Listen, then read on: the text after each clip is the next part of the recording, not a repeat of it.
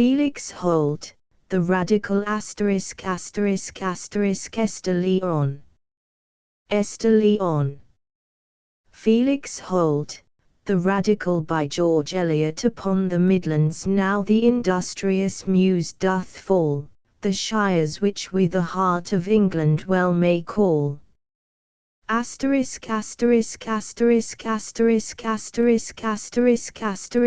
native country thou, which so brave spirits hast bred, if there be virtues yet remaining in the earth, or any good of thine thou bredst into my birth, accept it as thine own, whilst now I sing of thee, of all thy later brood the unworthiest though I be.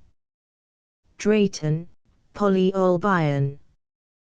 With illustrations Boston de Wolfe, Fiske and Company 361 and 365 Washington Street. Contents. Introduction.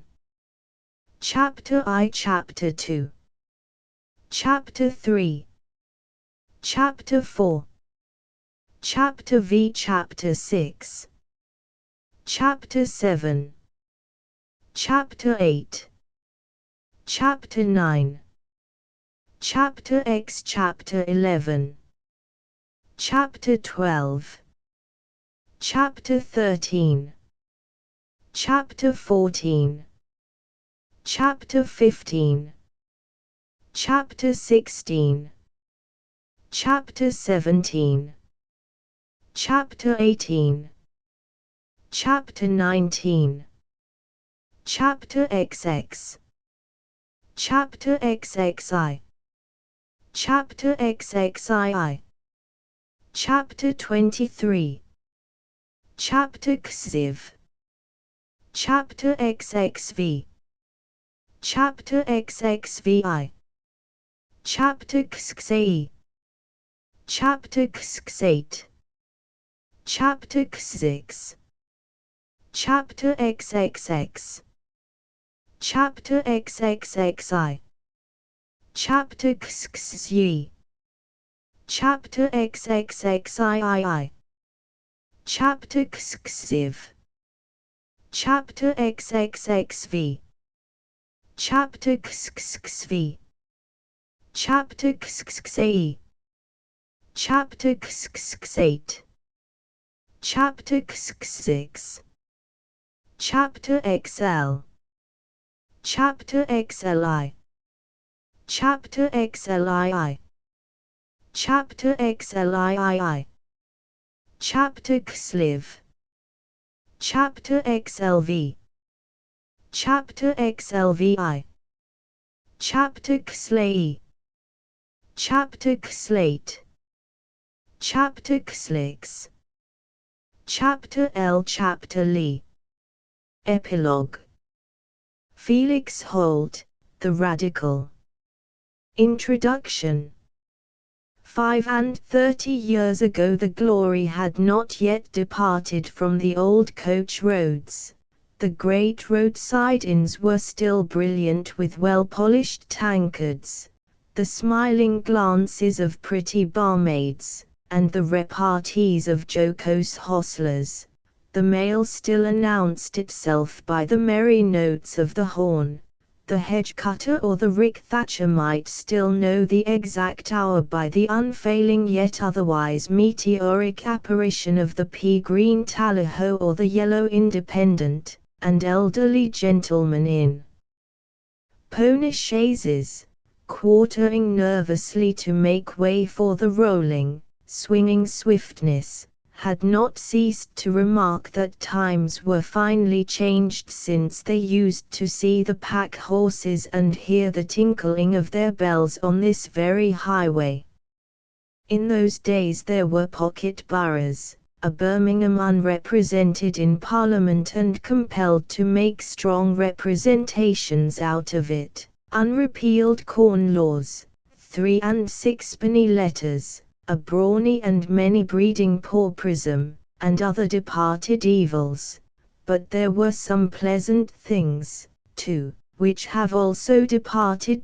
Non omnia grandia etasque fugimus habet, says the wise goddess, You have not the best of it in all things, O youngsters. The elderly man has his enviable memories, and not the least of them is the memory of a long journey in mid-spring or autumn on the outside of a stage-coach. Posterity may be shot, like a bullet through a tube, by atmospheric pressure, from Winchester to Newcastle. That is a fine result to have among our hopes, but the slow, old-fashioned way of getting from one end of our country to the other is the better thing to have in the memory. The tube journey can never lend much to picture and narrative, it is as barren as an exclamatory O. Whereas, the happy outside passenger, seated on the box from the dawn to the gloaming, gathered enough stories of English life, enough of English labours in town and country, enough aspects of earth and sky, to make episodes for a modern Odyssey. Suppose only that his journey took him through that central plain, watered at one extremity by the Avon, at the other by the Trent. As the morning silvered the meadows with their long lines of bushy willows marking the watercourses, or burnished the golden cornricks clustered near the long roofs of some Midland homestead, he saw the full-uddered cows driven from their pasture to the early milking. Perhaps it was the shepherd, head servant of the farm, who drove them, his sheepdog following with a heedless, unofficial air, as of a beadle in undress. The shepherd, with a slow and slouching walk, timed by the walk of grazing beasts, moved aside, as if unwillingly, throwing out a monosyllabic hint to his cattle. His glance, accustomed to rest on things very near the earth, seemed to lift itself with difficulty to the coachman. Mail or stage-coach for him belonged to the mysterious distant system of things called government which, whatever it might be, was no business of his, any more than the most outlying nebula or the coal-sacks of the southern hemisphere. His solar system was the parish, the master's temper and the casualties of lambing time were his region of storms. He cut his bread and bacon with his pocket-knife, and felt no bitterness except in the matter of pauper labourers and the bad luck that sent contrarious seasons and the sheep rot. He and his cows were soon left behind, and the homestead, too, with its pond overhung by elder trees, its untidy kitchen garden and cone-shaped yew-tree arbour. But everywhere the bushy hedgerows wasted the land with their straggling beauty, shrouded the grassy borders of the pastures with catkined hazels, and tossed their long blackberry branches on the cornfields. Perhaps they were white with May, or starred with pale pink dog roses. Perhaps the urchins were already nutting among them, or gathering the plenteous crabs. It was worth the journey only to see those hedgerows, the liberal homes of unmarketable beauty, of the purple-blossomed, ruby-berried nightshade, of the wild convolvulus climbing and spreading in tendriled strength till it made a great curtain of pale green hearts and white trumpets, of the many-tubed honeysuckle which, in its most delicate fragrance, hid a charm more subtle and penetrating than beauty. Even if it were winter, the hedgerows showed their coral, the scarlet haws, the deep crimson hips, with lingering brown leaves to make a resting place for the jewels of the hoarfrost. Such hedgerows were often as tall as the labourers' cottages dotted along the lanes, or clustered into a small hamlet, their little dingy windows telling, like thick filmed eyes, of nothing but the darkness within. The passenger on the coach box, bowled along above such a hamlet, saw chiefly the roofs of it. Probably it turned its back on the road, and seemed to lie away from everything but its own patch of earth and sky, away from the parish church by long fields and green lanes, away from all intercourse except that of tramps. If its face could be seen, it was most likely dirty, but the dirt was Protestant dirt, and the big, bold, gin-breathing tramps were Protestant tramps. There was no sign of superstition near, no crucifix or image to indicate a misguided reverence. The inhabitants were probably so free from superstition that they were in much less awe of the parson than of the overseer. Yet they were saved from the excess of Protestantism by not knowing how to read, and by the absence of hand looms and mines to be the pioneers of dissent. They were kept safely in the via media of indifference, and could have registered themselves in the census by a big black mark as members of the Church of England. But there were trim cheerful villages too, with a neat or handsome parsonage and grey church set in the midst. There was the pleasant tinkle of the blacksmith's anvil, the patient cart horses waiting at his door, the basket maker peeling his willow wands in the sunshine, the wheelwright putting his last touch to a blue cart with red wheels, here and there a cottage with bright transparent windows showing pots full of blooming balsams or geraniums, and little gardens in front all double daisies or dark wallflowers. At the well, clean and comely women carrying yoked buckets, and toward the free school small Britons dawdling on, and handling their marbles in the pockets of unpatched corduroys adorned with brass buttons. The land around was rich and marly. Great corn stacks stood in the rick yards, for the rick burners had not found their way hither. The homesteads were those of rich farmers who paid no rent, or had the rare advantage of a lease, and could afford to keep the corn till prices had risen. The coach would be sure to overtake some of them on their way to their outlying fields or to the market town, sitting heavily on their well-groomed horses, or weighing down one side of an olive-green gig. They probably thought of the coach with some contempt, as an accommodation for people who had not their own gigs, or who, wanting to travel to London and such distant places, belonged to the trading and less solid part of the nation. The passenger on the box could see that this was the district of protuberant optimists, sure that old England was the best of all possible countries, and that if there were any facts which had not fallen under their own observation, they were facts not worth observing. The district of clean little market towns without manufactures, of fat livings, an aristocratic clergy, and low poor rates. But as the day wore on the scene would change. The land would begin to be blackened with coal pits, the rattle of hand looms to be heard in hamlets and villages. Here were powerful men walking queerly with knees bent outward from squatting in the mine, going home to throw themselves down in their blackened flannel and sleep through the daylight, then rise and spend much of their high wages at the ale-house with their fellows of the Benefit Club. Here the pale eager faces of the hand-loom weavers, men and women, haggard from sitting up late at night to finish the week's work, hardly begun till the Wednesday. Everywhere the cottages and the small children were dirty, for the languid mothers gave their strength to the loom.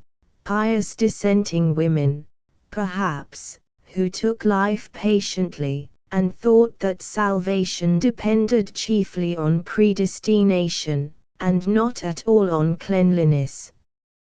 The gables of dissenting chapels now made a visible sign of religion, and of a meeting place to counterbalance the alehouse, even in the hamlets. But if a couple of old termagants were seen tearing each other's caps, it was a safe conclusion that, if they had not received the sacraments of the Church, they had not at least given in to schismatic rites, and were free from the errors of voluntarism. The breath of the manufacturing town, which made a cloudy day and a red gloom by night on the horizon, diffused itself over all the surrounding country, filling the air with eager unrest. Here was a population not convinced that Old England was as good as possible. Here were multitudinous men and women aware that their religion was not exactly the religion of their rulers, who might therefore be better than they were, and who, if better, might alter many things which now made the world perhaps more painful than it need be, and certainly more sinful. Yet there were the grey steeples too, and the churchyards, with their grassy mounds and venerable headstones, sleeping in the sunlight. There were broad fields and homesteads, and fine old woods covering a rising ground, or stretching far by the roadside, allowing only peeps at the park and mansion which they shut in from the working-day world. In these Midland districts the traveller passed rapidly from one phase of English life to another. After looking down on a village dingy with coal dust, noisy with the shaking of looms, he might skirt a parish all of fields, high hedges, and deep-rutted lanes, after the coach had rattled over the pavement of a manufacturing town, the scenes of riots and trades union meetings. It would take him in another 10 minutes into a rural region, where the neighborhood of the town was only felt in the advantages of a near market for corn, cheese, and hay, and where men with a considerable banking account were accustomed to say that they never meddled with politics themselves. The busy scenes of the shuttle and the wheel, of the roaring furnace, of the shaft and the pulley, seemed to make but crowded nests in the midst of the large-spaced, slow-moving life of homesteads and faraway cottages and oak-sheltered parks. Looking at the dwellings scattered amongst the woody flats and the ploughed uplands, under the low grey sky which overhung them with an unchanging stillness as if time itself were pausing, it was easy for the traveller to conceive that town and country had no pulse in common, except where the hand-looms made a far-reaching straggling fringe about the great centres of manufacture, that till the agitation about the Catholics in 29, rural Englishmen had hardly known more of Catholics than of the fossil mammals, and that their notion of reform was a confused combination of rick-burners, trades unions, Nottingham riots, and in general whatever required the calling out of the yeomanry. It was still easier to see that, for the most part, they resisted the rotation of crops and stood by their fallows, and the coachman would perhaps tell how in one parish an innovating farmer, who talked of Sir Humphrey Davy, had been fairly driven out by popular dislike, as if he had been a confounded radical, and how, the parson having one Sunday preached from the words, "Break up your fallow ground," the people thought he had made the text out of his own head, otherwise it would never have come so pat on a matter of business. But when they found it in the Bible at home, some said it was an argument for fallows, else why should the Bible mention fallows?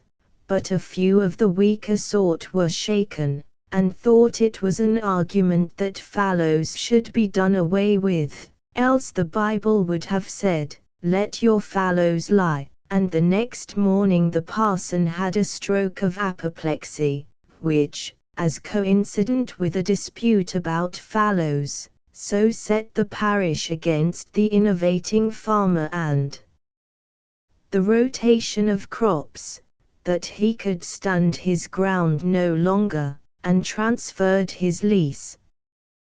The coachman was an excellent travelling companion and commentator on the landscape.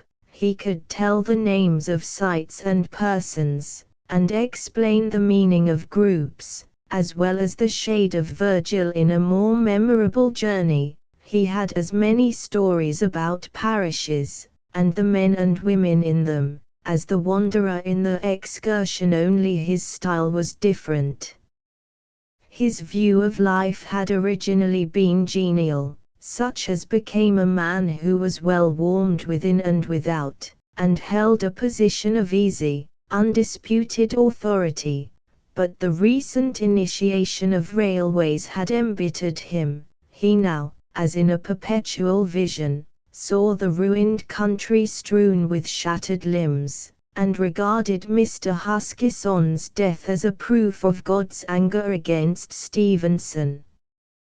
Why, every inn on the road would be shut up, and at that word the coachman looked before him with the blank gaze of one who had driven his coach to the outermost edge of the universe, and saw his leaders plunging into the abyss. Still he would soon relapse from the high prophetic strain to the familiar one of narrative. He knew whose the land was wherever he drove, what noblemen had half ruined themselves by gambling, who made handsome returns of rent, and who was at daggers drawn with his eldest son. He perhaps remembered the fathers of actual baronets, and knew stories of their extravagant or stingy housekeeping, whom they had married, whom they had horso-hipped, whether they were particular about preserving their game, and whether they had had much to do with canal companies. About any actual landed proprietor he could also tell whether he was a reformer or an anti-reformer.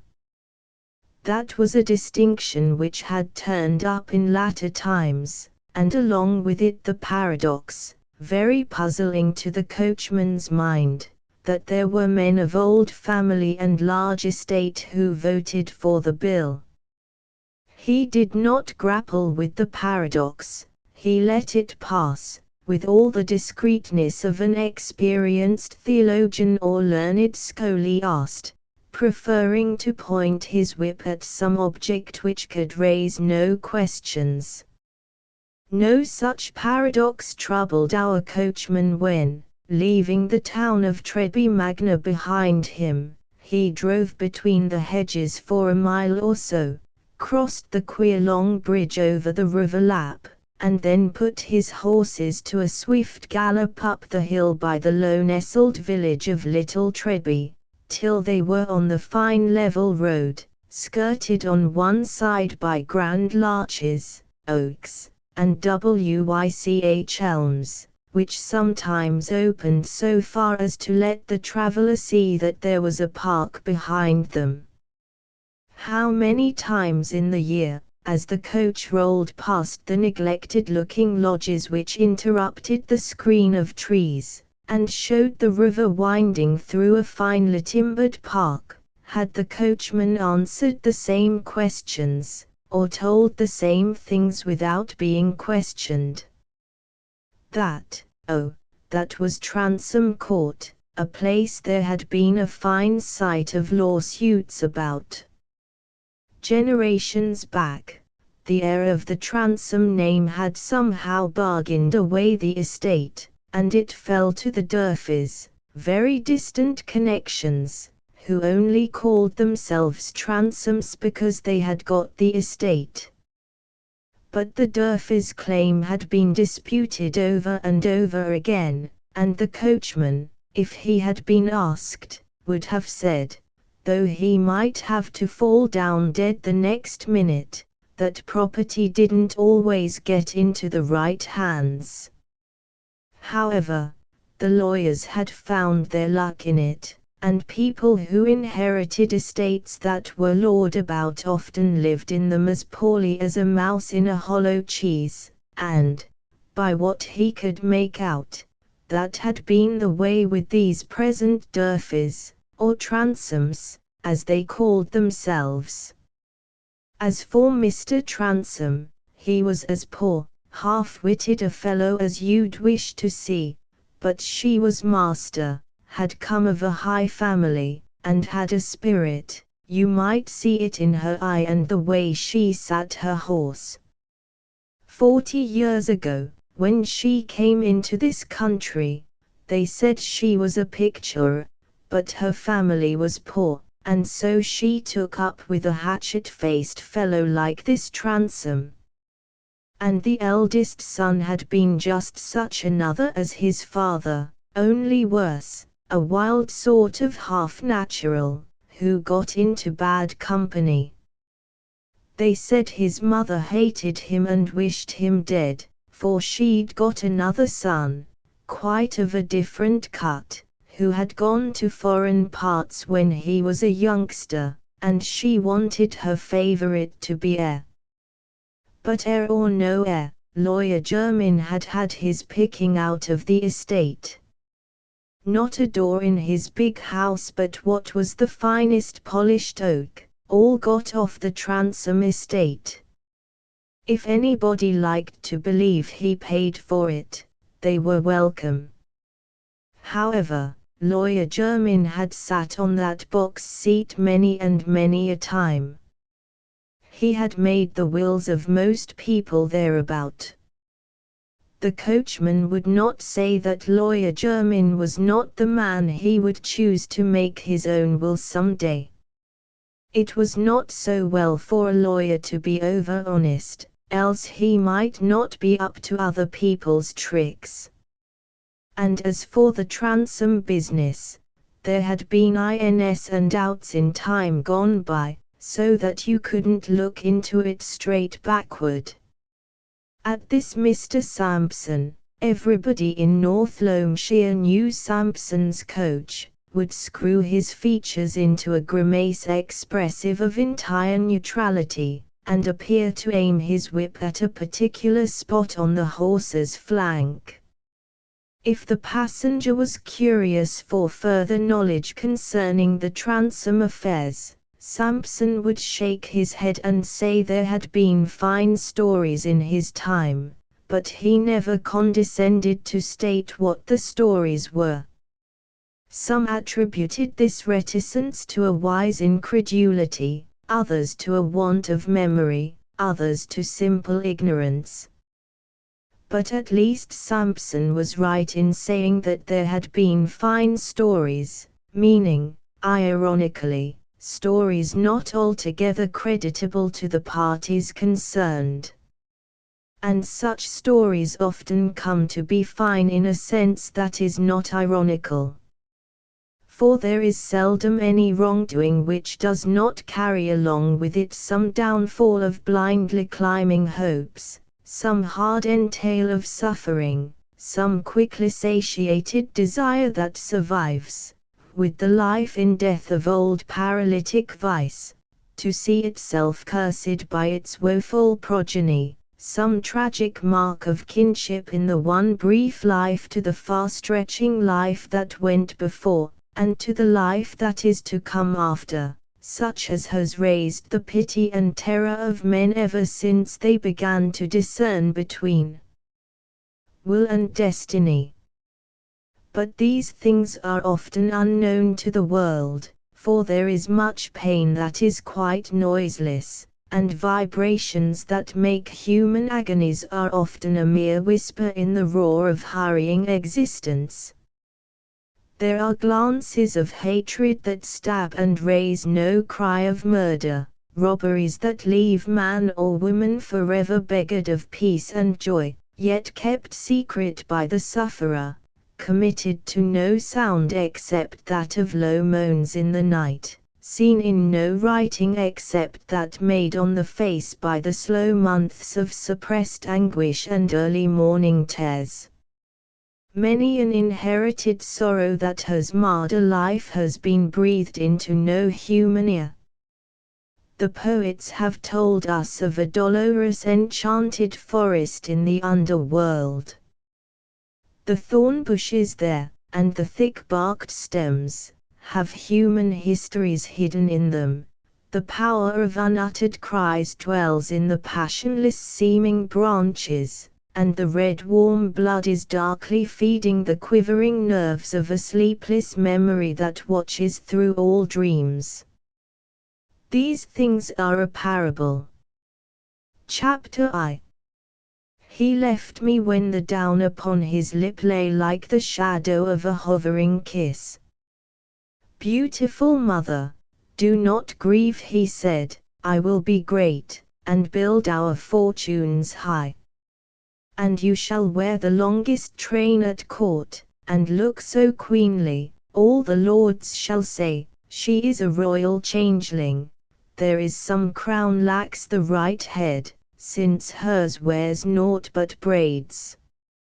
Oh, he is coming now, but I am grey, and he, on the 1st of September, in the memorable year 1832, someone was expected at Transome Court. As early as 2 o'clock in the afternoon the aged lodge-keeper had opened the heavy gate, green as the tree trunks were green with nature's powdery paint, deposited year after year.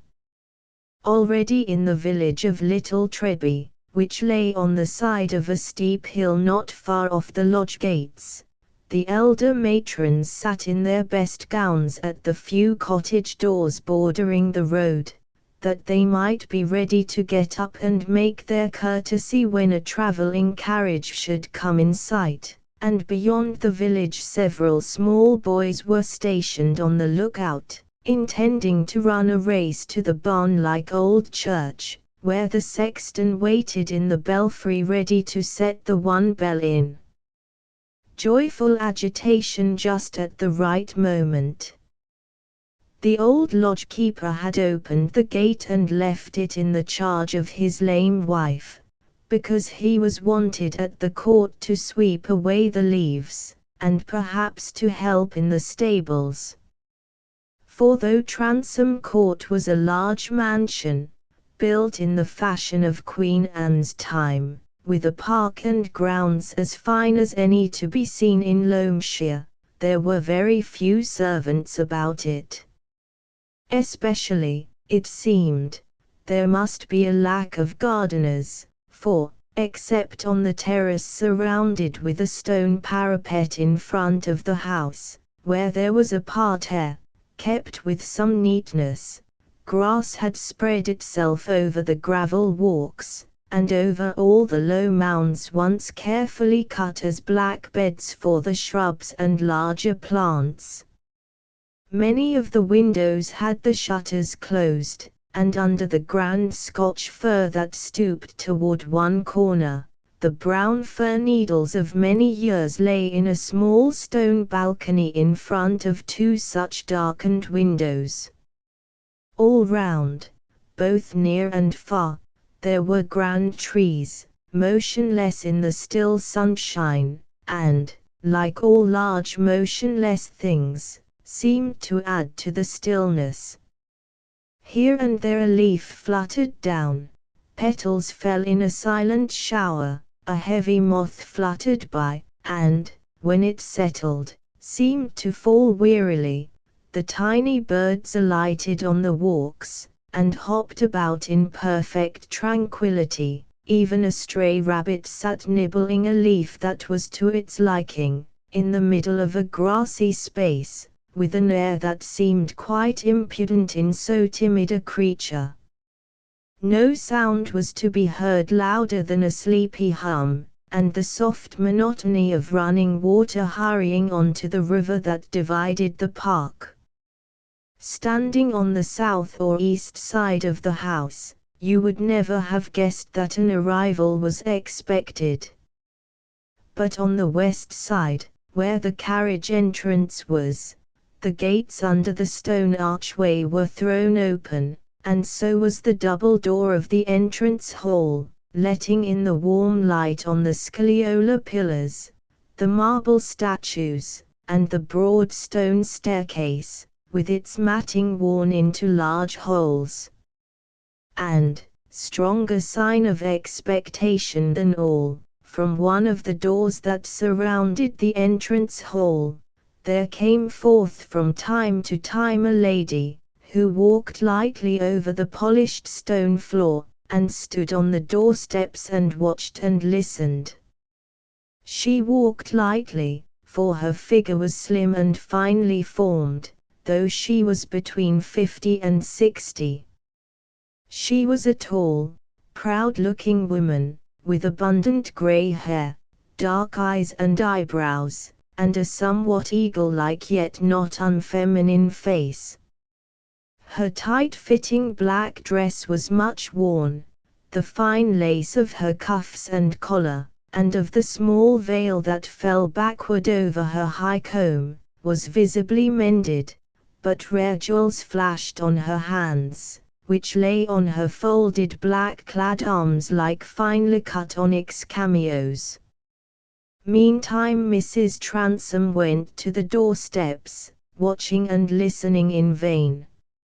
Each time she returned to the same room. It was a moderate-sized comfortable room, with low ebony bookshelves round it, and it formed an anteroom to a large library, of which a glimpse could be seen through an open doorway, partly obstructed by a heavy tapestry curtain drawn on one side. There was a great deal of tarnished gilding and dinginess on the walls and furniture of this smaller room, but the pictures above the bookcases were all of a cheerful kind, portraits in pastel of pearly-skinned ladies with hair powder, blue ribbons, and low bodices, a splendid portrait in oils of a Transome in the gorgeous dress of the Restoration, another of a Transome in his boyhood, with his hand on the neck of a small pony, and a large Flemish battle-piece, where war seemed only a picturesque blue and red accident in a vast sunny expanse of plain and sky. Probably such cheerful pictures had been chosen because this was Mrs. Transome's usual sitting room. It was certainly for this reason that, near the chair in which she seated herself each time she re-entered, there hung a picture of a youthful face which bore a strong resemblance to her own, a beardless but masculine face, with rich brown hair hanging low on the forehead, and undulating beside each cheek down to the loose white cravat. Near this same chair were her writing table, with vellum-covered account books on it, the cabinet in which she kept her neatly arranged drugs, her basket for her embroidery, a folio volume of architectural engravings from which she took her embroidery patterns, a number of the North Loamshire Herald and the cushion for her fat Blenheim, which was too old and sleepy to notice its mistress's restlessness. For, just now, Mrs. Transome could not abridge the sunny tedium of the day by the feeble interest of her usual indoor occupations. Her consciousness was absorbed by memories and prospects, and except that she walked to the entrance door to look out, she sat motionless with folded arms, involuntarily from time to time turning toward the portrait close by her, and as often, when its young brown eyes met hers, turning away again with self-checking resolution. At last, prompted by some sudden thought or by some sound, she rose and went hastily beyond the tapestry curtain into the library. She paused near the door without speaking. Apparently she only wished to see that no harm was being done. A man nearer 70 than 60 was in the act of ranging on a large library table a series of shallow drawers, some of them containing dried insects, others mineralogical specimens. His pale mild eyes, receding lower jaw, and slight frame, could never have expressed much vigor, either bodily or mental. But he had now the unevenness of gait and feebleness of gesture which tell of a past paralytic seizure. His threadbare clothes were thoroughly brushed, his soft white hair was carefully parted and arranged. He was not a neglected-looking old man, and at his side a fine black retriever, also old, sat on its haunches, and watched him as he went to and fro. But when Mrs. Transome appeared within the doorway, her husband paused in his work and shrank like a timid animal looked at in a cage where flight was impossible. He was conscious of a troublesome intention, for which he had been rebuked before, that of disturbing all his specimens with a view to a new arrangement.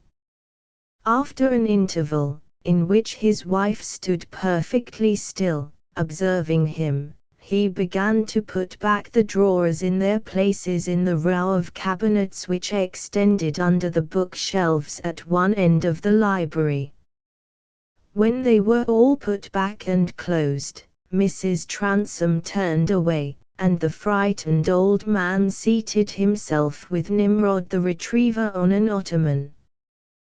Peeping at him again, a few minutes after, she saw that he had his arm round Nimrod's neck, and was uttering his thoughts to the dog in a loud whisper, as little children do to any object near them when they believe themselves unwatched. At last the sound of the church bell reached Mrs. Transome's ear, and she knew that before long the sound of wheels must be within hearing. But she did not at once start up and walk to the entrance door. She sat still, quivering and listening. Her lips became pale, her hands were cold and trembling. Was her son really coming?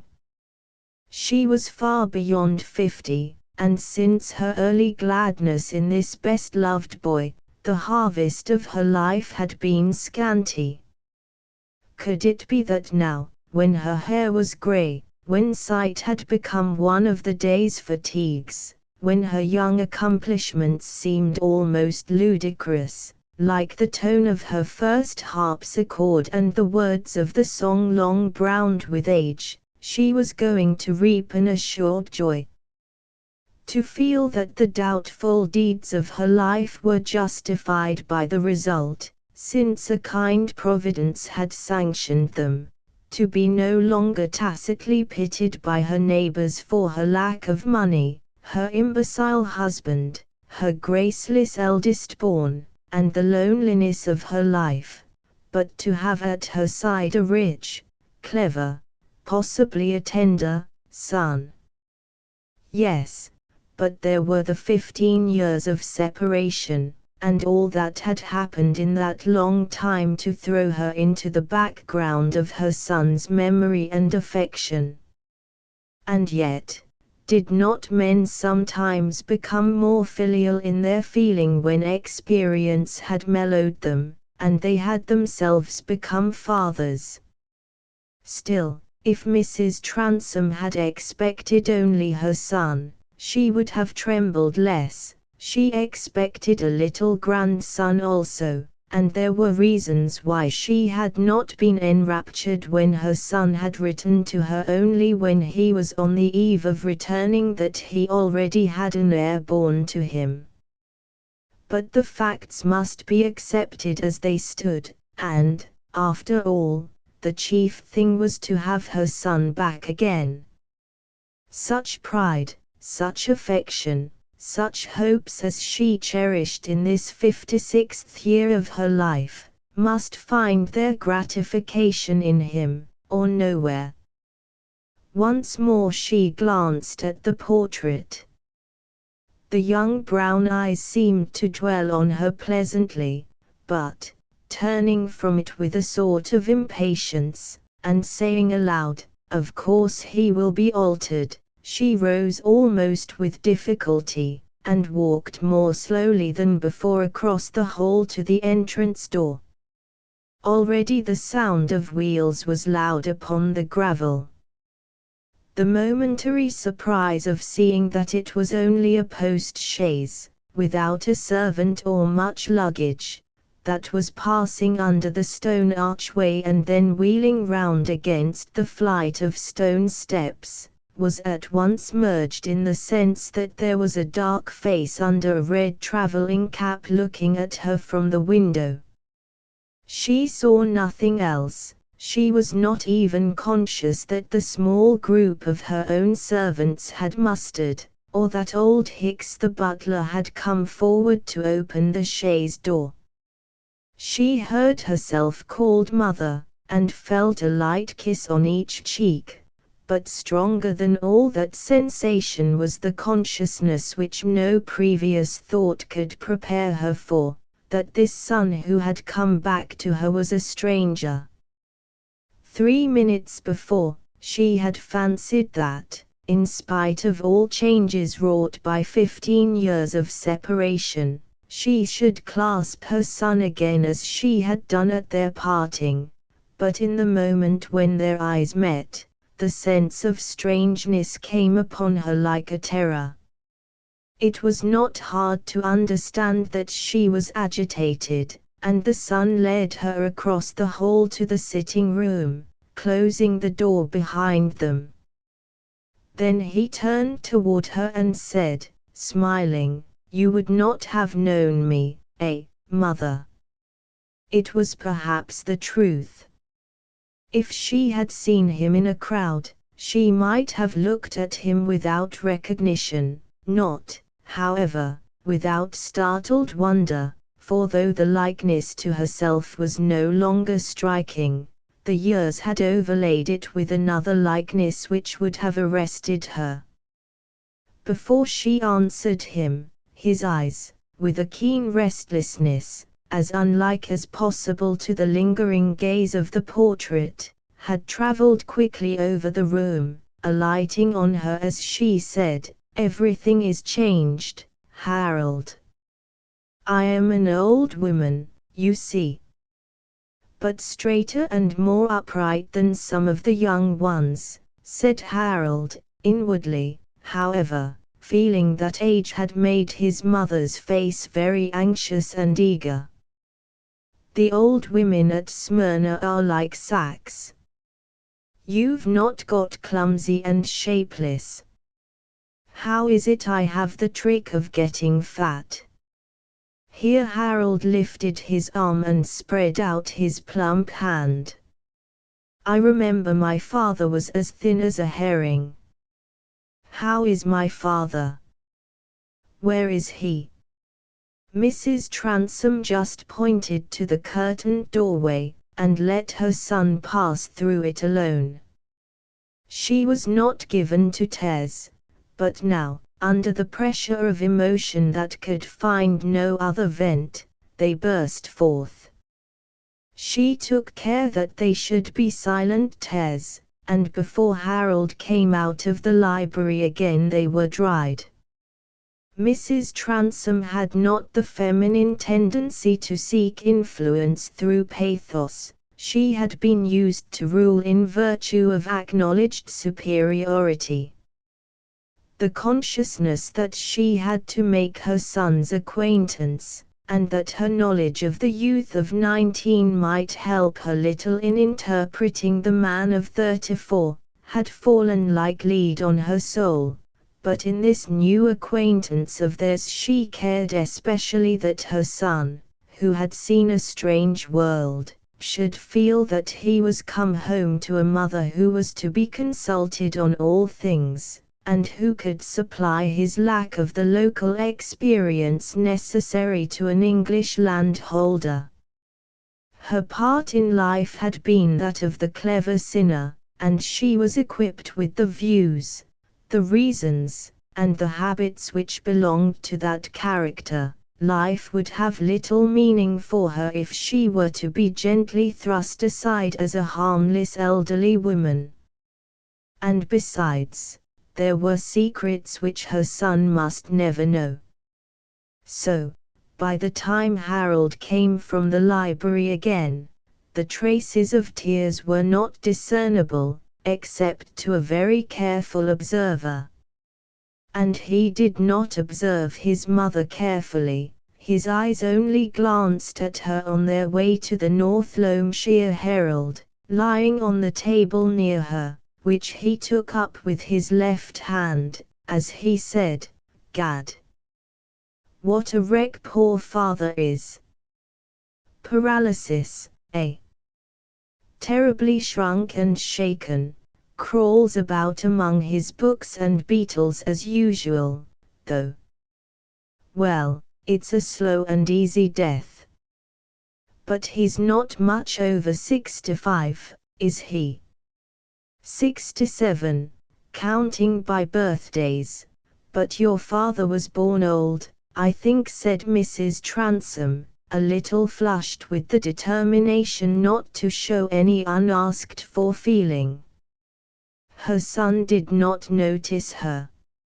All the time he had been speaking his eyes had been running down the columns of the newspaper.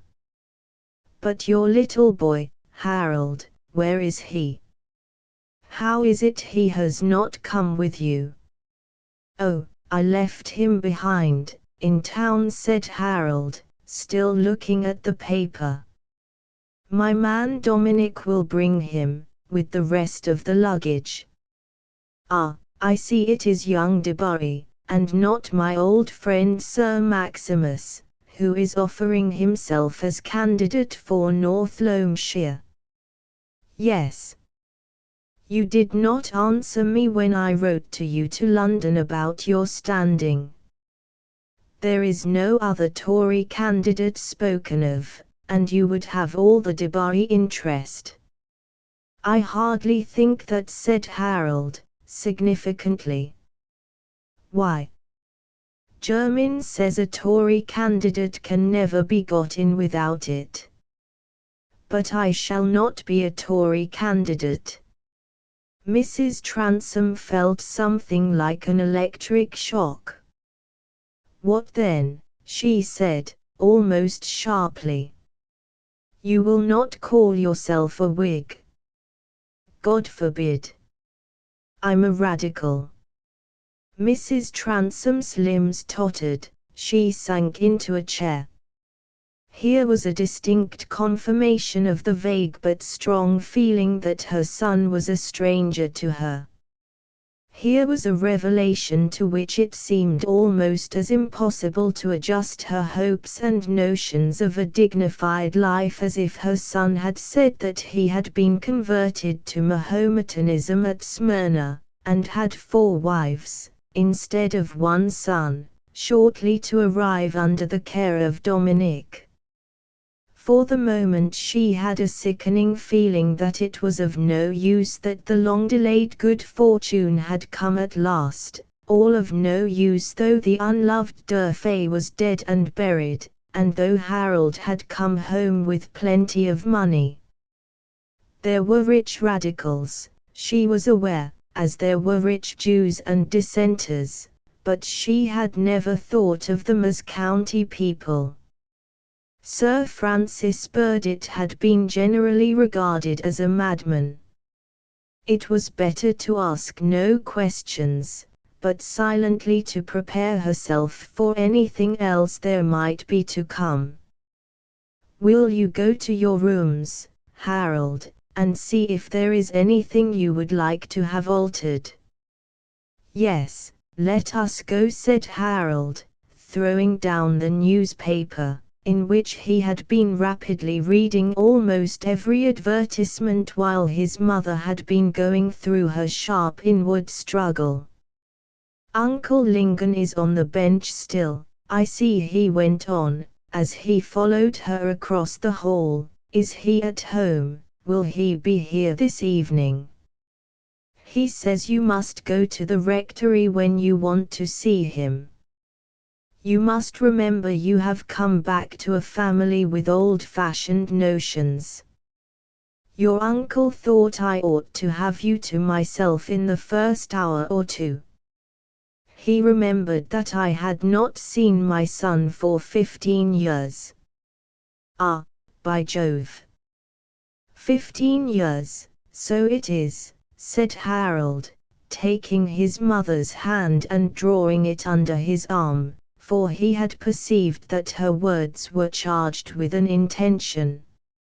And you are as straight as an arrow still, you will carry the shawls I have brought you as well as ever. They walked up the broad stone steps together in silence. Under the shock of discovering her son's radicalism, Mrs. Transome had no impulse to say one thing rather than another, as in a man who had just been branded on the forehead all wonted motives would be uprooted. Harold, on his side, had no wish opposed to filial kindness, but his busy thoughts were determined by habits which had no reference to any woman's feelings, and even if he could have conceived what his mother's feeling was, his mind, after that momentary arrest, would have darted forward on its usual course. "I have given you the south rooms," Harold said Mrs. Transome, as they passed along a corridor lit from above and lined with old family pictures. "I thought they would suit you best, as they all open into each other, and this middle one will make a pleasant sitting room for you. Gad! The furniture is in a bad state," said Harold, glancing around at the middle room which they had just entered. "The moths seem to have got into the carpets and hangings." "I had no choice except moths or tenants who would pay rent," said Mrs. Transome.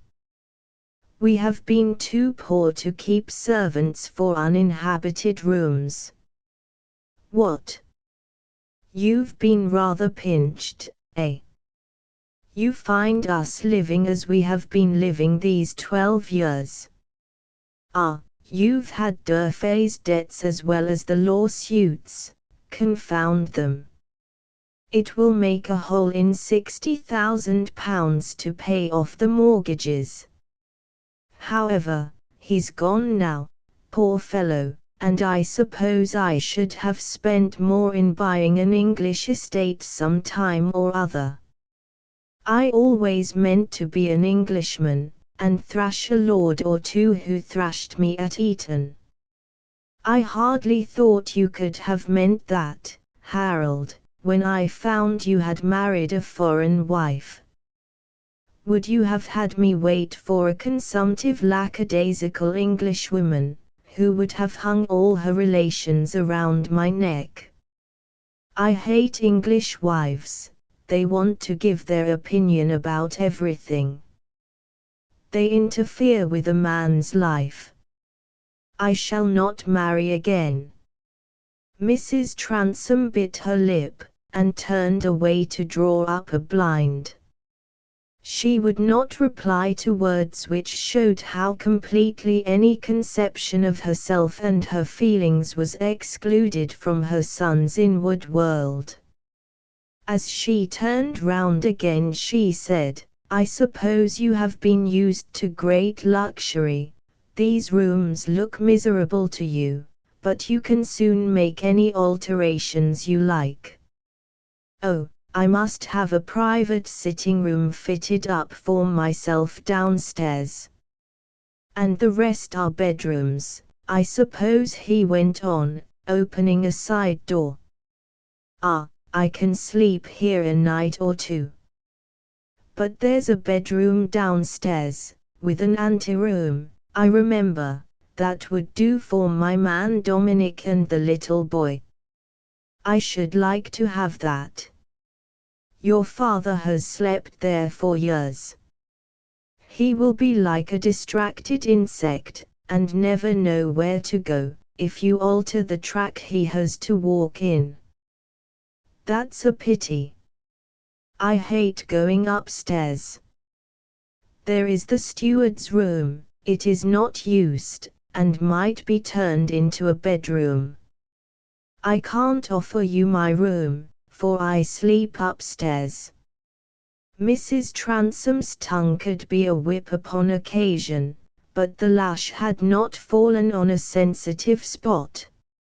No, I'm determined not to sleep upstairs. We'll see about the steward's room tomorrow, and I dare say I shall find a closet of some sort for Dominic. It's a nuisance he had to stay behind, for I shall have nobody to cook for me. Ah, there's the old river I used to fish in. I often thought, when I was at Smyrna, that I would buy a park with a river through it as much like the lap as possible. Gad, what fine oaks those are opposite. Some of them must come down, though. I've held every tree sacred on the domain, as I told you, Harold. I trusted to your getting the estate some time, and releasing it, and I determined to keep it worth releasing. A park without fine timber is no better than a beauty without teeth and hair. Bravo, mother, said Harold, putting his hand on her shoulder. Ah, you've had to worry yourself about things that don't properly belong to a woman, my father being weakly. We'll set all that right. You shall have nothing to do now but to be grandmamma on satin cushions. You must excuse me from the satin cushions. That is a part of the old woman's duty I am not prepared for. I am used to be chief bailiff, and to sit in the saddle 2 or 3 hours every day. There are 2 farms on our hands besides the home farm. Phew. Jermyn manages the estate badly, then. That will not last under my reign, said Harold, turning on his heel and feeling in his pockets for the keys of his portmanteaus, which had been brought up. Perhaps when you've been in England a little longer, said Mrs. Transome, colouring as if she had been a girl, you will understand better the difficulty there is in letting farms these times. I understand the difficulty perfectly, mother. To let farms, a man must have the sense to see what will make them inviting to farmers, and to get sense supplied on demand is just the most difficult transaction I know of. I suppose if I ring there's some fellow who can act as valet and learn to attend to my hookah. There is Hicks the butler, and there is Jabez the footman, those are all the men in the house. They were here when you left. Oh, I remember Jabez, he was a dolt. I'll have old Hicks. He was a neat little machine of a butler, his words used to come like the clicks of an engine. He must be an old machine now, though. You seem to remember some things about home wonderfully well, Harold. Never forget places and people, how they look and what can be done with them. All the country round here lies like a map in my brain. A deuced pretty country too, but the people were a stupid set of old Whigs and Tories. I suppose they are much as they were. I am, at least, Harold. You are the first of your family that ever talked of being a radical. I did not think I was taking care of our old oaks for that.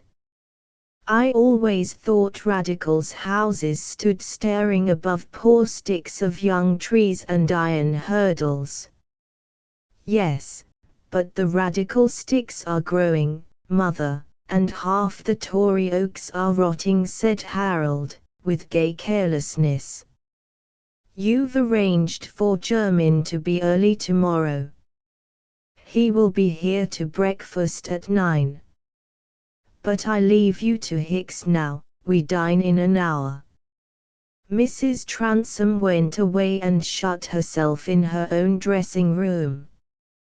It had come to pass now, this meeting with the son who had been the object of so much longing, whom she had longed for before he was born, for whom she had sinned, from whom she had wrenched herself with pain at their parting, and whose coming again had been the one great hope of her years. The moment was gone by, there had been no ecstasy, no gladness even, hardly half an hour had passed, and few words had been spoken, yet with that quickness in weaving new futures which belongs to women whose actions have kept them in habitual fear of consequences, Mrs. Transome thought she saw with all the clearness of demonstration that her son's return had not been a good for her in the sense of making her any happier.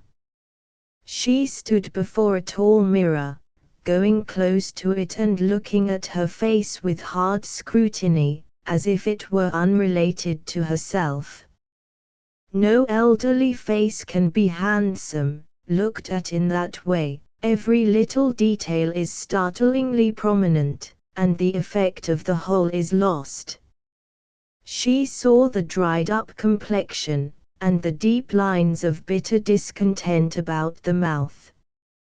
I am a hag, she said to herself. She was accustomed to give her thoughts a very sharp outline, an ugly old woman who happens to be his mother. That is what he sees in me, as I see a stranger in him. I shall count for nothing. I was foolish to expect anything else. She turned away from the mirror and walked up and down her room. What a likeness, she said, in a loud whisper, yet, perhaps, no one will see it besides me. She threw herself into a chair, and sat with a fixed look, seeing nothing that was actually present, but inwardly seeing with painful vividness what had been present with her a little more than 30 years ago, the little round-limbed creature that had been leaning against her knees, and stamping tiny feet, and looking up at her with gurgling laughter. She had thought that the possession of this child would give unity to her life, and make some gladness through the changing years that would grow as fruit out of these early maternal caresses. But nothing had come just as she had wished. The mother's early raptures had lasted but a short time, and even while they lasted there had grown up in the midst of them a hungry desire, like a black poisonous plant feeding in the sunlight, the desire that her first, rickety, ugly, imbecile child should die, and leave room for her darling, of whom she could be proud. Such desires make life a hideous lottery, where every day may turn up a blank, where men and women who have the softest beds and the most delicate eating, who have a very large share of that sky and earth which some are born to have no more of than the fraction to be got in a crowded entry, yet grow haggard, fevered, and restless, like those who watch in other lotteries. Day after day, year after year, had yielded blanks, new cares had come, bringing other desires for results quite beyond her grasp, which must also be watched for in the lottery, and all the while the round-limbed pet had been growing into a strong youth, who liked many things better than his mother's caresses, and who had a much keener consciousness of his independent existence than of his relation to her. The lizard's egg, that white rounded passive prettiness, had become a brown, darting, determined lizard. The mother's love is at first an absorbing delight, blunting all other sensibilities. It is an expansion of the animal existence. It enlarges the imagined range for self to move in, but in after years it can only continue to be joy on the same terms as other long-lived love, that is, by much suppression of self, and power of living in the experience of another.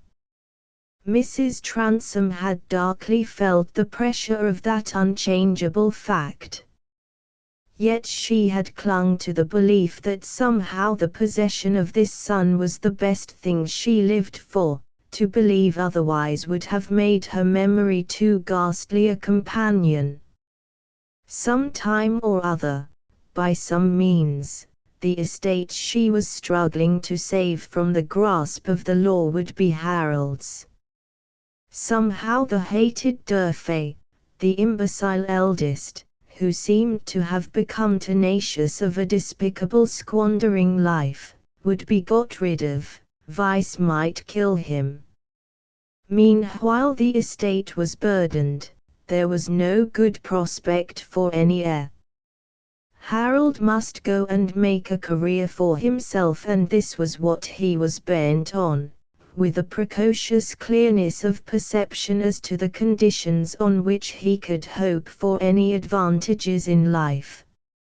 Like most energetic natures, he had a strong faith in his luck. He had been gay at their parting, and had promised to make his fortune, and in spite of past disappointments, Harold's possible fortune still made some ground for his mother to plant her hopes in.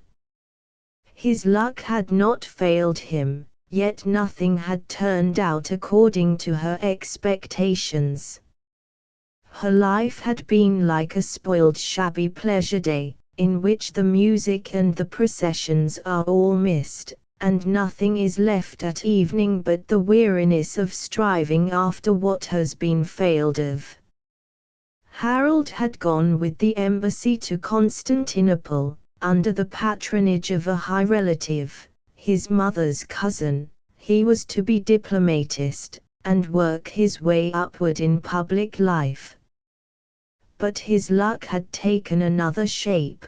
He had saved the life of an Armenian banker, who in gratitude had offered him a prospect which his practical mind had preferred to the problematic promises of diplomacy and high-born cousinship. Harold had become a merchant and banker at Smyrna, and let the years pass without caring to find the possibility of visiting his early home, and had shown no eagerness to make his life at all familiar to his mother, asking for letters about England, but writing scantily about himself.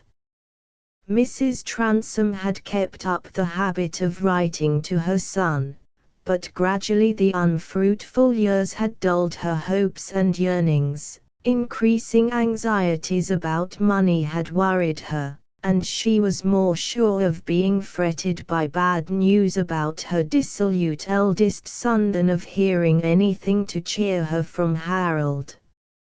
She had begun to live merely in small immediate cares and occupations, and like all eager-minded women who advance in life without any activity of tenderness or any large sympathy, she had contracted small rigid habits of thinking and acting. She had her ways which must not be crossed, and had learned to fill up the great void of life with giving small orders to tenants, insisting on medicines for infirm cottagers, winning small triumphs in bargains and personal economies, and parrying ill-natured remarks of Lady Debarris by lancet-edged epigrams.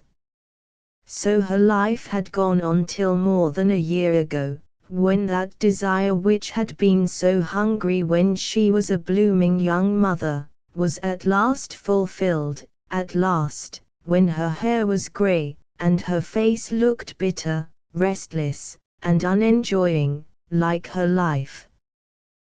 The news came from Jersey that Durfey, the imbecile son, was dead. Now Harold was heir to the estate, now the wealth he had gained could release the land from its burdens, now he would think it worthwhile to return home.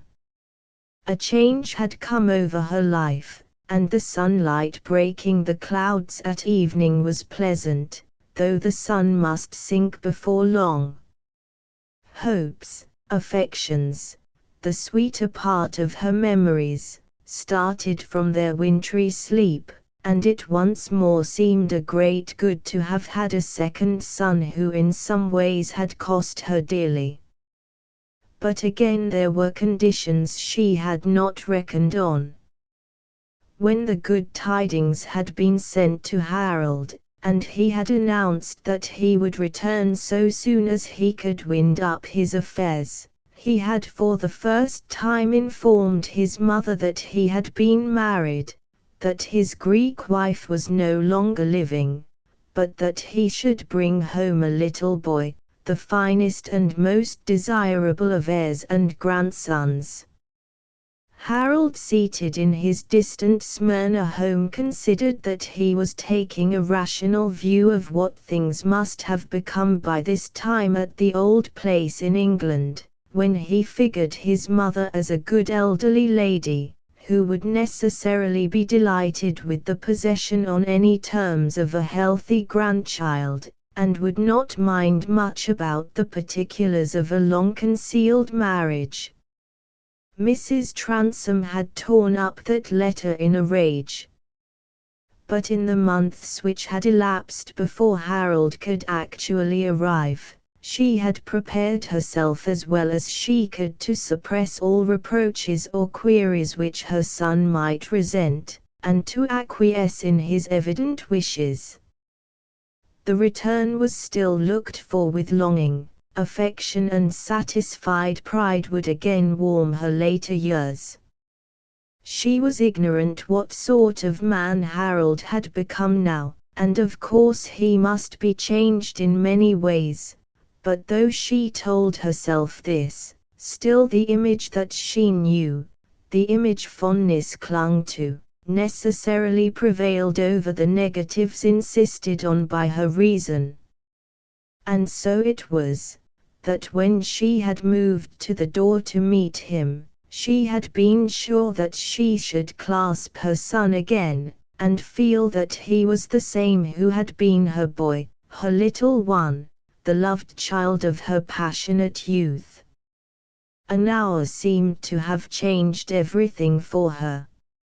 A woman's hopes are woven of sunbeams, a shadow annihilates them.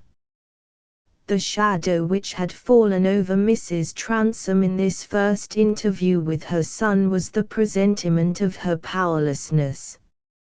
If things went wrong, if Harold got unpleasantly disposed in a certain direction where her chief dread had always lain, she seemed to foresee that her words would be of no avail. The keenness of her anxiety in this matter had served as insight, and Harold's rapidity, decision, and indifference to any impressions in others, which did not further or impede his own purposes, had made themselves felt by her as much as she would have felt the unmanageable strength of a great bird which had alighted near her, and allowed her to stroke its wing for a moment because food lay near her. Under the cold weight of these thoughts Mrs. Transome shivered. That physical reaction roused her from her reverie, and she could now hear the gentle knocking at the door to which she had been deaf before. Notwithstanding her activity and the fewness of her servants, she had never dressed herself without aid, nor would that small, neat, exquisitely clean old woman who now presented herself have wished that her labor should be saved at the expense of such a sacrifice on her lady's part. The small old woman was Mrs. Hicks, the butler's wife, who acted as housekeeper, lady's maid, and superintendent of the kitchen, the large stony scene of inconsiderable cooking.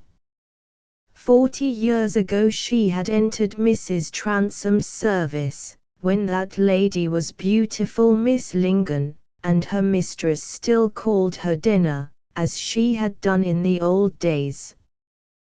The bell has rung, then, Denner, without my hearing it, said Mrs. Transom, rising. Yes, madam, said Denner, reaching from a wardrobe an old black velvet dress trimmed with much mended point, in which Mrs. Transom was wont to look queenly of an evening. Denner had still strong eyes of that short-sighted kind which sees through the narrowest chink between the eyelashes.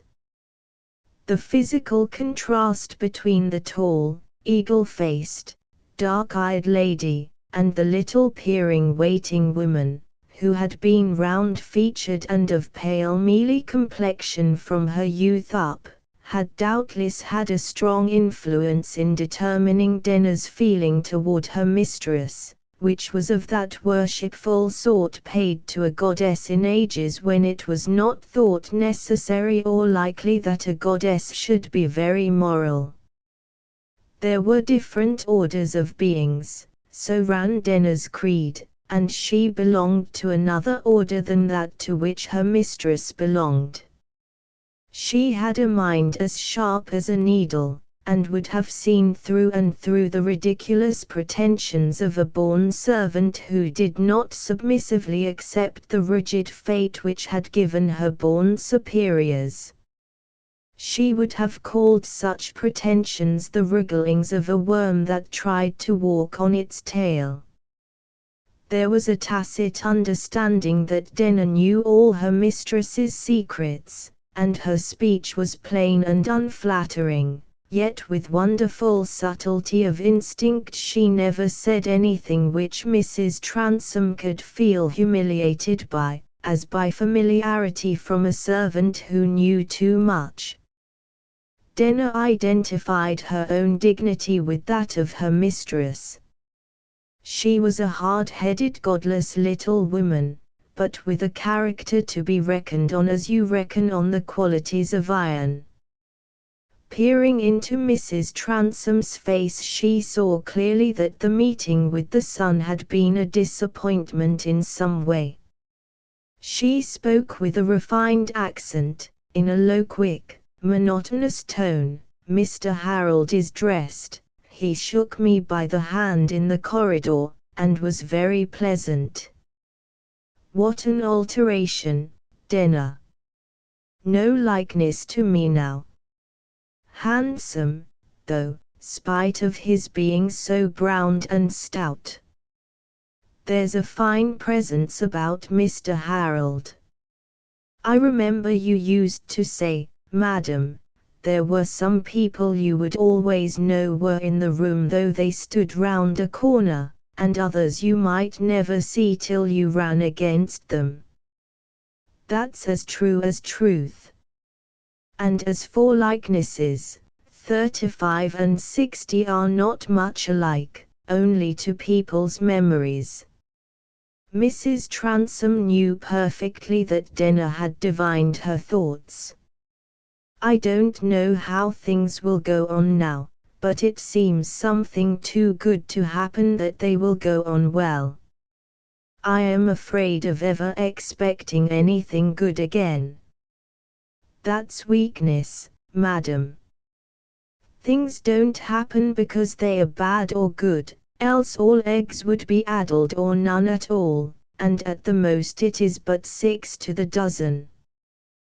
There's good chances and bad chances, and nobody's luck is pulled only by one string. What a woman you are, Denner. You talk like a French infidel. It seems to me you are afraid of nothing. I have been full of fears all my life, always seeing something or other hanging over me that I couldn't bear to happen. Well, madam, put a good face on it, and don't seem to be on the lookout for crows, else you'll set other people watching. Here you have a rich son come home, and the debts will all be paid, and you have your health and can ride about, and you've such a face and figure, and will have if you live to be 80, that everybody is cap in hand to you before they know you who are. Let me fasten up your veil a little higher, there's a good deal of pleasure in life for you yet. Nonsense. There's no pleasure for old women, unless they get it out of tormenting other people. What are your pleasures, Denner, besides being a slave to me? Oh, there's pleasure in knowing one's not a fool, like half the people one sees about. And managing one's husband is some pleasure, and doing all one's business well. Why, if I've only got some orange flowers to candy, I shouldn't like to die till I see them all right. Then there's the sunshine now and then, I like that as the cats do. I look upon it, life is like our game at whist, when Banks and his wife come to the still room of an evening. I don't enjoy the game much, but I like to play my cards well, and see what will be the end of it, and I want to see you make the best of your hand, madam, for your luck has been mine these 40 years now. But I must go and see how Kitty dishes up the dinner, unless you have any more commands. No, Denner, I am going down immediately. As Mrs. Transome descended the stone staircase in her old black velvet and point, her appearance justified Denner's personal compliment. She had that high-born, imperious air which would have marked her as an object of hatred and reviling by a revolutionary mob. Her person was too typical of social distinctions to be passed by with indifference by anyone. It would have fitted an empress in her own right, who had had to rule in spite of faction, to dare the violation of treaties and dread retributive invasions, to grasp after new territories, to be defiant in desperate circumstances, and to feel a woman's hunger of the heart forever unsatisfied. Yet Mrs. Transome's cares and occupations had not been at all of an imperial sort. For 30 years she had led the monotonous, narrowing life which used to be the lot of our poorer gentry, who never went to town, and were probably not on speaking terms with 2 out of the 5 families whose parks lay within the distance of a drive. When she was young she had been thought wonderfully clever and accomplished, and had been rather ambitious of intellectual superiority, had secretly picked out for private reading the higher parts of dangerous French authors, and in company had been able to talk of Mr. Burke's style, or of Chateaubriand's eloquence, had laughed at the lyrical ballads, and admired Mr. Southey's Thalaba. She always thought that the dangerous French writers were wicked and that her reading of them was a sin, but many sinful things were highly agreeable to her, and many things which she did not doubt to be good and true were dull and meaningless. She found ridicule of biblical characters very amusing, and she was interested in stories of illicit passion. But she believed all the while that truth and safety lay in due attendance on prayers and sermons, in the admirable doctrines and ritual of the Church of England, equally remote from Puritanism and Popery, in fact, in such a view of this world and the next as would preserve the existing arrangements of English society quite unshaken, keeping down the obtrusiveness of the vulgar and the discontent of the poor. The history of the Jews, she knew, ought to be preferred to any profane history. The pagans, of course, were vicious, and their religions quite nonsensical, considered as religions. But classical learning came from the pagans. The Greeks were famous for sculpture, the Italians for painting.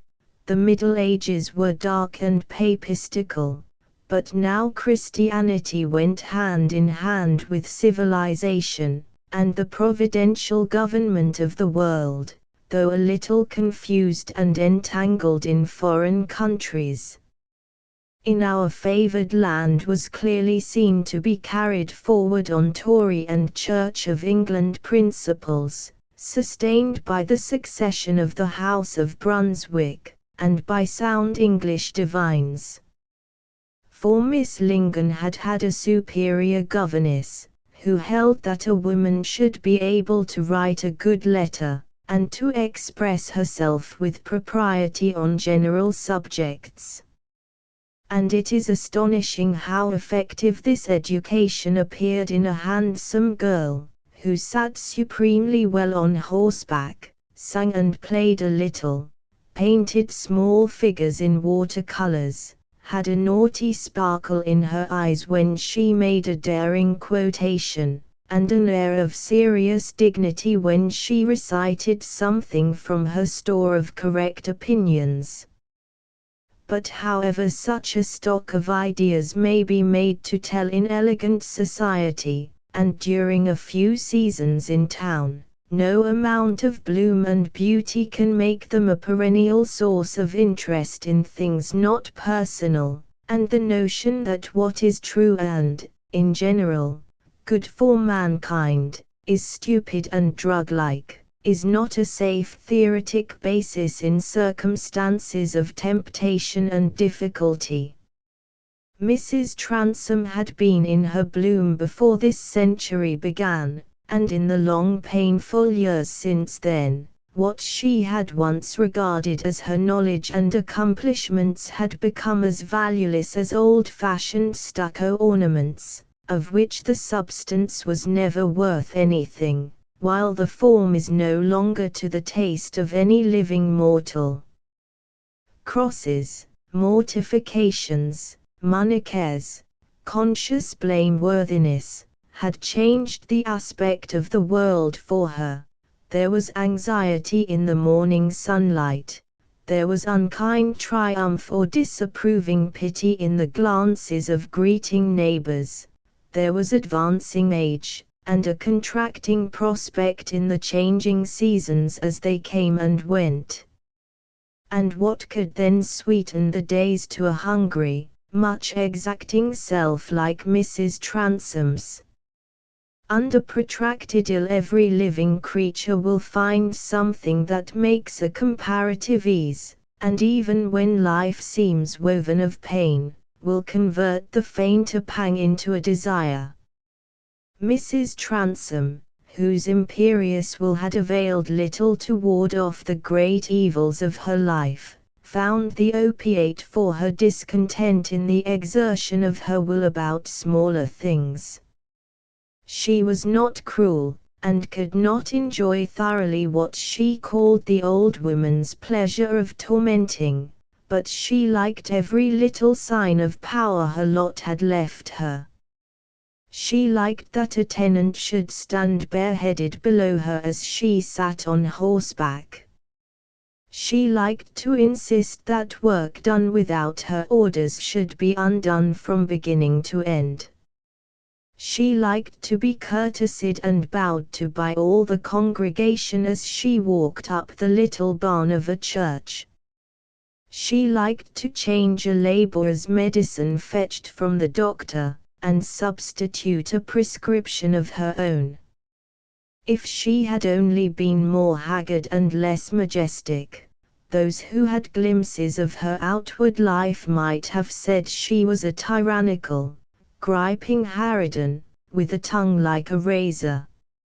No one said exactly that, but they never said anything like the full truth about her, or divined what was hidden under that outward life, a woman's keen sensibility and dread, which lay screened behind all her petty habits and narrow notions, as some quivering thing with eyes and throbbing heart may lie crouching behind withered rubbish.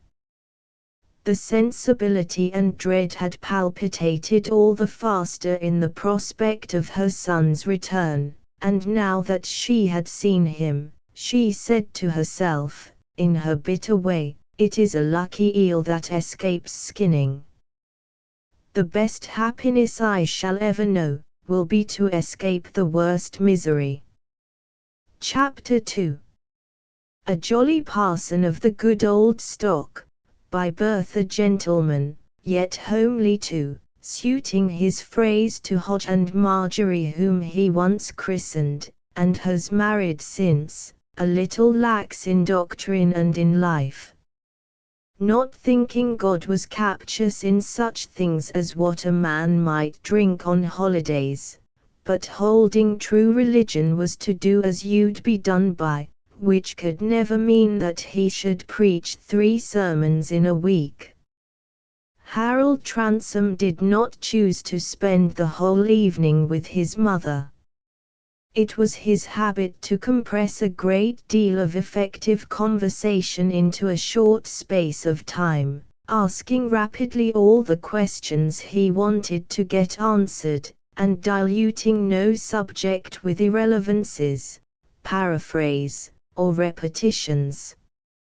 He volunteered no information about himself and his past life at Smyrna, but answered pleasantly enough, though briefly, whenever his mother asked for any detail.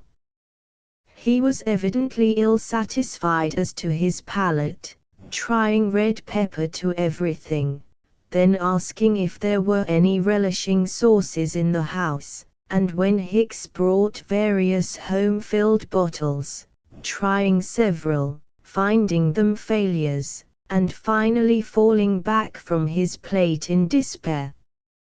Yet he remained good-humored, saying something to his father now and then for the sake of being kind, and looking on with a pitying shrug as he saw him watch Hicks cutting his food. Mrs. Transome thought with some bitterness that Harold showed more feeling for her feeble husband who had never cared in the least about him, than for her, who had given him more than the usual share of mother's love. An hour after dinner, Harold, who had already been turning over the leaves of his mother's account books, said, "I shall just cross the park to the parsonage to see my Uncle Lingon." "Very well. He can answer more questions for you." "Yes," said Harold, quite deaf to the innuendo, and accepting the words as a simple statement of the fact. "I want to hear all about the game and the North Loamshire hunt. I'm fond of sport. We had a great deal of it at Smyrna, and it keeps down my fat." The Reverend John Lingon became very talkative over his second bottle of port, which was opened on his nephew's arrival.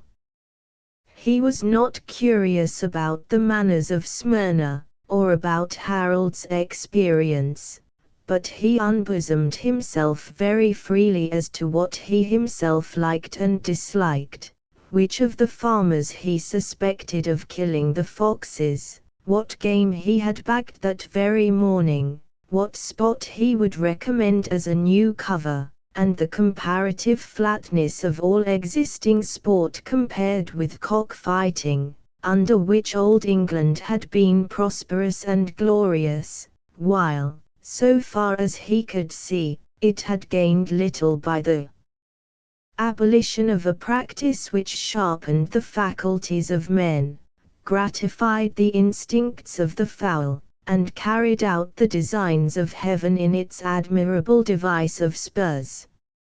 From these main topics, which made his points of departure and return, he rambled easily enough at any new suggestion or query, so that when Harold got home at a late hour, he was conscious of having gathered from amidst the pompous full-toned triviality of his uncle's chat some impressions, which were of practical importance.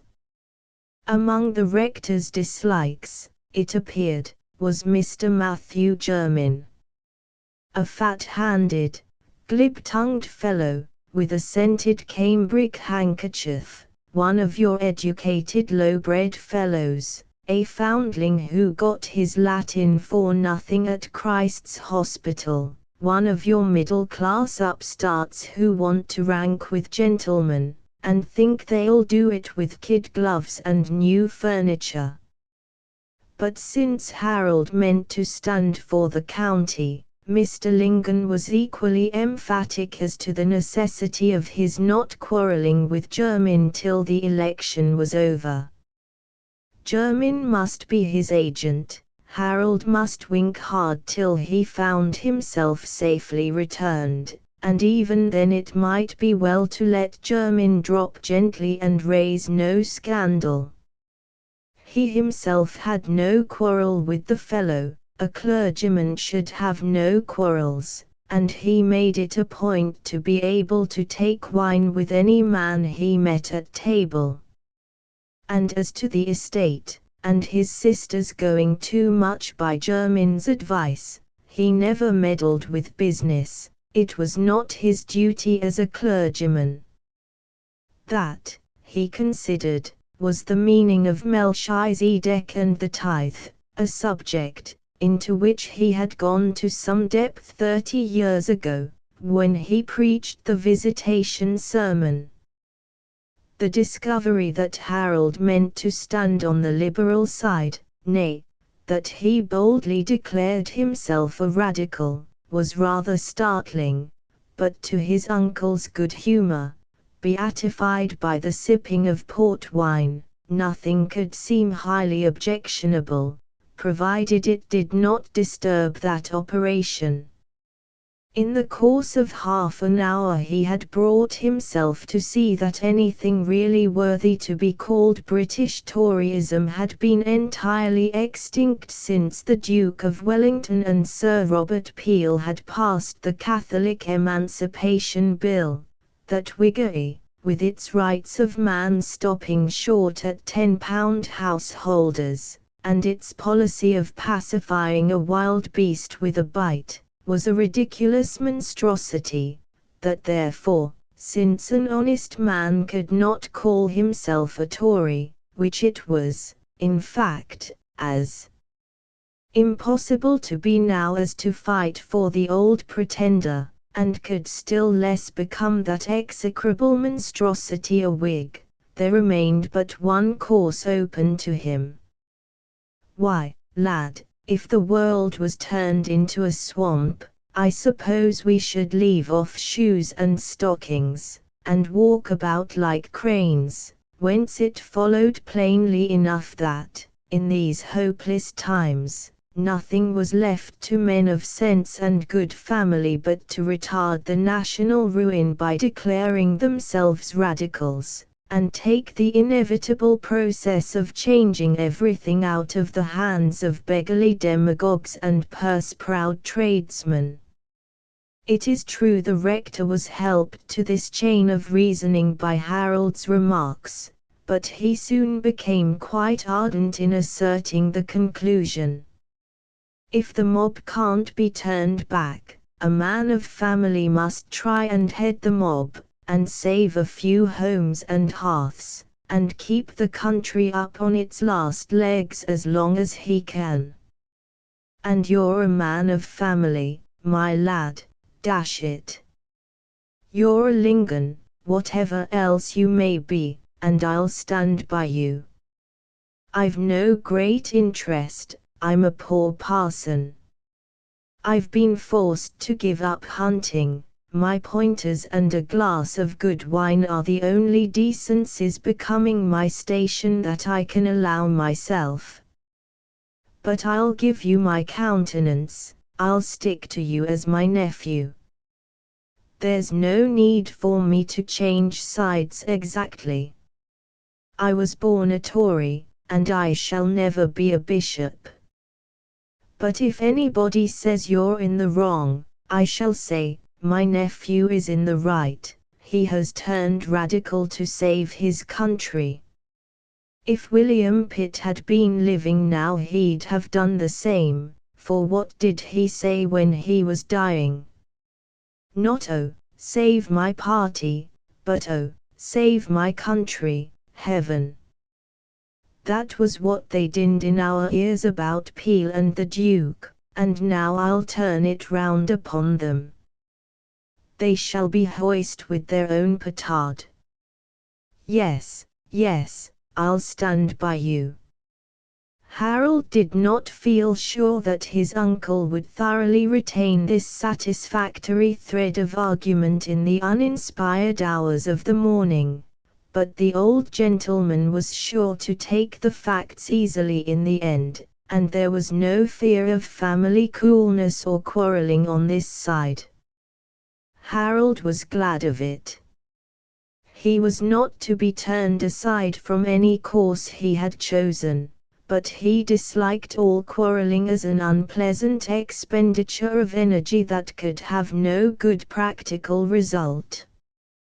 He was at once active and luxurious, fond of mastery, and good-natured enough to wish that everyone about him should like his mastery, not caring greatly to know other people's thoughts, and ready to despise them as blockheads if their thoughts differed from his, and yet solicitous that they should have no colourable reason for slight thoughts about him. The blockheads must be forced to respect him.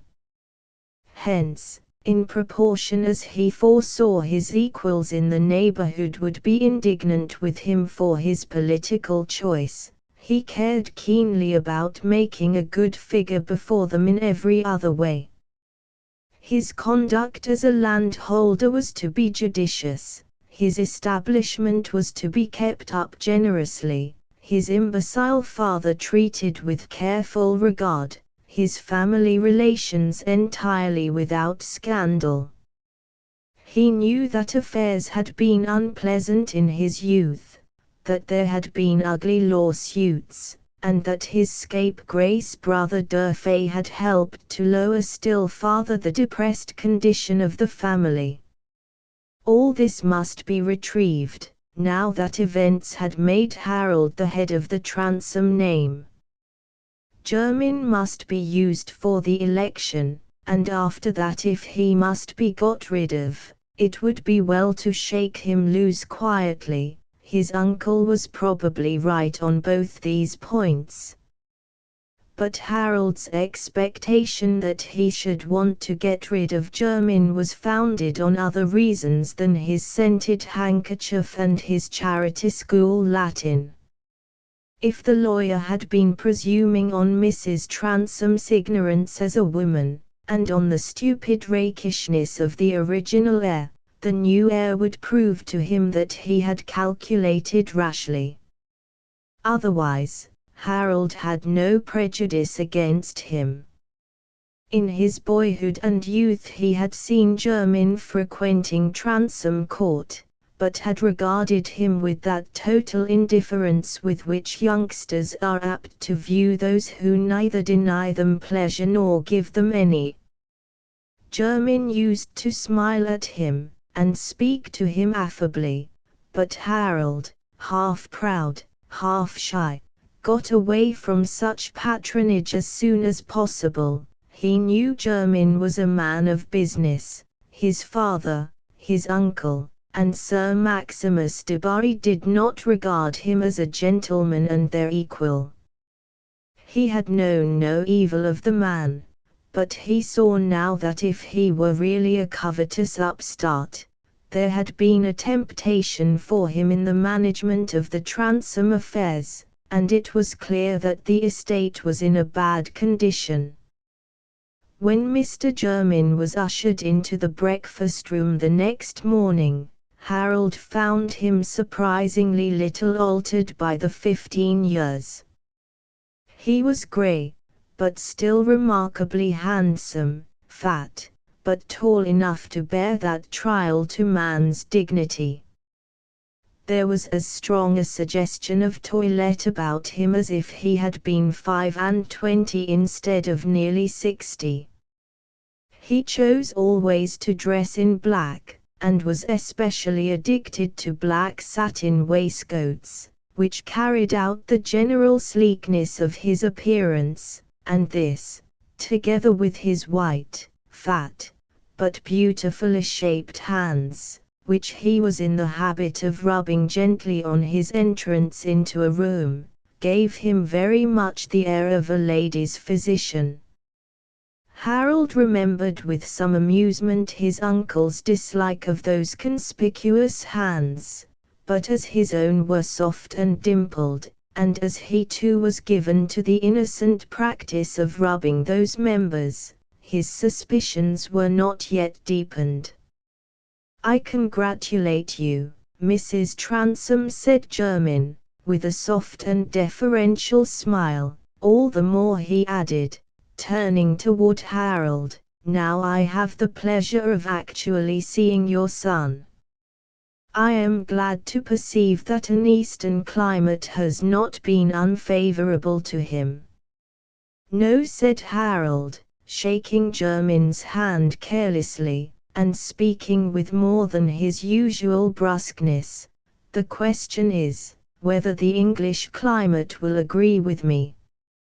It's deuced shifting and damp, and as for the food, it would be the finest thing in the world for this country if the southern cooks would change their religion, get persecuted, and fly to England, as the old silk weavers did."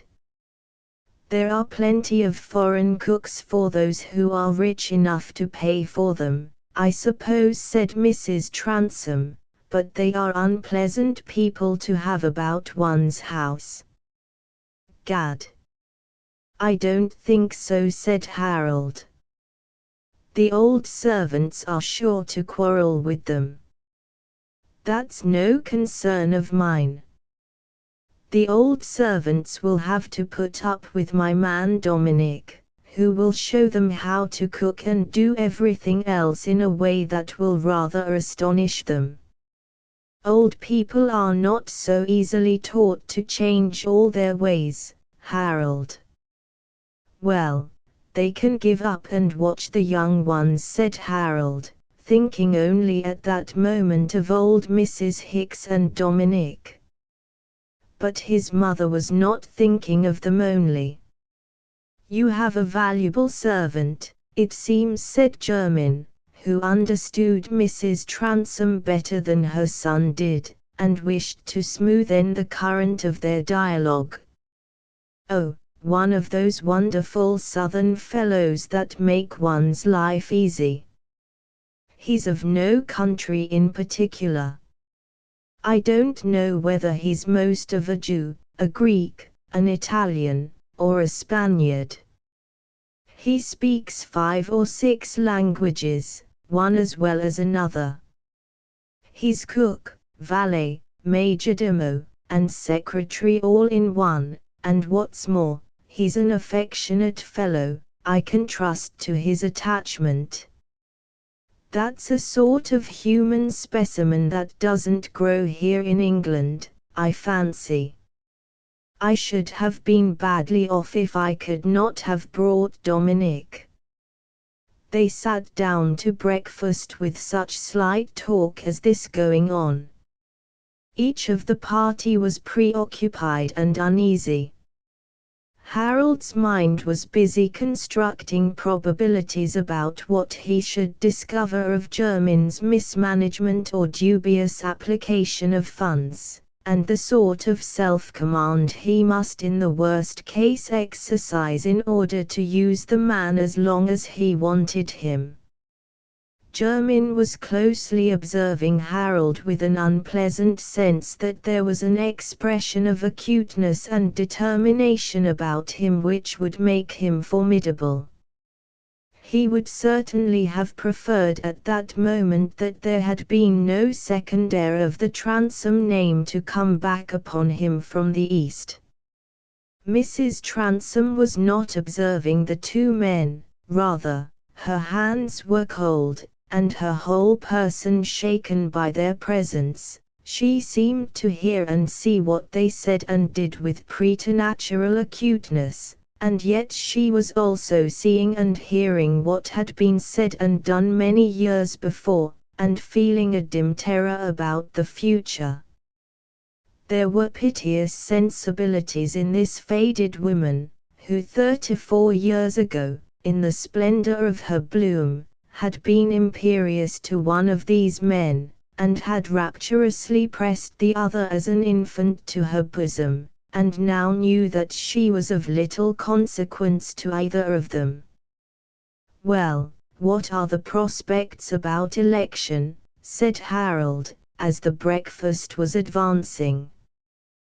"There are 2 Whigs and 1 Conservative likely to be in the field, I know. What is your opinion of the chances?" Mr. Jermyn had a copious supply of words which often led him into periphrase, but he cultivated a hesitating stammer, which, with a handsome impassiveness of face, except when he was smiling at a woman, or when the latent savageness of his nature was thoroughly roused, he had found useful in many relations, especially in business.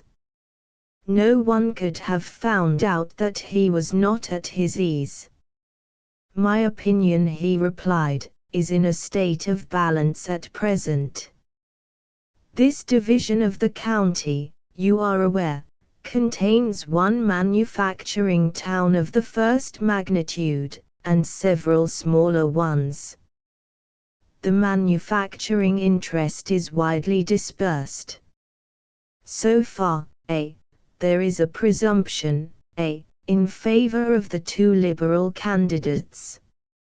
Still, with a careful canvass of the agricultural districts, such as those we have round us at Treby Magna, I think, the auguries, would not be unfavorable to the return of a Conservative.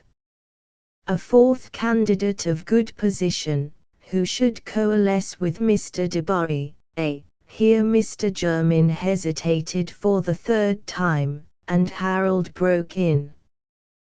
"That will not be my line of action, so we need not discuss it. If I put up it will be as a radical, and I fancy, in any county that would return Whigs there would be plenty of voters to be combed off by a radical who offered himself with good pretensions." There was the slightest possible quiver discernible across Jermyn's face. Otherwise he sat as he had done before, with his eyes fixed abstractedly on the frill of a ham before him, and his hand trifling with his fork. He did not answer immediately, but, when he did, he looked round steadily at Harold. "I'm delighted to perceive that you have kept yourself so thoroughly acquainted with English politics." "Oh, of course," said Harold, impatiently. "I'm aware how things have been going on in England. I always meant to come back ultimately. I suppose I know the state of Europe as well as if I'd been stationary at Little Treby for the last 15 years. If a man goes to the East, people seem to think he gets turned into something like the one-eyed calendar in the Arabian Nights. Yet I should think there are some things which people who have been stationary at Little Treby could tell you," Harold said. Mrs. Transome. "It did not signify about your holding radical opinions at Smyrna, but you seem not to imagine how your putting up as a radical will affect your position here, and the position of your family. No one will visit you. And then, the sort of people who will support you. You really have no idea what an impression it conveys when you say you are a radical. There are none of our equals who will not feel that you have disgraced yourself. Pooh, said Harold, rising and walking along the room.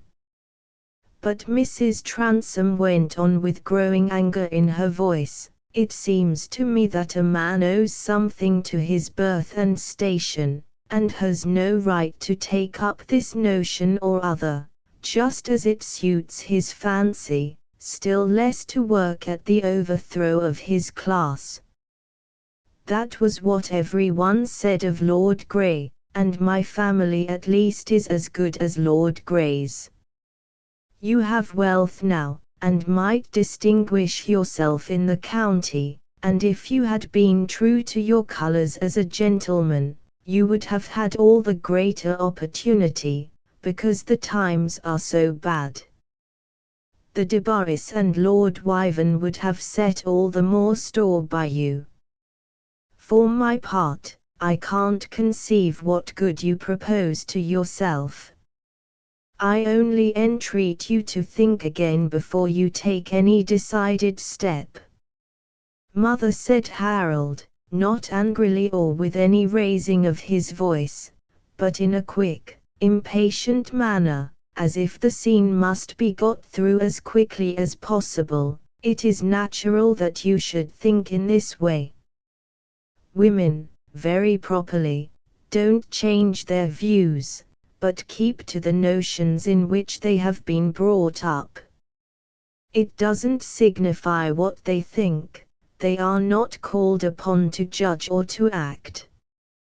You must leave me to take my own course in these matters, which properly belong to men.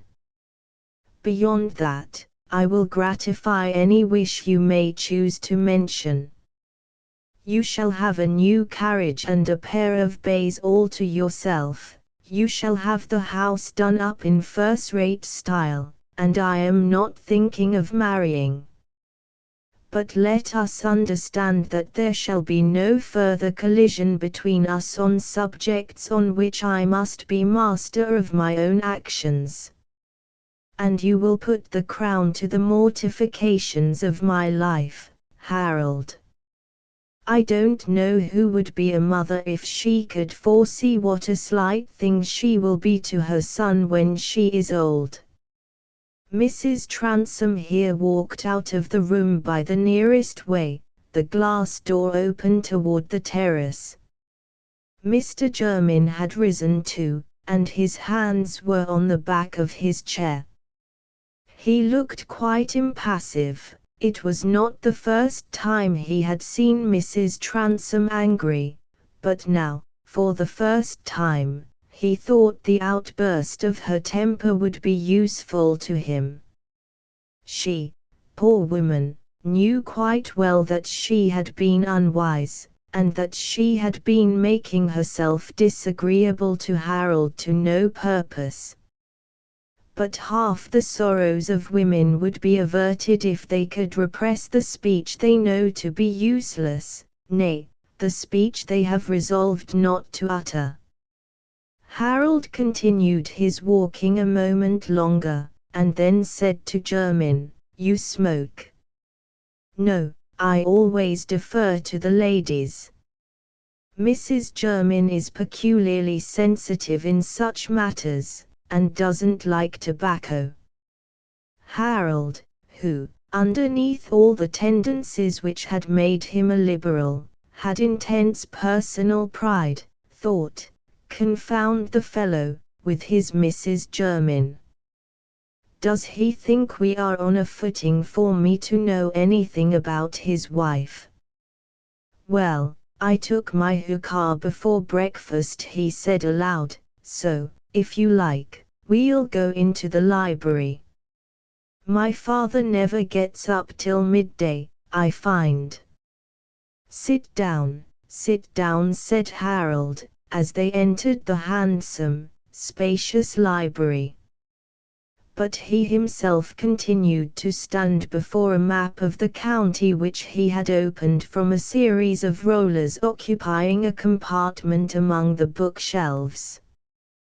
The first question, Mr. Jermyn, now you know my intentions, is, whether you will undertake to be my agent in this election, and help me through.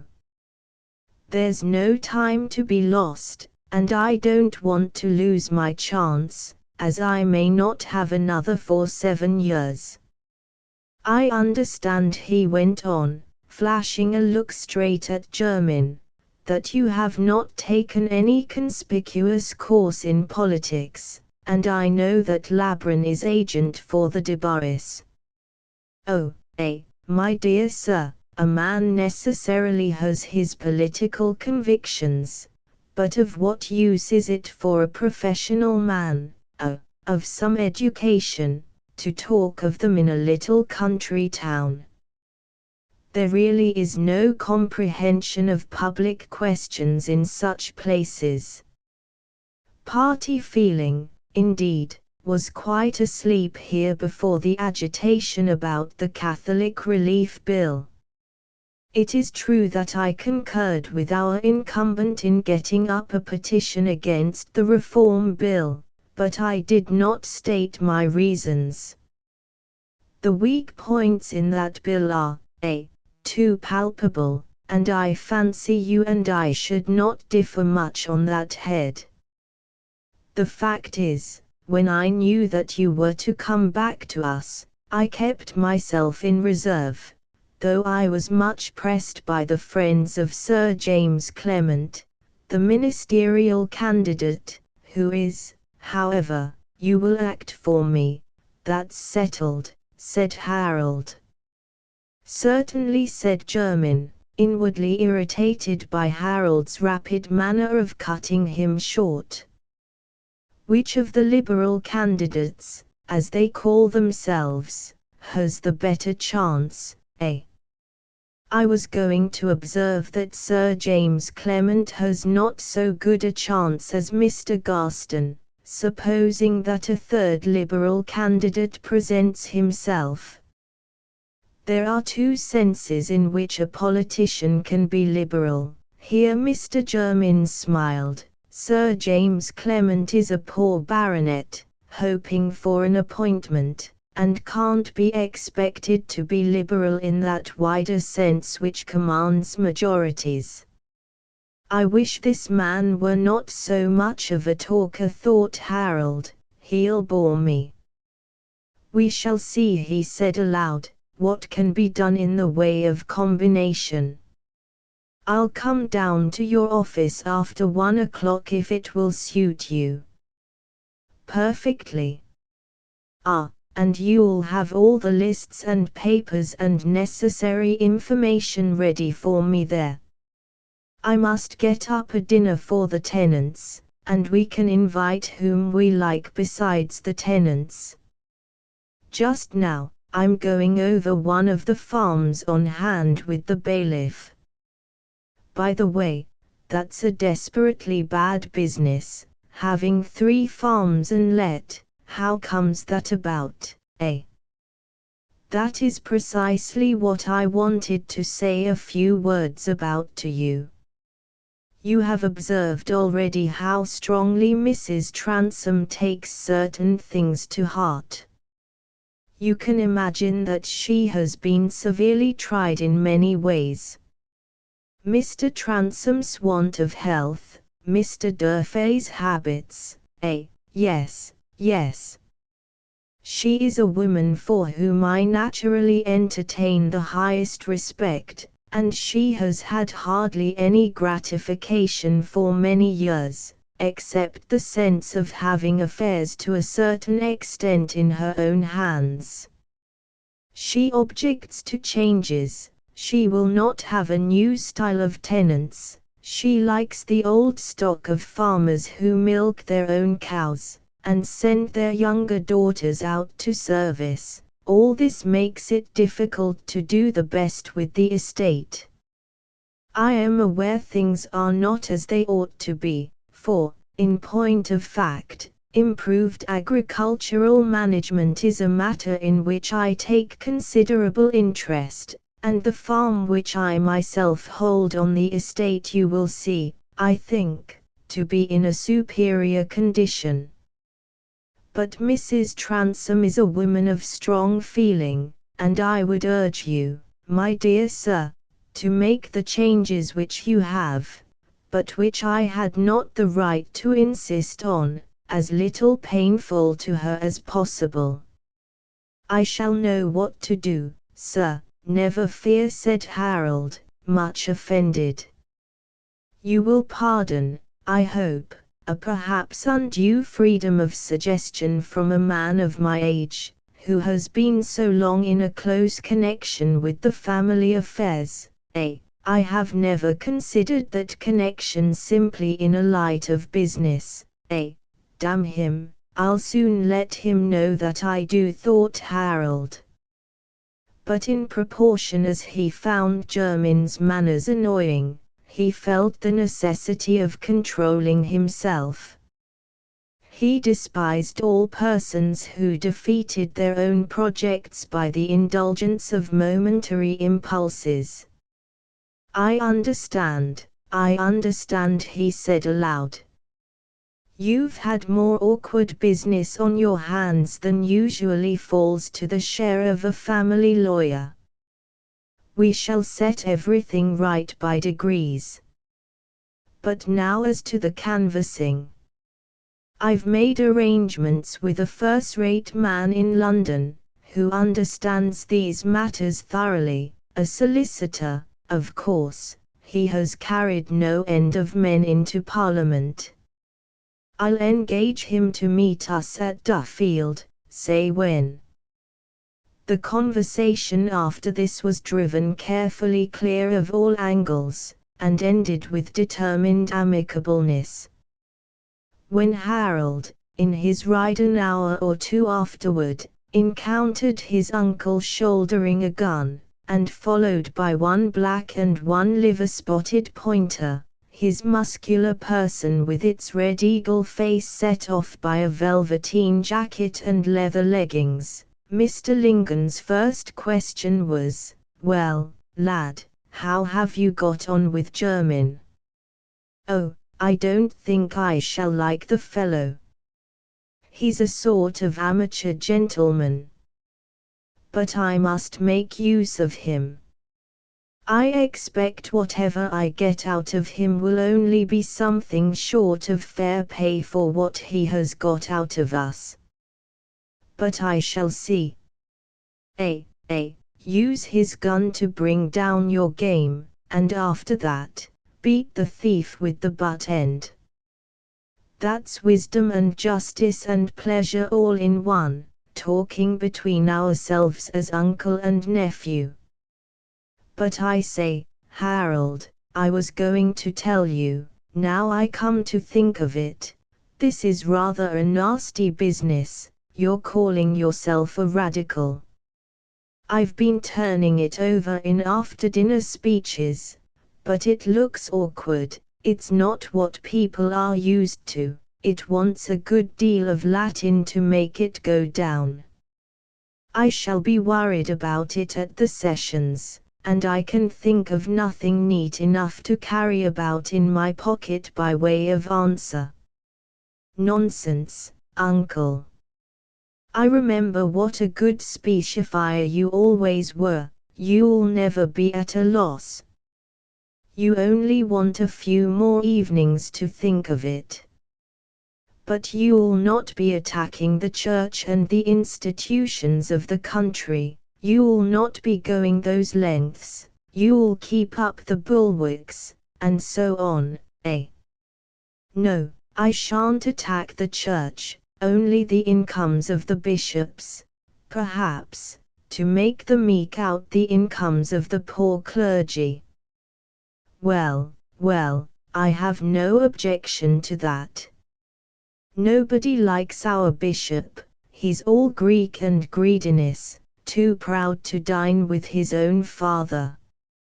You may pepper the bishops a little, but you'll respect the constitution handed down, etc., and you'll rally round the throne, and the king, God bless him, and the usual toasts, eh?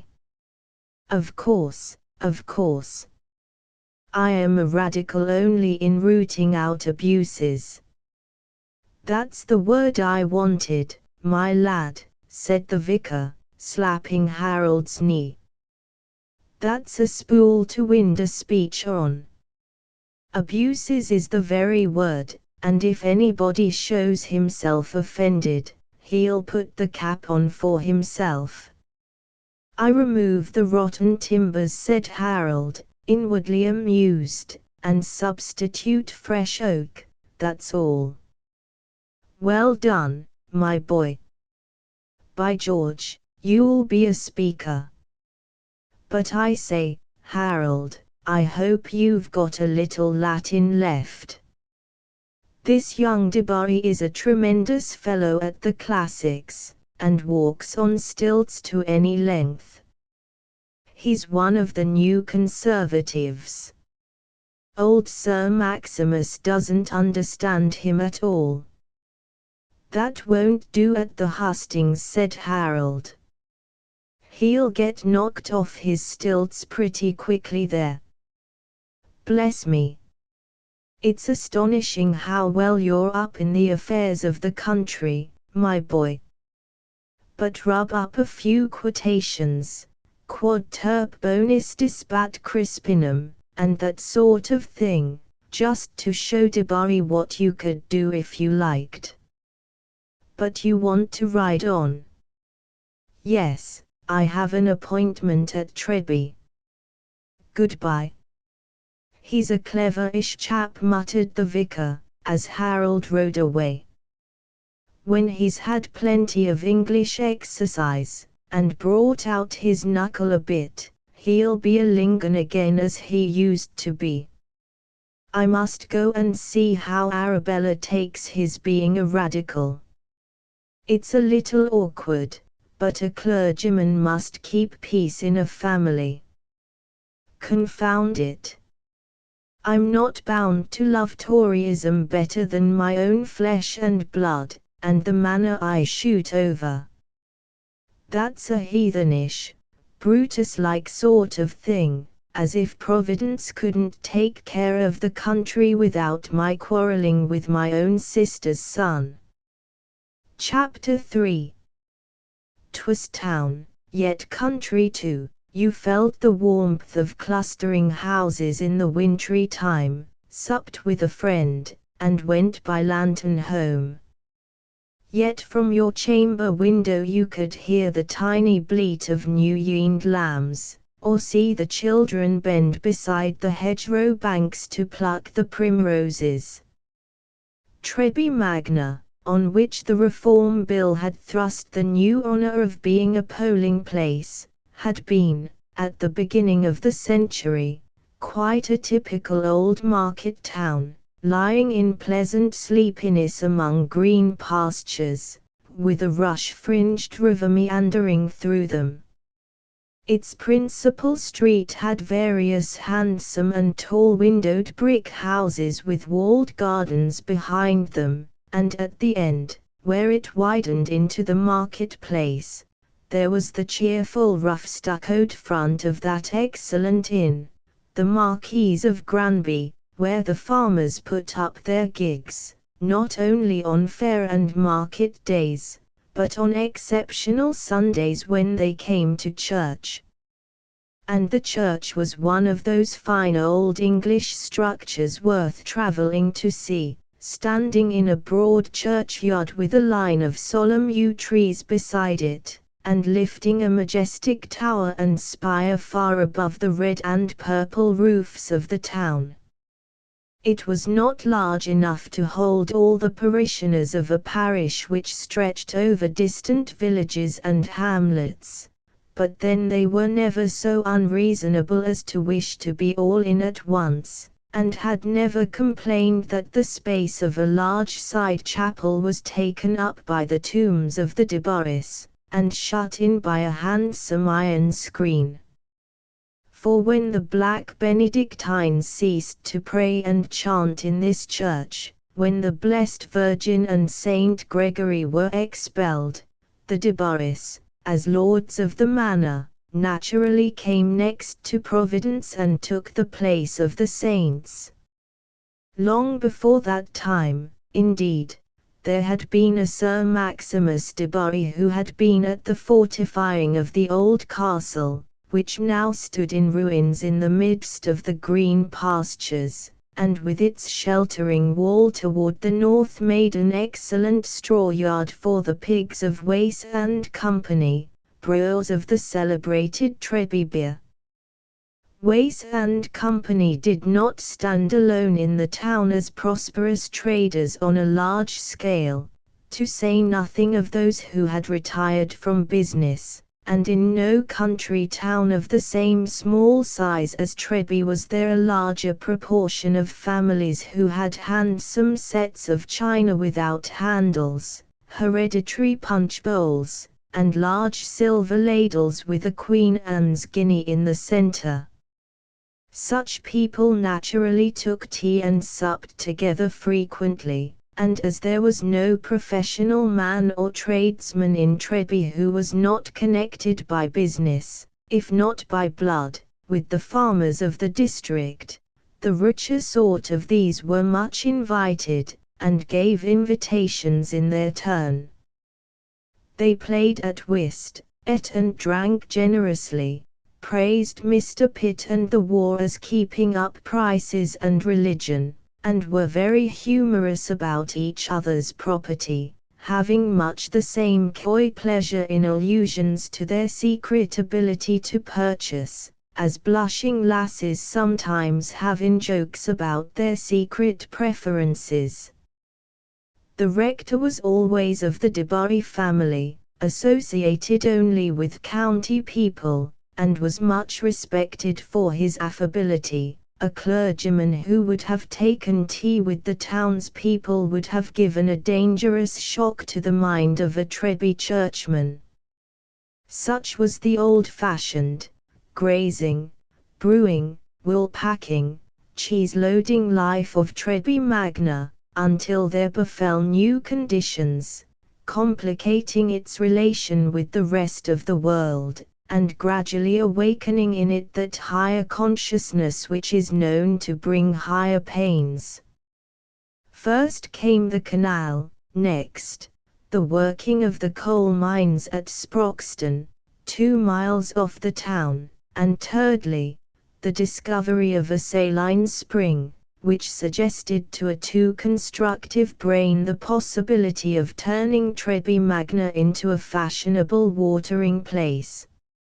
So daring an idea was not originated by a native Trebian, but by a young lawyer who came from a distance, knew the dictionary by heart, and was probably an illegitimate son of somebody or other.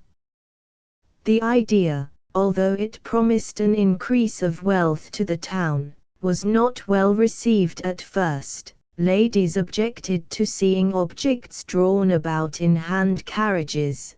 The doctor foresaw the advent of unsound practitioners, and most retail tradesmen concurred with him that new doings were usually for the advantage of new people.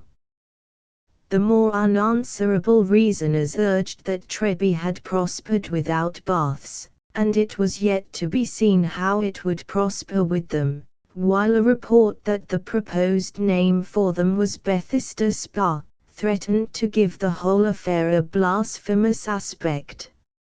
Even Sir Maximus Debarry, who was to have an unprecedented return for the thousands he would lay out on a pump room and hotel, regarded the thing as a little too new, and held back for some time.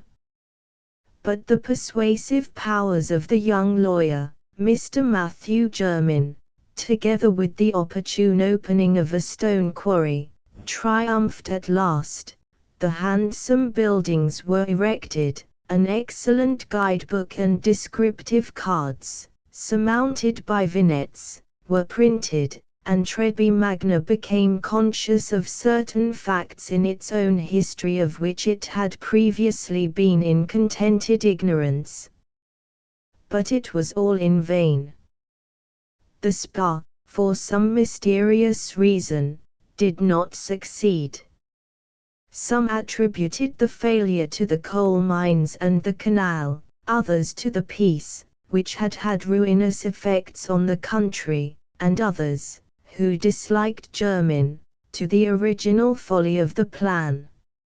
Among these last was Sir Maximus himself, who never forgave the too persuasive attorney. It was Jermyn's fault not only that a useless hotel had been built, but that he, Sir Maximus, being straitened for money, had at last let the building, with the adjacent land lying on the river, on a long lease, on the supposition that it was to be turned into a tape manufactory, a bitter thing to any gentleman, and especially to the representative of one of the oldest families in England.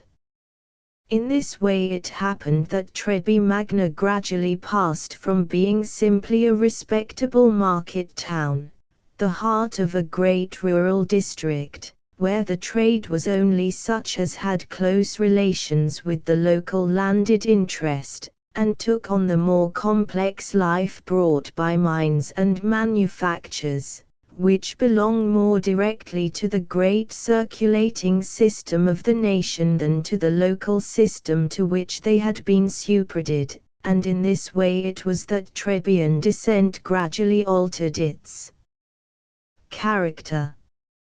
Formerly it had been of a quiescent, well-to-do kind, represented architecturally by a small, venerable, dark-pewed chapel, built by Presbyterians, but long occupied by a sparse congregation of Independents, who were as little moved by doctrinal zeal as their church-going neighbors, and did not feel themselves deficient in religious liberty, inasmuch as they were not hindered from occasionally slumbering in their pews, and were not obliged to go regularly to the weekly prayer meeting.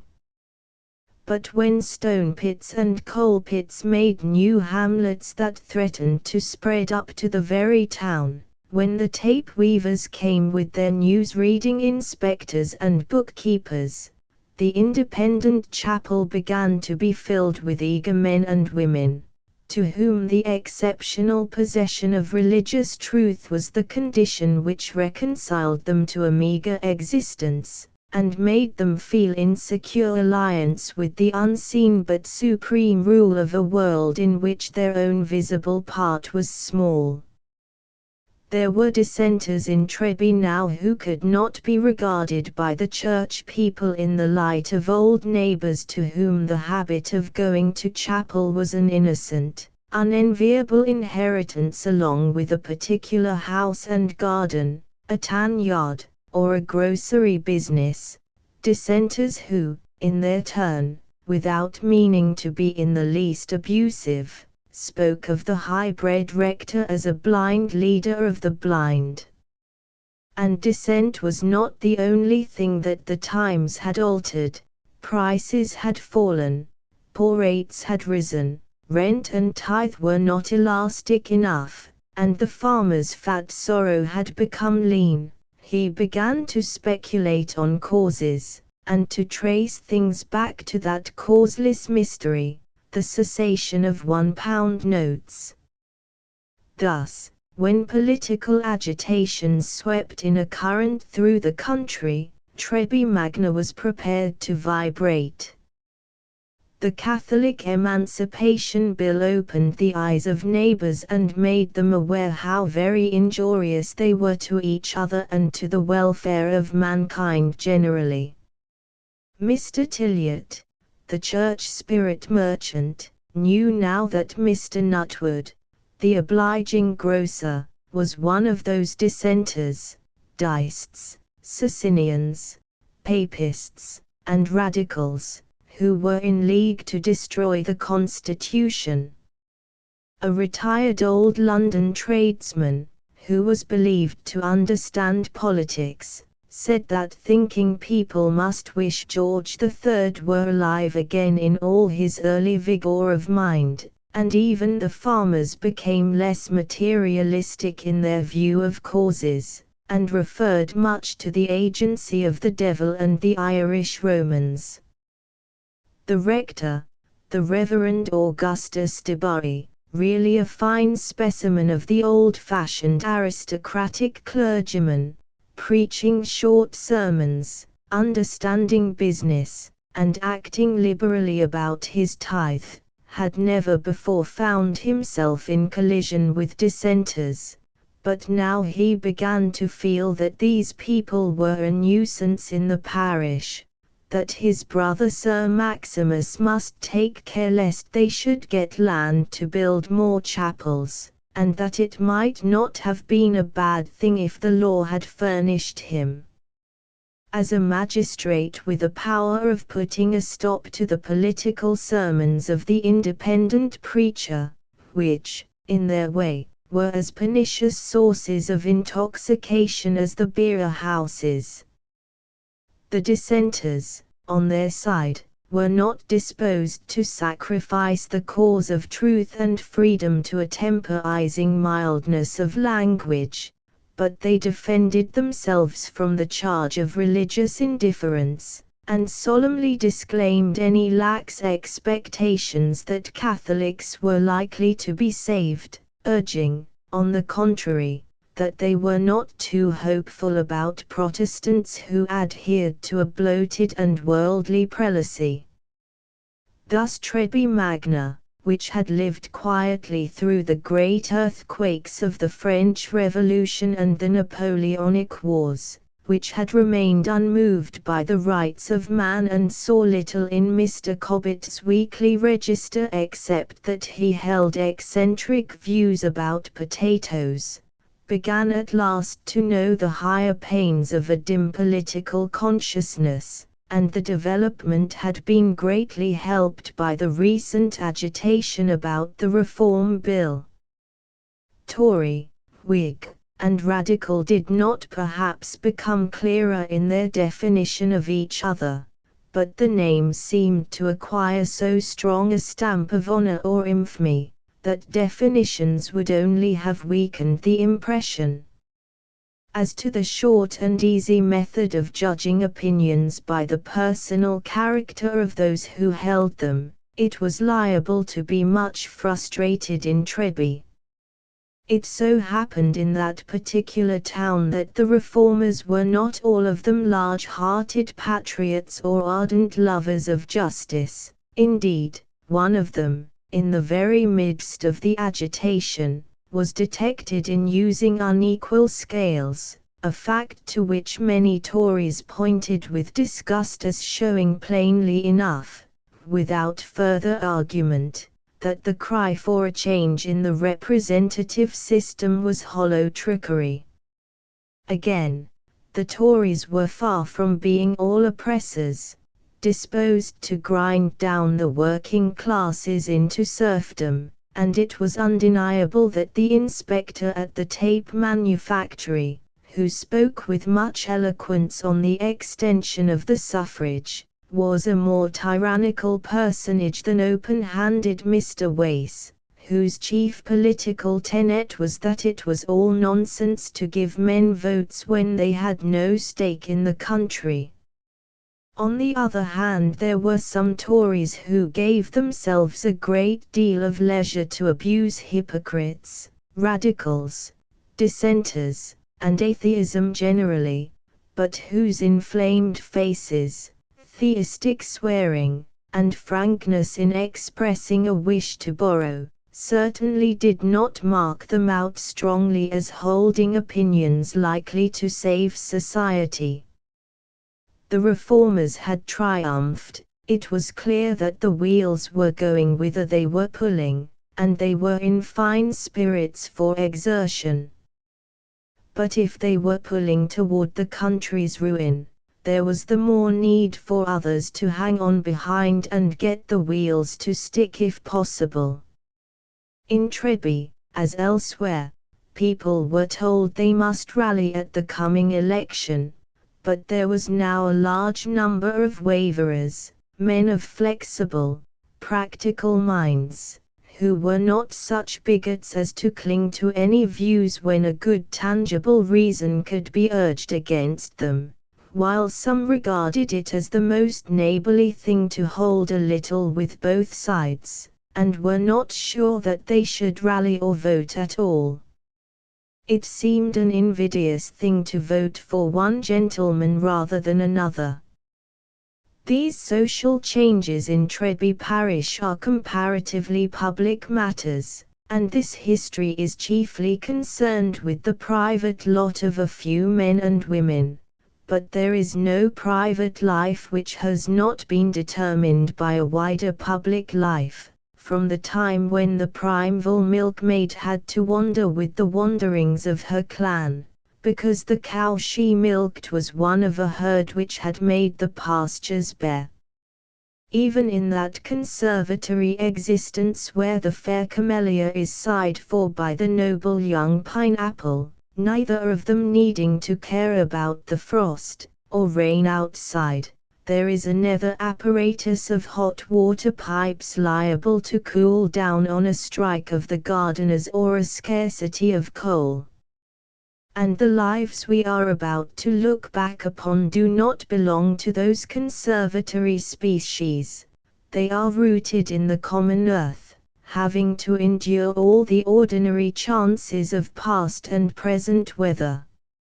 As to the weather of 1832, the Zadkiel of that time had predicted that the electrical condition of the clouds in the political hemisphere would produce unusual perturbations in organic existence, and he would perhaps have seen a fulfillment of his remarkable prophecy in that mutual influence of dissimilar destinies which we shall see gradually unfolding itself. For if the mixed political conditions of Treby Magna had not been acted on by the passing of the Reform Bill, Mr. Harold Transome would not have presented himself as a candidate for North Loamshire, Treby would not have been a polling place, Mr. Matthew Jermyn would not have been on affable terms with a dissenting preacher and his flock, and the venerable town would not have been placarded with handbills, more or less complimentary and retrospective, conditions in this case essential to the where and the what, without which, as the learned know, there can be no event whatever. For example, it was through these conditions that a young man named Felix Holt made a considerable difference in the life of Harold Transome, though nature and fortune seemed to have done what they could to keep the lots of the two men quite aloof from each other. Felix was heir to nothing better than a quack medicine. His mother lived up a back street in Treby Magna, and her sitting room was ornamented with her best tea tray and several framed testimonials to the virtues of Holt's cathartic lozenges and Holt's restorative elixir. There could hardly have been a lot less like Harold Transome's than this of the quack doctor's son, except in the superficial facts that he called himself a radical, that he was the only son of his mother, and that he had lately returned to his home with ideas and resolves not a little disturbing to that mother's mind. But Mrs. Holt, unlike Mrs. Transome, was much disposed to reveal her troubles, and was not without a counsellor into whose ear she could pour them. On this 2nd of September, when Mr. Harold Transome had had his first interview with Jermyn, and when the attorney went back to his office with new views of canvassing in his mind, Mrs. Holt had put on her bonnet as early as 9 o'clock in the morning, and had gone to see the Reverend Rufus Leon, minister of the independent chapel usually spoken of as Malthouse Yard. Chapter 4. A pious and painful preacher. Fuller. Mr. Lyon lived in a small house, not quite so good as the parish clerk's, adjoining the entry which led to the chapel yard. The new prosperity of Dissent at Treby had led to an enlargement of the chapel, which absorbed all extra funds and left none for the enlargement of the minister's income. He sat this morning, as usual, in a low upstairs room, called his study, which, by means of a closet capable of holding his bed, served also as a sleeping room.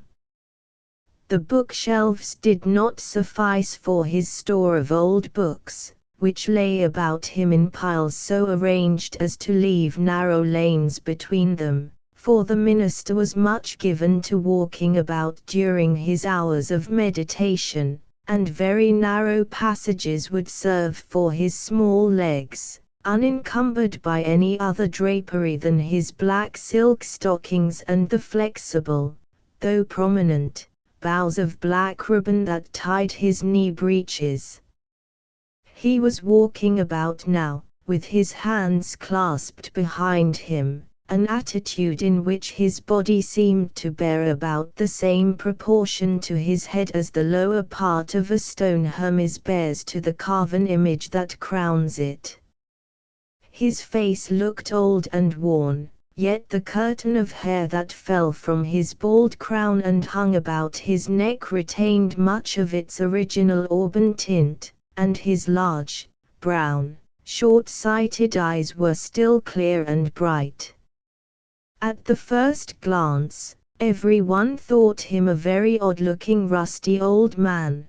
The free school boys often hooted after him, and called him Revelations, and to many respectable church people, old Lyon's little legs and large head seemed to make Dissent additionally preposterous. But he was too short-sighted to notice those who tittered at him, too absent from the world of small facts and petty impulses in which titterers live. With Satan to argue against on matters of vital experience as well as of church government, with great texts to meditate on, which seemed to get deeper as he tried to fathom them, it had never occurred to him to reflect what sort of image his small person made on the retina of a light-minded beholder. The good Rufus had his ire and his egoism, but they existed only as the red heat which gave force to his belief and his teaching. He was susceptible concerning the true office of deacons in the primitive church, and his small nervous body was jarred from head to foot by the concussion of an argument to which he saw no answer. In fact, the only moments when he could be said to be really conscious of his body, were when he trembled under the pressure of some agitating thought. He was meditating on the text for his Sunday morning sermon, and all the people said, "Amen," a mere mustard seed of a text, which had split at first only into two divisions, what was said and who said it, but these were growing into a many-branched discourse, and the preacher's eyes dilated, and a smile played about his mouth till, as his manner was, when he felt happily inspired, he had begun to utter his thoughts aloud in the varied measure and cadence habitual to him, changing from a rapid but distinct undertone to a loud emphatic rallentando. My brethren, do you think that great shout was raised in Israel by each man's waiting to say Amen till his neighbors had said Amen?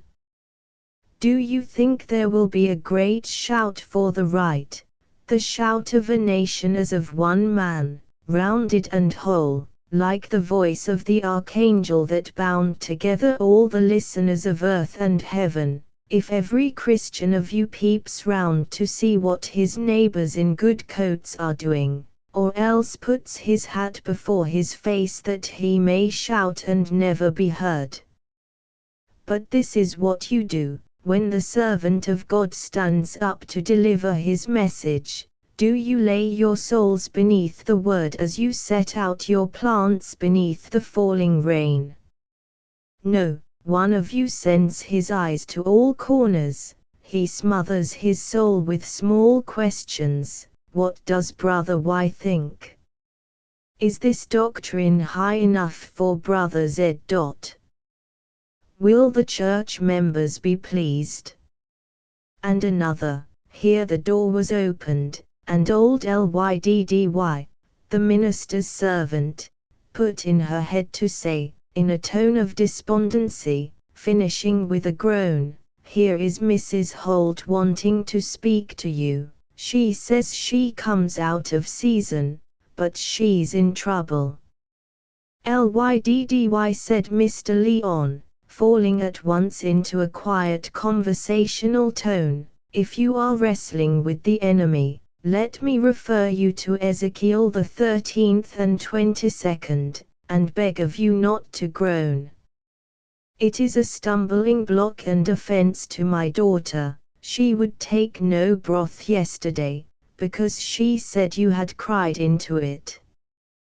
Thus you cause the truth to be lightly spoken of, and make the enemy rejoice. If your flesh gives him an advantage, take a little warm ale with your meat. I do not grudge the money. If I thought my drinking warm ale would hinder poor dear Miss Esther from speaking light, but she hates the smell of it. Answer not again, Lyddy, but send up Mistress Holt to me." Lyddy closed the door immediately.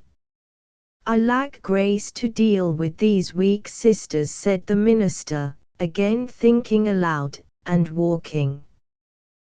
"Their needs lie too much out of the track of my meditations, and take me often unawares. Mistress Holt is another who darkens counsel by words without knowledge, and angers the reason of the natural man. Lord, give me patience. My sins were heavier to bear than this woman's folly. Come in, Mrs. Holt, come in." He hastened to disencumber a chair of Matthew Henry's commentary, and begged his visitor to be seated. She was a tall elderly woman, dressed in black, with a light brown front and a black band over her forehead.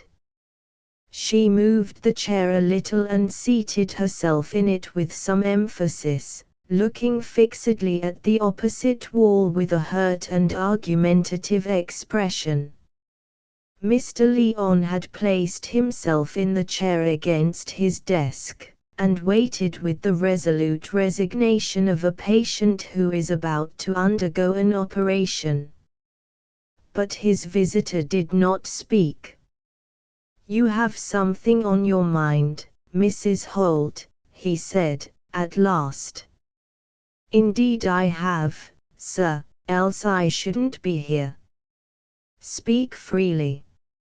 "It's well known to you, Mr. Leon, that my husband, Mr. Holt, came from the north, and was a member in Malthouse Yard long before you began to be pastor of it, which was 7 years ago last Michaelmas." "It's the truth, Mr. Leon, and I'm not that woman to sit here and say it if it wasn't true." "Certainly, it is true. And if my husband had been alive when you'd come to preach upon trial, he'd have been as good a judge of your gifts as Mr. Nutwood or Mr. Muscat, though whether he'd have agreed with some that your doctrine wasn't high enough, I can't say. For myself, I've my opinion about high doctrine." "Was it my preaching you came to speak about?" said the minister, hurrying in the question. "No, Mr. Leon, I'm not that woman. But this I will say, for my husband died before your time, that he had a wonderful gift in prayer, as the old members well know. If anybody likes to ask him, not believing my words, and he believed himself that the receipt for the cancer cure, which I've sent out in bottles till this very last April before September as now is, and have bottles standing by me, he believed it was sent to him in answer to prayer, and nobody can deny it, for he prayed most regular, and read out of the Green Baize Bible." Mrs. Holt paused, appearing to think that Mr. Leon had been successfully confuted, and should show himself convinced. "Has anyone been aspersing your husband's character?" said Mr. Leon, with a slight initiative toward that relief of groaning for which he had reproved Lyddy. "Sir, they daredn't he.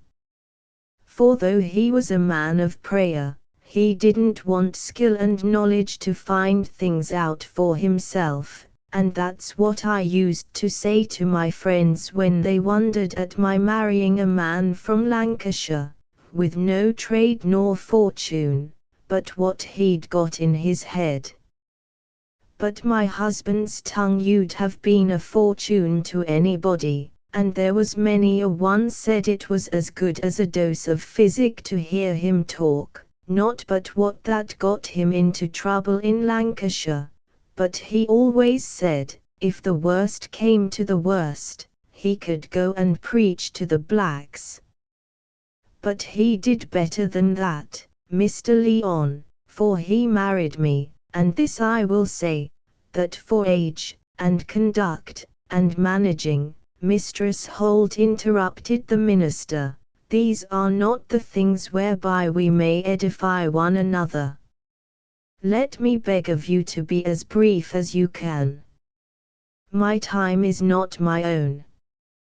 "Well, Mr. Leon, I've a right to my own character, and I'm one of your congregation, though I'm not a church member, for I was born in the General Baptist connection, and as for being saved without works, there's a many, I dare say, can't do without that doctrine, but I thank the Lord I never needed to put myself on a level with the thief on the cross. I've done my duty, and more, if anybody comes to that, for I've gone without my bit of meat to make broth for a sick neighbor, and if there's any of the church members say they've done the same, I'd ask them if they had the sinking at the stomach as I have, for I've ever strove to do the right thing, and more, for good-natured I always was, and I little thought, after being respected by everybody, I should come to be reproached by my own son. And my husband said, when he was a-dying, Mary he said, the elixir, and the pills, and the cure will support you, for they've a great name in all the country round, and you'll pray for a blessing on them. And so I've done, Mr. Leon, and to say they are not good medicines, when they've been taken for 50 miles round by high and low, rich and poor, and nobody speaking against 'em but Dr. Lukin, it seems to me it's a flying in the face of heaven, for if it was wrong to take the medicines, couldn't the blessed Lord have stopped it?"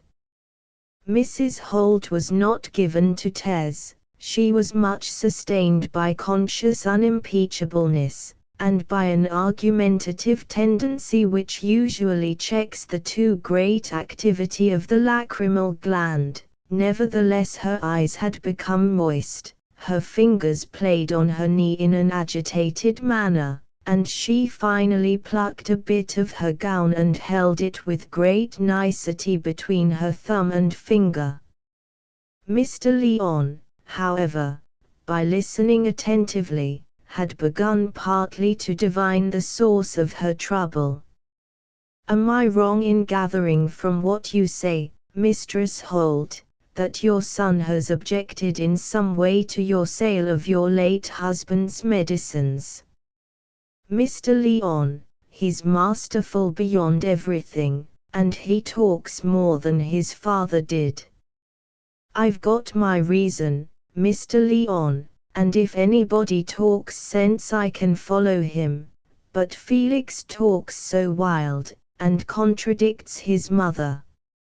And what do you think he says, after giving up his apprenticeship, and going off to study at Glasgow, and getting through all the bit of money his father saved for his bringing up?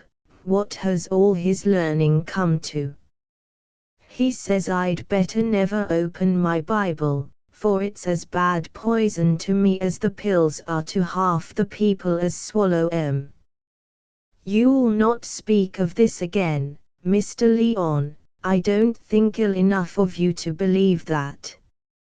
For I suppose a Christian can understand the word O God without going to Glasgow, and there's texts upon texts about ointment and medicine, and there's one as might have been for a receipt of my husband's. It's just as if it was a riddle, and Holt's elixir was the answer. Your son uses rash words, Mistress Holt, said the minister, but it is quite true that we may err in giving a too private interpretation to the Scripture. The Word of God has to satisfy the larger needs of His people, like the rain and the sunshine, which no man must think to be meant for his own patch of seed ground solely. Will it not be well that I should see your son, and talk with him on these matters? He was at chapel, I observe, and I suppose I am to be his pastor. That was what I wanted to ask you, Mr. Leon. For perhaps he'll listen to you, and not talk you down as he does his poor mother. For after we'd been to chapel, he spoke better of you than he does of most. He said you was a fine old fellow, and an old-fashioned Puritan. He uses dreadful language, Mr. Leon, but I saw he didn't mean you ill, for all that. He calls most folks's religion rottenness, and yet another time he'll tell me I ought to feel myself a sinner, and do God's will and not my own. But it's my belief he says first one thing and then another only to abuse his mother. Or else he's going off his head, and must be sent to asylum. But if he writes to the North Loamshire Herald first, to tell everybody the medicines are good for nothing, how can I ever keep him and myself? Tell him I shall feel favored if he will come and see me this evening, said Mr. Leon, not without a little prejudice in favor of the young man, whose language about the preacher in Malthouse Yard did not seem to him to be altogether dreadful. Meanwhile, my friend, I counsel you to send up a supplication, which I shall not fail to offer also, that you may receive a spirit of humility and submission, so that you may not be hindered from seeing and following the divine guidance in this matter by any false lights of pride and obstinacy. Of this more when I have spoken with your son. I'm not proud or obstinate, Mr. Leon. I never did say I was everything that was bad, and I never will. And why this trouble should be sent on me above everybody else, for I haven't told you all. He's made himself a journeyman to Mr. Proud the watchmaker, after all this learning, and he says he'll go with patches on his knees, and he shall like himself the better. And as for him having little boys to teach, they'll come in all weathers with dirty shoes.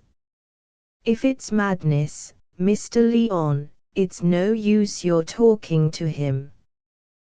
We shall see. Perhaps it may even be the disguised working of grace within him. We must not judge rashly. Many eminent servants of God have been led by ways as strange.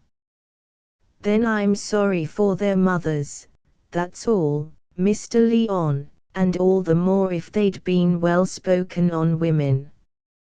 For not my biggest enemy, whether it's he or she, if they'll speak the truth, can turn round and say I've deserved this trouble.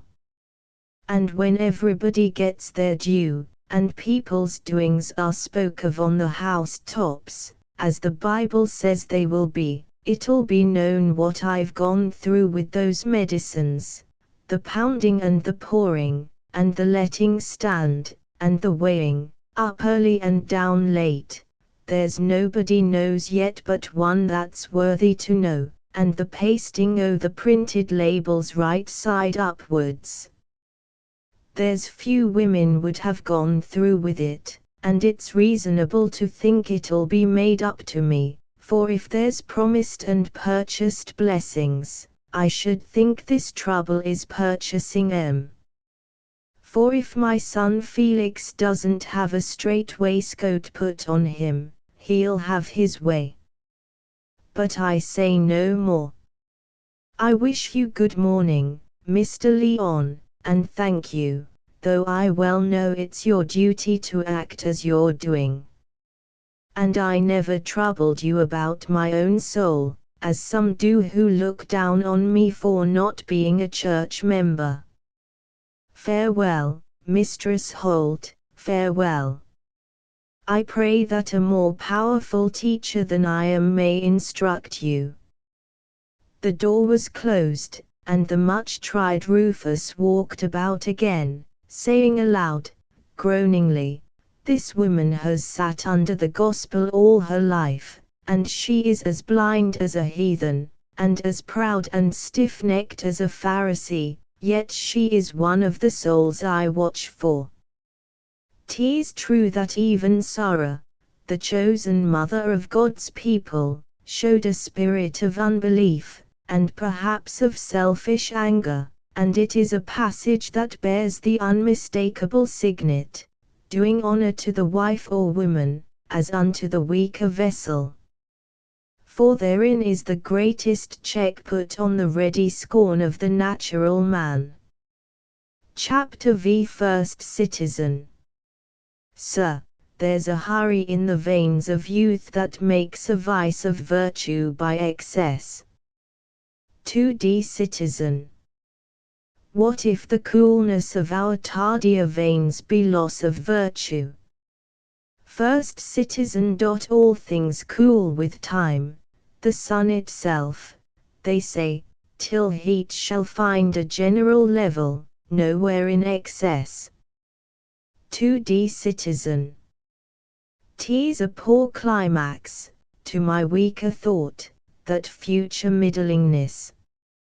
In the evening, when Mr. Leon was expecting the knock at the door that would announce Felix Holt, he occupied his cushionless armchair in the sitting room, and was skimming rapidly, in his short-sighted way, by the light of one candle, the pages of a missionary report, emitting occasionally a slight HMM that appeared to be expressive of criticism rather than of approbation. The room was dismally furnished, the only objects indicating an intention of ornament being a bookcase, a map of the Holy Land, an engraved portrait of Dr. Doddridge, and a black bust with a colored face, which for some reason or other was covered with green gauze. Yet anyone whose attention was quite awake must have been aware, even on entering, of certain things that were incongruous with the general air of somberness and privation.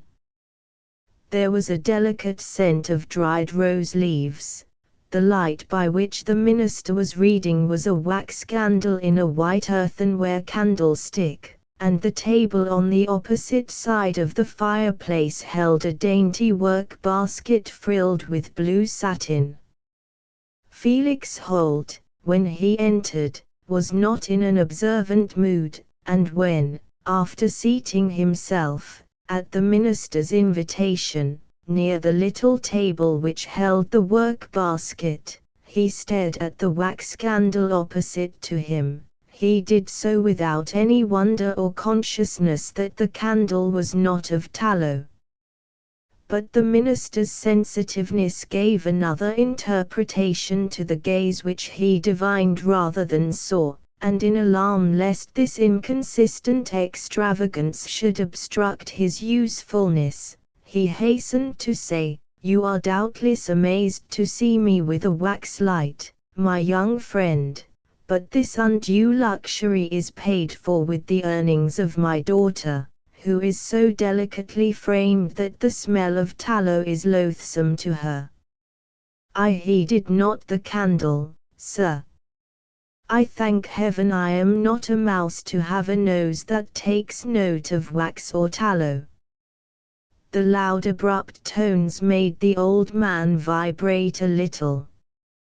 He had been stroking his chin gently before, with a sense that he must be very quiet and deliberate in his treatment of the eccentric young man, but now, quite unreflectingly, he drew forth a pair of spectacles, which he was in the habit of using when he wanted to observe his interlocutor more closely than usual. "And I myself, in fact, am equally indifferent," he said, as he opened and adjusted his glasses, "so that I have a sufficient light on my book." Here his large eyes looked discerningly through the spectacles. "'Tis the quality of the page you care about, not of the candle," said Felix, smiling pleasantly enough at his inspector.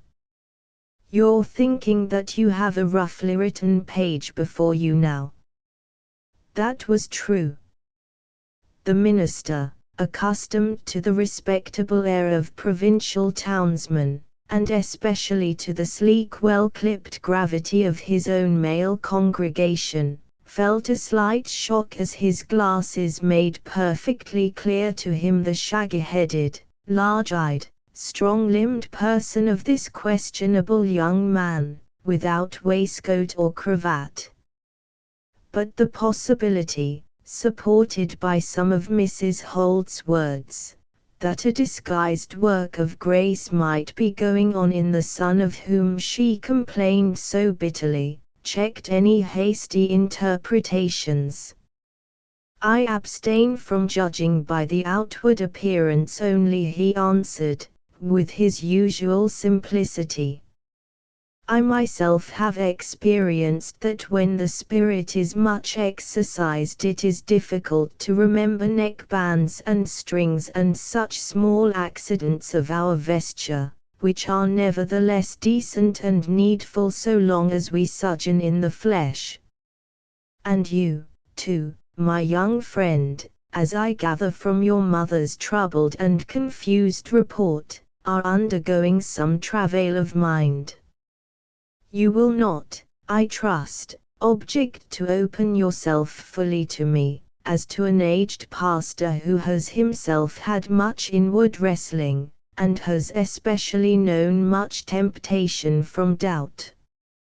"As to doubt," said Felix, loudly and brusquely as before, "if it is those absurd medicines and gulling advertisements that my mother has been talking of to you, and I suppose it is, I've no more doubt about them than I have about pocket picking. I know there's a stage of speculation in which a man may doubt whether a pickpocket is blameworthy, but I'm not one of your subtle fellows who keep looking at the world through their own legs. If I allowed the sale of those medicines to go on, and my mother to live out of the proceeds when I can keep her by the honest labor of my hands, I've not the least doubt that I should be a rascal. I would fain enquire more particularly into your objection to these medicines, said Mr. Lyon, gravely. Notwithstanding his conscientiousness and a certain originality in his own mental disposition, he was too little used to high principle, quite dissociated from sectarian phraseology, to be as immediately in sympathy with it as he would otherwise have been. I know they have been well reported of, and many wise persons have tried remedies providentially discovered by those who are not regular physicians, and have found a blessing in the use of them. I may mention the eminent Mr. Wesley, who, though I hold not altogether with his Arminian doctrine, nor with the usages of his institutions, was nevertheless a man of God, and the journals of various Christians whose names have left a sweet savour, might be cited in the same sense.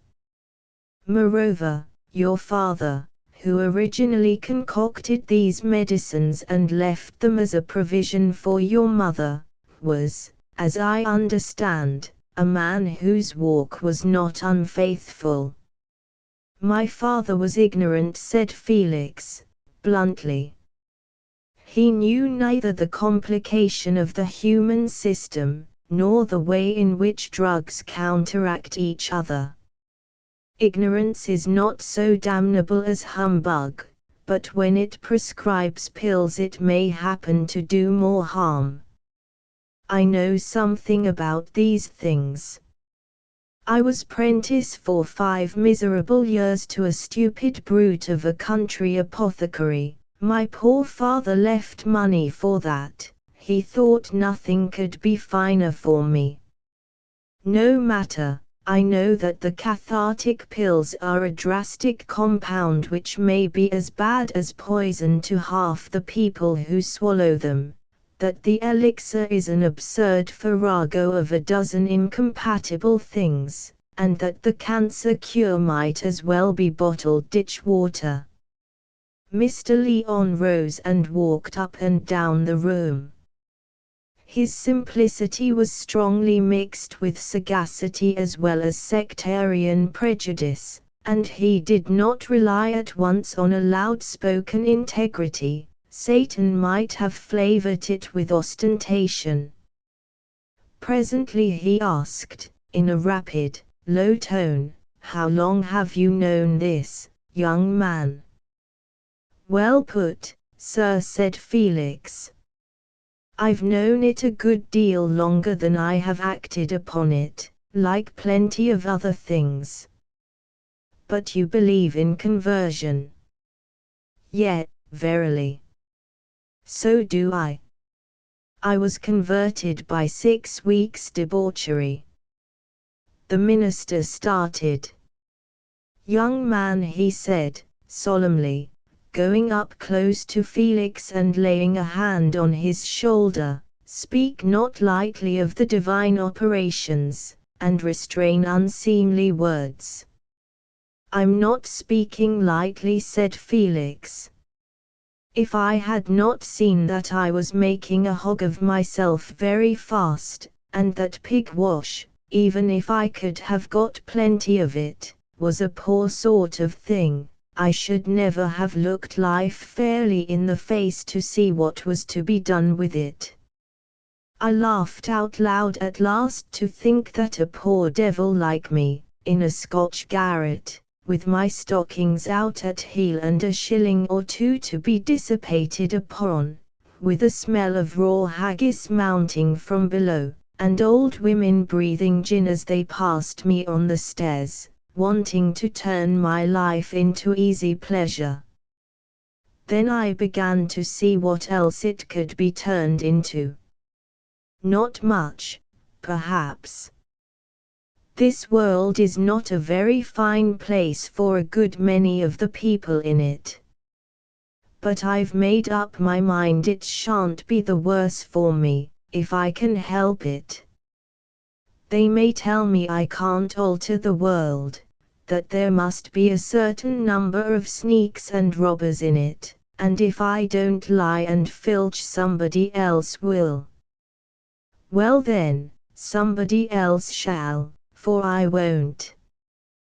That's the upshot of my conversion, Mr. Leon, if you want to know it. Mr. Leon removed his hand from Felix's shoulder and walked about again. Did you sit under any preacher at Glasgow, young man? No, I heard most of the preachers once, but I never wanted to hear them twice. The good Rufus was not without a slight rising of resentment at this young man's want of reverence. It was not yet plain whether he wanted to hear twice the preacher in Malthouse Yard. But the resentful feeling was carefully repressed. A soul in so peculiar a condition must be dealt with delicately. And now, may I ask, he said, what course you mean to take, after hindering your mother from making and selling these drugs? I speak no more in their favor after what you have said. God forbid that I should strive to hinder you from seeking whatsoever things are honest and honorable.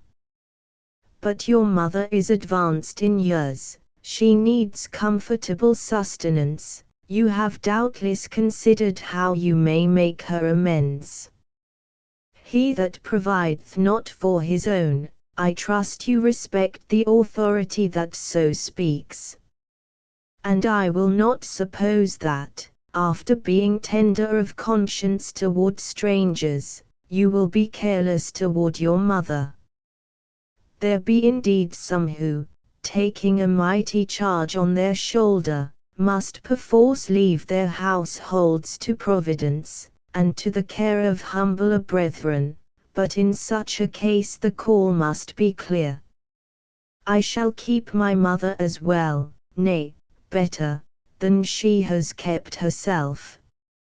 She has always been frugal. With my watch and clock cleaning, and teaching one or two little chaps that I've got to come to me, I can earn enough. As for me, I can live on bran porridge. I have the stomach of a rhinoceros.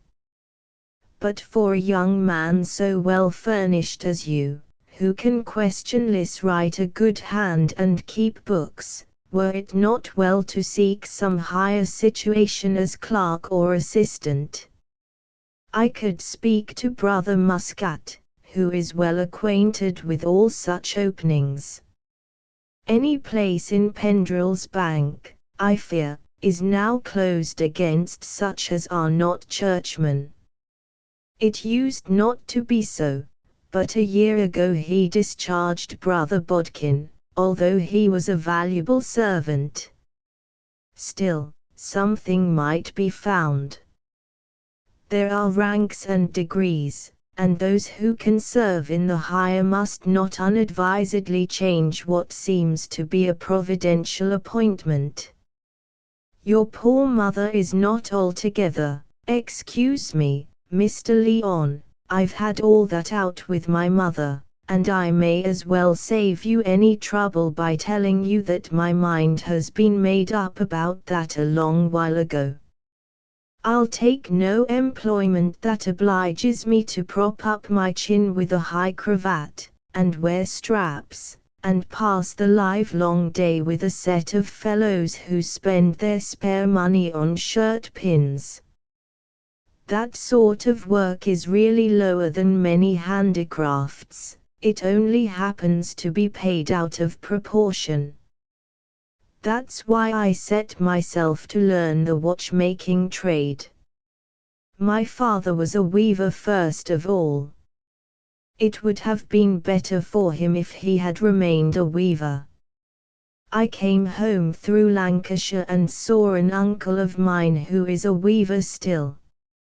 I mean to stick to the class I belong to, people who don't follow the fashions. Mr. Leon was silent a few moments. This dialogue was far from plain sailing. he was not certain of his latitude and longitude. If the despiser of Glasgow preachers had been arguing in favour of gin and Sabbath breaking, Mr. Lyon's course would have been clearer. Well, he said, deliberately, it is true that St. Paul exercised the trade of tent-making, though he was learned in all the wisdom of the rabbis. St. Paul was a wise man, said Felix. Why should I want to get into the middle class because I have some learning?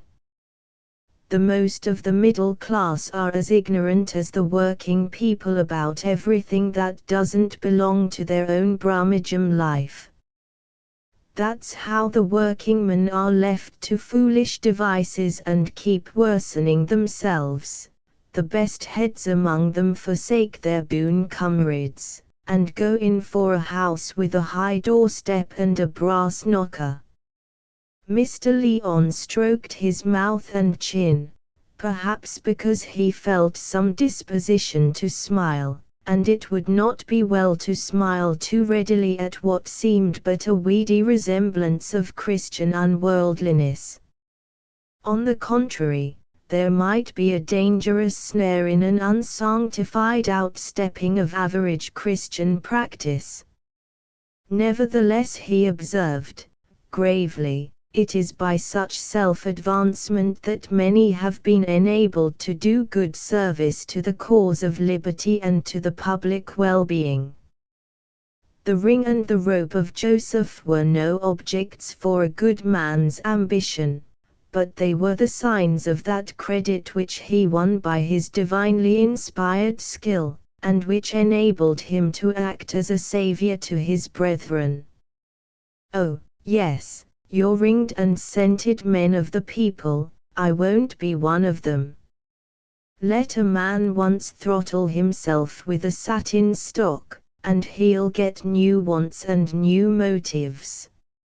Metamorphosis will have begun at his neck joint, and it will go on till it has changed his likings first and then his reasoning, which will follow his likings as the feet of a hungry dog follow his nose.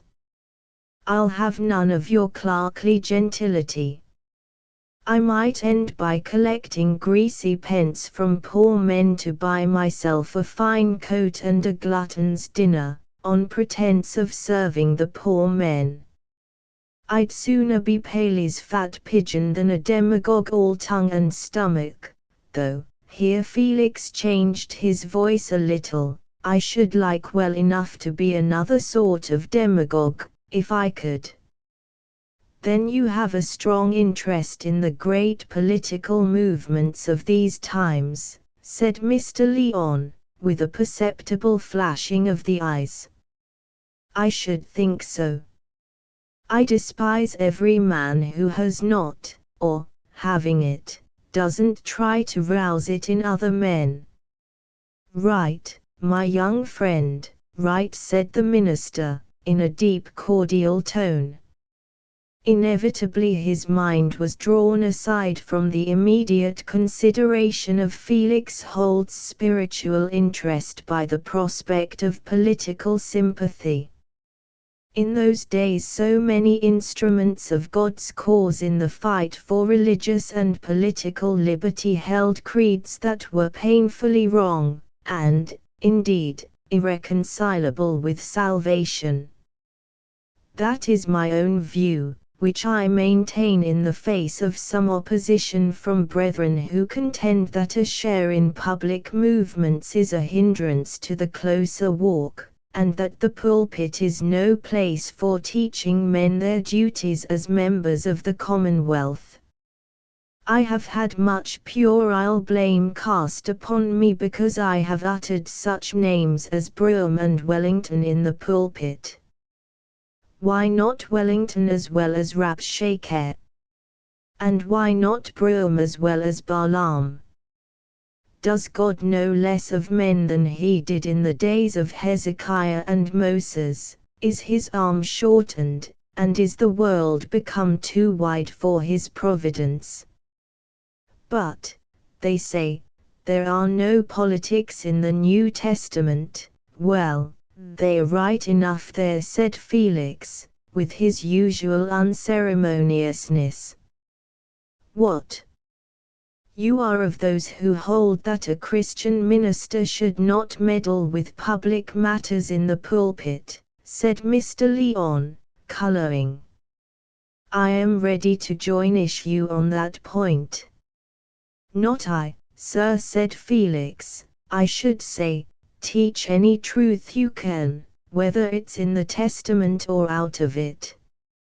It's little enough anybody can get hold of, and still less what he can drive into the skulls of a pence-counting, parcel-tying generation, such as mostly fill your chapels.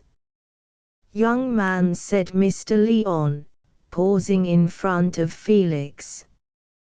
He spoke rapidly, as he always did, except when his words were specially weighted with emotion. He overflowed with matter, and in his mind matter was always completely organized into words. I speak not on my own behalf, for not only have I no desire that any man should think of me above that which he seeth me to be, but I am aware of much that should make me patient under a disesteem resting even on too hasty a construction.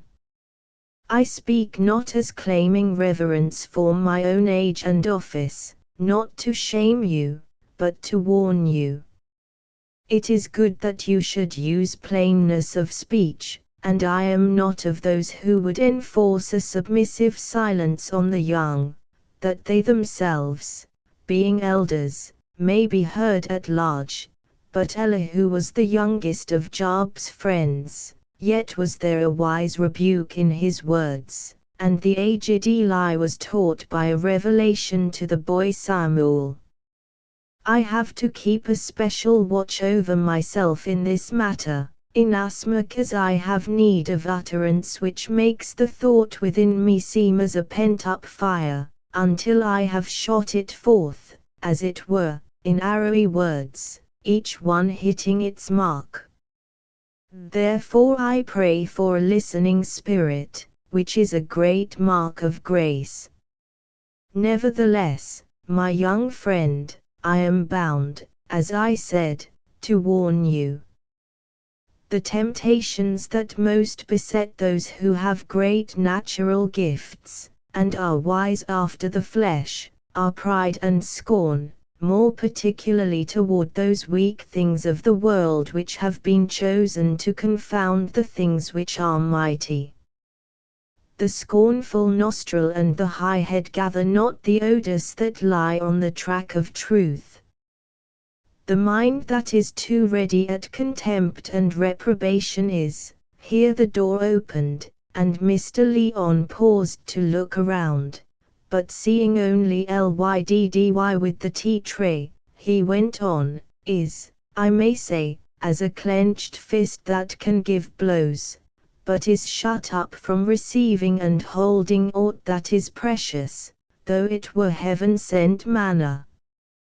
I understand you, sir, said Felix, good-humoredly, putting out his hand to the little man, who had come close to him as he delivered the last sentence with sudden emphasis and slowness. But I'm not inclined to clench my fist at you. Well, well, said Mr. Lyon, shaking the proffered hand, we shall see more of each other, and I trust shall have much profitable communing.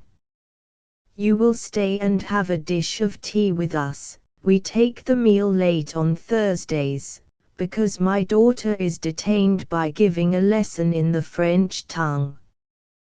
But she is doubtless returned now, and will presently come and pour out tea for us. Thank you, I'll stay, said Felix, not from any curiosity to see the minister's daughter, but from a liking for the society of the minister himself, for his quaint looks and ways, and the transparency of his talk, which gave a charm even to his weakness. The daughter was probably some prim miss, neat, sensible, pious, but all in a small feminine way, in which Felix was no more interested than in Dorcas meetings, biographies of devout women, and that amount of ornamental knitting which was not inconsistent with nonconforming seriousness.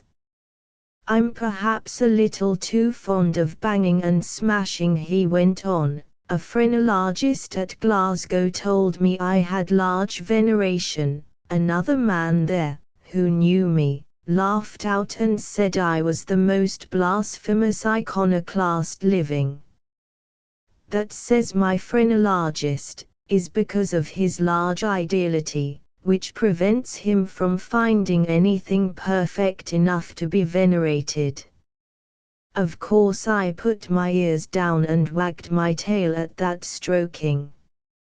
Yes, yes, I have had my own head explored with somewhat similar results. It is, I fear, but a vain show of fulfilling the heathen precept, "Know thyself," and too often leads to a self-estimate which will subsist in the absence of that fruit by which alone the quality of the tree is made evident. Nevertheless, Esther, my dear, this is Mr. Holt, whose acquaintance I have now been making with more than ordinary interest. He will take tea with us. Esther bowed slightly as she walked across the room to fetch the candle and place it near her tray. Felix rose and bowed, also with an air of indifference, which was perhaps exaggerated by the fact that he was inwardly surprised. The minister's daughter was not the sort of person he expected. She was quite incongruous with his notion of ministers' daughters in general, and though he had expected something nowise delightful, the incongruity repelled him. A very delicate scent, the faint suggestion of a garden, was wafted as she went.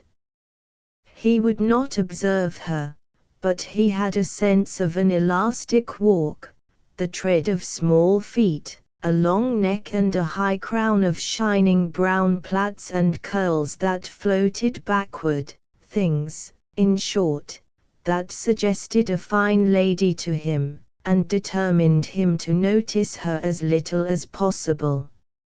A fine lady was always a sort of spun-glass affair, not natural, and with no beauty for him as art. But a fine lady as the daughter of this rusty old Puritan was especially offensive.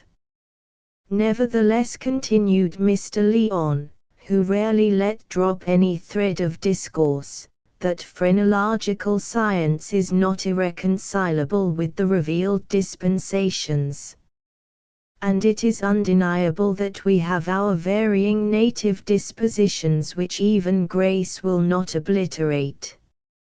I myself, from my youth up, have been given to question too curiously concerning the truth, to examine and sift the medicine of the soul rather than to apply it. If your truth happens to be such medicine as Holt's pills and elixir, the less you swallow of it the better, said Felix. But truth vendors and medicine vendors usually recommend swallowing. When a man sees his livelihood in a pill or a proposition, he likes to have orders for the dose, and not curious enquiries. This speech verged on rudeness, but it was delivered with a brusque openness that implied the absence of any personal intention. The minister's daughter was now for the first time startled into looking at Felix. But her survey of this unusual speaker was soon made, and she relieved her father from the need to reply by saying, "The tea is poured out, father." That was the signal for Mr. Lyon to advance toward the table, raise his right hand, and ask a blessing at sufficient length for Esther to glance at the visitor again. There seemed to be no danger of his looking at her. He was observing her father. She had time to remark that he was a peculiar-looking person, but not insignificant, which was the quality that most hopelessly consigned a man to perdition. He was massively built. The striking points in his face were large clear grey eyes and full lips. "Will you draw up to the table, Mr. Holt?" said the minister. In the act of rising, Felix pushed back his chair too suddenly against the rickety table close by him, and down went the blue-frilled work-basket, flying open, and dispersing on the floor reels, thimble, muslin work, a small sealed bottle of attar of rose, and something heavier than these, a duodecimo volume which fell near him between the table and the fender. "Oh, my stars," said Felix, "I beg your pardon." Esther had already started up, and with wonderful quickness had picked up half the small rolling things while Felix was lifting the basket and the book. This last had opened, and had its leaves crushed in falling, and, with the instinct of a bookish man, he saw nothing more pressing to be done than to flatten the corners of the leaves. "Byron's poems," he said, in a tone of disgust, while Esther was recovering all the other articles. "The dream, he'd better have been asleep and snoring." "What? Do you stuff your memory with Byron, Miss Leon?" Felix on his side, was led at last to look straight at Esther, but it was with a strong denunciatory and pedagogic intention. Of course he saw more clearly than ever that she was a fine lady. She reddened, drew up her long neck, and said, as she retreated to her chair again, "I have a great admiration for Byron." Mr. Leon had paused in the act of drawing his chair to the tea-table, and was looking on at this scene, wrinkling the corners of his eyes with a perplexed smile. Esther would not have wished him to know anything about the volume of Byron, but she was too proud to show any concern. "He is a worldly and vain writer, I fear," said Mr. Leon. He knew scarcely anything of the poet, whose books embodied the faith and ritual of many young ladies and gentlemen. "A misanthropic debauchee," said Felix, lifting a chair with one hand, and holding the book open in the other, whose notion of a hero was that he should disorder his stomach and despise mankind. "His corsairs and renegades, his Alps and Manfreds, are the most paltry puppets that were ever pulled by the strings of lust and pride." "Hand the book to me," said Mr. Leon. "Let me beg of you to put it aside till after tea, father," said Esther. "However objectionable Mr. Holt may find its pages, they would certainly be made worse by being greased with bread and butter." "That is true, my dear," said Mr. Leon, laying down the book on the small table behind him. He saw that his daughter was angry. "Ho, ho," thought Felix, "her father is frightened at her. How came he to have such a nice stepping, long-necked peacock for his daughter? But she shall see that I am not frightened." Then he said aloud, "I should like to know how you will justify your admiration for such a writer, Miss Leon." "I should not attempt it with you, Mr. Holt," said Esther. You have such strong words at command that they make the smallest argument seem formidable. If I had ever met the giant Cormoran, I should have made a point of agreeing with him in his literary opinions. Esther had that excellent thing in woman, a soft voice with clear fluent utterance. Her sauciness was always charming because it was without emphasis, and was accompanied with graceful little turns of the head. Felix laughed at her thrust with young heartiness. "My daughter is a critic of words," Mr. Holt said the minister, smiling complacently, "and often corrects mine on the ground of niceties, which I profess are as dark to me as if they were the reports of a sixth sense which I possess not. I am an eager seeker for precision, and would fain find language subtle enough to follow the utmost intricacies of the soul's pathways, but I see not why a round word that means some object, made and blessed by the Creator, should be branded and banished as a malefactor." "Oh, your niceties, I know what they are," said Felix, in his usual fortissimo. "They'll go on your system of make-believe. Rottenness may suggest what is unpleasant, so you'd better say sugar plums or something else such a long way off the fact that nobody is obliged to think of it. Those are your roundabout euphuisms that dress up swindling till it looks as well as honesty, and shoot with boiled peas instead of bullets. I hate your gentlemanly speakers." "Then you would not like Mr. Jermyn, I think," said Esther.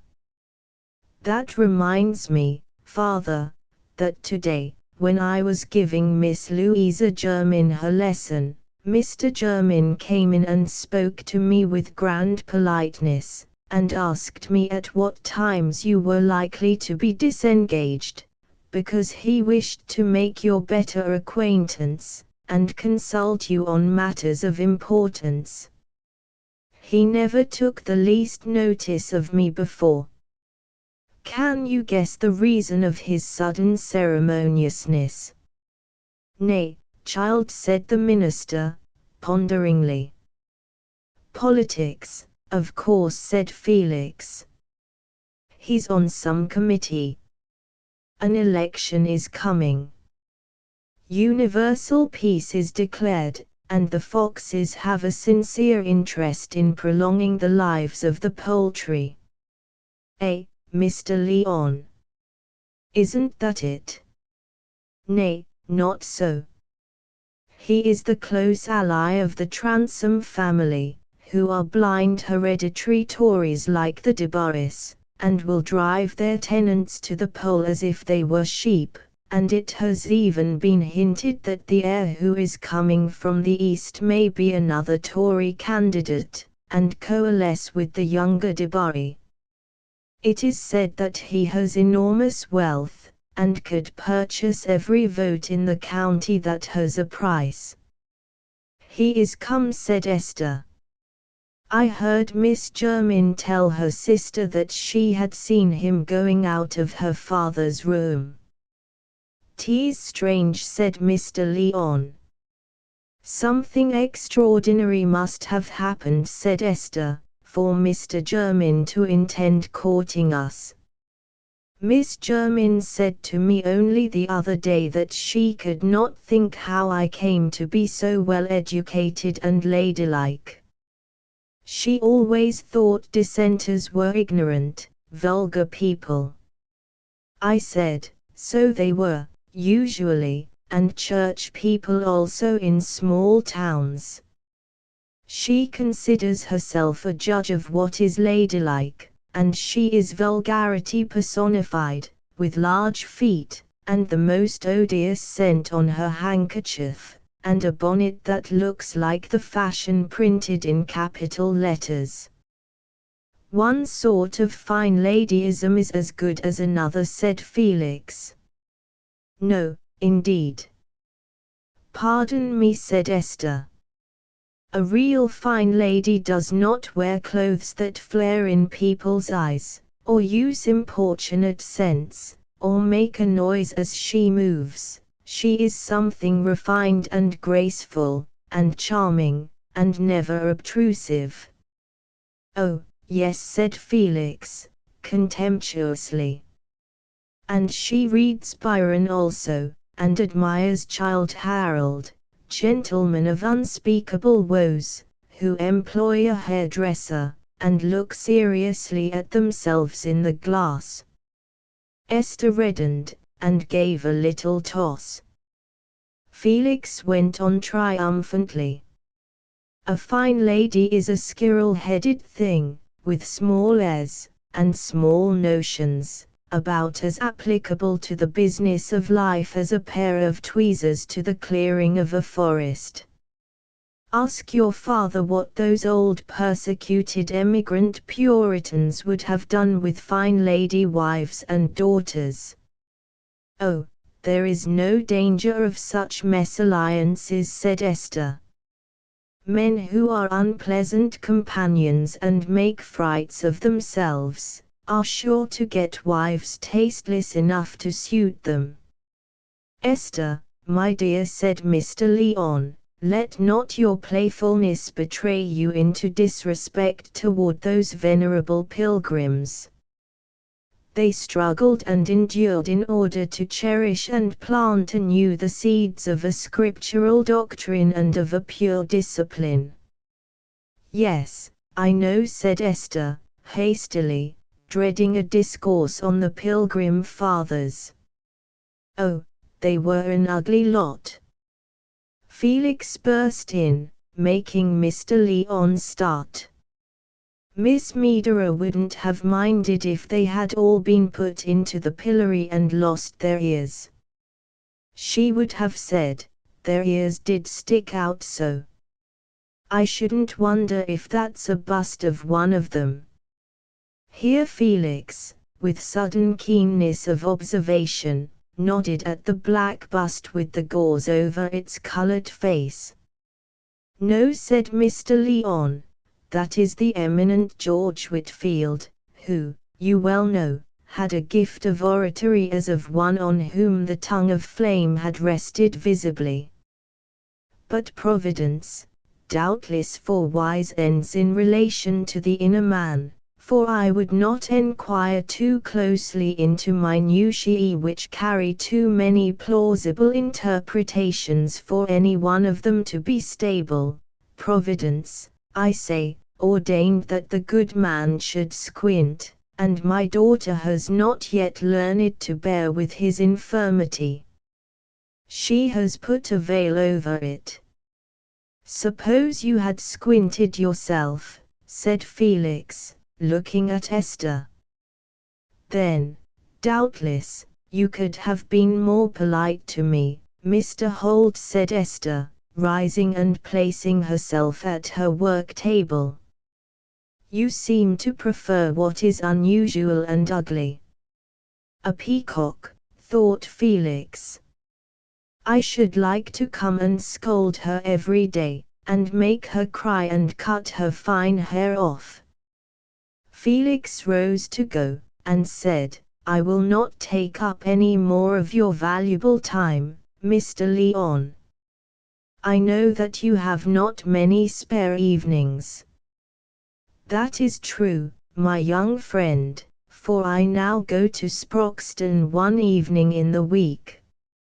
I do not despair that we may some day need a chapel there, though the hearers do not multiply save among the women, and there is no work as yet begun among the miners themselves. I shall be glad of your company in my walk thither tomorrow at 5 o'clock, if you would like to see how that population has grown of late years. Oh, I've been to Sproxton already several times. I had a congregation of my own there last Sunday evening. What? Do you preach? Said Mr. Lyon, with brightened glance. Not exactly. I went to the alehouse. Mr. Leon started. I trust you are putting a riddle to me, young man, even as Samson did to his companions. From what you said but lately, it cannot be that you are given to tippling and to taverns. Oh, I don't drink much. I order a pint of beer, and I get into talk with the fellows over their pots and pipes. Somebody must take a little knowledge and common sense to them in this way, else how are they to get it? I go for educating the non-electors, so I put myself in the way of my pupils. My academy is the beer house. I'll walk with you tomorrow with pleasure. Do so, said Mr. Leon, shaking hands with his odd acquaintance. We shall understand each other better by and by, I doubt not. I wish you good evening, Miss Leon. Esther bowed very slightly, without speaking. That is a singular young man, Esther, said the minister, walking about after Felix was gone. I discern in him a love for whatsoever things are honest and true, which I would fain believe to be an earnest of further endowment with the wisdom that is from on high. It is true that, as the traveler in the desert is often lured, by a false vision of water and freshness, to turn aside from the track which leads to the tried and established fountains, so the evil one will take advantage of a natural yearning toward the better, to delude the soul with a self-flattering belief in a visionary virtue, higher than the ordinary fruits of the Spirit. But I trust it is not so here. I feel a great enlargement in this young man's presence, notwithstanding a certain license in his language, which I shall use my efforts to correct. I think he is very coarse and rude, said Esther, with a touch of temper in her voice. But he speaks better English than most of our visitors. What is his occupation? Watch and clock making, by which, together with a little teaching, as I understand, he hopes to maintain his mother, not thinking it right that he should live by the sale of medicines whose virtues he distrusts. It is no common scruple. Dear me, said Esther, I thought he was something higher than that. She was disappointed. Felix, on his side, as he strolled out in the evening air, said to himself, now by what fine meshes of circumstance did that queer devout old man, with his awful creed, which makes this world a vestibule with double doors to hell, and a narrow stair on one side whereby the thinner sort may mount to heaven, by what subtle play of flesh and spirit did he come to have a daughter so little in his own likeness? Married foolishly, I suppose. I'll never marry, though I should have to live on raw turnips to subdue my flesh. I'll never look back and say, I had a fine purpose once, I meant to keep my hands clean and my soul upright, and to look truth in the face, but pray excuse me, I have a wife and children, I must lie and simper a little, else they'll starve, or my wife is nice. She must have her bread well buttered, and her feelings will be hurt if she is not thought genteel. That is the lot Miss Esther is preparing for some man or other. I could grind my teeth at such self-satisfied minxes, who think they can tell everybody what is the correct thing, and the utmost stretch of their ideas will not place them on a level with the intelligent fleas. I should like to see if she could be made ashamed of herself.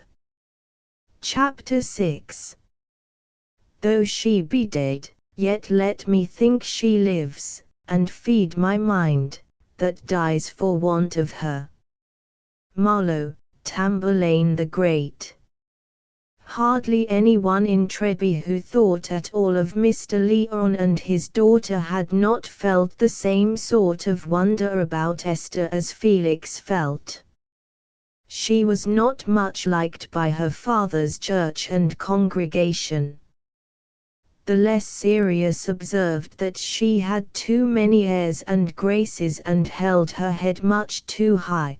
The stricter sort feared greatly that Mr. Lyon had not been sufficiently careful in placing his daughter among God-fearing people, and that, being led astray by the melancholy vanity of giving her exceptional accomplishments, he had sent her to a French school, and allowed her to take situations where she had contracted notions not only above her own rank, but of too worldly a kind to be safe in any rank. But no one knew what sort of woman her mother had been, for Mr. Lyon never spoke of his past domesticities.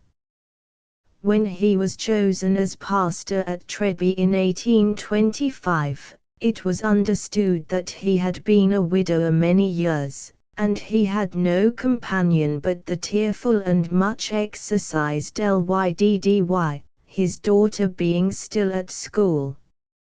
It was only 2 years ago that Esther had come home to live permanently with her father, and take pupils in the town.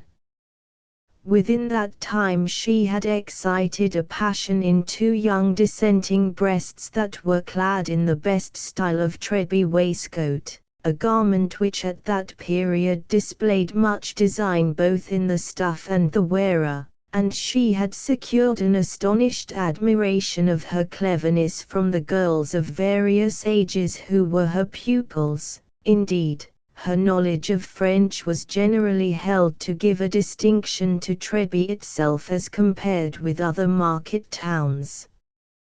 But she had one little regard of any other kind. Wise dissenting matrons were divided between fear lest their sons should want to marry her and resentment that she should treat those undeniable young men with a distant scorn which was hardly to be tolerated in a minister's daughter, not only because that parentage appeared to entail an obligation to show an exceptional degree of Christian humility, but because, looked at from a secular point of view, a poor minister must be below the substantial householders who keep him. For at that time the preacher who was paid under the voluntary system was regarded by his flock with feelings not less mixed than the spiritual person who still took his tithe pig or his modus. His gifts were admired, and tears were shed under best bonnets at his sermons, but the weaker tea was thought good enough for him, and even when he went to preach a charity sermon in a strange town, he was treated with home-made wine and the smaller bedroom. As the good churchman's reverence was often mixed with growling, and was apt to be given chiefly to an abstract parson who was what a parson ought to be, so the good dissenter sometimes mixed his approval of ministerial gifts with considerable criticism and cheapening of the human vessel which contained those treasures. Mrs. Muscat and Mrs. Nuttwood applied the principle of Christian equality by remarking that Mr. Lyon had his oddities, and that he ought not to allow his daughter to indulge in such unbecoming expenditure on her gloves, shoes, and hosiery, even if she did pay for them out of her earnings. As for the church people who engaged Miss Lyon to give lessons in their families, their imaginations were altogether prostrated by the incongruity between accomplishments and dissent, between weekly prayer meetings and a conversance with so lively and altogether worldly a language as the French. Esther's own mind was not free from a sense of irreconcilableness between the objects of her taste and the conditions of her lot. She knew that dissenters were looked down upon by those whom she regarded as the most refined classes, her favorite companions, both in France and at an English school where she had been a junior teacher, had thought it quite ridiculous to have a father who was a dissenting preacher, and when an ardently admiring schoolfellow induced her parents to take Esther as a governess to the younger children, all her native tendencies toward luxury, fastidiousness, and scorn of mock gentility, were strengthened by witnessing the habits of a well-born and wealthy family. Yet the position of servitude was irksome to her, and she was glad at last to live at home with her father, for though, throughout her girlhood, she had wished to avoid this lot, a little experience had taught her to prefer its comparative independence. But she was not contented with her life. She seemed to herself to be surrounded with ignoble, uninteresting conditions, from which there was no issue, for even if she had been unamiable enough to give her father pain deliberately, it would have been no satisfaction to her to go to Treby Church, and visibly turn her back on dissent. It was not religious differences, but social differences, that Esther was concerned about, and her ambitious taste would have been no more gratified in the society of the Wacks than in that of the Muscats. The Wacks spoke imperfect English and played whist, the Muscats spoke the same dialect and took in the evangelical magazine. Esther liked neither of these amusements. She had one of those exceptional organizations which are quick and sensitive without being in the least morbid. She was alive to the finest shades of manner, to the nicest distinctions of tone and accent. She had a little code of her own about scents and colors, textures and behavior, by which she secretly condemned or sanctioned all things and persons. And she was well satisfied with herself for her fastidious taste, never doubting that hers was the highest standard. She was proud that the best-born and handsomest girls at school had always said that she might be taken for a born lady. Her own pretty instep, clad in a silk stocking, her little heel, just rising from a kid slipper, her irreproachable nails and delicate wrist, were the objects of delighted consciousness to her, and she felt that it was her superiority which made her unable to use without disgust any but the finest cambric handkerchiefs and freshest gloves. Her money all went in the gratification of these nice tastes, and she saved nothing from her earnings. I cannot say that she had pangs of conscience on this score, for she felt sure that she was generous. She hated all meanness, would empty her purse impulsively on some sudden appeal to her pity, and if she found out that her father had a want, she would supply it with some pretty device of a surprise. But then the good man so seldom had a want, except the perpetual desire, which she could never gratify, of seeing her under convictions, and fit to become a member of the church.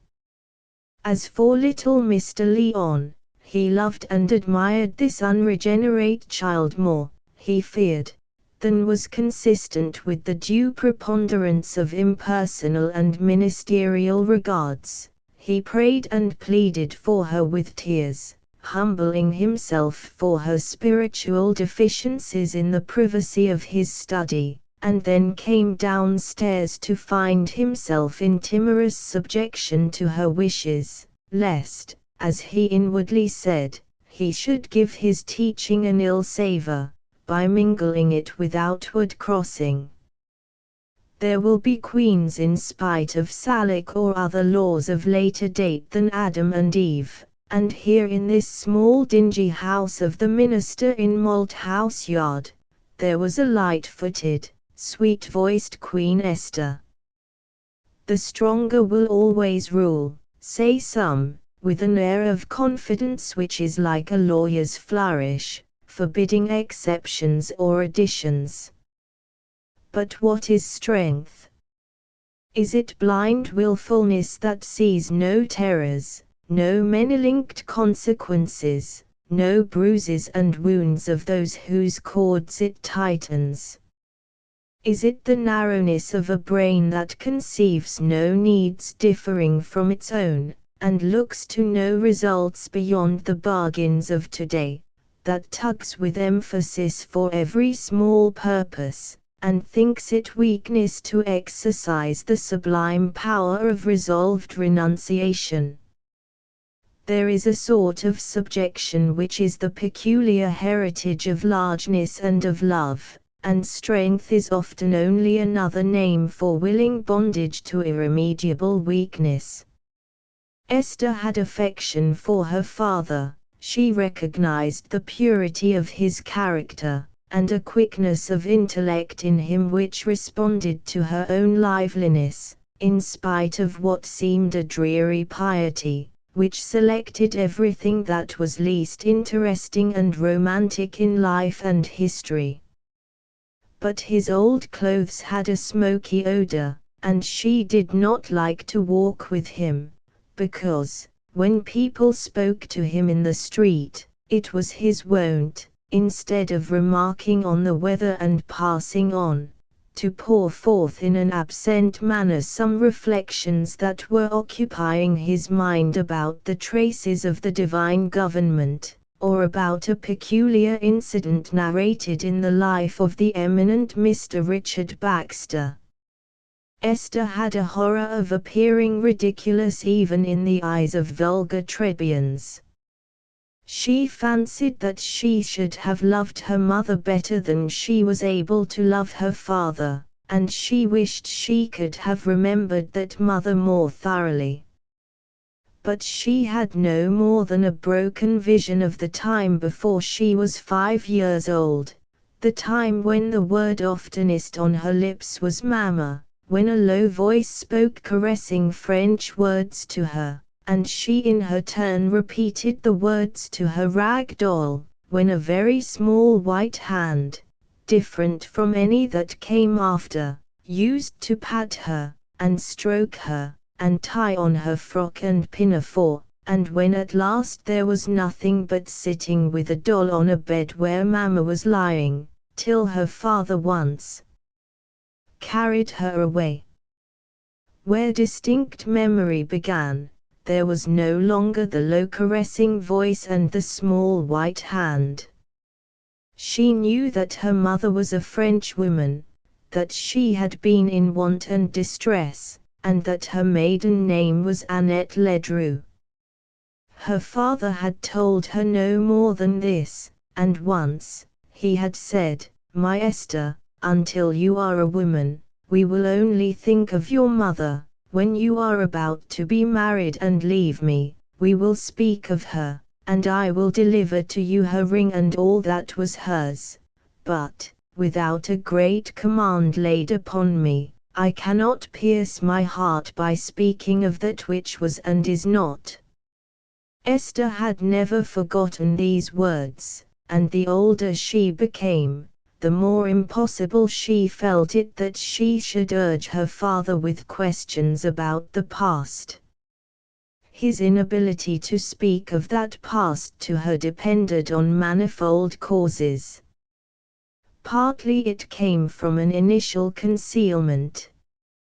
He had not the courage to tell Esther that he was not really her father. He had not the courage to renounce that hold on her tenderness which the belief in his natural fatherhood must help to give him, or to incur any resentment that her quick spirit might feel at having been brought up under a false supposition. But there were other things yet more difficult for him to be quite open about, deep sorrows of his life as a Christian minister that were hardly to be told to a girl. 22 years ago, when Rufus Leon was no more than 36 years old, he was the admired pastor of a large independent congregation in one of our southern seaport towns. He was unmarried, and had met all exhortations of friends who represented to him that a bishop, i.e., the overseer of an independent church and congregation, should be the husband of one wife, by saying that St. Paul meant this particular as a limitation, and not as an injunction, that a minister was permitted to have one wife, but that he, Rufus Leon, did not wish to avail himself of that permission, finding his studies and other labors of his vocation all-absorbing, and seeing that mothers in Israel were sufficiently provided by those who had not been set apart for a more special work. His church and congregation were proud of him. He was put forward on platforms, was made a deputation, and was requested to preach anniversary sermons in far-off towns. Wherever noteworthy preachers were discussed, Rufus Leon was almost sure to be mentioned as one who did honor to the independent body. His sermons were said to be full of fire, and while he had more of human knowledge than many of his brethren, he showed in an eminent degree the marks of a true ministerial vocation. But on a sudden this burning and shining light seemed to be quenched. Mr. Leon voluntarily resigned his charge and withdrew from the town. A terrible crisis had come upon him, a moment in which religious doubt and newly awakened passion had rushed together in a common flood, and had paralyzed his ministerial gifts. His 36 years had been a story of purely religious and studious fervor. His passion had been for doctrines, for argumentative conquest on the side of right. The sins he had chiefly to pray against had been those of personal ambition, under such forms as ambition takes in the mind of a man who has chosen the career of an independent preacher, and those of a too restless intellect, ceaselessly urging questions concerning the mystery of that which was assuredly revealed, and thus hindering the due nourishment of the soul on the substance of the truth delivered. Even at that time of comparative youth, his unworldliness and simplicity in small matters, for he was keenly awake to the larger affairs of this world, gave a certain oddity to his manners and appearance, and though his sensitive face had much beauty, his person altogether seemed so irrelevant to a fashionable view of things, that well-dressed ladies and gentlemen usually laughed at him, as they probably did at Mr. John Milton after the Restoration and Rubens had come in, and still more at that apostle, of weak bodily presence, who preached in the back streets of Ephesus and elsewhere, a new view of a religion that hardly anybody believed in. Rufus Leon was the singular-looking apostle of the meeting in Skipper's Lane. Was it likely that any romance should befall such a man? Perhaps not, but romance did befall him. One winter's evening in 1812, Mr. Leon was returning from a village preaching. He walked at his usual rapid rate, with busy thoughts undisturbed by any sight more distinct than the bushes and the hedgerow trees, black beneath a faint moonlight, until something suggested to him that he had perhaps omitted to bring away with him a thin account book in which he recorded certain subscriptions. He paused, unfastened his outer coat, and felt in all his pockets. Then he took off his hat and looked inside it. The book was not to be found, and he was about to walk on, when he was startled by hearing a low, sweet voice say, with a strong foreign accent, "Have pity on me, sir." Searching with his short-sighted eyes, he perceived someone on a side bank, and approaching, he found a young woman with a baby on her lap. She spoke again more faintly than before.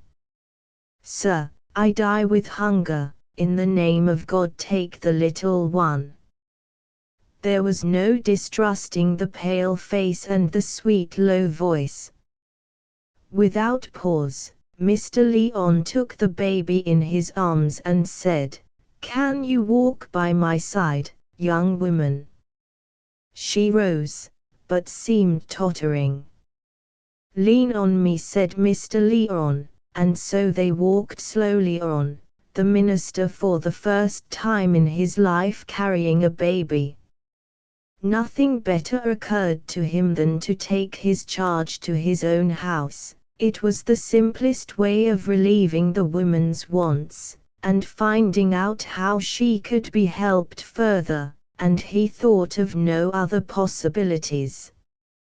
She was too feeble for more words to be spoken between them till she was seated by his fireside. His elderly servant was not easily amazed at anything her master did in the way of charity, and at once took the baby, while Mr. Lyon unfastened the mother's damp bonnet and shawl, and gave her something warm to drink. Then, waiting by her till it was time to offer her more, he had nothing to do but to notice the loveliness of her face, which seemed to him as that of an angel, with a benignity in its repose that carried a more assured sweetness than any smile. Gradually she revived, lifted up her delicate hands between her face and the firelight, and looked at the baby which lay opposite to her on the old servant's lap, taking in spoonfuls with much content, and stretching out naked feet toward the warmth. Then, as her consciousness of relief grew into contrasting memory, she lifted up her eyes to Mr. Lyon, who stood close by her, and said, in her pretty broken way, "I knew you had a good heart when you took your hat off. You seemed to me as the image of the Bien-Aimée Saint Jean." The grateful glance of those blue-gray eyes, with their long shadow-making eyelashes, was a new kind of good to Rufus Lyon. It seemed to him as if a woman had never really looked at him before. Yet this poor thing was apparently a blind French Catholic, of delicate nurture, surely, judging from her hands. He was in a tremor. He felt that it would be rude to question her, and he only urged her now to take a little food. She accepted it with evident enjoyment, looking at the child continually, and then, with a fresh burst of gratitude, leaning forward to press the servant's hand and say, "Oh, you are good." Then she looked up at Mr. Lyon again and said, "Is there in the world a prettier marmot?" The evening passed, a bed was made up for the strange woman, and Mr. Lyon had not asked her so much as her name. He never went to bed himself that night. He spent it in misery, enduring a horrible assault of Satan. He thought a frenzy had seized him. Wild visions of an impossible future thrust themselves upon him. He dreaded lest the woman had a husband. He wished that he might call her his own, that he might worship her beauty, that she might love and caress him. And what to the mass of men would have been only one of many allowable follies, a transient fascination, to be dispelled by daylight and contact with those common facts of which common sense is the reflex, was to him a spiritual convulsion. He was as one who raved, and knew that he raved. These mad wishes were irreconcilable with what he was, and must be, as a Christian minister, nay, penetrating his soul as tropic heat penetrates the frame, and changes for it all aspects and all flavors. They were irreconcilable with that conception of the world which made his faith. All the busy doubt which had before been mere impish shadows flitting around a belief that was strong with the strength of an unswerving moral bias, had now gathered blood and substance. The questioning spirit had become suddenly bold and blasphemous. It no longer insinuated skepticism, it prompted defiance, it no longer expressed cool, inquisitive thought, but was the voice of a passionate mood. Yet he never ceased to regard it as the voice of the tempter. The conviction which had been the law of his better life remained within him as a conscience. The struggle of that night was an abridgment of all the struggles that came after. Quick souls have their intensest life in the first anticipatory sketch of what may or will be, and the pursuit of their wish is the pursuit of that paradisiacal vision which only impelled them, and is left farther and farther behind, vanishing forever even out of hope in the moment which is called success. The next morning Mr. Lyon heard his guest's history. She was the daughter of a French officer of considerable rank, who had fallen in the Russian campaign. She had escaped from France to England with much difficulty in order to rejoin her husband, a young Englishman, to whom she had become attached during his detention as a prisoner of war on parole at Vesoul, where she was living under the charge of some relatives, and to whom she had been married without the consent of her family. Her husband had served in the Hanoverian army, had obtained his discharge in order to visit England on some business, with the nature of which she was not acquainted, and had been taken prisoner as a suspected spy. A short time after their marriage he and his fellow prisoners had been moved to a town nearer the coast, and she had remained in wretched uncertainty about him, until at last a letter had come from him telling her that an exchange of prisoners had occurred, that he was in England, that she must use her utmost effort to follow him, and that on arriving on English ground she must send him word under a cover which he enclosed, bearing an address in London. Fearing the opposition of her friends, she started unknown to them, with a very small supply of money, and after enduring much discomfort and many fears in waiting for a passage which she at last got in a small trading smack, she arrived at Southampton, ill. Before she was able to write, her baby was born, and before her husband's answer came, she had been obliged to pawn some clothes and trinkets. He desired her to travel to London where he would meet her at the Belle Sauvage, adding that he was himself in distress, and unable to come to her. When once she was in London they would take ship and quit the country. Arrived at the Belle Sauvage, the poor thing waited 3 days in vain for her husband. On the 4th a letter came in a strange hand, saying that in his last moments he had desired this letter to be written to inform her of his death, and recommend her to return to her friends. She could choose no other course, but she had soon been reduced to walking, that she might save her pence to buy bread with, and on the evening when she made her appeal to Mr. Lyon, she had pawned the last thing, over and above needful clothing, that she could persuade herself to part with. The things she had not borne to part with were her marriage ring, and a locket containing her husband's hair, and bearing his baptismal name. This locket, she said, exactly resembled one worn by her husband on his watch chain, only that his bore the name Annette, and contained a lock of her hair. The precious trifle now hung round her neck by a cord, for she had sold the small gold chain which formerly held it. The only guarantee of this story, besides the exquisite candor of her face, was a small packet of papers which she carried in her pocket, consisting of her husband's few letters, the letter which announced his death, and her marriage certificate. It was not so probable a story as that of many an inventive vagrant, but Mr. Lyon did not doubt it for a moment.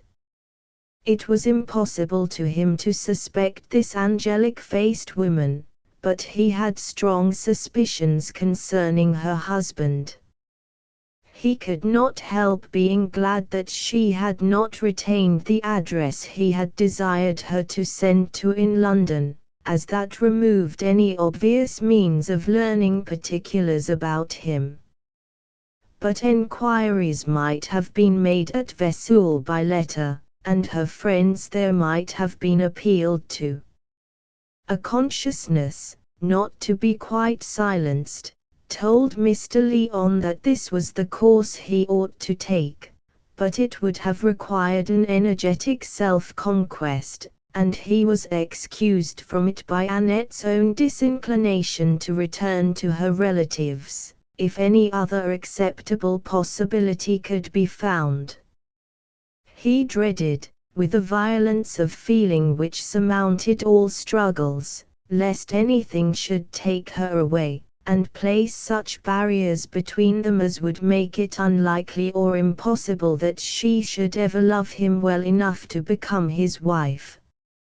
Yet he saw with perfect clearness that unless he tore up his mad passion by the roots, his ministerial usefulness would be frustrated, and the repose of his soul would be destroyed. This woman was an unregenerate Catholic. 10 minutes listening to her artless talk made that plain to him, even if her position had been less equivocal. To unite himself to such a woman was nothing less than a spiritual fall. It was already a fall that he had wished there was no high purpose to which he owed an allegiance, that he had longed to fly to some backwoods where there was no church to reproach him, and where he might have this sweet woman to wife, and to know the joys of tenderness. Those sensibilities which in most lives are diffused equally through the youthful years, were aroused suddenly in Mr. Lyon, as some men have their special genius revealed to them by a tardy concurrence of conditions. His love was the first love of a fresh young heart full of wonder and worship. But what to one man is the virtue which he has sunk below the possibility of aspiring to, is to another the backsliding by which he forfeits his spiritual crown. The end was, that Annette remained in his house. He had striven against himself so far as to represent her position to some chief matrons in his congregation, praying and yet dreading that they would so take her by the hand as to impose on him that denial of his own longing not to let her go out of his sight, which he found it too hard to impose on himself. But they regarded the case coldly. The woman was, after all, a vagrant. Mr. Lyon was observed to be surprisingly weak on the subject. His eagerness seemed disproportionate and unbecoming, and this young Frenchwoman, unable to express herself very clearly, was no more interesting to those matrons and their husbands than other pretty young women suspiciously circumstanced. They were willing to subscribe something to carry her on her way, or if she took some lodgings they would give her a little sewing, and endeavour to convert her from papistry.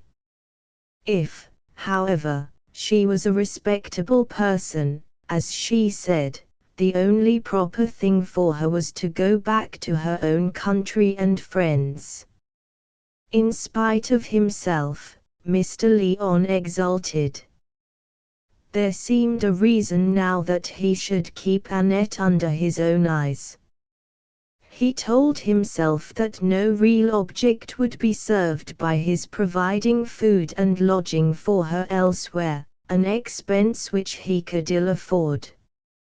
And she was apparently so helpless, except as to the one task of attending to her baby, that it would have been folly to think of her exerting herself for her own support. But this course of his was severely disapproved by his church. There were various signs that the minister was under some evil influence. His preaching wanted its old fervour, he seemed to shun the intercourse of his brethren, and very mournful suspicions were entertained.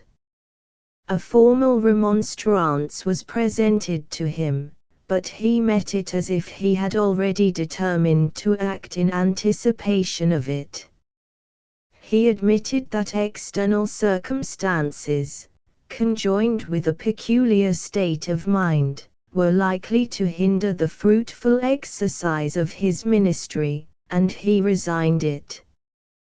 There was much sorrowing, much expostulation, but he declared that for the present he was unable to unfold himself more fully. He only wished to state solemnly that Annette Ledru, though blind in spiritual things, was in a worldly sense a pure and virtuous woman. No more was to be said, and he departed to a distant town. Here he maintained himself, Annette and the child, with the remainder of his stipend, and with the wages he earned as a printer's reader. Annette was one of those angelic-faced helpless women who take all things as manna from heaven. The good image of the well-beloved Saint John wished her to stay with him, and there was nothing else that she wished for except the unattainable. Yet for a whole year Mr. Lyon never dared to tell Annette that he loved her. He trembled before this woman. He saw that the idea of his being her lover was too remote from her mind for her to have any idea that she ought not to live with him. She had never known, never asked the reason why he gave up his ministry. She seemed to entertain as little concern about the strange world in which she lived as a bird in its nest. An avalanche had fallen over the past, but she sat warm and uncrushed. There was food for many morrows, and her baby flourished. She did not seem even to care about a priest, or about having her child baptized, and on the subject of religion Mr. Lyon was as timid, and shrank as much from speaking to her, as on the subject of his love. He dreaded anything that might cause her to feel a sudden repulsion toward him. He dreaded disturbing her simple gratitude and content. In these days his religious faith was not slumbering, it was awake and achingly conscious of having fallen in a struggle. He had had a great treasure committed to him, and had flung it away. He held himself a backslider. His unbelieving thoughts never gained the full ear and consent of his soul. His prayers had been stifled by the sense that there was something he preferred to complete obedience. They had ceased to be anything but intermittent cries and confessions, and a submissive presentiment, rising at times even to an entreaty, that some great discipline might come, that the dull spiritual sense might be roused to full vision and hearing as of old, and the supreme facts become again supreme in his soul. Mr. Lyon will perhaps seem a very simple personage, with pitiably narrow theories, but none of our theories are quite large enough for all the disclosures of time, and to the end of men's struggles a penalty will remain for those who sink from the ranks of the heroes into the crowd for whom the heroes fight and die. One day, however, Annette learned Mr. Lyon's secret. The baby had a tooth coming, and being large and strong now, was noisily fretful. Mr. Lyon, though he had been working extra hours and was much in need of repose, took the child from its mother immediately on entering the house and walked about with it, patting and talking soothingly to it. The stronger grasp, the new sensations, were a successful anodyne, and baby went to sleep on his shoulder. But fearful lest any movement should disturb it, he sat down, and endured the bondage of holding it still against his shoulder. "You do nurse baby well," said Annette, approvingly. "Yet you never nursed before I came." "No," said Mr. Lyon. "I had no brothers and sisters." "Why were you not married?" Annette had never thought of asking that question before. "Because I never loved any woman, till now. I thought I should never marry. Now I wish to marry." Annette started. She did not see at once that she was the woman he wanted to marry. What had flashed on her mind was, that there might be a great change in Mr. Lyon's life. It was as if the lightning had entered into her dream and half awaked her. "Do you think it foolish, Annette, that I should wish to marry?" "I did not expect it," she said, doubtfully. "I did not know you thought about it." "You know the woman I should like to marry?" "I know her," she said, interrogatively, blushing deeply. "It is you, Annette, you whom I have loved better than my duty. I forsook everything for you." Mr. Lyon paused. He was about to do what he felt would be ignoble, to urge what seemed like a claim. "Can you love me, Annette? Will you be my wife?" Annette trembled and looked miserable. "Do not speak, forget it," said Mr. Lyon, rising suddenly and speaking with loud energy. "No, no, I do not want it, I do not wish it." The baby awoke as he started up. He gave the child into Annette's arms, and left her. His work took him away early the next morning and the next again. They did not need to speak much to each other. The third day Mr. Lyon was too ill to go to work. His frame had been overwrought, he had been too poor to have sufficiently nourishing food, and under the shattering of his long-deferred hope his health had given away. They had no regular servant, only occasional help from an old woman, who lit the fires and put on the kettles. Annette was forced to be the sick nurse, and this sudden demand on her shook away some of her torpor.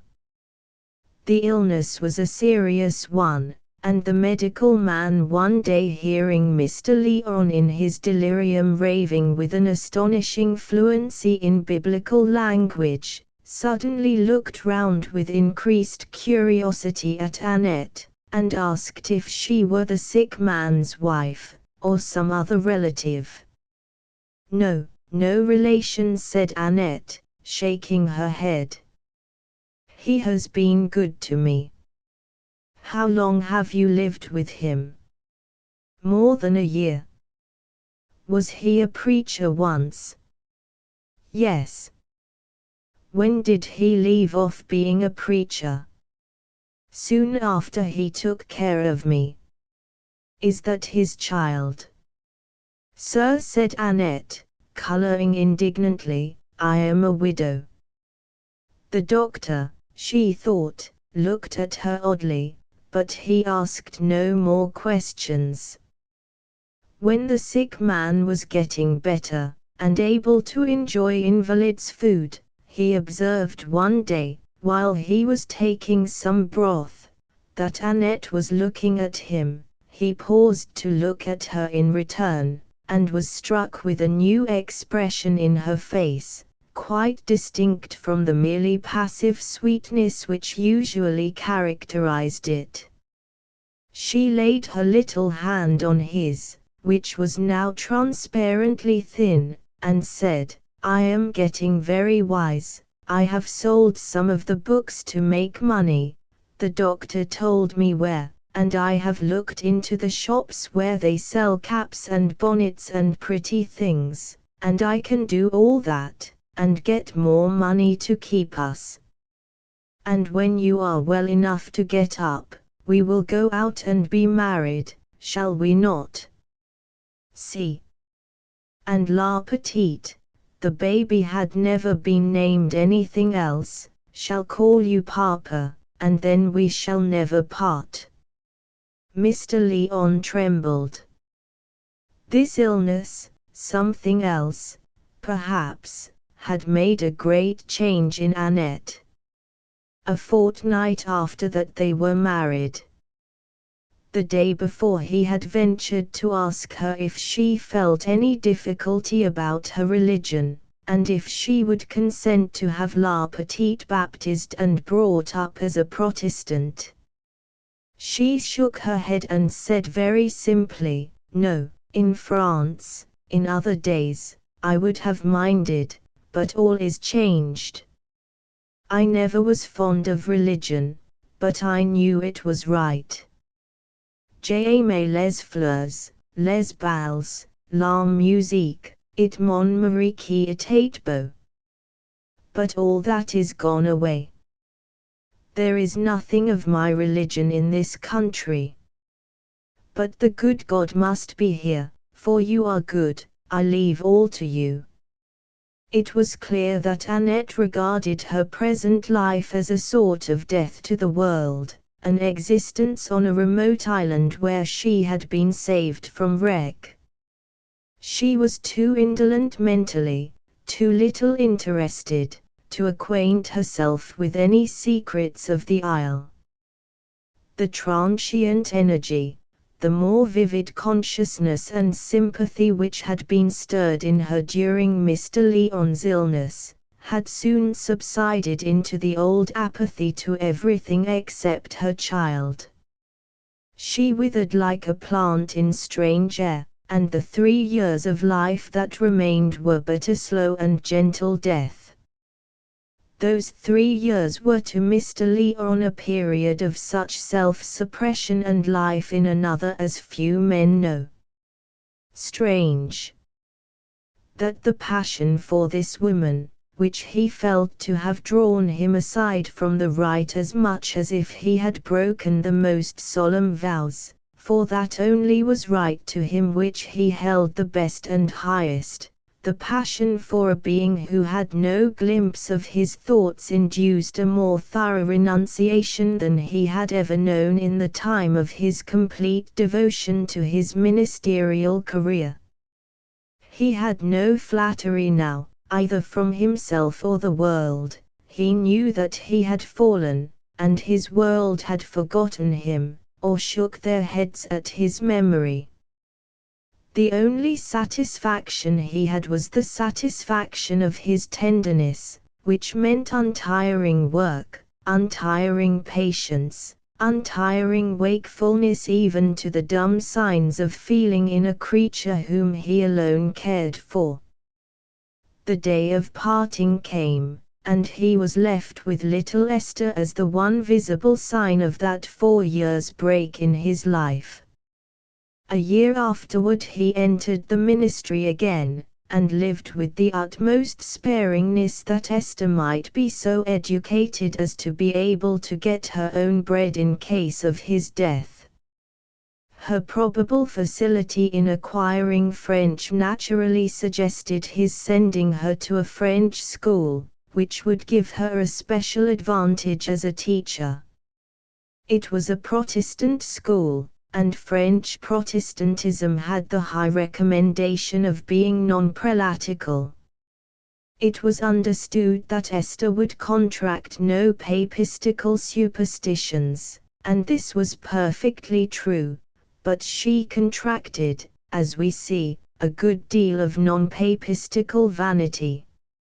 Mr. Lyon's reputation as a preacher and devoted pastor had revived, but some dissatisfaction beginning to be felt by his congregation at a certain laxity detected by them in his views as to the limits of salvation, which he had in one sermon even hinted might extend to unconscious recipients of mercy. He had found it desirable 7 years ago to quit this 10 years pastorate and accept a call from the less important church in Malthouse Yard, Treby Magna.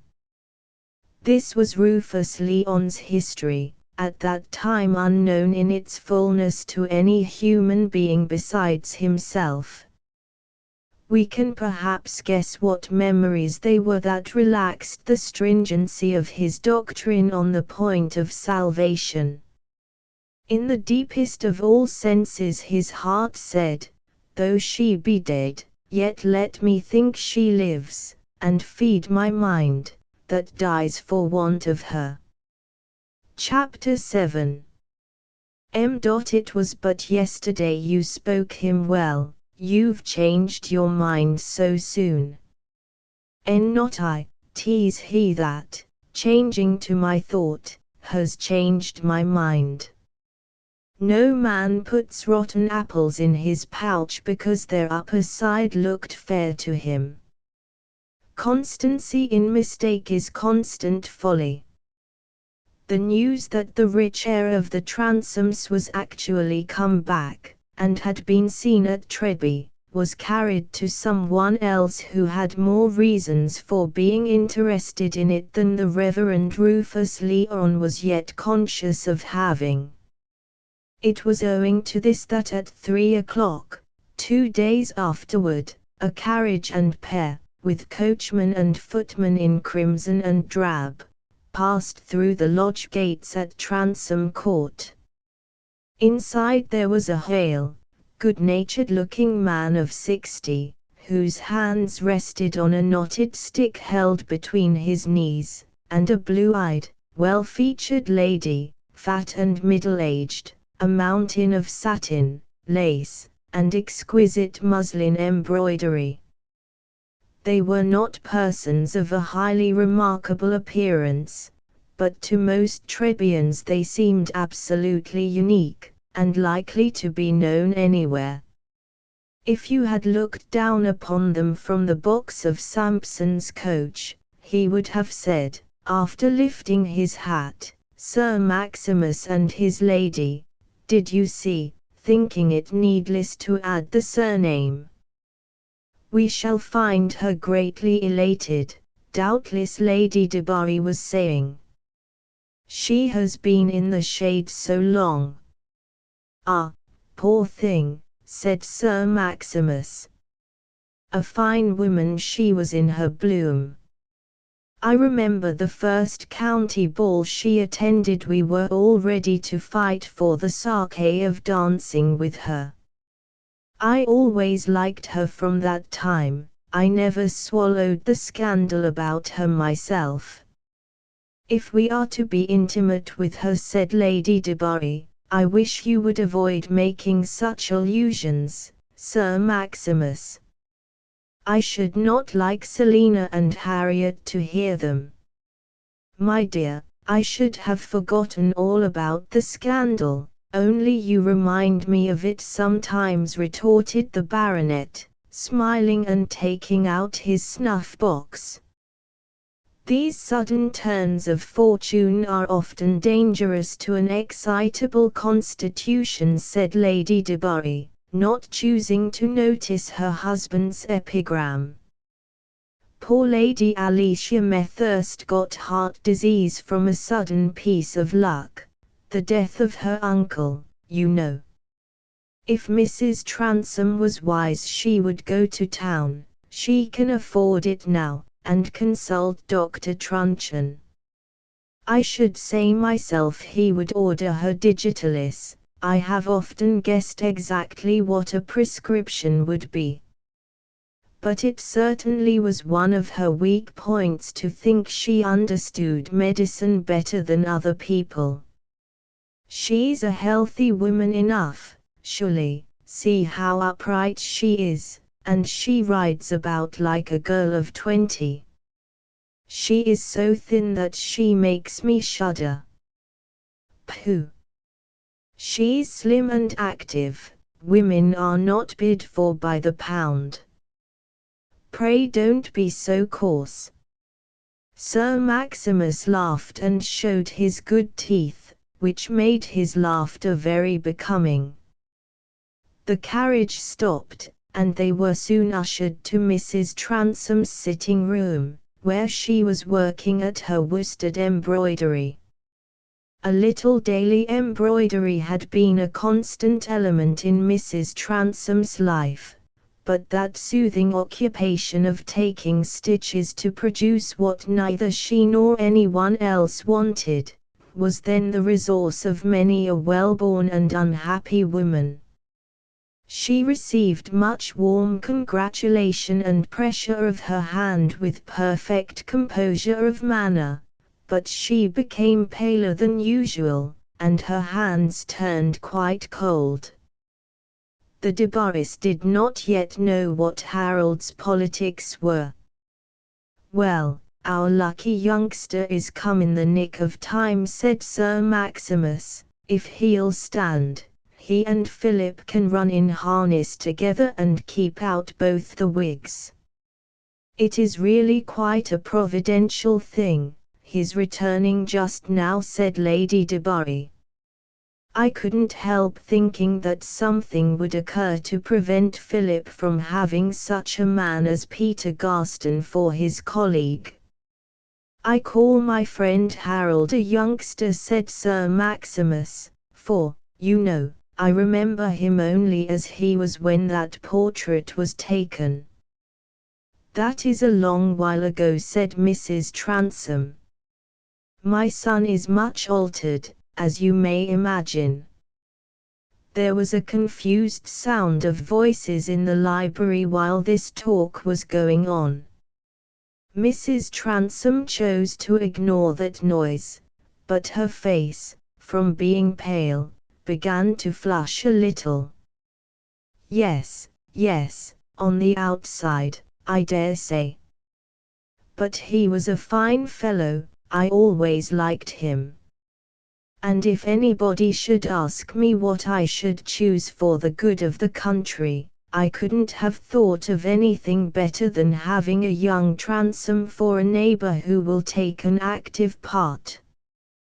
The Transomes and the Debarrys were always on the right side together in old days. Of course he'll stand, he has made up his mind to it. The need for an answer to this embarrassing question was deferred by the increase of inarticulate sounds accompanied by a bark from the library, and the sudden appearance at the tapestry-hung doorway of old Mr. Transome with a cord around his waist, playing a very poor-paced horse for a black-maned little boy about 3 years old, who was urging him on with loud encouraging noises and occasional thumps from a stick which he wielded with difficulty. The old man paused with a vague smile at the doorway while the baronet got up to speak to him.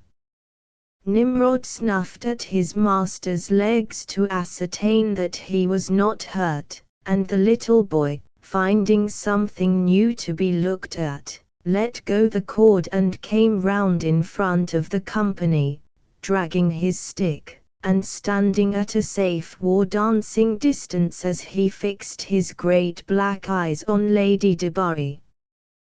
"Dear me, what a splendid little boy, Mrs. Transome!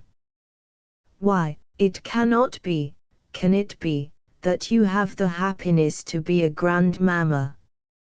"Yes, that is my son's little boy." "Indeed," said Lady Debarry, really amazed. "I never heard you speak of his marriage. He has brought you home a daughter-in-law, then?" "No," said Mrs. Transome, coldly, "she is dead." "Oh, oh, oh," said Lady Debarry, in a tone ludicrously undecided between condolence, satisfaction, and general mistiness. "How very singular! I mean that we should not have heard of Mr. Harold's marriage. But he's a charming little fellow. Come to me, you round-cheeked cherub." The black eyes continued fixed as if by a sort of fascination on Lady Debarry's face, and her affable invitation was unheeded. At last, putting his head forward and pouting his lips, the cherub gave forth with marked intention the sounds, now many times repeated. Apparently they summed up his opinion of Lady Debarry, and may perhaps have meant naughty old woman, but his speech was a broken lisping polyglot of hazardous interpretation. Then he turned to pull at the Blenheim spaniel, which, being old and peevish, gave a little snap. "Go, go, Harry, let poor Puff alone, he'll bite you," said Mrs. Transome, stooping to release her aged pet. Her words were too suggestive, for Harry immediately laid hold of her arm with his teeth, and bit with all his might. Happily the stuffs upon it were some protection, but the pain forced Mrs. Transome to give a low cry, and Sir Maximus, who had now turned to receipt himself, shook the little rascal off, whereupon he burst away and trotted into the library again. "I fear you are hurt," said Lady Debarry, with sincere concern. "What a little savage! Do have your arm attended to, my dear. I recommend fermentation. Don't think of me." "Oh, thank you, it is nothing," said Mrs. Transome, biting her lip and smiling alternately. "It will soon go off. The pleasures of being a grandmamma, you perceive. The child has taken a dislike to me, but he makes quite a new life for Mr. Transome. They were playfellows at once." "Bless my heart," said Sir Maximus, "it is odd to think of Harold having been a family man so long. I made up my mind he was a young bachelor. What an old stager I am, to be sure. And whom has he married? I hope we shall soon have the pleasure of seeing Mrs. Harold Transome." Sir Maximus, occupied with old Mr. Transome, had not overheard the previous conversation on that subject. "She is no longer living," Lady Debarry hastily interposed. "But now, my dear Sir Maximus, we must not hinder Mrs. Transome from attending to her arm. I am sure she is in pain." "Don't say another word, my dear," we shall see you again. You and Mr. Harold will come and dine with us on Thursday. Say yes, only yes. Sir Maximus is longing to see him, and Philip will be down. Yes, yes, said Sir Maximus, he must lose no time in making Philip's acquaintance. Tell him Philip is a fine fellow, carried everything before him at Oxford. And your son must be returned along with him for North Loamshire. You said he meant to stand. I will write and let you know if Harold has any engagement for Thursday. He would of course be happy otherwise, said Mrs. Transome, evading the question. If not Thursday, the next day, the very first day he can. The visitors left, and Mrs. Transome was almost glad of the painful bite which had saved her from being questioned further about Harold's politics. This is the last visit I shall receive from them, she said to herself as the door closed behind them, and she rang for dinner. That poor creature is not happy, Sir Maximus said Lady Debarry as they drove along. Something annoys her about her son. I hope there is nothing unpleasant in his character. Either he kept his marriage a secret from her, or she was ashamed of it. He is 34 at least by this time. After living in the East so long he may have become a sort of person one would not care to be intimate with, and that savage boy, he doesn't look like a lady's child. Pooh, my dear, said Sir Maximus, women think so much of those minutiae. In the present state of the country it is our duty to look at a man's position and politics. Philip and my brother are both of that opinion, and I think they know what's right, if any man does. We are bound to regard every man of our party as a public instrument, and to pool all together. The Transomes have always been a good Tory family, but it has been a cipher of late years. This young fellow coming back with a fortune to give the family a head and a position is a clear gain to the county, and with Philip he'll get into the right hands. Of course he wants guiding, having been out of the country so long. All we have to ask is, whether a man's a Tory, and will make a stand for the good of the country. That's the plain English of the matter. And I do beg of you, my dear, to set aside all these gossiping niceties, and exert yourself, like a woman of sense and spirit as you are, to bring the right people together. Here Sir Maximus gave a deep cough, took out his snuff-box, and tapped it. He had made a serious marital speech, an exertion to which he was rarely urged by anything smaller than a matter of conscience. And this outline of the whole duty of a Tory was a matter of conscience with him, though the Duffield Watchman had pointed expressly to Sir Maximus Debarry amongst others, in branding the co-operation of the Tories as a conscious selfishness and reckless immorality, which, however, would be defeated by the co-operation of all the friends of truth and liberty, who, the Watchman trusted, would subordinate all non-political differences in order to return representatives pledged to support the present government. I am sure, Sir Maximus, Lady Debarry answered, you could not have observed that anything was wanting in my manners to Mrs. Transome. No, no, my dear, but I say this by way of caution. Never mind what was done at Smyrna, or whether Transome likes to sit with his heels tucked up. We may surely wink at a few things for the sake of the public interest, if God Almighty does, and if He didn't, I don't know what would have become of the country. Government could never have been carried on, and many a good battle would have been lost. That's the philosophy of the matter, and common sense too.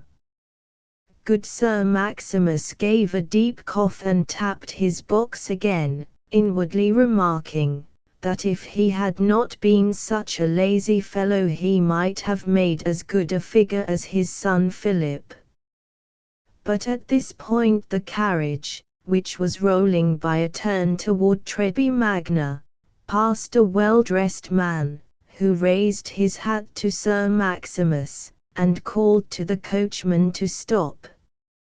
"Excuse me, Sir Maximus," said this personage, standing uncovered at the carriage door, "but I have just learned something of importance at Treby, which I thought you would like to know as soon as possible." "Ah, what's that?" "Something about Garston or Clement," said Sir Maximus, seeing the other draw a poster from his pocket. "No, rather worse, I fear you will think. A new radical candidate. I got this by a stratagem from the printer's boy. They're not posted yet." "A radical," said Sir Maximus, in a tone of incredulous disgust, as he took the folded bill. "What fool is he? He'll have no chance. They say he's richer than Garston." "Harold Transome," shouted Sir Maximus, as he read the name in 3-inch letters. "I don't believe it, it's a trick, it's a squib. Why, we've just been to his place, eh? Do you know any more? Speak, sir, speak. Don't deal out your story like a damned mountebank, who wants to keep people gaping." "Sir Maximus, pray don't give way so," said Lady Debarry. "I'm afraid there's no doubt about it, sir," said Christian. "After getting the bill, I met Mr. Labron's clerk, and he said he had just had the whole story from Jermyn's clerk.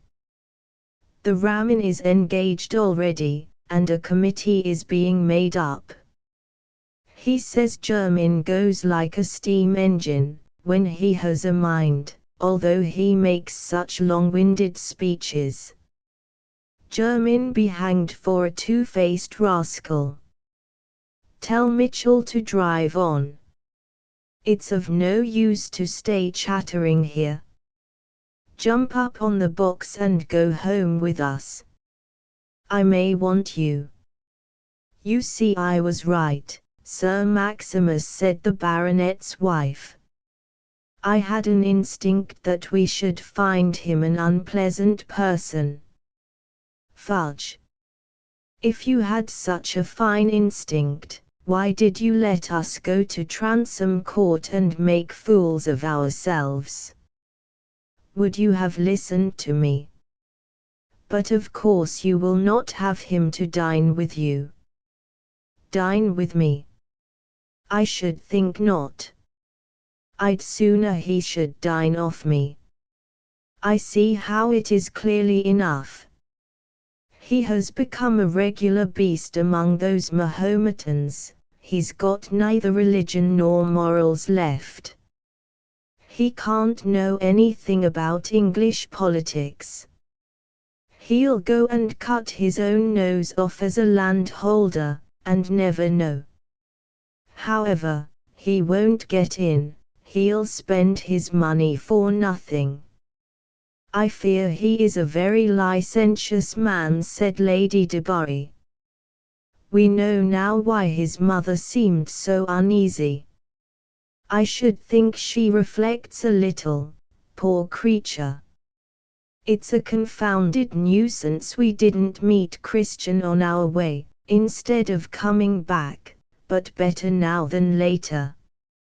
He's an uncommonly adroit, useful fellow, that factotum of Philip's. I wish Phil would take my man and give me Christian. I'd make him house steward, he might reduce the accounts a little. Perhaps Sir Maximus would not have been so sanguine as to Mr. Christian's economical virtues if he had seen that gentleman relaxing himself the same evening among the other distinguished dependents of the family and frequenters of the steward's room.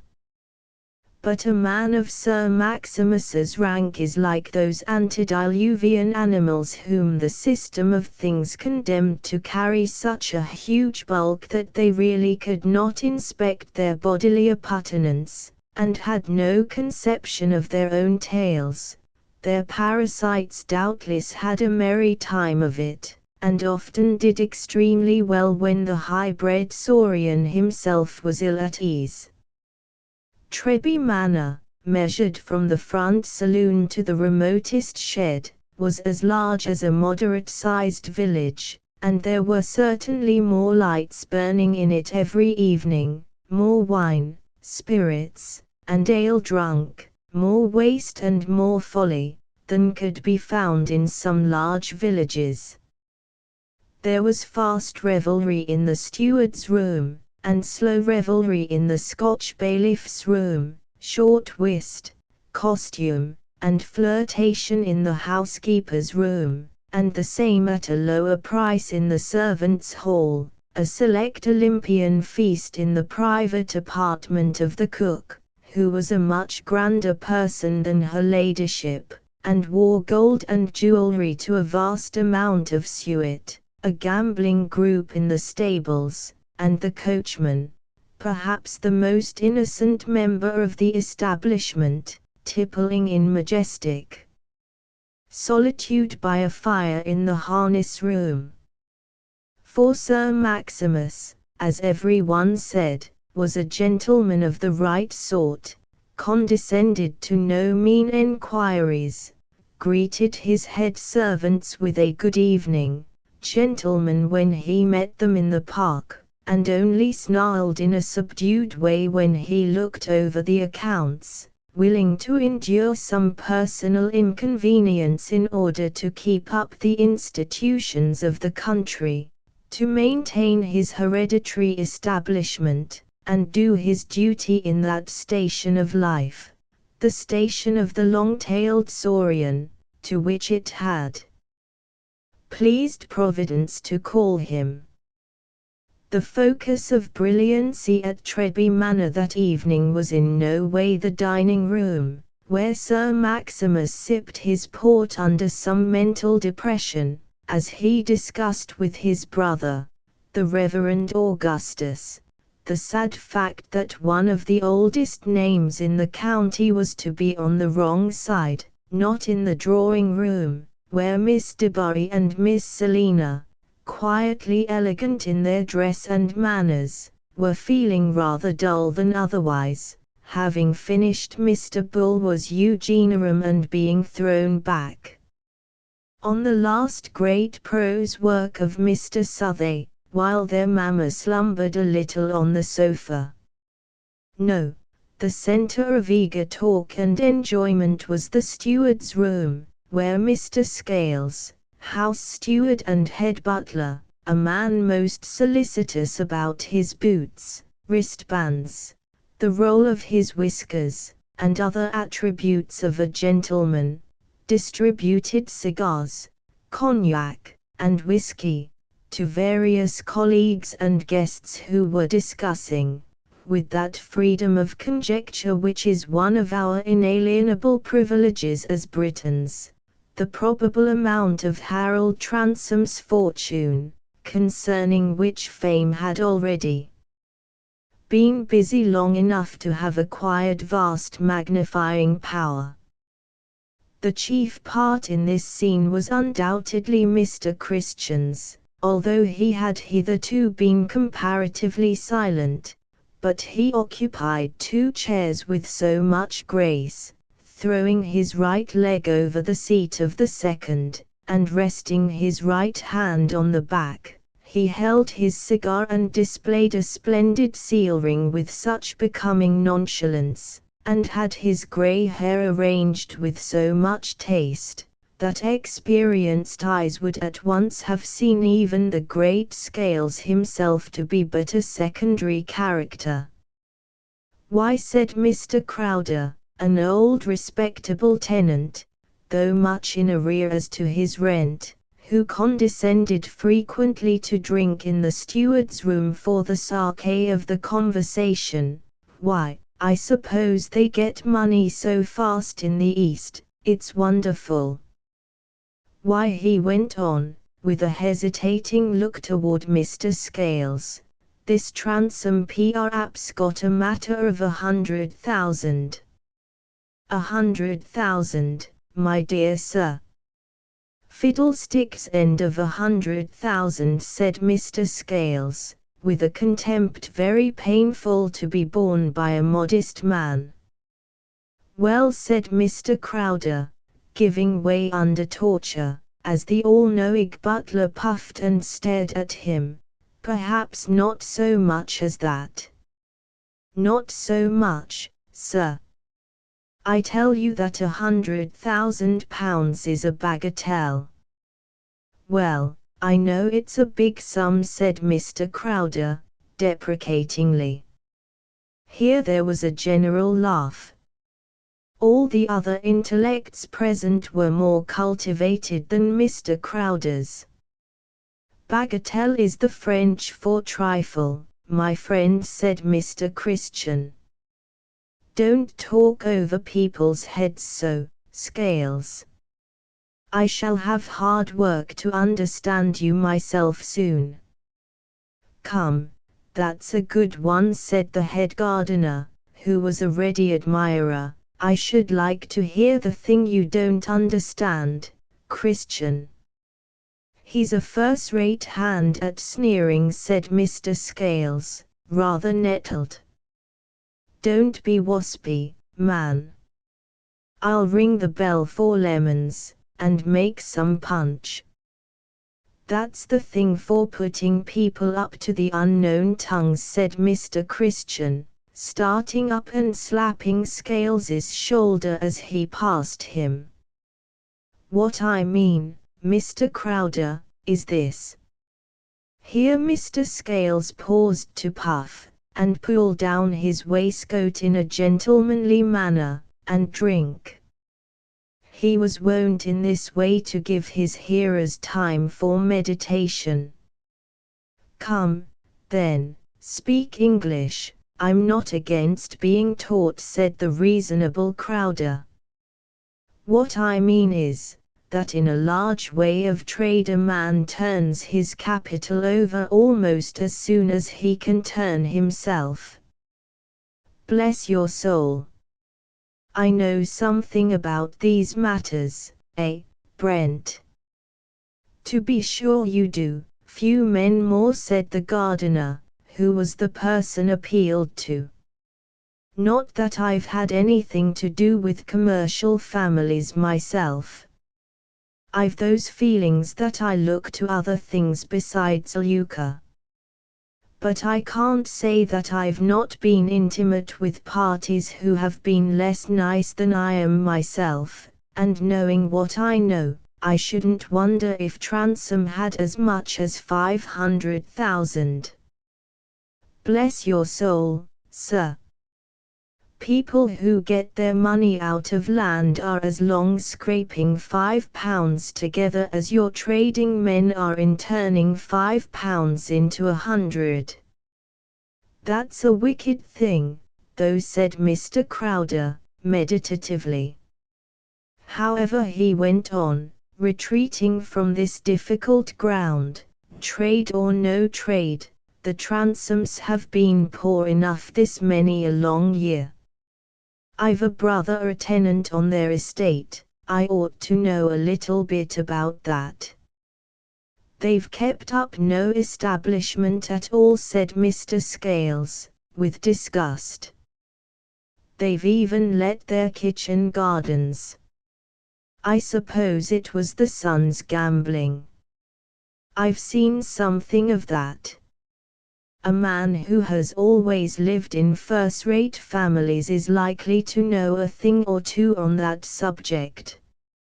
Ah, but it wasn't gambling did the first mischief, said Mr. Crowder, with a slight smile, feeling that it was his turn to have some superiority. Newcomers don't know what happened in this country 20 and 30 years ago. I'm turned 50 myself, and my father lived under Sir Maximus's father. But if anybody from London can tell me more than I know about this countryside, I'm willing to listen. What was it, then, if it wasn't gambling? Said Mr. Scales, with some impatience. I don't pretend to know. It was law, that's what it was. Not but what the Transomes always won. And always lost, said the two-ready Scales.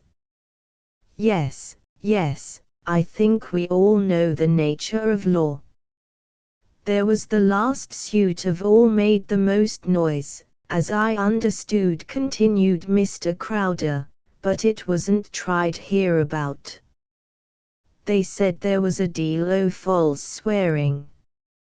Some young man pretended to be the true heir. Let me see, I can't justly remember the names. He'd got two.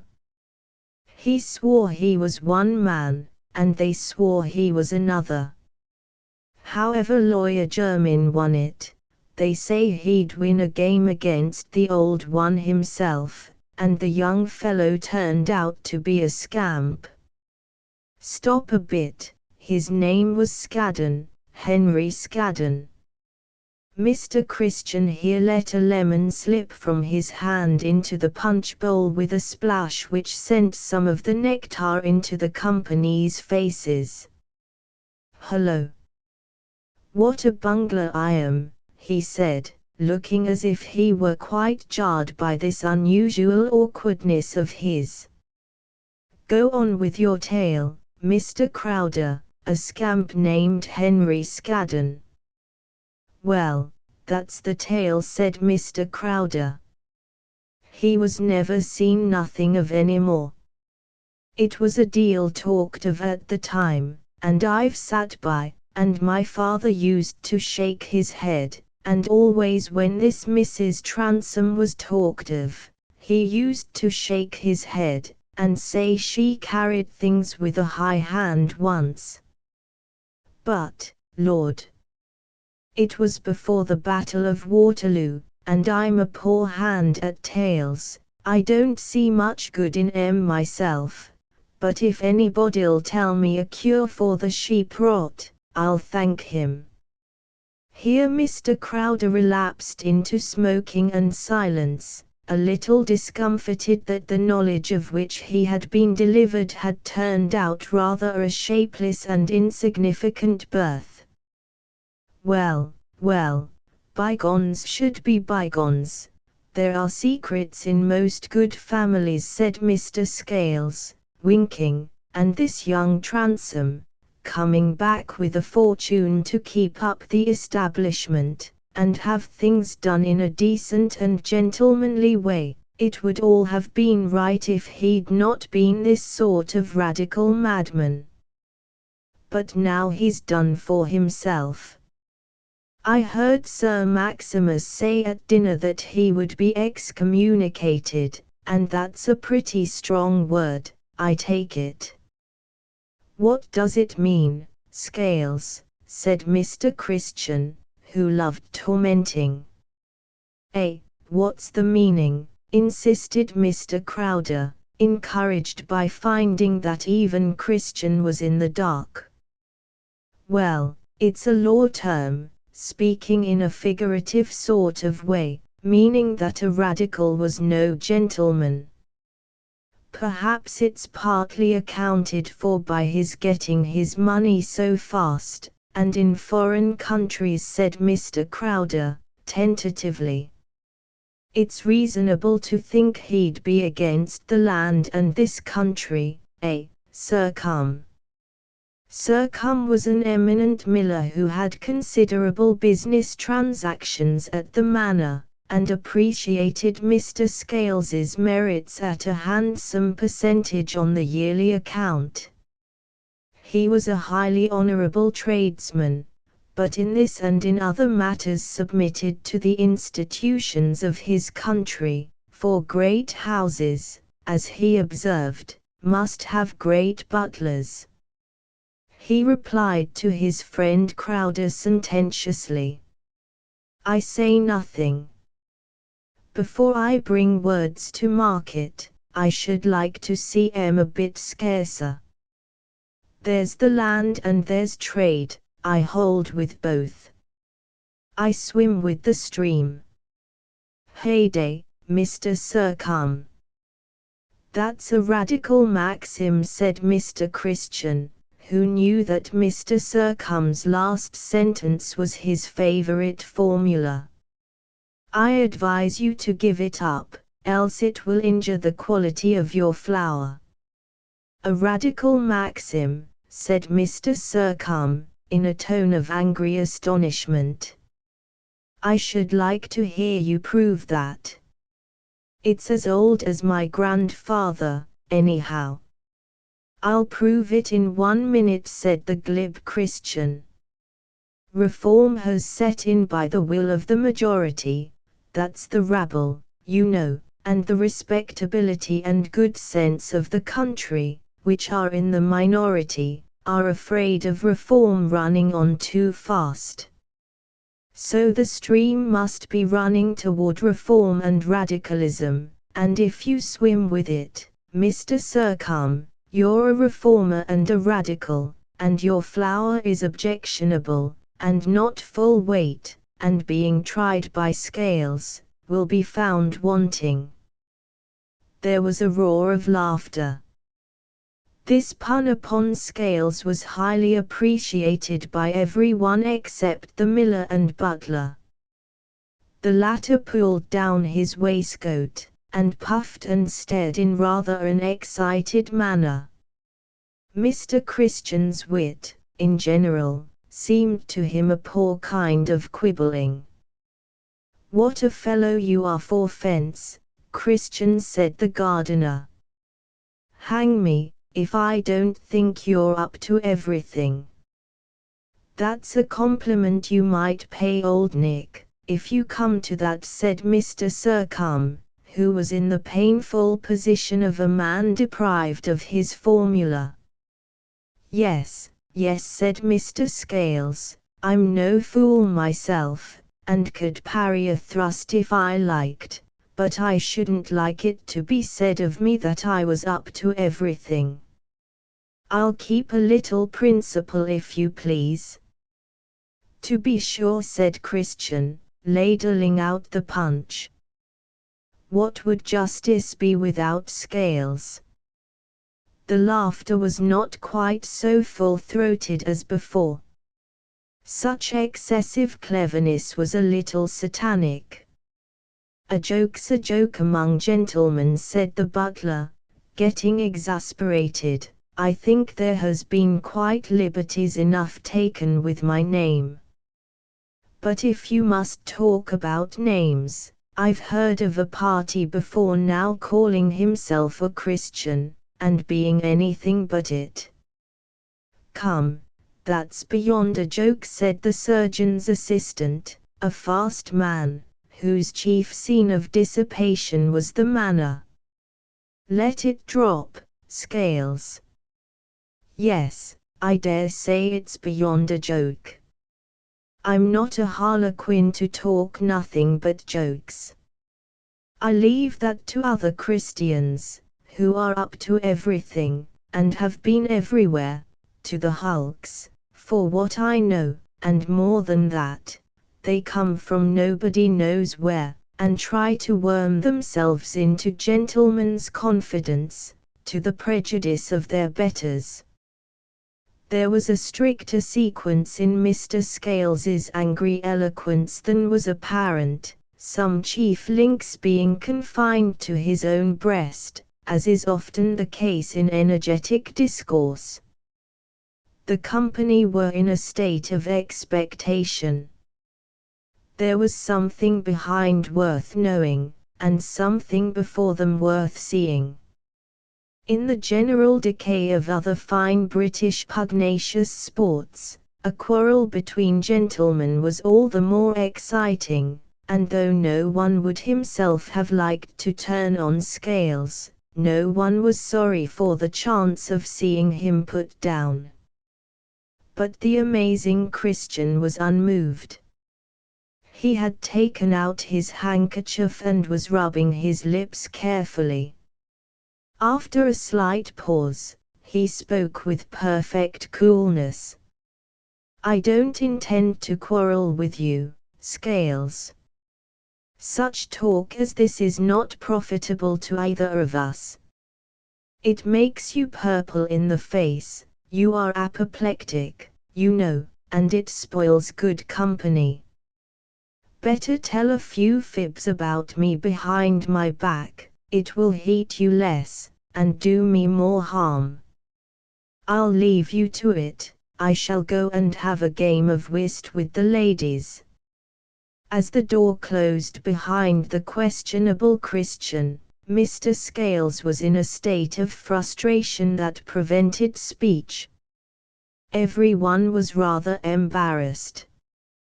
"That's an uncommon sort o' fellow," said Mr. Crowder, in an undertone, to his next neighbor, the gardener. "Why, Mr. Philip picked him up in foreign parts, didn't he?" "He was a courier," said the gardener. "He's had a deal of experience. And I believe, by what I can make out, for he's been pretty free with me sometimes, there was a time when he was in that rank of life that he fought a duel." "Ah! That makes him such a cool chap," said Mr. Crowder. "He's what I call an overbearing fellow," said Mr. Surcombe, also sotto voce, to his next neighbor, Mr. Fillmore, the surgeon's assistant. "He runs you down with a sort of talk that's neither here nor there. He's got a deal too many samples in his pocket for me. All I know is, he's a wonderful hand at cards," said Mr. Fillmore, whose whiskers and shirt-pin were quite above the average. "I wish I could play a card as he does, it's beautiful to see him. He can make a man look pretty blue, he'll empty his pocket for him in no time." "That's none to his credit," said Mr. Surcombe. The conversation had in this way broken up into tête-à-tête, and the hilarity of the evening might be considered a failure. Still the punch was drunk, the accounts were duly swelled, and, notwithstanding the innovating spirit of the time, Sir Maximus de Boris' establishment was kept up in sound hereditary British manner. Chapter 8. Rumour doth double like the voice and echo. Shakespeare. The mind of a man is as a country which was once open to squatters, who have bred and multiplied and become masters of the land. But then happeneth a time when new and hungry comers dispute the land, and there is trial of strength, and the stronger wins. Nevertheless the first squatters be they who have prepared the ground, and the crops to the end will be sequent, though chiefly on the nature of the soil, as of light sand, mixed loam, or heavy clay, yet, somewhat on the primal labour and sowing. That talkative maiden, Rumour, though in the interest of art she is figured as a youthful, winged beauty with flowing garments, soaring above the heads of men, and breathing world-thrilling news through a gracefully curved trumpet, is in fact a very old maid, who puckers her silly face by the fireside, and really does no more than chirp a wrong guess or a lame story into the ear of a fellow gossip.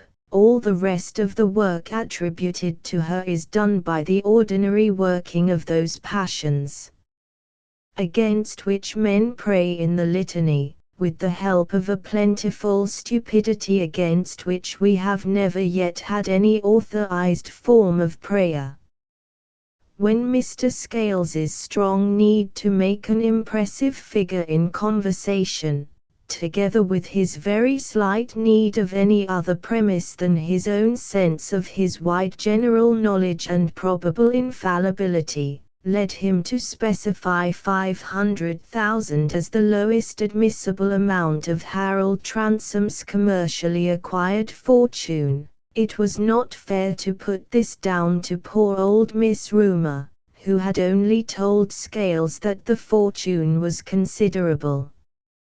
And again, when the curt Mr. Sercombe found occasion at Treby to mention the 500,000 as a fact that folks seemed pretty sure about, this expansion of the butler into folks was entirely due to Mr. Sercombe's habitual preference for words which could not be laid hold of or give people a handle over him. It was in this simple way that the report of Harold Transome's fortune spread and was magnified, adding much lustre to his opinion in the eyes of liberals, and compelling even men of the opposite party to admit that it increased his eligibility as a member for North Loamshire. It was observed by a sound thinker in these parts that property was ballast, and when once the aptness of that metaphor had been perceived, it followed that a man was not fit to navigate the sea of politics without a great deal of such ballast, and that, rightly understood, whatever increased the expense of election, inasmuch as it virtually raised the property qualification, was an unspeakable boon to the country. Meanwhile the fortune that was getting larger in the imagination of constituents was shrinking a little in the imagination of its owner. It was hardly more than 150,000, and there were not only the heavy mortgages to be paid off, but also a large amount of capital was needed in order to repair the farm buildings all over the estate, to carry out extensive drainage, and make allowances to incoming tenants, which might remove the difficulties of newly letting the farms in a time of agricultural depression. The farms actually tenanted were held by men who had begged hard to succeed their fathers in getting a little poorer every year, on land which was also getting poorer, where the highest rate of increase was in the arrears of rent, and where the master, in crushed hat and corduroys, looked pitiably lean and careworn by the side of pauper labourers, who showed that superior assimilating power often observed to attend nourishment by the public money. Mr. Gorth, of Rabbit's End, had never had it explained to him that, according to the true theory of rent, land must inevitably be given up when it would not yield a profit equal to the ordinary rate of interest, so that from want of knowing what was inevitable, and not from a titanic spirit of opposition, he kept on his land. He often said to himself, with a melancholy wipe of his sleeve across his brow, that he didn't know which way to turn, and he would have been still more at a loss on the subject if he had quitted Rabbit's End with a wagon full of furniture and utensils, a file of receipts, a wife with 5 children, and a shepherd dog in low spirits. It took no long time for Harold Transome to discover this state of things, and to see, moreover, that, Except on the domain immediately around the house, the timber had been mismanaged. The woods had been recklessly thinned, and there had been insufficient planting. He had not yet thoroughly investigated the various accounts kept by his mother, by Jermyn, and by Banks the bailiff, but what had been done with the large sums which had been received for timber was a suspicious mystery to him. He observed that the farm held by Jermyn was in first-rate order, that a good deal had been spent on the buildings, and that the rent had stood unpaid. Mrs. Transome had taken an opportunity of saying that Jermyn had had some of the mortgage deeds transferred to him, and that his rent was set against so much interest. Harold had only said, in his careless yet decisive way, "Oh, Jermyn be hanged. It seems to me if Durfey hadn't died and made room for me, Jermyn would have ended by coming to live here, and you would have had to keep the lodge and open the gate for his carriage. But I shall pay him off, mortgages and all, by and by. I'll owe him nothing, not even a curse." Mrs. Transome said no more. Harold did not care to enter fully into the subject with his mother. The fact that she had been active in the management of the estate, had written about it continually, had busied herself with accounts, had been head bailiff of the vacant farms, and had yet allowed things to go wrong, was set down by him simply to the general futility of women's attempts to transact men's business. He did not want to say anything to annoy her, he was only determined to let her understand, as quietly as possible, that she had better cease all interference. Mrs. Transome did understand this, and it was very little that she dared to say on business, though there was a fierce struggle of her anger and pride with a dread which was nevertheless supreme. As to the old tenants, she only observed, on hearing Harold burst forth about their wretched condition, that with the estate so burdened, the yearly loss by arrears could better be borne than the outlay and sacrifice necessary in order to let the farms anew. "I was really capable of calculating, Harold," she ended, with a touch of bitterness. "It seems easy to deal with farmers and their affairs when you only see them in print, I dare say, but it's not quite so easy when you live among them. You have only to look at Sir Maximus's estate, you will see plenty of the same thing. The times have been dreadful and old families like to keep their old tenants. But I dare say that is Toryism. It's a hash of odds and ends, if that is Toryism, my dear mother. However, I wish you had kept 3 more old tenants, for then I should have had 3 more £50 voters. And, in a hard run, one may be beaten by a head."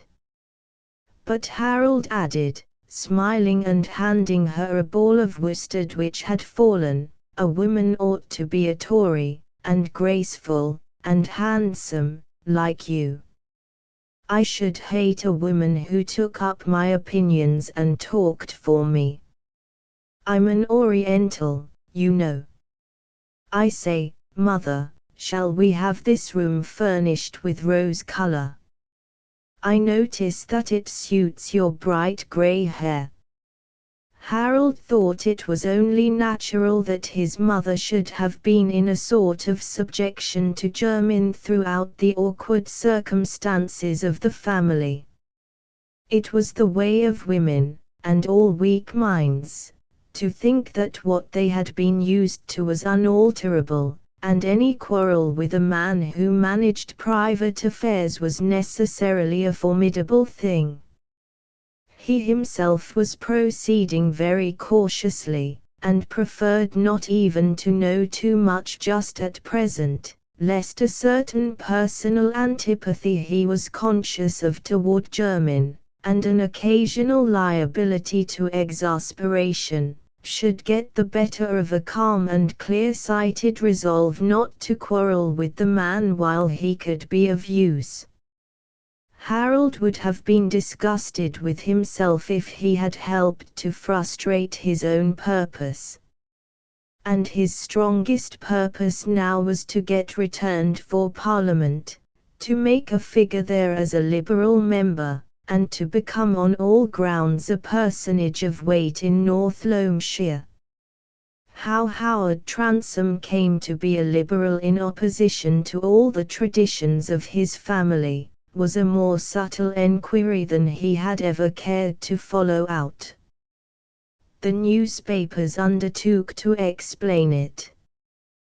The North Loamshire Herald witnessed with a grief and disgust certain to be shared by all persons who were actuated by wholesome British feeling, an example of defection in the inheritor of a family name which in times past had been associated with attachment to right principle, and with the maintenance of our Constitution in Church and State, and pointed to it as an additional proof that men who had passed any large portion of their lives beyond the limits of our favoured country, usually contracted not only a laxity of feeling toward Protestantism, nay, toward religion itself, a latitudinarian spirit hardly distinguishable from atheism, but also a levity of disposition, inducing them to tamper with those institutions by which alone Great Britain had risen to her preeminence among the nations. Such men, infected with outlandish habits, intoxicated with vanity, grasping at momentary power by flattery of the multitude, fearless because godless, liberal because un-English, were ready to pull one stone from under another in the national edifice, till the great structure tottered to its fall. On the other hand, the Duffield watchman saw in this signal instance of self-liberation from the trammels of prejudice, a decisive guarantee of intellectual preeminence, united with a generous sensibility to the claims of man as man, which had burst asunder, and cast off, by a spontaneous exertion of energy, the cramping outworn shell of hereditary bias and class interest. But these large-minded guides of public opinion argued from wider data than could be furnished by any knowledge of the particular case concerned. Harold Transome was neither the dissolute cosmopolitan so vigorously sketched by the Tory Herald, nor the intellectual giant and moral lobster suggested by the liberal imagination of the Watchman. 20 years ago he had been a bright, active, good-tempered lad, with sharp eyes and a good aim. He delighted in success and in predominance, but he did not long for an impossible predominance, and become sour and sulky because it was impossible. He played at the games he was clever in, and usually won. All other games he let alone, and thought them of little worth.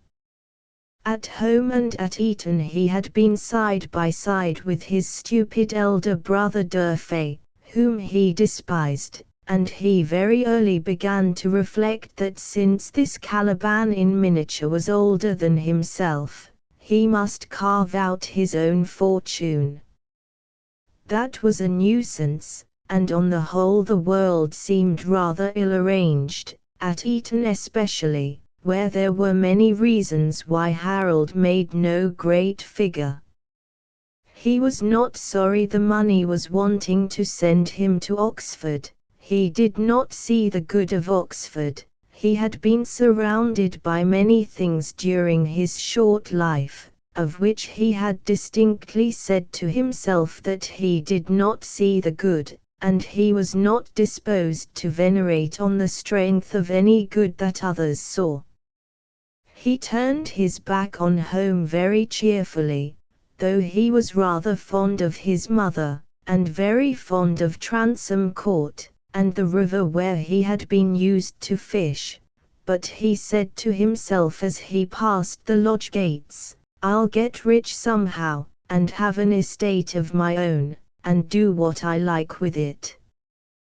This determined aiming at something not easy but clearly possible, marked the direction in which Harold's nature was strong. He had the energetic will and muscle, the self-confidence, the quick perception, and the narrow imagination which make what is admiringly called the practical mind. Since then his character had been ripened by a various experience, and also by much knowledge which he had set himself deliberately to gain. But the man was no more than the boy writ large, with an extensive commentary. The years had nourished an inclination to as much opposition as would enable him to assert his own independence and power without throwing himself into that tabooed condition which robs power of its triumph. And this inclination had helped his shrewdness in forming judgments which were at once innovating and moderate. He was addicted at once to rebellion and to conformity, and only an intimate personal knowledge could enable anyone to predict where his conformity would begin.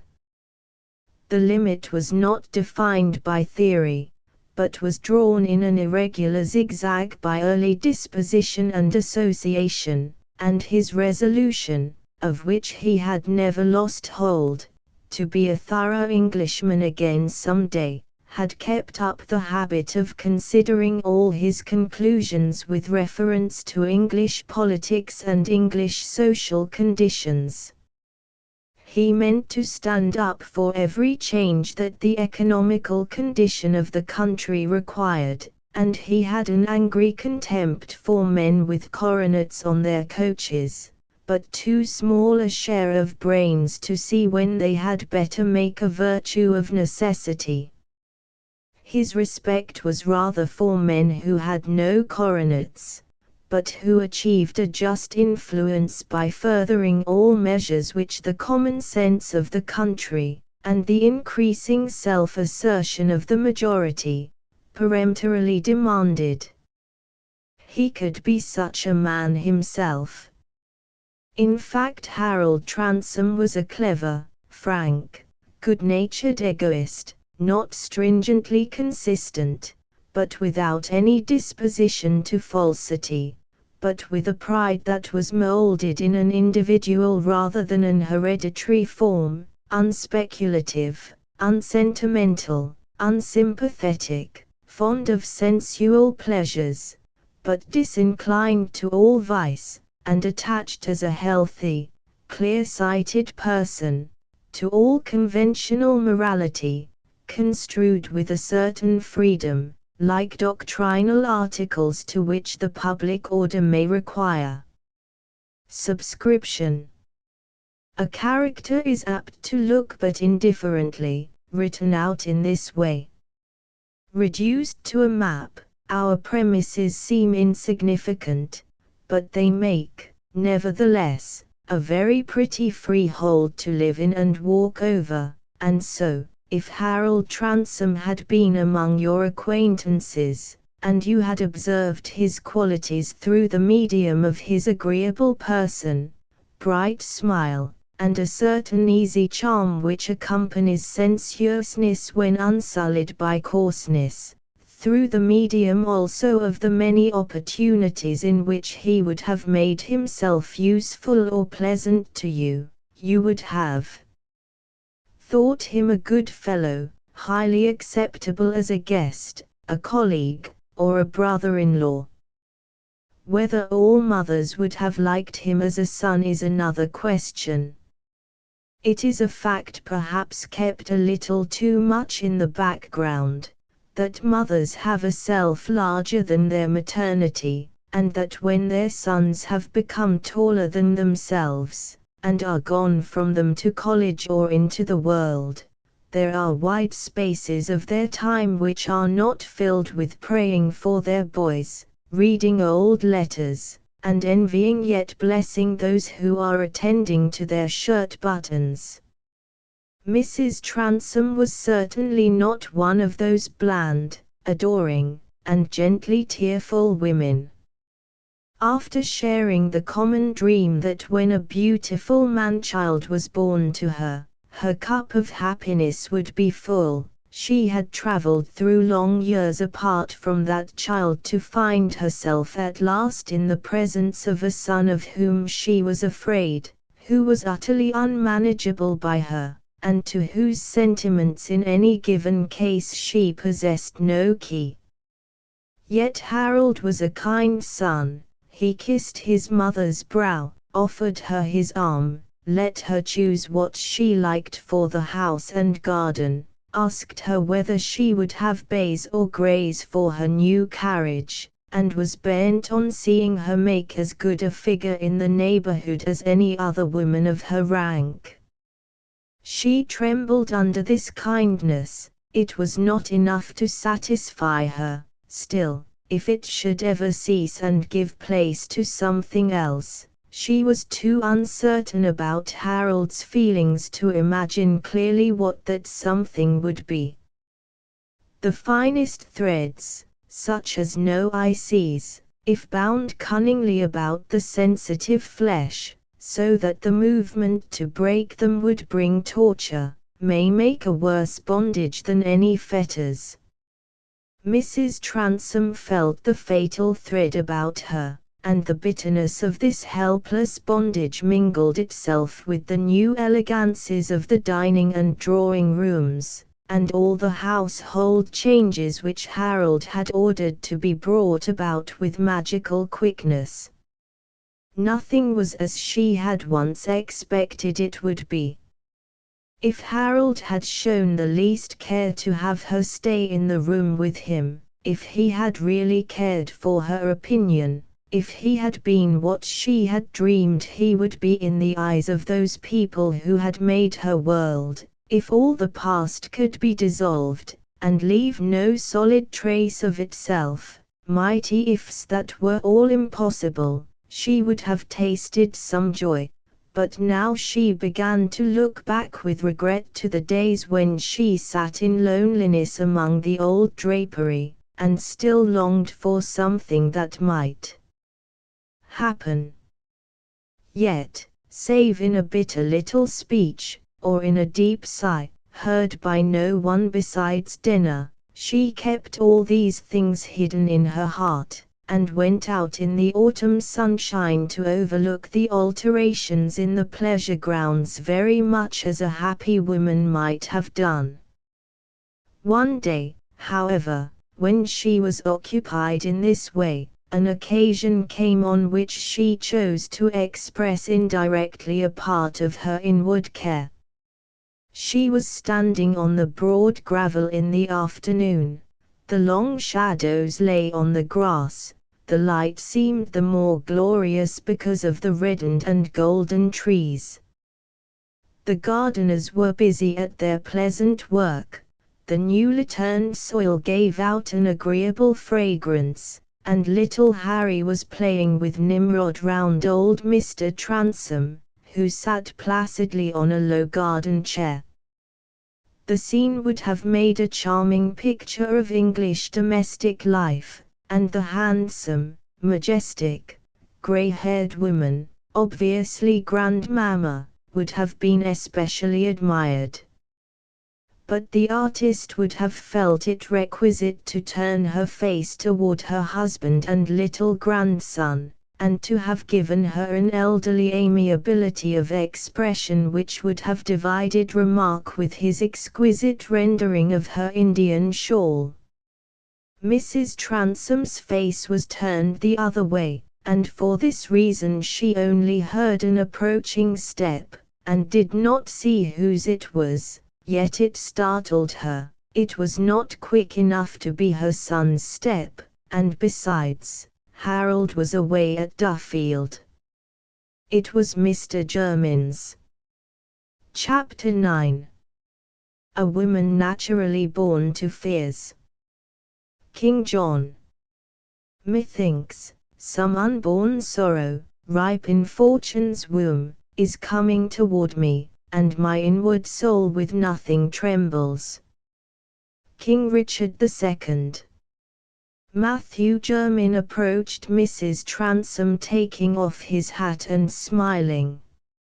She did not smile, but said, "You knew Harold was not at home."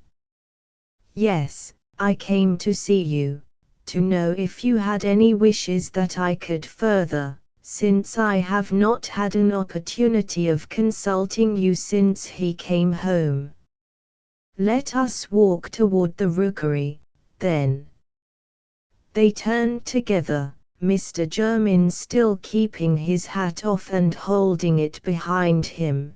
The air was so soft and agreeable that Mrs. Transome had nothing but a large veil over her head.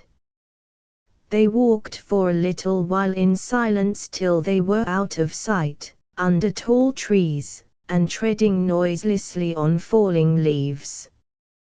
What Jermyn was really most anxious about, was to learn from Mrs. Transome whether anything had transpired that was significant of Harold's disposition toward him, which he suspected to be very far from friendly. Jermyn was not naturally flinty-hearted. At 25 he had written verses, and had got himself wet through in order not to disappoint a dark-eyed woman whom he was proud to believe in love with him, but a family man with grown-up sons and daughters, a man with a professional position and complicated affairs that make it hard to ascertain the exact relation between property and liabilities, necessarily thinks of himself and what may be impending. "Harold is remarkably acute and clever," he began at last, since Mrs. Transome did not speak. "If he gets into Parliament, I have no doubt he will distinguish himself. He has a quick eye for business of all kinds." "That is no comfort to me," said Mrs. Transome. Today she was more conscious than usual of that bitterness which was always in her mind in Jermyn's presence, but which was carefully suppressed because she could not endure that the degradation she inwardly felt should ever become visible or audible in acts or words of her own, should ever be reflected in any word or look of his. For years there had been a deep silence about the past between them, on her side because she remembered, on his, because he more and more forgot. "I trust he is not unkind to you in any way. I know his opinions pain you, but I trust you find him in everything else disposed to be a good son." "Oh, to be sure, good as men are disposed to be to women, giving them cushions and carriages, and recommending them to enjoy themselves, and then expecting them to be contented under contempt and neglect. I have no power over him, remember that, none."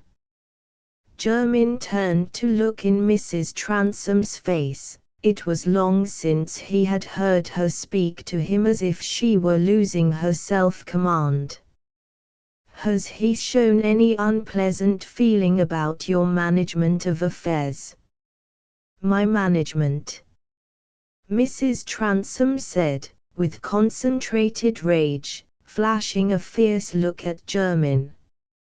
She checked herself. She felt as if she were lighting a torch to flare on her own past folly and misery. It was a resolve which had become a habit, that she would never quarrel with this man, never tell him what she saw him to be. She had kept her woman's pride and sensibility intact. Through all her life there had vibrated the maiden need to have her hand kissed and be the object of chivalry. And so she sank into silence again, trembling. Jermyn felt annoyed, nothing more. There was nothing in his mind corresponding to the intricate meshes of sensitiveness in Mrs. Transom's. He was anything but stupid, yet he always blundered when he wanted to be delicate or magnanimous. He constantly sought to soothe others by praising himself. Moral vulgarity cleaved to him like an hereditary odor. He blundered now. "My dear Mrs. Transome," he said, in a tone of bland kindness, "you are agitated, you appear angry with me. Yet I think, if you consider, you will see that you have nothing to complain of in me, unless you will complain of the inevitable course of man's life. I have always met your wishes both in happy circumstances and in unhappy ones. I should be ready to do so now, if it were possible." Every sentence was as pleasant to her as if it had been cut in her bared arm. Some men's kindness and love-making are more exasperating, more humiliating than others' derision, but the pitiable woman who has once made herself secretly dependent on a man who is beneath her in feeling, must bear that humiliation for fear of worse. Coarse kindness is at least better than coarse anger, and in all private quarrels the duller nature is triumphant by reason of its dullness. Mrs. Transome knew in her inmost soul that those relations which had sealed her lips on Jermyn's conduct in business matters, had been with him a ground for presuming that he should have impunity in any lax dealing into which circumstances had led him. She knew that she herself had endured all the more privation because of his dishonest selfishness. And now, Harold's long-deferred heirship, and his return with startlingly unexpected penetration, activity, and assertion of mastery, had placed them both in the full presence of a difficulty which had been prepared by the years of vague uncertainty as to issues. In this position, with a great dread hanging over her, which Jermyn knew, and ought to have felt that he had caused her, she was inclined to lash him with indignation, to scorch him with the words that were just the fit names for his doings, inclined all the more when he spoke with an insolent blandness, ignoring all that was truly in her heart. But no sooner did the words "you have brought it on me" rise within her than she heard within also the retort, "you brought it on yourself." Not for all the world beside could she bear to hear that retort uttered from without. What did she do? With strange sequence to all that rapid tumult, after a few moments' silence she said, "Let me take your arm." He gave it immediately, putting on his hat and wondering. For more than 20 years Mrs. Transome had never chosen to take his arm. "I have but one thing to ask. Make me a promise." "What is it?" "That you will never quarrel with Harold. You must know that it is my wish not to quarrel with him. But make a vow, fix it in your mind as a thing not to be done. Bear anything from him rather than quarrel with him." "A man can't make a vow not to quarrel," said Jermyn, who was already a little irritated by the implication that Harold might be disposed to use him roughly. "A man's temper may get the better of him at any moment." I am not prepared to bear anything. Good God, said Mrs. Transome, taking her hand from his arm, is it possible you don't feel how horrible it would be? As she took away her hand, Jermyn let his arm fall, put both his hands in his pockets, and shrugging his shoulders said, I shall use him as he uses me. Jermyn had turned round his savage side, and the blandness was out of sight. It was this that had always frightened Mrs. Transome. There was a possibility of fierce insolence in this man who was to pass with those nearest to her as her indebted servant, but whose brand she secretly bore. She was as powerless with him as she was with her own son. This woman, who loved rule, dared not speak another word of attempted persuasion. They were both silent, taking the nearest way into the sunshine again. There was a half-formed wish in both their minds, even in the mother's, that Harold Transome had never been born. We are working hard for the election, said Jermyn, recovering himself, as they turned into the sunshine again. I think we shall get him returned, and in that case he will be in high good humor. Everything will be more propitious than you are apt to think. You must persuade yourself, he added, smiling at her, that it is better for a man of his position to be in Parliament on the wrong side than not to be in at all. Never, said Mrs. Transome. I am too old to learn to call bitter sweet and sweet bitter. But what I may think or feel is of no consequence now. I am as unnecessary as a chimney ornament. And in this way they parted on the gravel, in that pretty scene where they had met. Mrs. Transome shivered as she stood alone. All around her, where there had once been brightness and warmth, there were white ashes, and the sunshine looked dreary as it fell on them.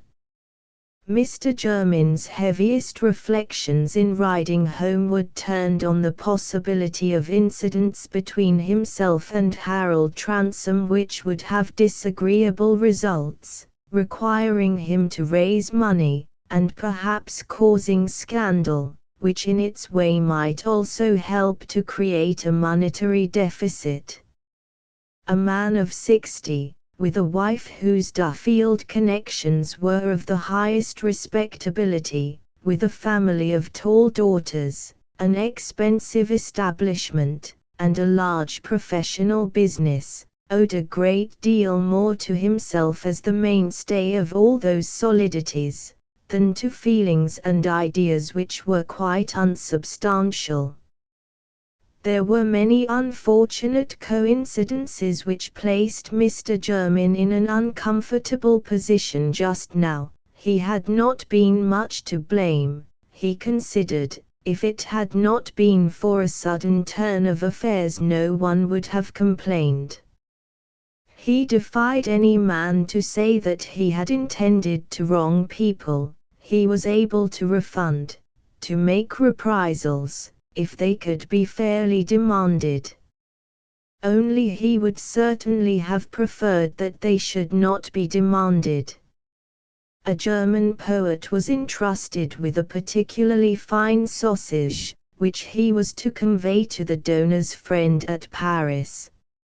In the course of a long journey he smelled the sausage, he got hungry, and desired to taste it. He pared a morsel off, then another, and another, in successive moments of temptation, till at last the sausage was, humanly speaking, at an end. The offense had not been premeditated. The poet had never loved meanness, but he loved sausage, and the result was undeniably awkward. So it was with Matthew Jermyn. He was far from liking that ugly abstraction rascality, but he had liked other things which had suggested nibbling. He had to do many things in law and in daily life which, in the abstract, he would have condemned, and indeed he had never been tempted by them in the abstract. Here, in fact, was the inconvenience. He had sinned for the sake of particular concrete things, and particular concrete consequences were likely to follow.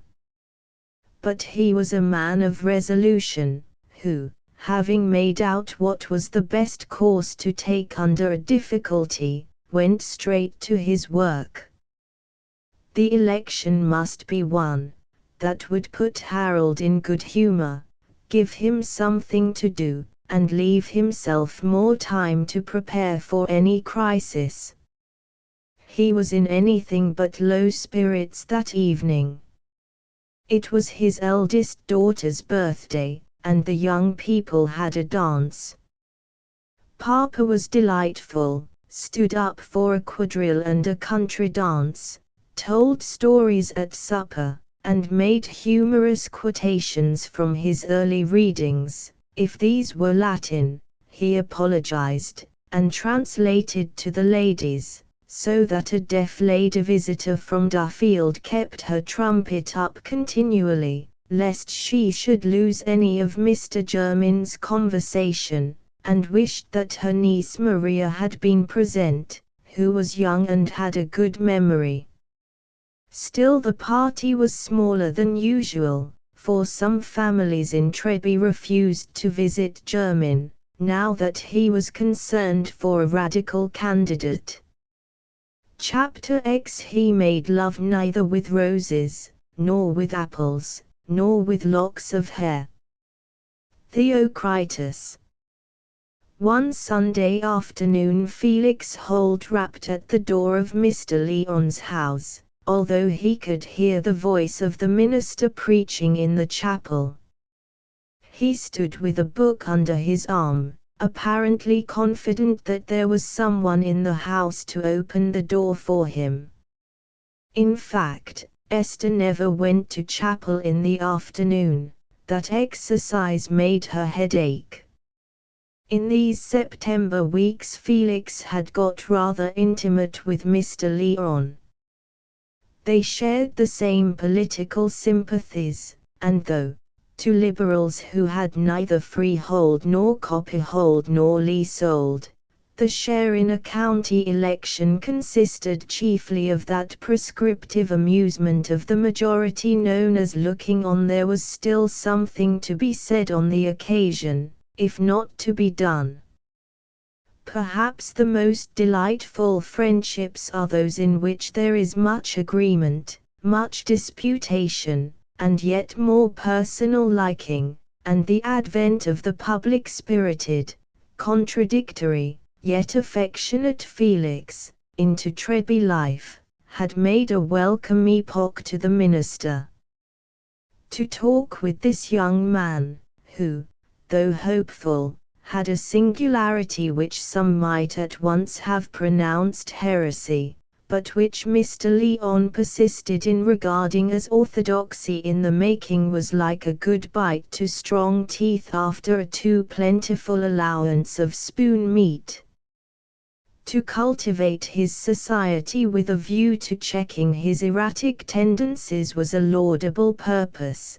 But perhaps if Felix had been rapidly subdued and reduced to conformity, little Mr. Lyon would have found the conversation much flatter. Esther had not seen so much of their new acquaintance as her father had. But she had begun to find him amusing, and also rather irritating to her woman's love of conquest. He always opposed and criticized her, and besides that, he looked at her as if he never saw a single detail about her person, quite as if she were a middle-aged woman in a cap. She did not believe that he had ever admired her hands, or her long neck, or her graceful movements, which had made all the girls at school call her Calypso, doubtless from their familiarity with Telemaque. Felix ought properly to have been a little in love with her, never mentioning it, of course, because that would have been disagreeable, and his being a regular lover was out of the question. But it was quite clear that, instead of feeling any disadvantage on his own side, he held himself to be immeasurably her superior, and, what was worse, Esther had a secret consciousness that he was her superior. She was all the more vexed at the suspicion that he thought slightly of her, and wished in her vexation that she could have found more fault with him, that she had not been obliged to admire more and more the varying expressions of his open face and his deliciously good-humored laugh, always loud at a joke against himself. Besides, she could not help having her curiosity roused by the unusual combinations both in his mind and in his outward position, and she had surprised herself as well as her father one day by suddenly starting up and proposing to walk with him when he was going to pay an afternoon visit to Mrs. Holt, to try and soothe her concerning Felix. "What a mother he has," she said to herself when they came away again, "but, rude and queer as he is, I cannot say there is anything vulgar about him. Yet, I don't know, if I saw him by the side of a finished gentleman." Esther wished that finished gentlemen were among her acquaintances. He would certainly admire her, and make her aware of Felix's inferiority. On this particular Sunday afternoon, when she heard the knock at the door, she was seated in the kitchen corner between the fire and the window reading Renée Dot. Certainly in her well-fitting light blue dress, she almost always wore some shade of blue, with her delicate sandaled slippers stretched toward the fire, her little gold watch, which had cost her nearly a quarter's earnings, visible at her side, her slender fingers playing with a shower of brown curls, and a coronet of shining plaits, at the summit of her head. She was a remarkable Cinderella. When the rap came, she colored, and was going to shut her book and put it out of the way on the window ledge behind her, but she desisted with a little toss, laid it open on the table beside her, and walked to the outer door, which opened into the kitchen. There was rather a mischievous gleam in her face. The rap was not a small one, it came probably from a large personage with a vigorous arm. "Good afternoon, Miss Lyon," said Felix, taking off his cloth cap. He resolutely declined the expensive ugliness of a hat, and in a poked cap and without a cravat, made a figure at which his mother cried every Sunday, and thought of with a slow shake of the head at several passages in the minister's prayer. "Dear me, it is you, Mr. Holt. I fear you will have to wait some time before you can see my father. The sermon is not ended yet, and there will be the hymn and the prayer, and perhaps other things to detain him. Well, will you let me sit down in the kitchen? I don't want to be a bore." "Oh, no," said Esther, with her pretty light laugh, "I always give you credit for not meaning it. Pray come in, if you don't mind waiting. I was sitting in the kitchen, the kettle is singing quite prettily. It is much nicer than the parlor, not half so ugly." "There I agree with you." "How very extraordinary. But if you prefer the kitchen, and don't want to sit with me, I can go into the parlor." I came on purpose to sit with you, said Felix, in his blunt way, but I thought it likely you might be vexed at seeing me. I wanted to talk to you, but I've got nothing pleasant to say. As your father would have it, I'm not given to prophesy smooth things, to prophesy deceit. I understand, said Esther, sitting down. Pray be seated. You thought I had no afternoon sermon, so you came to give me one. Yes, said Felix, seating himself sideways in a chair not far off her, and leaning over the back to look at her with his large, clear, grey eyes, and my text is something you said the other day. You said you didn't mind about people having right opinions so that they had good taste. Now I want you to see what shallow stuff that is. Oh, I don't doubt it if you say so. I know you are a person of right opinions. But by opinions you mean men's thoughts about great subjects, and by taste you mean their thoughts about small ones, dress, behavior, amusements, ornaments. Well, yes, or rather, their sensibilities about those things. It comes to the same thing. Thoughts, opinions, knowledge, are only a sensibility to facts and ideas. If I understand a geometrical problem, it is because I have a sensibility to the way in which lines and figures are related to each other, and I want you to see that the creature who has the sensibilities that you call taste, and not the sensibilities that you call opinions, is simply a lower, pettier sort of thing, an insect that notices the shaking of the table, but never notices the thunder. Very well, I am an insect, yet I notice that you are thundering at me. No, you are not an insect. That is what exasperates me at your making a boast of littleness. You have enough understanding to make it wicked that you should add one more to the women who hinder men's lives from having any nobleness in them. Esther colored deeply. She resented this speech, yet she disliked it less than many Felix had addressed to her. What is my horrible guilt? She said, rising and standing, as she was wont, with one foot on the fender, and looking at the fire. If it had been anyone but Felix who was near her, it might have occurred to her that this attitude showed her to advantage, but she had only a mortified sense that he was quite indifferent to what others praised her for. Why do you read this mawkish stuff on a Sunday, for example? He said, snatching up Renée, and running his eye over the pages. Why don't you always go to chapel, Mr. Holt, and read Howe's Living Temple and join the church? There's just the difference between us. I know why I don't do those things. I distinctly see that I can do something better. I have other principles, and should sink myself by doing what I don't recognize as the best.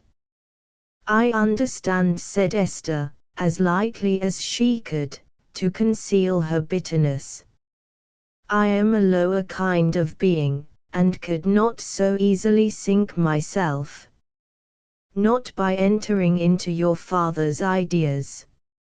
If a woman really believes herself to be a lower kind of being, she should place herself in subjection, she should be ruled by the thoughts of her father or husband. If not, let her show her power of choosing something better. You must know that your father's principles are greater and worthier than what guides your life. You have no reason but idle fancy and selfish inclination for shirking his teaching and giving your soul up to trifles. You are kind enough to say so. But I am not aware that I have ever confided my reasons to you. Why, what worth calling a reason could make any mortal hang over this trash, idiotic immorality dressed up to look fine, with a little bit of doctrine tacked to it, like a hare's foot on a dish, to make believe the mess is not cat's flesh? Look here. Ist ce marf out, si je trouve partout les bornes, si ce qui est fini n'a pour moi aucune valeur. Yes, sir, distinctly your fault, because you're an ass. Your dunce who can't do his sums always has a taste for the infinite. Sir, do you know what a rhomboid is? Oh, no, I don't value these things with limits. Cependant, j'aime la monotonie des sentiments de la vie, et si j'avais encore la folie de croire au bonheur. Oh, pray, Mr. Holt, don't go on reading with that dreadful accent, it sets one's teeth on edge. Esther, smarting helplessly under the previous lashes, was relieved by this diversion of criticism. There it is, said Felix, throwing the book on the table, and getting up to walk about. You are only happy when you can spy a tag or a tassel loose to turn the talk, and get rid of any judgment that must carry grave action after it. I think I have borne a great deal of talk without turning it. Not enough, Miss Leon, not all that I came to say. I want you to change. Of course I am a brute to say so. I ought to say you are perfect. Another man would, perhaps. But I say I want you to change. How am I to oblige you? By joining the church? No, but by asking yourself whether life is not as solemn a thing as your father takes it to be, in which you may be either a blessing or a curse to many. You know you have never done that. You don't care to be better than a bird trimming its feathers, and pecking about after what pleases it. You are discontented with the world because you can't get just the small things that suit your pleasure, not because it's a world where myriads of men and women are ground by wrong and misery, and tainted with pollution. Esther felt her heart swelling with mingled indignation at this liberty, wounded pride at this depreciation, and acute consciousness that she could not contradict what Felix said.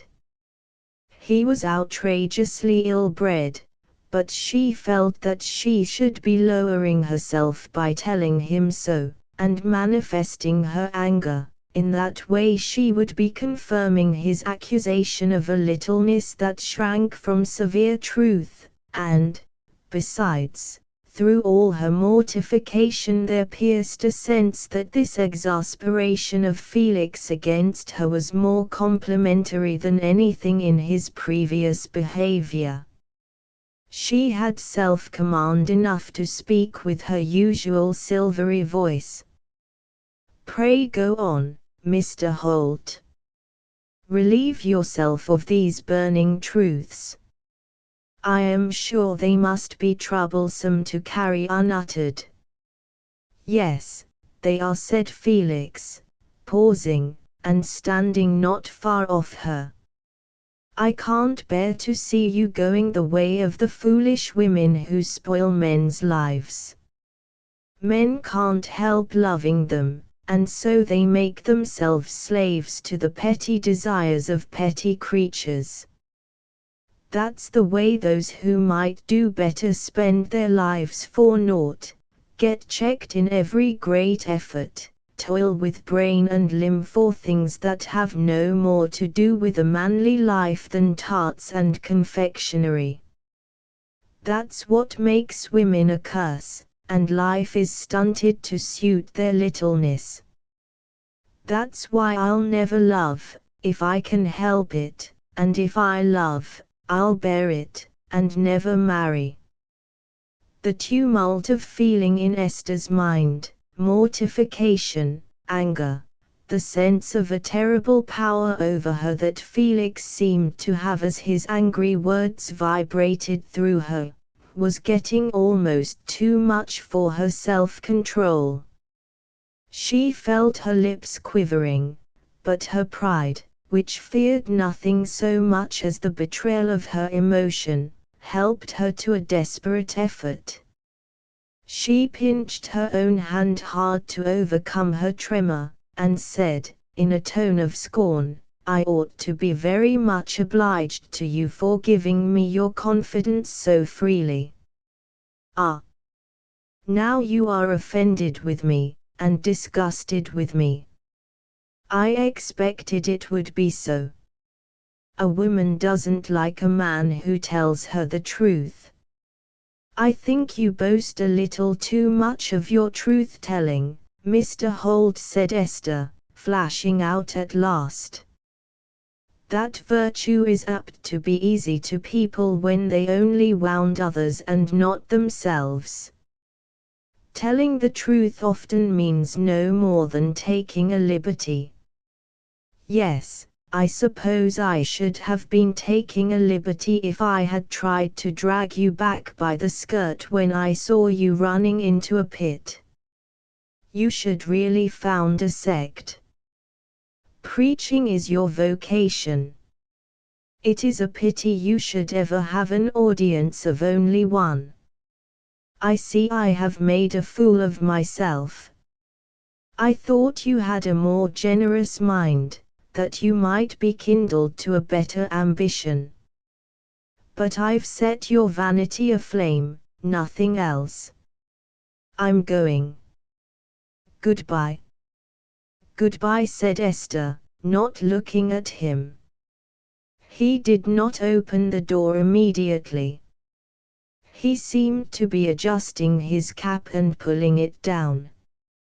Esther longed to be able to throw a lasso round him and compel him to stay, that she might say what she chose to him. Her very anger made this departure irritating, especially as he had the last word, and that a very bitter one. But soon the latch was lifted and the door closed behind him. She ran up to her bedroom and burst into tears. Poor maiden! There was a strange contradiction of impulses in her mind in those first moments. She could not bear that Felix should not respect her, yet she could not bear that he should see her bend before his denunciation. She revolted against his assumption of superiority, yet she felt herself in a new kind of subjection to him. He was ill-bred, he was rude, he had taken an unwarrantable liberty, yet his indignant words were a tribute to her. He thought she was worth more pains than the women of whom he took no notice. It was excessively impertinent in him to tell her of his resolving not to love, not to marry, as if she cared about that, as if he thought himself likely to inspire an affection that would incline any woman to marry him after such eccentric steps as he had taken. Had he ever for a moment imagined that she had thought of him in the light of a man who would make love to her? But did he love her one little bit, and was that the reason why he wanted her to change? Esther felt less angry at that form of freedom, though she was quite sure that she did not love him, and that she could never love anyone who was so much of a pedagogue and master, to say nothing of his oddities. but he wanted her to change. For the first time in her life, Esther felt herself seriously shaken in her self-contentment. She knew there was a mind to which she appeared trivial, narrow, selfish. Every word Felix had said to her seemed to have burned itself into her memory. She felt as if she should forevermore be haunted by self-criticism, and never do anything to satisfy those fancies on which she had simply piqued herself before without being dogged by inward questions. Her father's desire for her conversion had never moved her. She saw that he adored her all the while, and he never checked her unregenerate acts as if they degraded her on earth, but only mourned over them as unfitting her for heaven. Unfitness for heaven, spoken of as Jerusalem and glory, the prayers of a good little father, whose thoughts and motives seemed to her like the life of Dr. Doddridge, which she was content to leave unread, did not attack her self-respect and self-satisfaction. But now she had been stung even into a new consciousness concerning her father. Was it true that his life was so much worthier than her own? She could not change for anything Felix said, but she told herself he was mistaken if he supposed her incapable of generous thoughts. She heard her father coming into the house. She dried her tears, tried to recover herself hurriedly, and went down to him. "You want your tea, father? How your forehead burns," she said gently, kissing his brow, and then putting her cool hand on it. Mr. Lyon felt a little surprise. Such spontaneous tenderness was not quite common with her. It reminded him of her mother. "My sweet child," he said gratefully, thinking with wonder of the treasures still left in our fallen nature. Chapter 11. Truth is the precious harvest of the earth.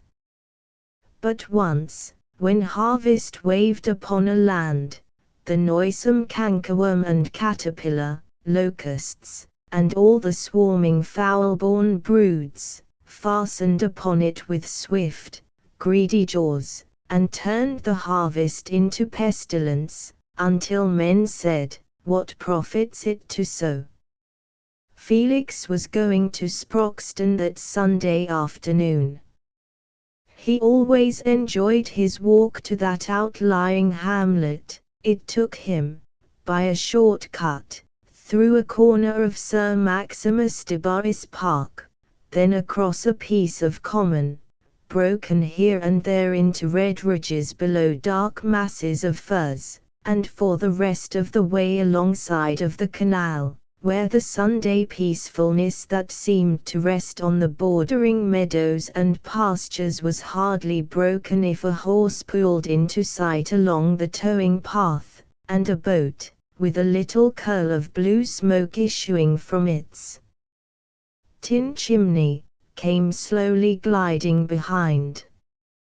Felix retained something of his boyish impression that the days in a canal boat were all like Sundays, but the horse, if it had been put to him, would probably have preferred a more Judaic or Scotch rigour with regard to canal boats, or at least that the Sunday towing should be done by asses, as a lower order. This canal was only a branch of the Grand Trunk, and ended among the coal pits, where Felix, crossing a network of black tram roads, soon came to his destination, that public institute of Sproxton, known to its frequenters chiefly as Chubbs, but less familiarly as the Sugar Loaf, or the New Pits, this last being the name for the more modern and lively nucleus of the Sproxton hamlet. The other nucleus, known as the Old Pits, also supported its public, but it had something of the forlorn air of an abandoned capital, and the company at the Blue Cow was of an inferior kind, equal, of course, in the fundamental attributes of humanity, such as desire for beer, but not equal in ability to pay for it. When Felix arrived, the Great Chubb was standing at the door. Mr. Chubb was a remarkable publican, none of your stock Bonifaces, red, bloated, jolly, and joking. He was thin and sallow, and was never, as his constant guests observed, seen to be the worse, or the better, for liquor. Indeed, as among soldiers an eminent general was held to have a charmed life, Chubb was held by the members of the Benefit Club to have a charmed sobriety, a vigilance over his own interest that resisted all narcotics. His very dreams, as stated by himself, had a method in them beyond the waking thoughts of other men. Pharaoh's dream, he observed, was nothing to them, and, as lying so much out of ordinary experience, they were held particularly suitable for narration on Sunday evenings, when the listening colliers, well washed and in their best coats, shook their heads with a sense of peculiar edification which belongs to the inexplicable. Mr. Chubb's reasons for becoming landlord of the Sugarloaf were founded on the severest calculation. Having an active mind, and being averse to bodily labor, he had thoroughly considered what calling would yield him the best livelihood with the least possible exertion, and in that sort of line he had seen that a public amongst miners who earned high wages was a fine opening. He had prospered according to the merits of such judicious calculation, was already a 40-shilling freeholder, and was conscious of a vote for the county. He was not one of those mean-spirited men who found the franchise embarrassing, and would rather have been without it. He regarded his vote as part of his investment, and meant to make the best of it. He called himself a straightforward man, and at suitable moments expressed his views freely. In fact, he was known to have one fundamental division for all opinion, maide and humbug. When Felix approached, Mr. Chubb was standing, as usual, with his hands nervously busy in his pockets, his eyes glancing around with a detective expression at the black landscape, and his lipless mouth compressed, yet in constant movement. On a superficial view it might be supposed that so eager-seeming a personality was unsuited to the publican's business, but in fact, it was a great provocative to drinking. Like the shrill biting talk of a vixenish wife, it would have compelled you to take a little something by way of dulling your sensibility. Hitherto, notwithstanding Felix drank so little ale, the publican treated him with high civility. The coming election was a great opportunity for applying his political idée, which was, that society existed for the sake of the individual, and that the name of that individual was Chubb. Now, for a conjunction of absurd circumstances inconsistent with that idea, it happened that Sproxton Herito had been somewhat neglected in the canvass. The head member of the company that worked the mines was Mr. Peter Garston, and the same company received the rent from the Sugarloaf. Hence, as the person who had the most power of annoying Mr. Chubb, and being of detriment to him, Mr. Garston was naturally the candidate for whom he had reserved his vote. But where there is this intention of ultimately gratifying a gentleman by voting for him in an open British manner on the day of the poll, a man, whether publican or Pharisee, Mr. Chubb used this generic classification of mankind as one that was sanctioned by Scripture, is all the freer in his relation with those deluded persons who take him for what he is not, and imagine him to be a waverer. But for some time opportunity had seemed barren. There were but 3 dubious votes besides Mr. Chubb's in the small district of which the Sugarloaf could be regarded as the centre of intelligence and inspiration. The Colliers, of course, had no votes, and did not need political conversion. Consequently, the interests of Sproxton had only been tacitly cherished in the breasts of candidates. But ever since it had been known that a radical candidate was in the field, that in consequence of this Mr. Debarry had coalesced with Mr. Garston, and that Sir James Clement, the poor baronet, had retired, Mr. Chubb had been occupied with the most ingenious mental combinations in order to ascertain what possibilities of profit to the Sugarloaf might lie in this altered state of the canvass.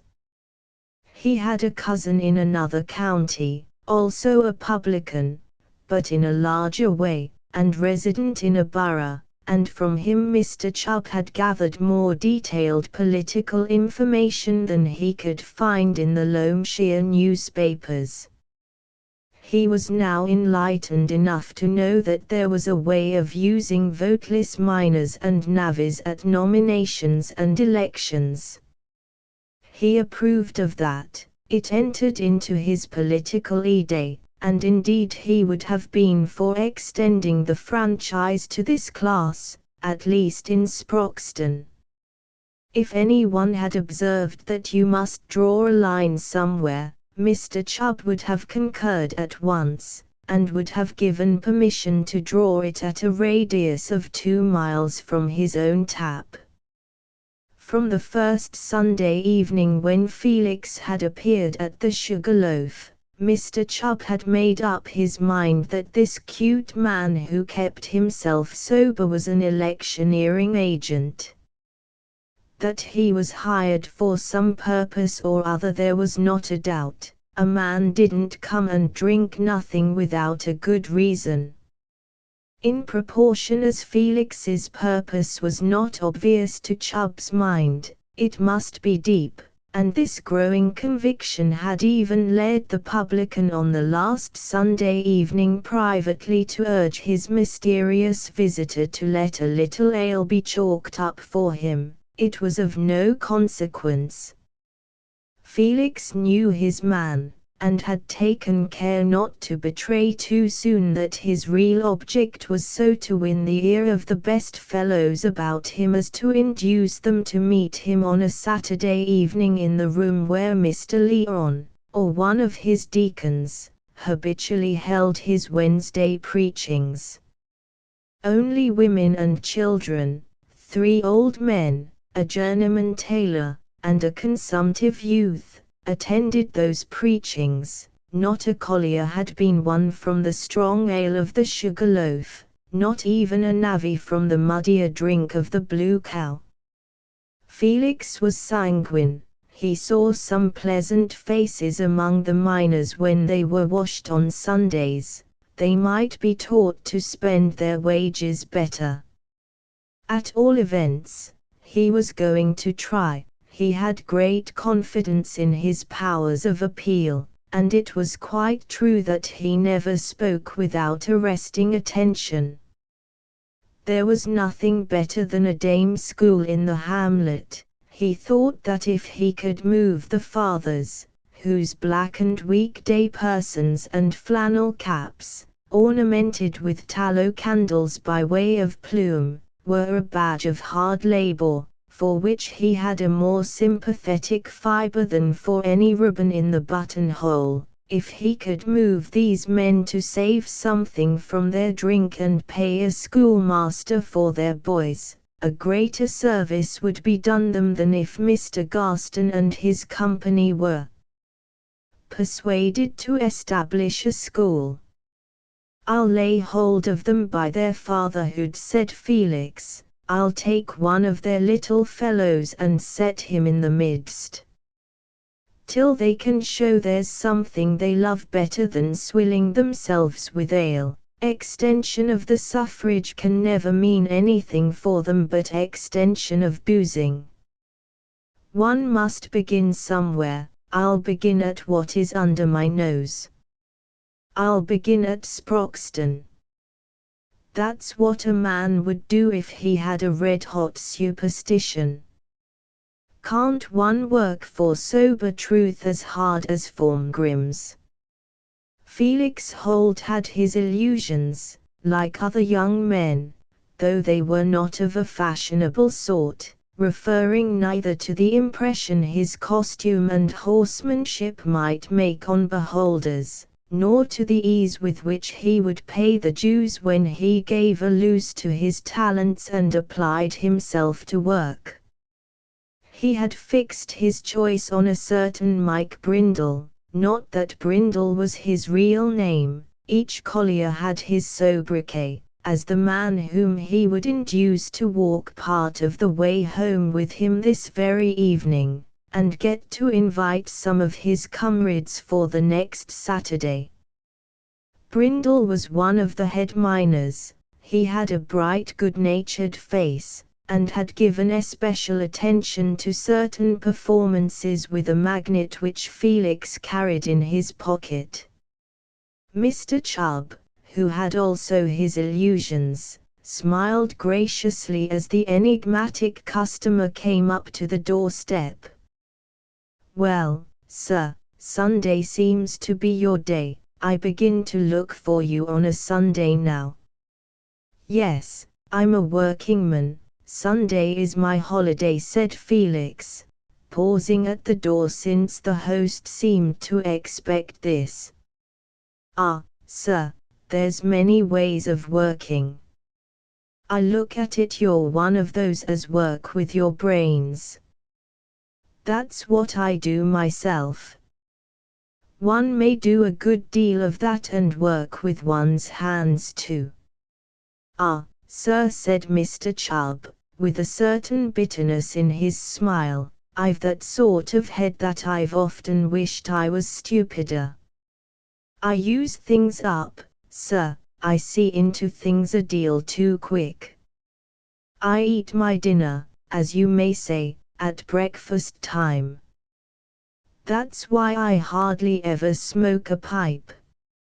No sooner do I stick a pipe in my mouth than I puff and puff till it's gone before other folks are well lit, and then, where am I? I might as well have let it alone. In this world it's better not to be too quick." "But you know what it is, sir." "Not I," said Felix, rubbing the back of his head, with a grimace. "I generally feel myself rather a blockhead. The world's a largish place, and I haven't turned everything inside out yet." "Ah, that's your deepness. I think we understand one another. And about this here election, I lay 2-1 we should agree if we was to come to talk about it." "Ah," said Felix, with an air of caution. "You're none of a Tory, eh, sir?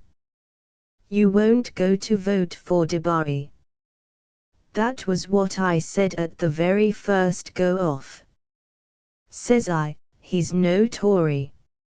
I think I was right, sir, eh?" "Certainly, I'm no Tory." "No, no, you don't catch me wrong in a hurry.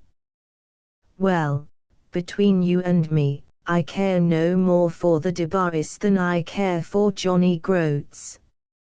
I live on none o' their land, and not a pot's worth did they ever send to the Sugarloaf.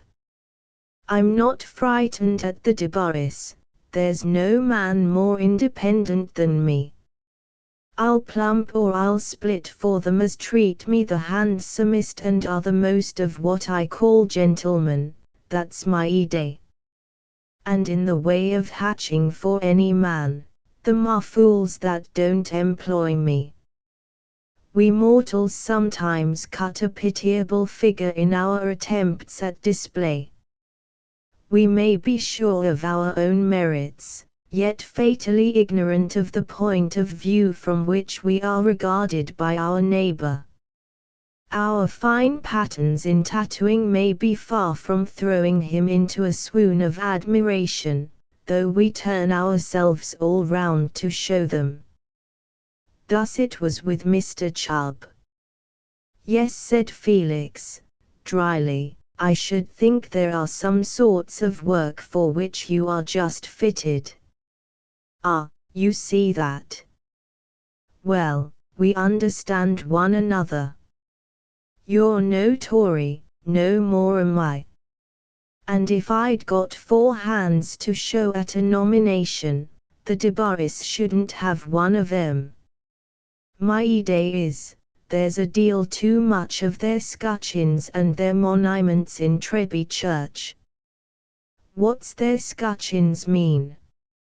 They're a sign with little liquor behind 'em, that's how I take it. There's nobody can give account of 'em as I ever heard. Mr. Chubb was hindered from further explaining his views as to the historical element in society by the arrival of new guests, who approached in 2 groups.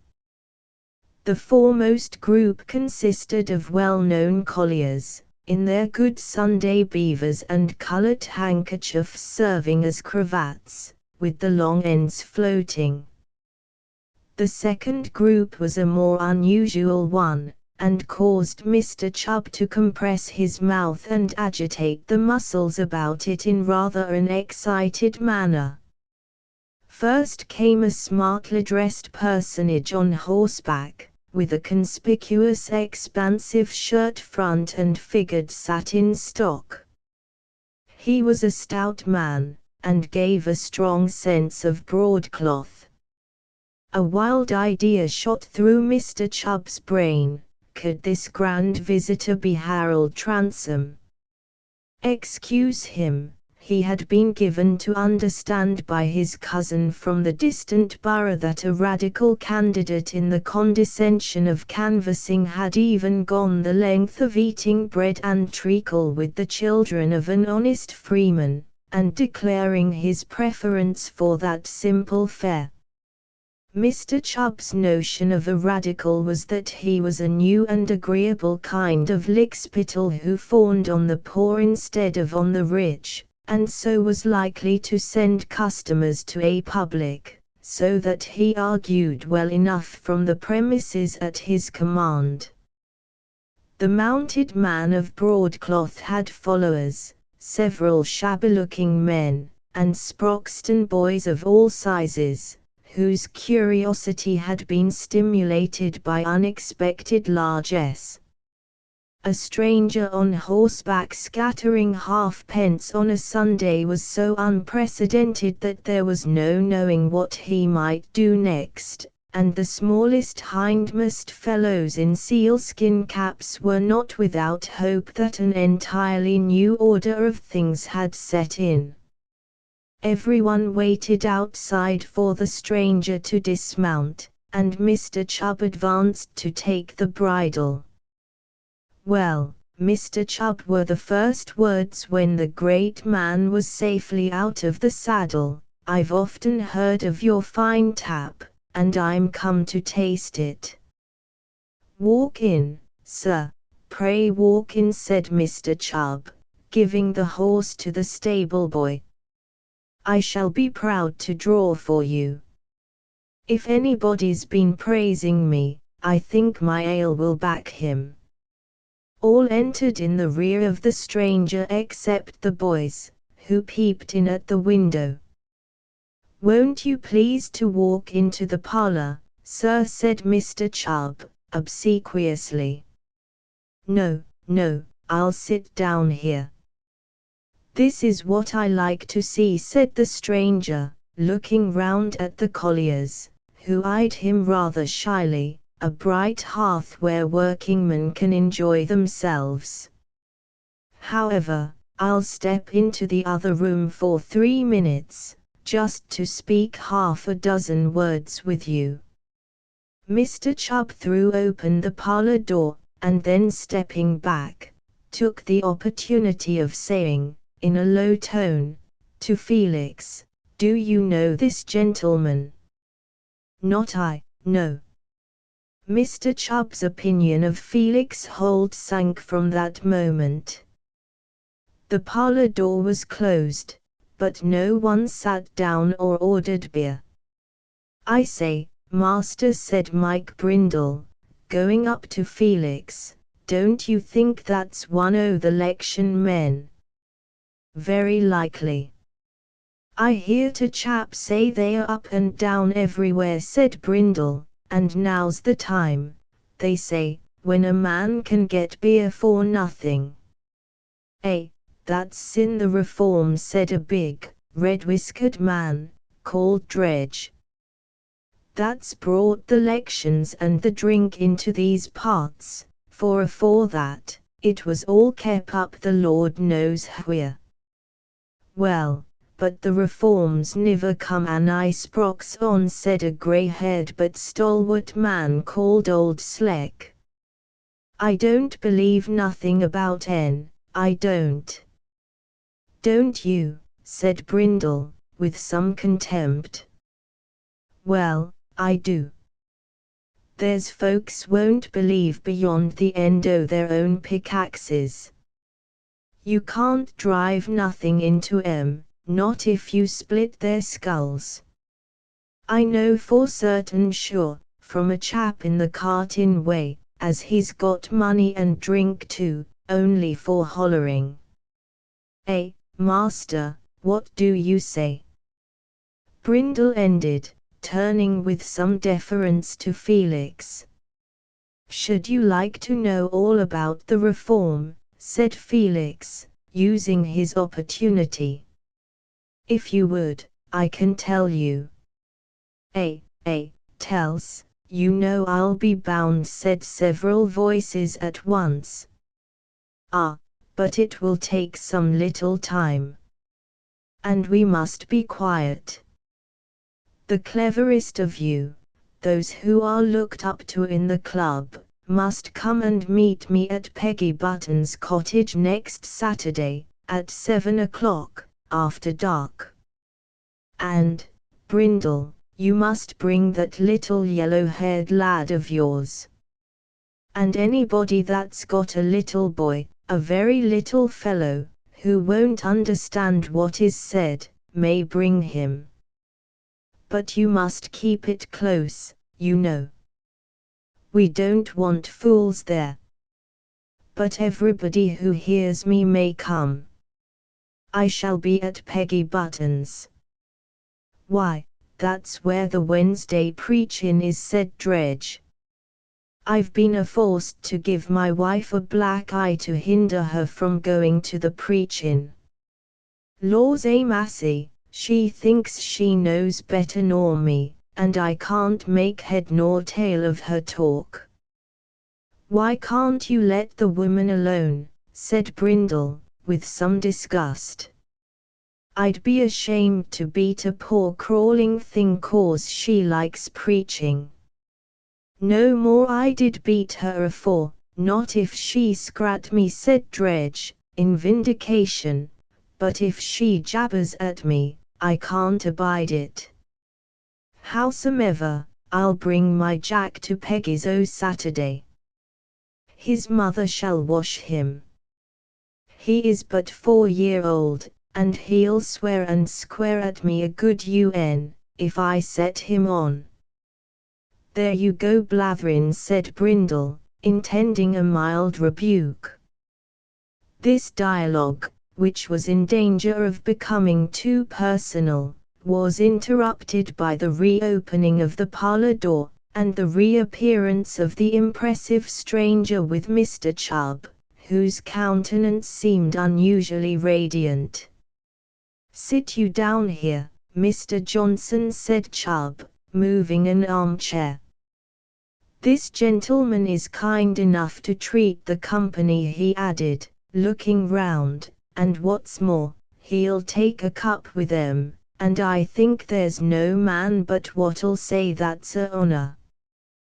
The company had nothing equivalent to a here at command, but they perhaps felt the more, as they seated themselves with an expectation unvented by utterance. There was a general satisfactory sense that the hitherto shadowy reform had at length come to Sproxton in a good round shape, with broadcloth and pockets. Felix did not intend to accept the treating, but he chose to stay and hear, taking his pint as usual. Capital ale, said Mr. Johnson, as he set down his glass, speaking in a quick, smooth treble. Now he went on, with a certain pathos in his voice, looking at Mr. Chubb, who sat opposite, "There's some satisfaction to me in finding an establishment like this at the pits. For what would higher wages do for the workingman if he couldn't get a good article for his money? Why, gentlemen," here he looked round, "I've been into ale-houses where I've seen a fine fellow of a miner or a stone-cutter come in and have to lay down money for beer that I should be sorry to give to my pigs." Here Mr. Johnson leaned forward with squared elbows, hands placed on his knees, and a defiant shake of the head. "Or, like at the Blue Cow fell in the irrepressible Dredge," in a deep bass, but he was rebuked by a severe nudge from Brindle. Yes, you know what it is, my friend," said Mr. Johnson, looking at Dredge, and restoring his self-satisfaction. "But it won't last much longer, that's one good thing. Bad liquor will be swept away with other bad articles. Trade will prosper, and what's trade now without steam? And what is steam without coal? And mark you this, gentlemen, there's no man and no government can make coal." A loud haw showed that this fact was appreciated. "Nor freestone, neither," said a wide-mouthed wiry man called Gills, who wished for an exhaustive treatment of the subject, being a stone-cutter. "Nor freestone, as you say, else, I think, if coal could be made above ground, honest fellows who are the pith of our population would not have to bend their backs and sweat in a pit 6 days out of the 7. No, I say, as this country prospers it has more and more need of you, sirs. It can do without a pack of lazy lords and ladies, but it can never do without brave colliers. And the country will prosper.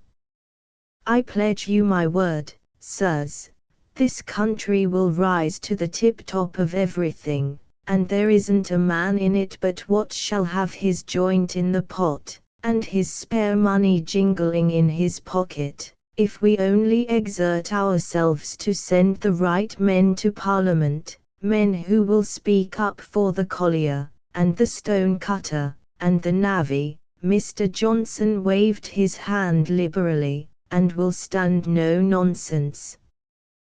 This is a crisis, and we must exert ourselves. We've got reform, gentlemen, but now the thing is to make reform work. It's a crisis, I pledge you my word it's a crisis." Mr. Johnson threw himself back as if from the concussion of that great noun. He did not suppose that one of his audience knew what a crisis meant, but he had large experience in the effect of uncomprehended words, and in this case the colliers were thrown into a state of conviction concerning they did not know what, which was a fine preparation for hitting out or any other act carrying a due sequence to such a conviction. Felix felt himself in danger of getting into a rage. There is hardly any mental misery worse than that of having our own serious phrases, our own rooted beliefs, caricatured by a charlatan or a hireling. He began to feel the sharp lower edge of his tin-pint measure, and to think it a tempting missile.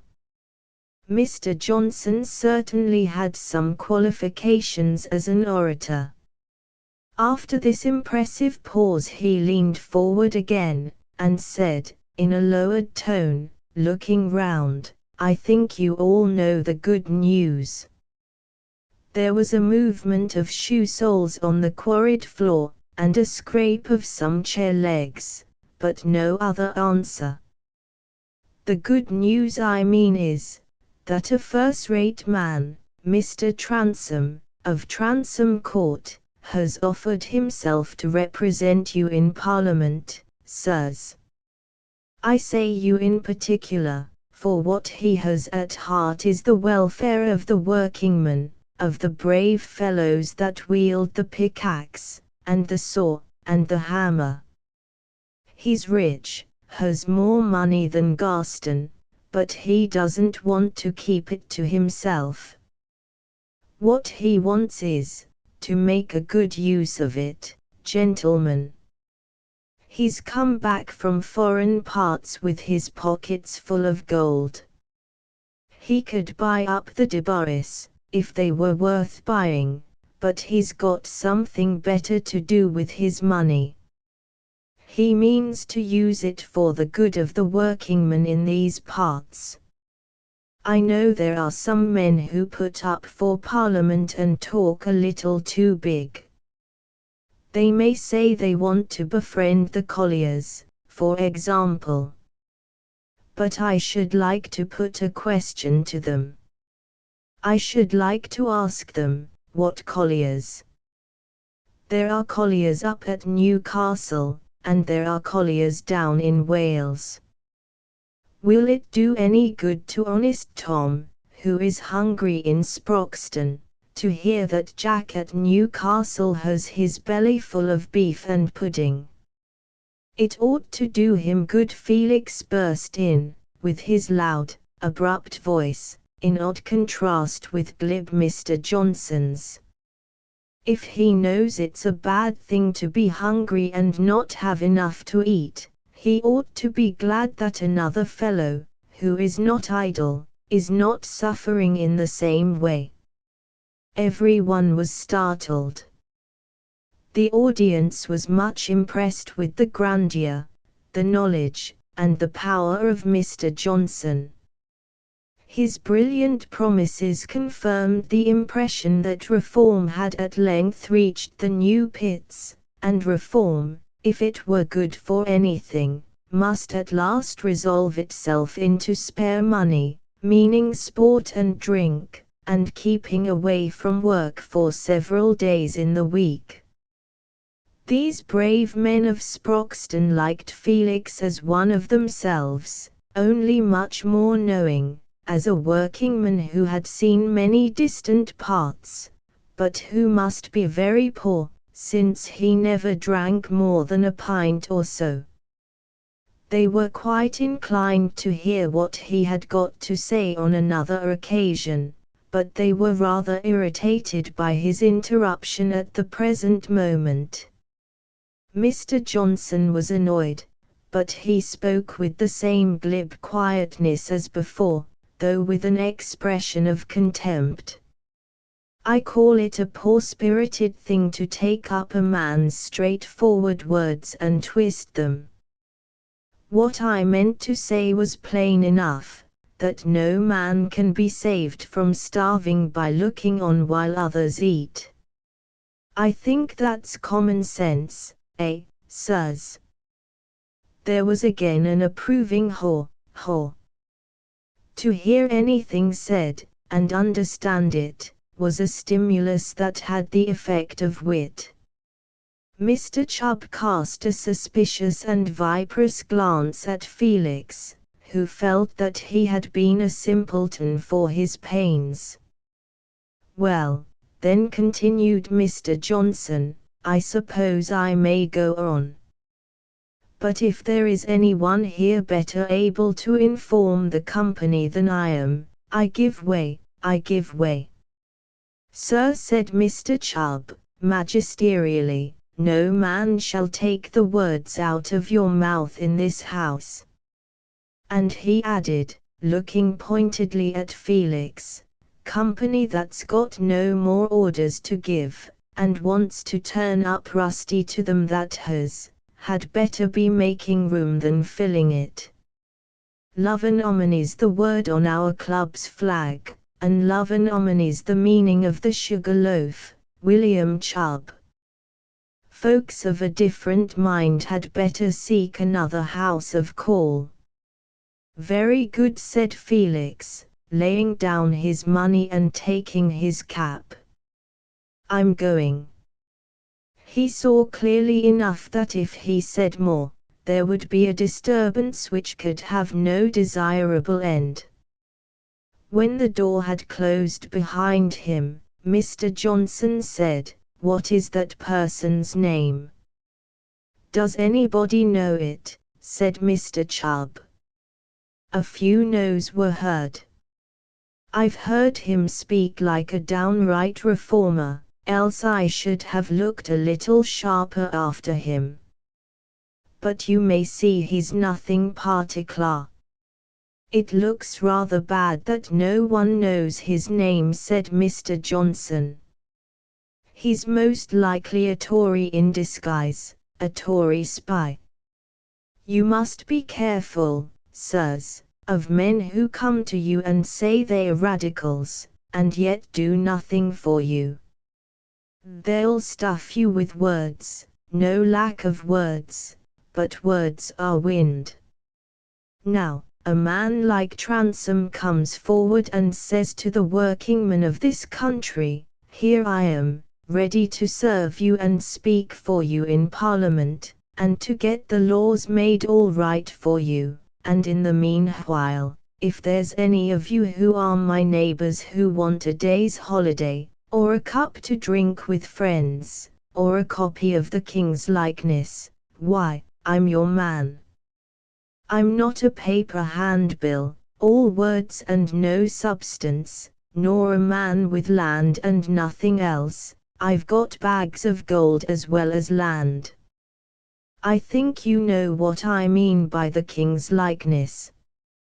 Here Mr. Johnson took a half-crown out of his pocket and held the head toward the company. "Well, sirs, there are some men who like to keep this pretty picture a great deal too much to themselves.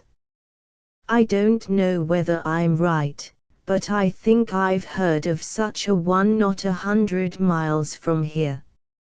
I think his name was Spratt, and he managed some company's coal pits." "Haw, haw. Sprat's his name," was rolled forth to an accompaniment of scraping shoe soles. "A screwing fellow, by what I understand, a domineering fellow, who would expect men to do as he liked without paying them for it. I think there's not an honest man wouldn't like to disappoint such an upstart." There was a murmur which was interpreted by Mr. Chubb. "I'll answer for 'em, sir. Now, listen to me. Here's Garston, he's one of the company you work under. What's Garston to you? Who sees him? And when they do see him they see a thin miserly fellow who keeps his pockets buttoned. He calls himself a Whig, yet he'll split votes with a Tory, he'll drive with the Debarrys.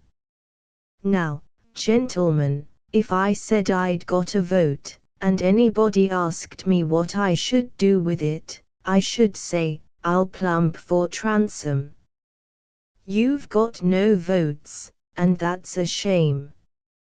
But you will have some day, if such men as Transome are returned, and then you'll be on a level with the first gentleman in the land, and if he wants to sit in Parliament, he must take off his hat and ask your leave. But though you haven't got a vote, you can give a cheer for the right man, and Transome's not a man like Garston. If you lost a day's wages by giving a cheer for Transome, he'll make you amends. That's the way a man who has no vote can serve himself and his country. He can lift up his hand and shout Transome forever. Hooray for Transome!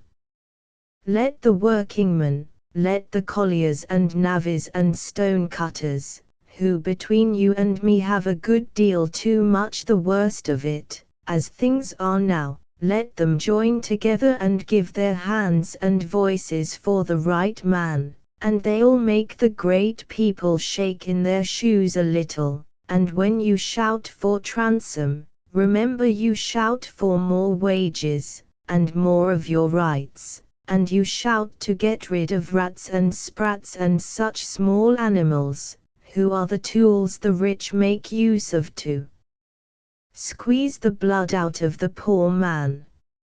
I wish there'd be a row, I'd pommel him, said Dredge, who was generally felt to be speaking to the question. No, no, my friend, there you're a little wrong.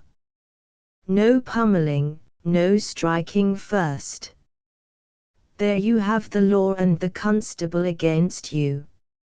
A little rolling in the dust and knocking hats off, a little pelting with soft things that'll stick and not bruise, all that doesn't spoil the fun. If a man is to speak when you don't like to hear him, it is but fair you should give him something he doesn't like in return. And the same if he's got a vote and doesn't use it for the good of the country. I see no harm in splitting his coat in a quiet way. A man must be taught what's right if he doesn't know it. But no kicks, no knocking down, no pummeling. It you'd be good fun, though, if so be, said old Sleck, allowing himself an imaginative pleasure. Well, well, if a sprat wants you to say Garston, it's some pleasure to think you can say Transome. Now, my notion is this. You are men who can put two and two together. I don't know a more solid lot of fellows than you are, and what I say is, let the honest men in this country who've got no votes show themselves in a body when they have got the chance. Why, sirs, for every Tory sneak that's got a vote, there's 55 fellows who must stand by and be expected to hold their tongues. But I say, let 'em hiss the sneaks, let 'em groan at the sneaks, and the sneaks will be ashamed of themselves. The men who've got votes don't know how to use them. There's many a fool with a vote, who is not sure in his mind whether he shall poll, say for Debarry, or Garston, or Transome, whether he'll plump or whether he'll split. A straw will turn him. Let him know your mind if he doesn't know his own. What's the reason Debarry gets returned? Because people are frightened at the Debarrys. What's that to you? You don't care for the Debarrys. If people are frightened at the Tories, we'll turn round and frighten them. You know what a Tory is, one who wants to drive the workingmen as he'd drive cattle. That's what a Tory is, and a Whig is no better, if he's like Garston. A Whig wants to knock the Tory down and get the whip, that's all. But Transom's neither Whig nor Tory, he's the workingman's friend, the collier's friend, the friend of the honest navvy. And if he gets into Parliament, let me tell you it will be better for you.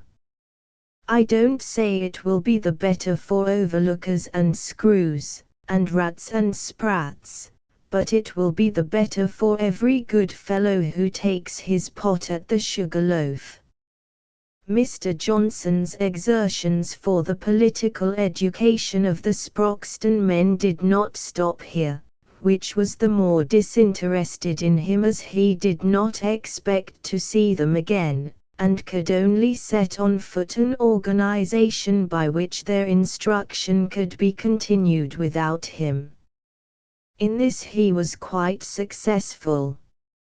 A man known among the butties as Pack, who had already been mentioned by Mr. Chubb, presently joined the party, and had a private audience of Mr. Johnson, that he might be instituted as the shepherd of this new flock.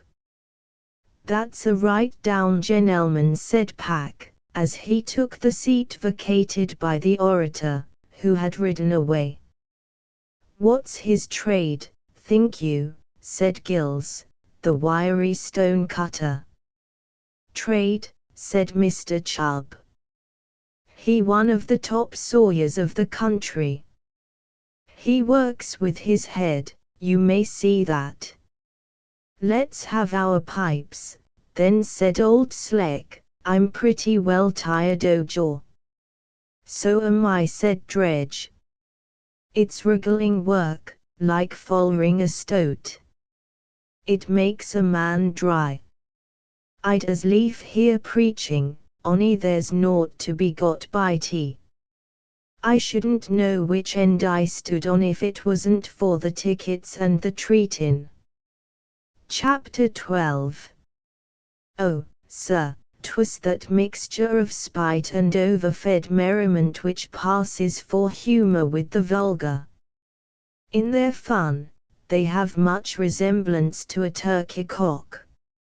It has a cruel beak, and a silly iteration of ugly sounds. It spreads its tail in self-glorification, but shows you the wrong side of the ornament, liking admiration, but knowing not what is admirable. This Sunday evening, which promised to be so memorable in the experience of the Sproxton miners, had its drama also for those unsatisfactory objects to Mr. Johnson's moral sense, the Debarrys. Certain incidents occurring at Treby Manor caused an excitement there which spread from the dining room to the stables, but no one underwent such agitating transitions of feeling as Mr. Scales. At 6 o'clock that superior butler was chuckling in triumph at having played a fine and original practical joke on his rival, Mr. Christian. Some 2 hours after that time he was frightened, sorry, and even meek. He was on the brink of a humiliating confession. His cheeks were almost livid, his hair was flattened for want of due attention from his fingers, and the fine roll of his whiskers, which was too firm to give way, seemed only a sad reminiscence of past splendor and felicity. His sorrow came about in this wise. After service on that Sunday morning, Mr. Philip Debarry had left the rest of the family to go home in the carriage, and had remained at the rectory to lunch with his uncle Augustus, that he might consult him touching some letters of importance. He had returned the letters to his pocket-book but had not returned the book to his pocket, and he finally walked away leaving the enclosure of private papers and banknotes on his uncle's escritoire. After his arrival at home he was reminded of his omission, and immediately dispatched Christian with a note begging his uncle to seal up the pocketbook and send it by the bearer. This commission, which was given between 3 and 4 o'clock, happened to be very unwelcome to the courier. The fact was that Mr. Christian, who had been remarkable through life for that power of adapting himself to circumstances which enables a man to fall safely on all fours in the most hurried expulsions and escapes, was not exempt from bodily suffering, a circumstance to which there is no known way of adapting oneself so as to be perfectly comfortable under it, or to push it off onto other people's shoulders. He did what he could. He took doses of opium when he had an access of nervous pains, and he consoled himself as to future possibilities by thinking that if the pains ever became intolerably frequent, a considerable increase in the dose might put an end to them altogether. He was neither Cato nor Hamlet, and though he had learned their soliloquies at his first boarding school, he would probably have increased his dose without reciting those masterpieces. Next to the pain itself, he disliked that anyone should know of it. Defective health diminished a man's market value. He did not like to be the object of the sort of pity he himself gave to a poor devil who was forced to make a wry face or give in altogether. He had felt it expedient to take a slight dose this afternoon, and still he was not altogether relieved at the time he set off for the rectory. On returning with the valuable case safely deposited in his hind pocket, he felt increasing bodily uneasiness, and took another dose.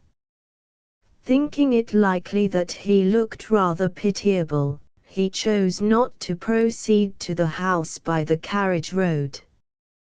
The servants often walked in the park on a Sunday, and he wished to avoid any meeting. He would make a circuit, get into the house privately, and after delivering his packet to Mr. Debarry, shut himself up till the ringing of the half-hour bell. But when he reached an elbowed seat under some sycamores, he felt so ill at ease that he yielded to the temptation of throwing himself on it to rest a little. He looked at his watch. It was but 5. He had done his errand quickly hitherto, and Mr. Debarry had not urged haste. But in less than 10 minutes he was in a sound sleep. Certain conditions of his system had determined a stronger effect than usual from the opium. As he had expected, there were servants strolling in the park, but they did not all choose the most frequented part.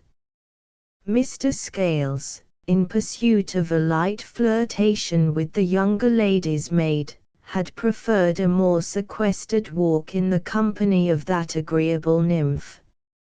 And it happened to be this pair, of all others, who alighted on the sleeping Christian, a sight which at the very first moment caused Mr. Scales a vague pleasure as at an incident that must lead to something clever on his part. To play a trick, and make some one or other look foolish, was held the most pointed form of wit throughout the back regions of the manor, and served as a constant substitute for theatrical entertainment. What the farce wanted in costume or make-up it gained in the reality of the mortification which excited the general laughter. And lo! Here was the offensive, the exasperatingly cool and superior Christian, caught comparatively helpless, with his head hanging on his shoulder, and one coat-tail hanging out heavily below the elbow of the rustic seat. It was this coat-tail which served as a suggestion to Mr. Scales's genius. Putting his finger up in warning to Mrs. Cherry, and saying, "Hush, be quiet, I see a fine bit of fun," he took a knife from his pocket, stepped behind the unconscious Christian, and quickly cut off the pendant coat-tail. Scales knew nothing of the errand to the rectory, and as he noticed that there was something in the pocket, thought it was probably a large cigar case. So much the better, he had no time to pause. He threw the coat-tail as far as he could, and noticed that it fell among the elms under which they had been walking. Then, beckoning to Mrs. Cherry, he hurried away with her toward the more open part of the park, not daring to explode in laughter until it was safe from the chance of waking the sleeper. And then the vision of the graceful, well-appointed Mr. Christian, who sneered at Scales about his get-up having to walk back to the house with only one tail to his coat, was a source of so much enjoyment to the butler, that the fair Cherry began to be quite jealous of the joke. Still she admitted that it really was funny, tittered intermittently, and pledged herself to secrecy. Mr. Scales explained to her that Christian would try to creep in unobserved, but that this must be made impossible, and he requested her to imagine the figure this interloping fellow would cut when everybody was asking what had happened. "Hullo, Christian! Where's your coat-tail?" would become a proverb at the manor, where jokes kept remarkably well without the aid of salt, and Mr. Christian's comb would be cut so effectually that it would take a long time to grow again. Exit Scales, laughing, and presenting a fine example of dramatic irony to anyone in the secret of fate. When Christian awoke, he was shocked to find himself in the twilight. He started up, shook himself, missed something, and soon became aware what it was he missed. He did not doubt that he had been robbed, and he at once foresaw that the consequences would be highly unpleasant. In no way could the cause of the accident be so represented to Mr. Philip Debarry as to prevent him from viewing his hitherto unimpeachable factotum in a new and unfavourable light. And though Mr. Christian did not regard his present position as brilliant, he did not see his way to anything better. A man nearly 50 who is not always quite well is seldom ardently hopeful. He is aware that this is a world in which merit is often overlooked. With the idea of robbery in full possession of his mind, to peer about and search in the dimness, even if it had occurred to him, would have seemed a preposterous waste of time and energy. He knew it was likely that Mr. Debarry's pocketbook had important and valuable contents, and that he should deepen his offence by deferring his announcement of the unfortunate fact. He hastened back to the house, relieved by the obscurity from that mortification of his vanity on which the butler had counted. Indeed, to Scales himself the affair had already begun to appear less thoroughly jocose than he had anticipated.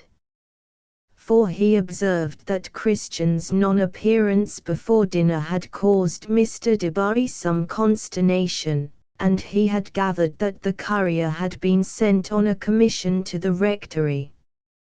"My uncle must have detained him for some reason or other," he heard Mr. Philip say, "but it is odd. If he were less trusty about commissions, or had ever seemed to drink too much, I should be uneasy." Altogether the affair was not taking the turn Mr. Scales had intended. At last, when dinner had been removed, and the butler's chief duties were at an end, it was understood that Christian had entered without his coat-tail, looking serious and even agitated, that he had asked leave at once to speak to Mr. Debarry, and that he was even then in parley with the gentleman in the dining-room. Scales was in alarm. It must have been some property of Mr. Debarry's that had weighted the pocket.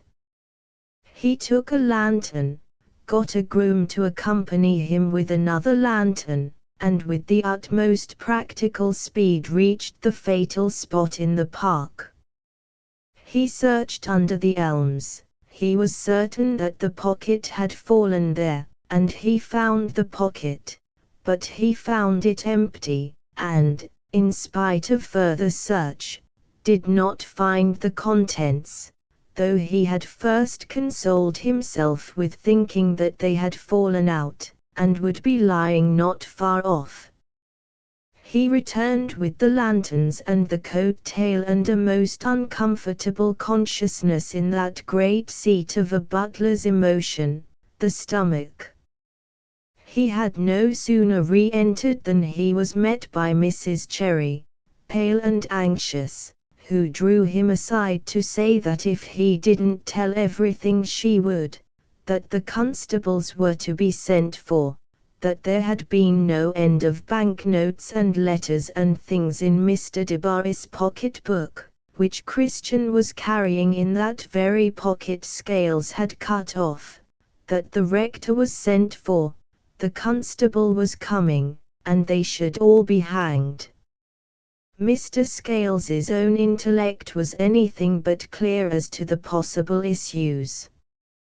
Crestfallen, and with the coat-tail in his hands as an attestation that he was innocent of anything more than a joke, he went and made his confession.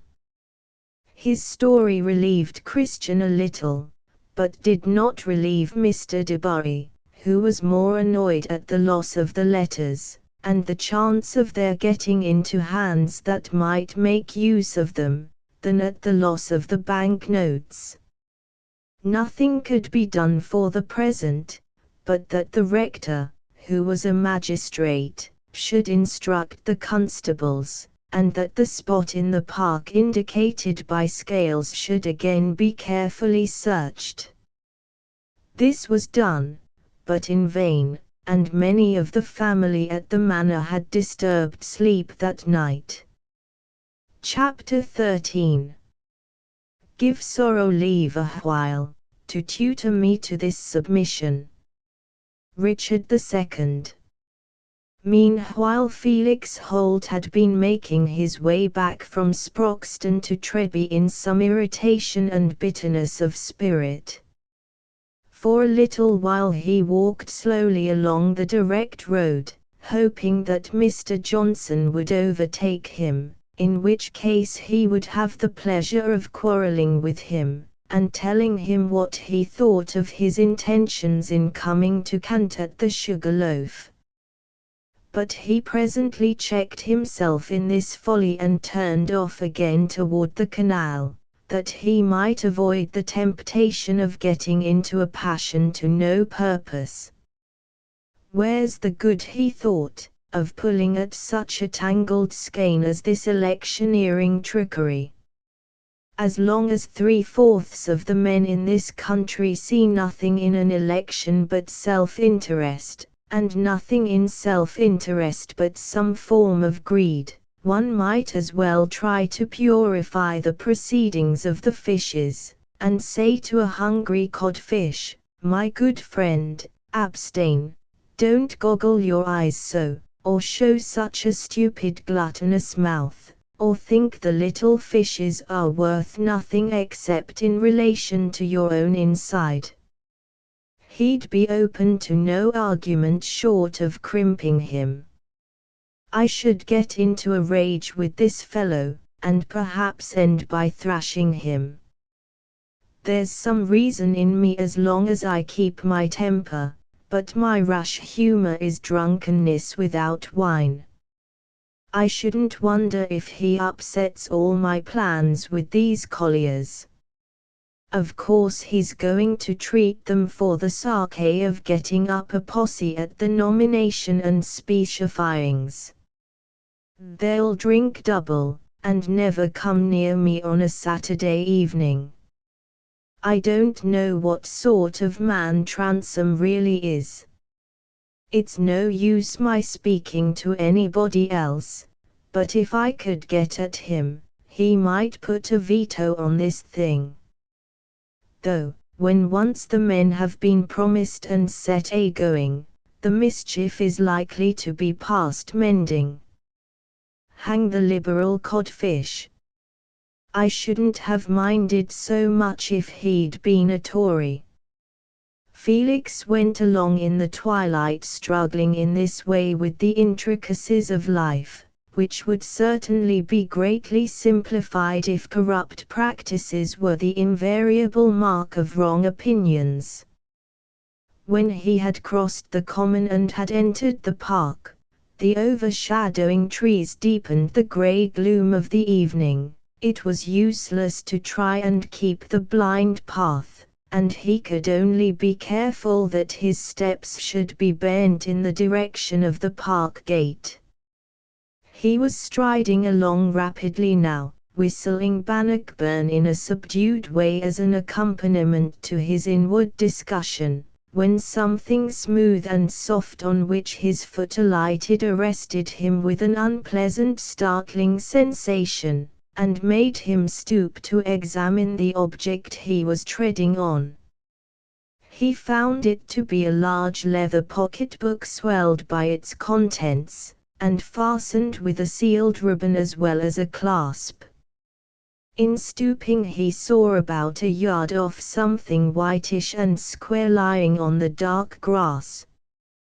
This was an ornamental notebook of pale leather stamped with gold.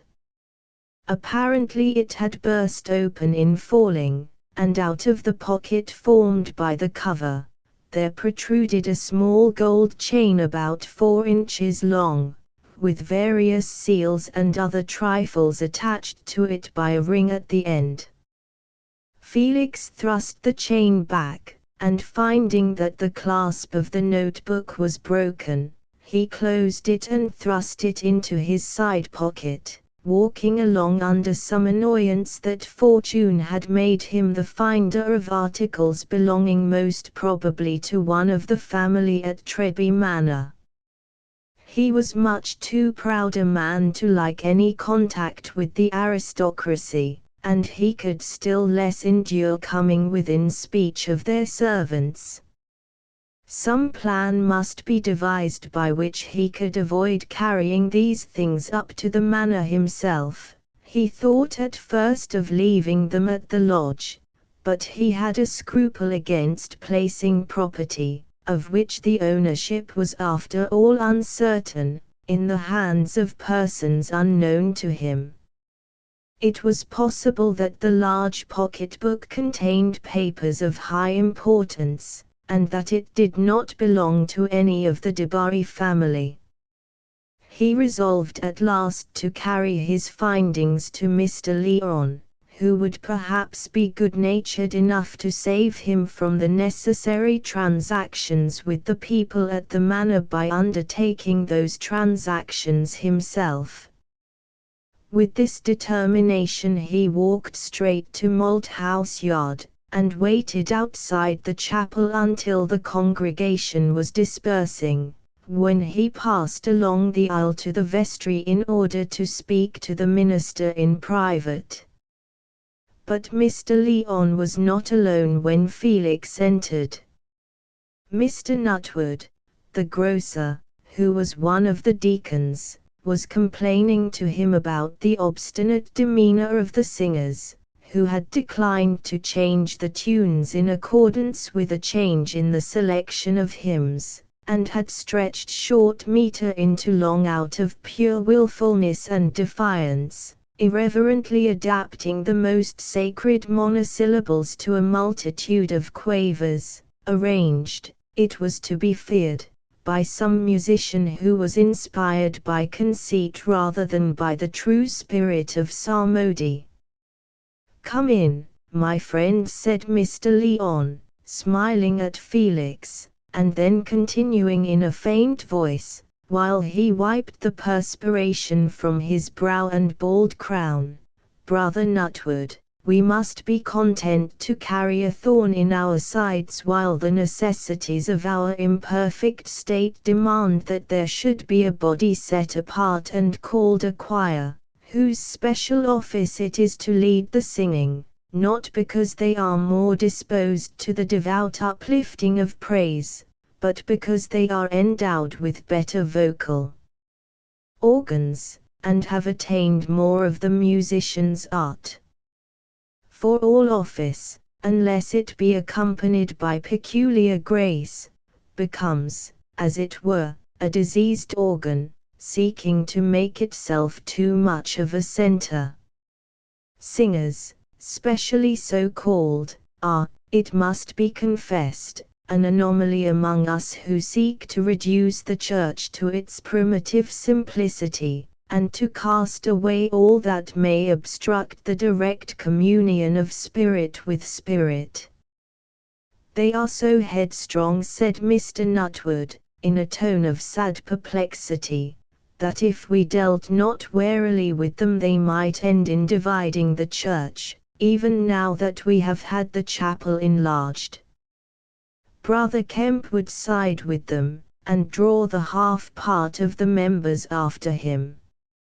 I cannot but think it a snare when a professing Christian has a bass voice like Brother Kemp's. It makes him desire to be heard of men, but the weaker song of the humble may have more power in the ear of God. Do you think it any better vanity to flatter yourself that God likes to hear you, though men don't?" said Felix, with unwarrantable bluntness. The civil grocer was prepared to be scandalized by anything that came from Felix.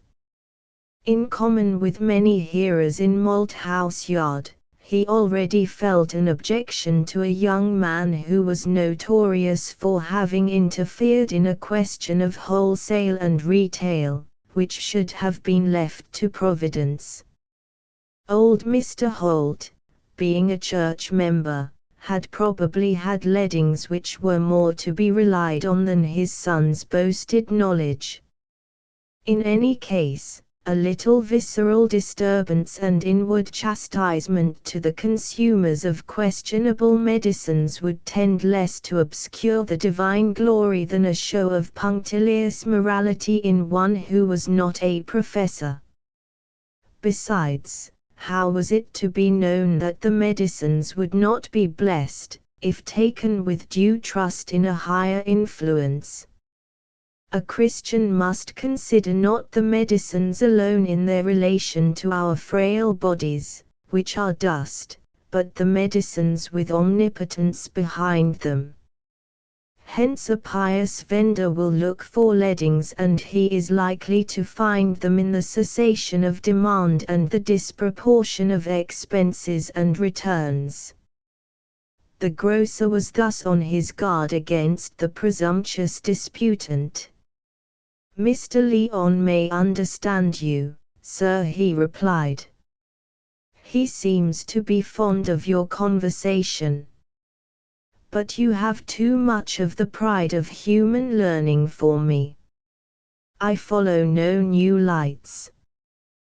"Then follow an old one," said Felix, mischievously disposed toward a sleek tradesman.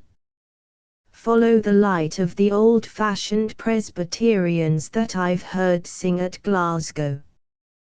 The preacher gives out the psalm, and then everybody sings a different tune, as it happens to turn up in their throats. It's a domineering thing to set a tune and expect everybody else to follow it. It's a denial of private judgment."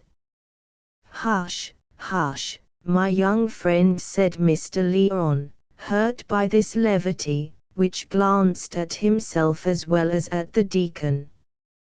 Play not with paradoxes. That caustic which you handle in order to scorch others, may happen to sear your own fingers and make them dead to the quality of things. 'Tis difficult enough to see our way and keep our torch steady in this dim labyrinth. To whirl the torch and dazzle the eyes of our fellow seekers is a poor daring, and may end in total darkness. You yourself are a lover of freedom, and a bold rebel against usurping authority. But the right to rebellion is the right to seek a higher rule, and not to wander in mere lawlessness.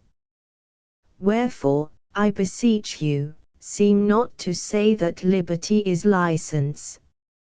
And I apprehend, though I am not endowed with an ear to seize those earthly harmonies, which to some devout souls have seemed, as it were, the broken echoes of the heavenly choir, I apprehend that there is a law in music, disobedience whereunto would bring us in our singing to the level of shrieking maniacs or howling beasts, so that herein we are well instructed how true liberty can be naught but the transfer of obedience from the will of one or of a few men to that will which is the norm or rule for all men.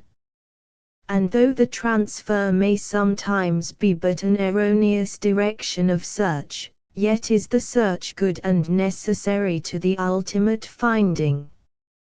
And even as in music, where all obey and concur to one end, so that each has the joy of contributing to a whole whereby he is ravished and lifted up into the courts of heaven, so will it be in that crowning time of the millennial reign, when our daily prayer will be fulfilled, and one law shall be written on all hearts, and be the very structure of all thought, and be the principle of all action.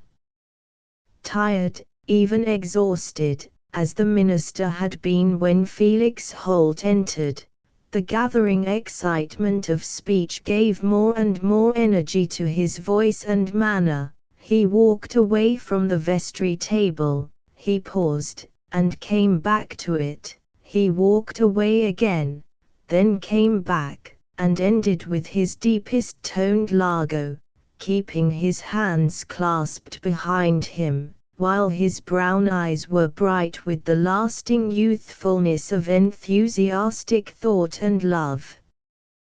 But to anyone who had no share in the energies that were thrilling his little body, he would have looked queer enough. No sooner had he finished his eager speech, than he held out his hand to the deacon, and said, in his former faint tone of fatigue, "God be with you, brother. We shall meet tomorrow, and we will see what can be done to subdue these refractory spirits." When the deacon was gone, Felix said, "Forgive me, Mr. Leon, I was wrong, and you are right. Yes, yes, my friend, you have that mark of grace within you, that you are ready to acknowledge the justice of a rebuke. Sit down, you have something to say, some packet there." They sat down at a corner of the small table, and Felix drew the notebook from his pocket to lay it down with the pocketbook, saying, "I've had the ill luck to be the finder of these things in the Debarrys Park. Most likely they belong to one of the family at the manor, or to some grandee who is staying there. I hate having anything to do with such people. They'll think me a poor rascal, and offer me money. You are a known man, and I thought you would be kind enough to relieve me by taking charge of these things, and writing to Debarry, not mentioning me, and asking him to send someone for them.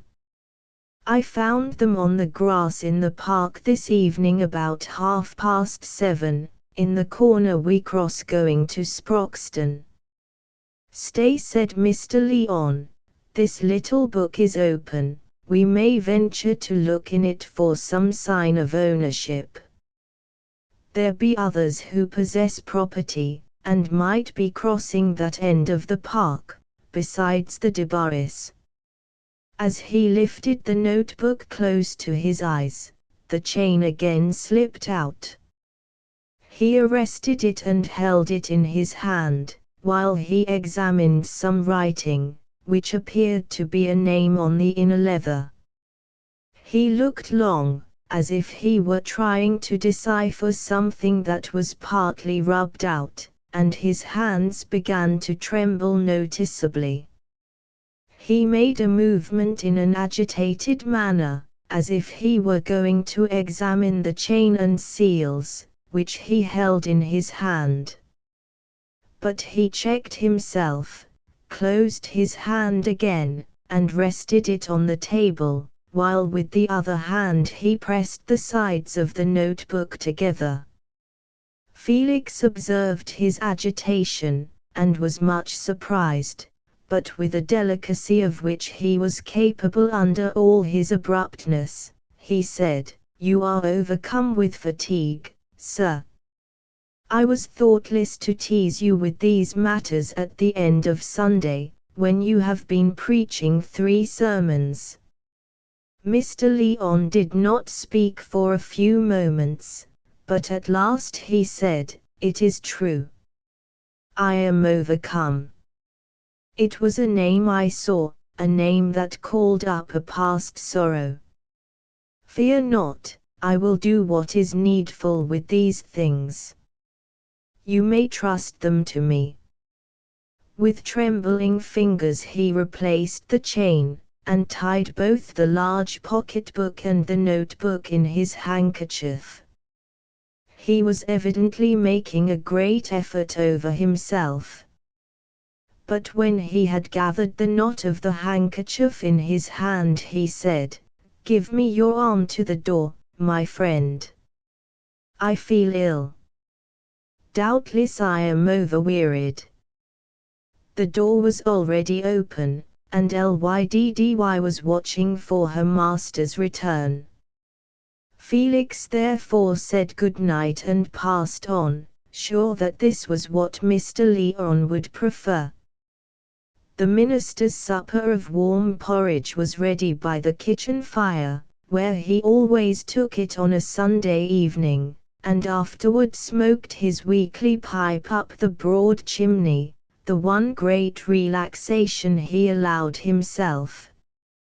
Smoking, he considered, was a recreation of the travailed spirit, which, if indulged in, might endear this world to us by the ignoble bonds of mere sensuosities. Daily smoking might be lawful, but it was not expedient.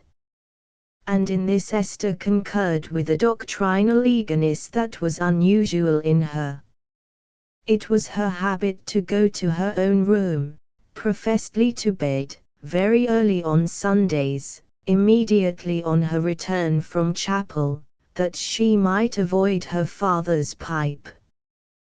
But this evening she had remained at home, under a true plea of not feeling well, and when she heard him enter, she ran out of the parlor to meet him. "Father, you are ill," she said, as he tottered to the wicker-bottomed armchair, while Lyddy stood by, shaking her head. "No, my dear," he answered feebly, as she took off his hat and looked in his face enquiringly, "I am weary."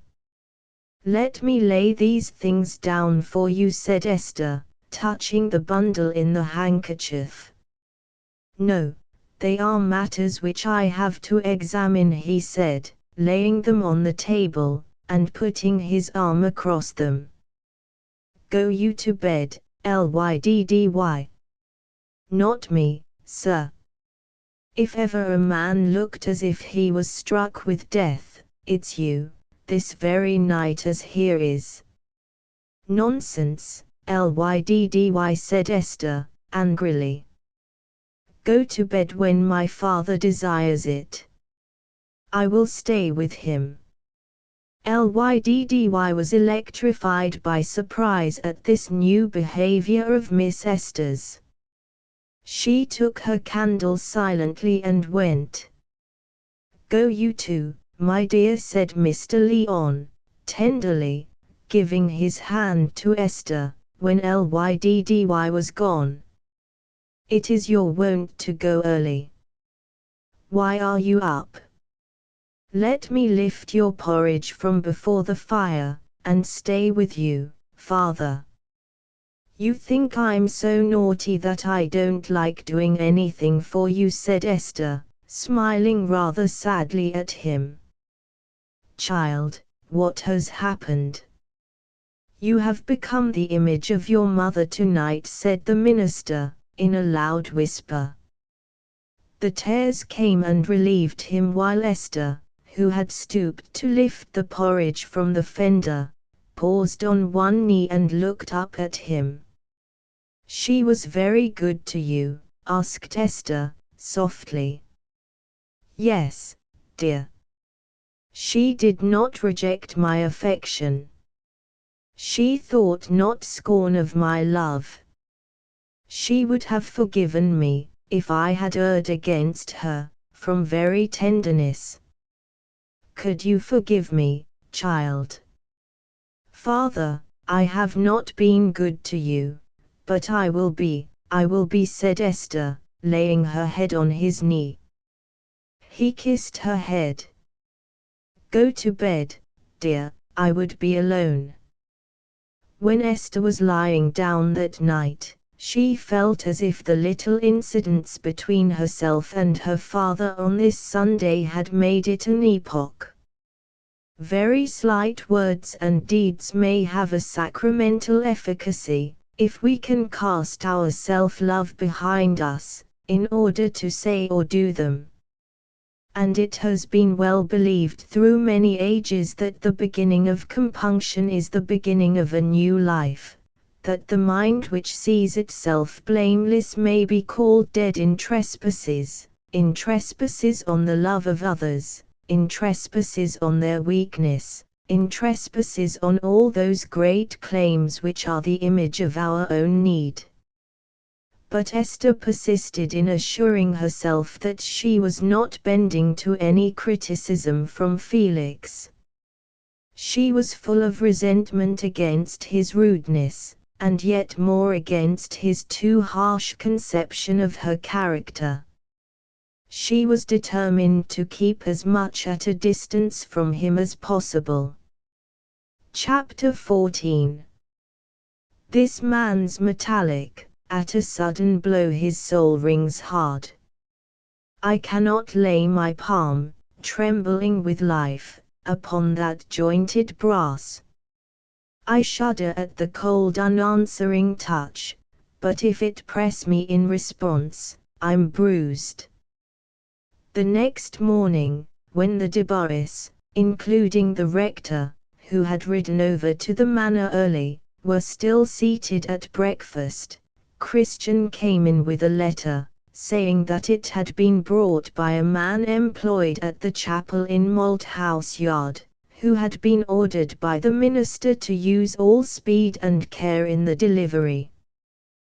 The letter was addressed to Sir Maximus.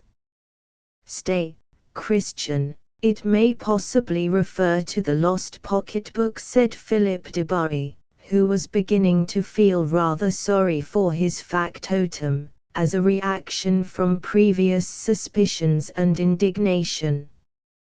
Sir Maximus opened the letter and felt for his glasses, but then said, Here, you read it, Phil, the man writes a hand like small print.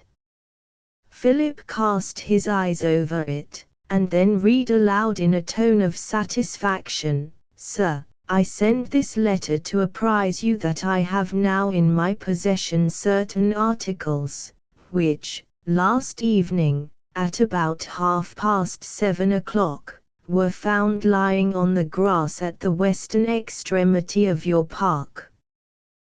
The articles are 1. a well-filled pocket-book, of brown leather, fastened with a black ribbon and with a seal of red wax. 2. A small note-book, covered with gilded vellum, whereof the clasp was burst, and from out whereof had partly escaped a small chain, with seals and a locket attached, the locket bearing on the back a device, and round the face a female name. Whereof I request that you will further my effort to place these articles in the right hands, by ascertaining whether any person within your walls claims them as his property, and by sending that person to me, if such be found, for I will on no account let them pass from my care save into that of one who, declaring himself to be the owner, can state to me what is the impression on the seal, and what the device and name upon the locket. I am, sir, yours to command in all right dealing, Malthouse Yard. The 3rd of October, 1832. Rufus Leon. Well done, old Leon, said the rector. I didn't think that any composition of his would ever give me so much pleasure. What an old fox it is, said Sir Maximus. Why couldn't he send the things to me at once along with the letter? No, no, Max, he uses a justifiable caution, said the rector, a refined and rather severe likeness of his brother, with a ring of fearlessness and decision in his voice which startled all flaccid men and unruly boys. What are you going to do, Phil? He added, seeing his nephew rise. To write, of course. Those other matters are yours, I suppose, said Mr. Debarry, looking at Christian. Yes, sir. I shall send you with a letter to the preacher. You can describe your own property. And the seal, uncle, was it your coat of arms? No, it was this head of Achilles.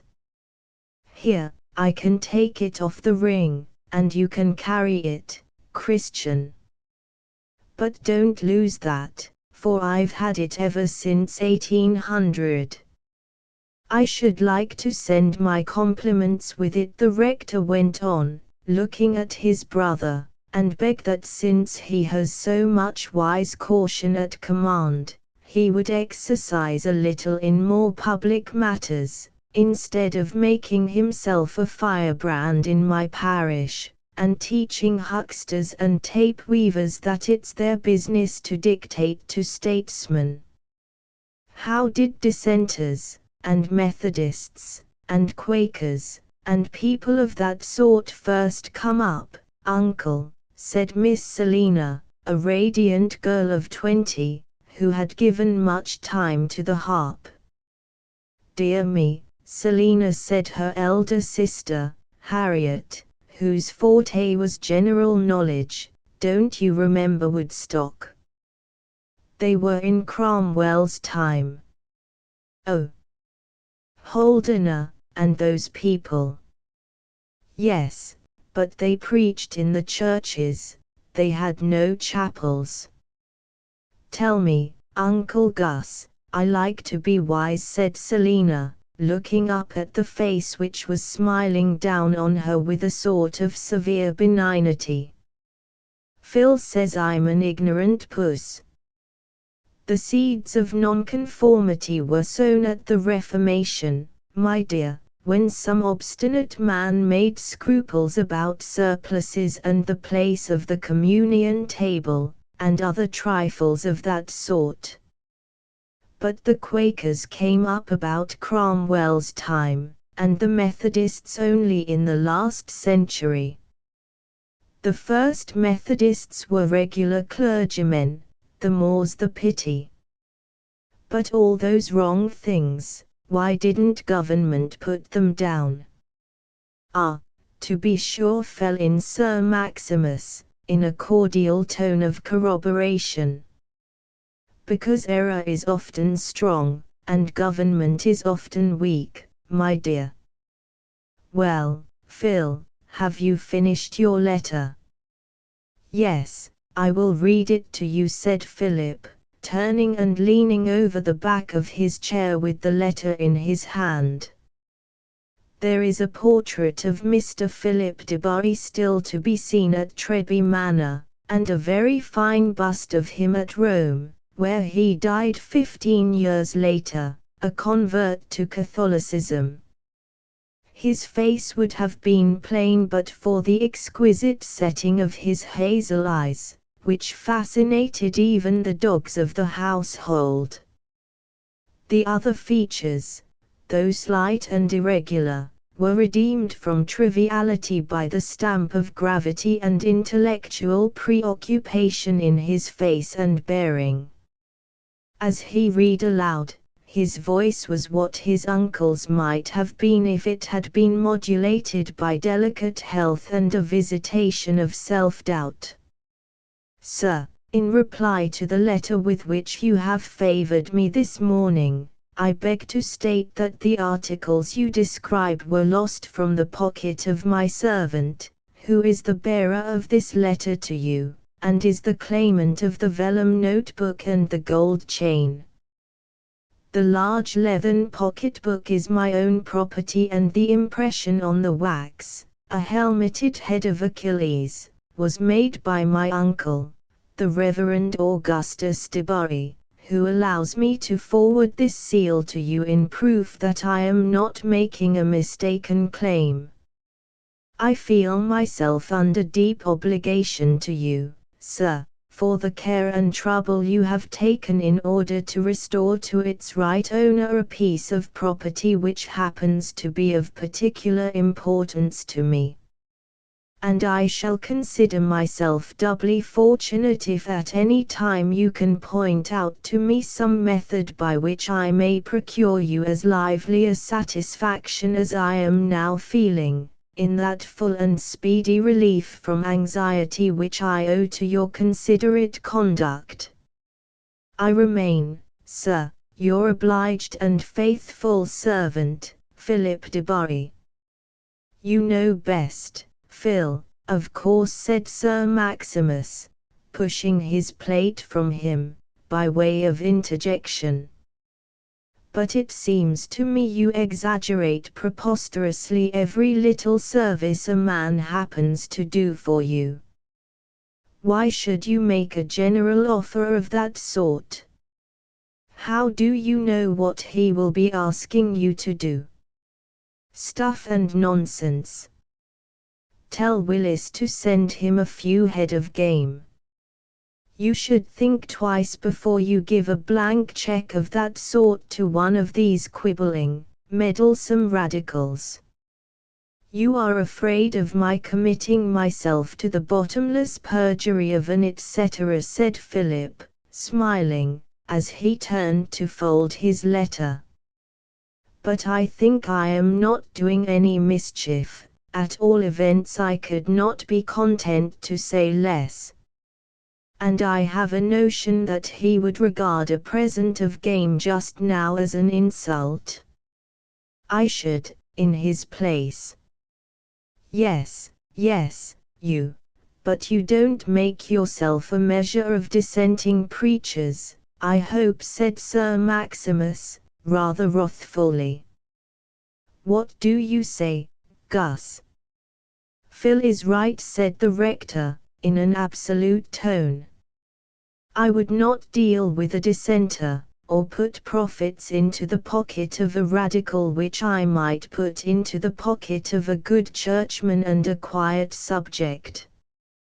But if the greatest scoundrel in the world made way for me, or picked my hat up, I would thank him. So would you, Maximum.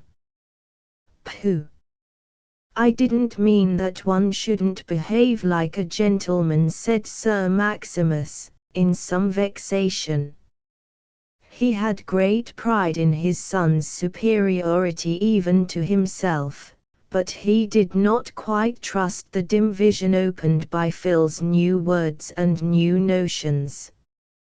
He could only submit in silence while the letter was delivered to Christian, with the order to start for Malthouse Yard immediately. Meanwhile, in that somewhat dim locality the possible claimant of the notebook and the chain was thought of and expected with palpitating agitation. Mr. Lyon was seated in his study, looking haggard and already aged from a sleepless night. He was so afraid lest his emotion should deprive him of the presence of mind necessary to the due attention to particulars in the coming interview, that he continued to occupy his sight and touch with the objects which had stirred the depths, not only of memory, but of dread. Once again he unlocked a small box which stood beside his desk, and took from it a little oval locket, and compared this with one which hung with the seals on the stray gold chain. There was the same device in enamel on the back of both, clasped hands surrounded with blue flowers. Both had round the face a name in gold italics on a blue ground. The name on the locket taken from the drawer was Maurice. The name on the locket which hung with the seals was Annette, and within the circle of this name there was a lover's knot of light brown hair, which matched a curl that lay in the box. The hair in the locket which bore the name of Maurice was of a very dark brown, and before returning it to the drawer Mr. Lyon noted the color and quality of this hair more carefully than ever.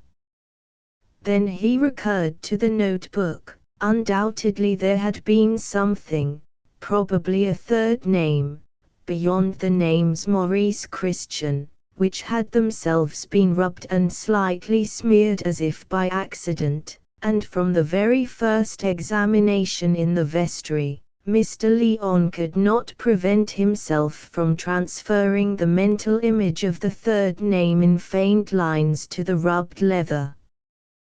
The leaves of the notebook seemed to have been recently inserted. They were of fresh white paper, and only bore some abbreviations in pencil with a notation of small sums. Nothing could be gathered from the comparison of the writing in the book with that of the yellow letters which lay in the box. The smeared name had been carefully printed, and so bore no resemblance to the signature of those letters, and the pencil abbreviations and figures had been made too hurriedly to bear any decisive witness. "I will ask him to write." To write a description of the locket had been one of Mr. Lyon's thoughts, but he faltered in that intention. His power of fulfilling it must depend on what he saw in this visitor, of whose coming he had a horrible dread, at the very time he was writing to demand it. In that demand he was obeying the voice of his rigid conscience, which had never left him perfectly at rest under his one act of deception, the concealment from Esther that he was not her natural father, the assertion of a false claim upon her. "Let my path be henceforth simple," he had said to himself in the anguish of that night. "Let me seek to know what is, and if possible to declare it." If he was really going to find himself face to face with the man who had been Annette's husband, and who was Esther's father, if that wandering of his from the light had brought the punishment of a blind sacrilege as the issue of a conscious transgression, he prayed that he might be able to accept all consequences of pain to himself. But he saw other possibilities concerning the claimant of the book and chain. His ignorance and suspicions as to the history and character of Annette's husband made it credible that he had laid a plan for convincing her of his death as a means of freeing himself from a burdensome tie, but it seemed equally probable that he was really dead, and that these articles of property had been a bequest, or a payment, or even a sale, to their present owner.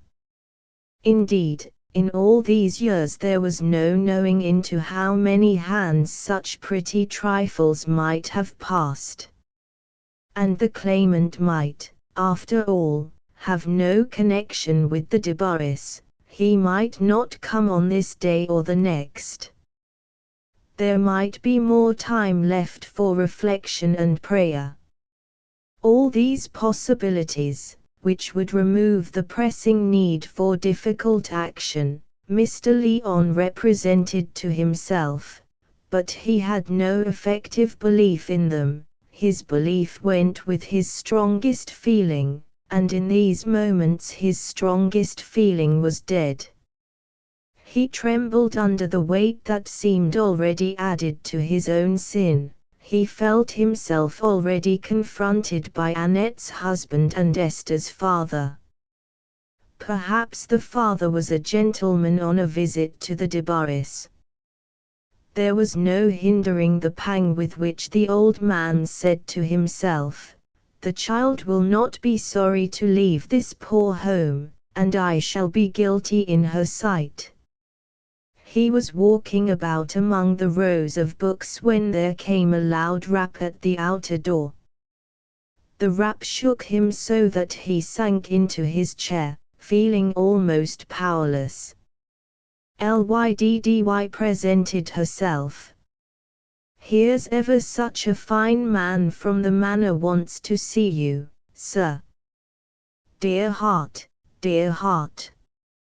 Shall I tell him you're too bad to see him?" "Show him up," said Mr. Lyon, making an effort to rally. When Christian appeared, the minister half rose, leaning on an arm of his chair, and said, "Be seated, sir," seeing nothing but that a tall man was entering. "I've brought you a letter from Mr. Debarry," said Christian, in an offhand manner. The rusty little man, in his dismal chamber, seemed to the Ulysses of the steward's room a pitiable sort of human curiosity, to whom a man of the world would speak rather loudly, in accommodation to an eccentricity which was likely to be accompanied with deafness. One cannot be eminent in everything, and if Mr. Christian had dispersed his faculties in study that would have enabled him to share unconventional points of view, he might have worn a mistaken kind of boot, and been less competent to win at ecarte, or at betting, or in any other contest suitable to a person of figure. As he seated himself, Mr. Lyon opened the letter, and held it close to his eyes, so that his face was hidden. But at the word servant he could not avoid starting, and looking off the letter toward the bearer. Christian, knowing what was in the letter, conjectured that the old man was amazed to learn that so distinguished-looking a personage was a servant. He leaned forward with his elbows on his knees, balanced his cane on his fingers, and began a whispering whistle. The minister checked himself, finished the reading of the letter, and then slowly and nervously put on his spectacles to survey this man, between whose fate and his own there might be a terrible collision. The word servant had been a fresh caution to him. He must do nothing rashly. Esther's lot was deeply concerned. "Here is the seal mentioned in the letter," said Christian. Mr. Lyon drew the pocketbook from his desk, and after comparing the seal with the impression, said, "It is right, sir, I deliver the pocketbook to you." He held it out with the seal, and Christian rose to take them, saying carelessly, "The other things, the chain and the little book, are mine." "Your name then is Maurice Christian. A spasm shot through Mr. Lyon. It had seemed possible that he might hear another name, and be freed from the worse half of his anxiety. His next words were not wisely chosen, but escaped him impulsively. "And you have no other name?" "What do you mean?" said Christian, sharply. "Be so good as to reseat yourself." Christian did not comply. "I'm rather in a hurry, sir," he said, recovering his coolness. "If it suits you to restore to me those small articles of mine, I shall be glad, but I would rather leave them behind than be detained." He had reflected that the minister was simply a punctilious old bore. The question meant nothing else. But Mr. Lyon had wrought himself up to the task of finding out, then and there, if possible, whether or not this were Annette's husband. How could he lay himself and his sin before God if he wilfully declined to learn the truth?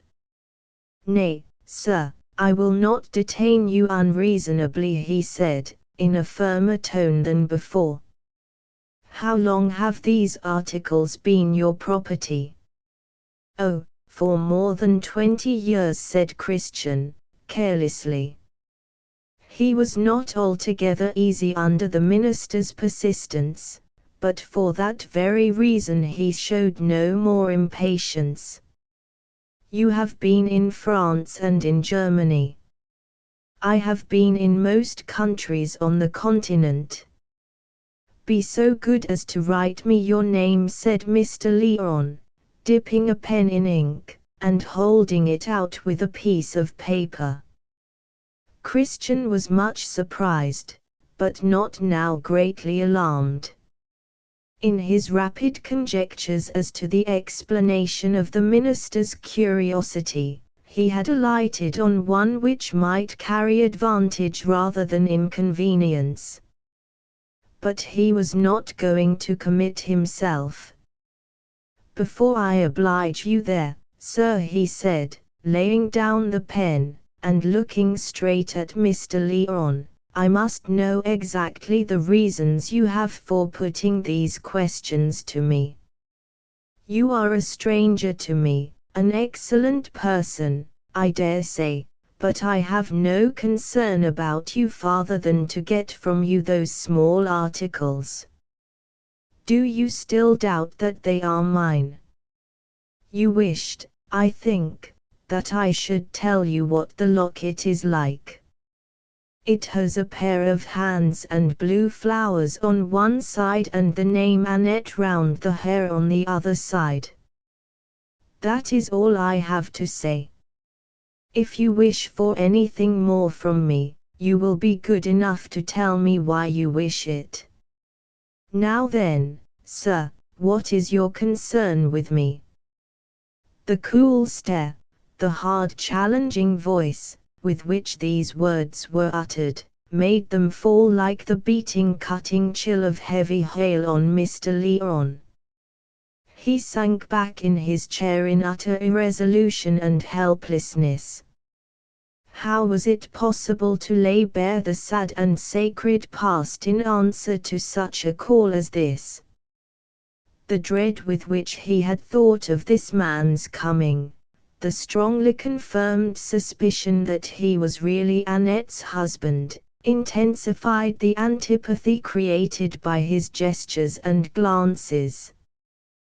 The sensitive little minister knew instinctively that words which would cost him efforts as painful as the obedient footsteps of a wounded bleeding hound that wills a foreseen throw, would fall on this man as the pressure of tender fingers falls on a brazen glove. And Esther, if this man was her father, every additional word might help to bring down irrevocable, perhaps cruel consequences on her. A thick mist seemed to have fallen where Mr. Lyon was looking for the track of duty, The difficult question, how far he was to care for consequences in seeking and avowing the truth, seemed anew obscured. All these things, like the vision of a coming calamity, were compressed into a moment of consciousness. Nothing could be done today, everything must be deferred. He answered Christian in a low apologetic tone. It is true, sir, you have told me all I can demand.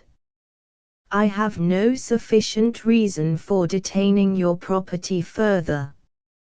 He handed the notebook and chain to Christian, who had been observing him narrowly, and now said, in a tone of indifference, as he pocketed the articles, "Very good, sir.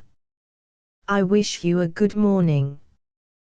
"Good morning," said Mr. Lyon, feeling, while the door closed behind his guest, that mixture of uneasiness and relief which all procrastination of difficulty produces in minds capable of strong forecast. The work was still to be done. He had still before him the task of learning everything that could be learned about this man's relation to himself and Esther. Christian, as he made his way back along Malthouse Lane, was thinking, this old fellow has got some secret in his head. It's not likely he can know anything about me, it must be about Bycliffe. But Bycliffe was a gentleman, how should he ever have had anything to do with such a seedy old ranter as that? Chapter 15. And doubt shall be as lead upon the feet of thy most anxious will. Mr. Lyon was careful to look in at Felix as soon as possible after Christian's departure, to tell him that his trust was discharged. During the rest of the day he was somewhat relieved from agitating reflections by the necessity of attending to his ministerial duties, the rebuke of rebellious singers being one of them, and on his return from the Monday evening prayer meeting he was so overcome with weariness that he went to bed without taking note of any objects in his study. But when he rose the next morning, his mind, once more eagerly active, was arrested by Philip Debarry's letter, which still lay open on his desk, and was arrested by precisely that portion which had been unheeded the day before. I shall consider myself doubly fortunate if at any time you can point out to me some method by which I may procure you as lively a satisfaction as I am now feeling, in that full and speedy relief from anxiety which I owe to your considerate conduct. To understand how these words could carry the suggestion they actually had for the minister in a crisis of peculiar personal anxiety and struggle, we must bear in mind that for many years he had walked through life with the sense of having for a space been unfaithful to what he esteemed the highest trust ever committed to man, the ministerial vocation. In a mind of any nobleness, a lapse into transgression against an object still regarded as supreme, issues in a new and purer devotedness, chastised by humility and watched over by a passionate regret. So it was with that ardent spirit which animated the little body of Rufus Lyon. Once in his life he had been blinded, defeated, hurried along by rebellious impulse, he had gone astray after his own desires, and had let the fire die out on the altar, and as the true penitent, hating his self-besotted error, asks from all coming life duty instead of joy, and service instead of ease, so Rufus was perpetually on the watch lest he should ever again postpone to some private affection a great public opportunity which to him was equivalent to a command.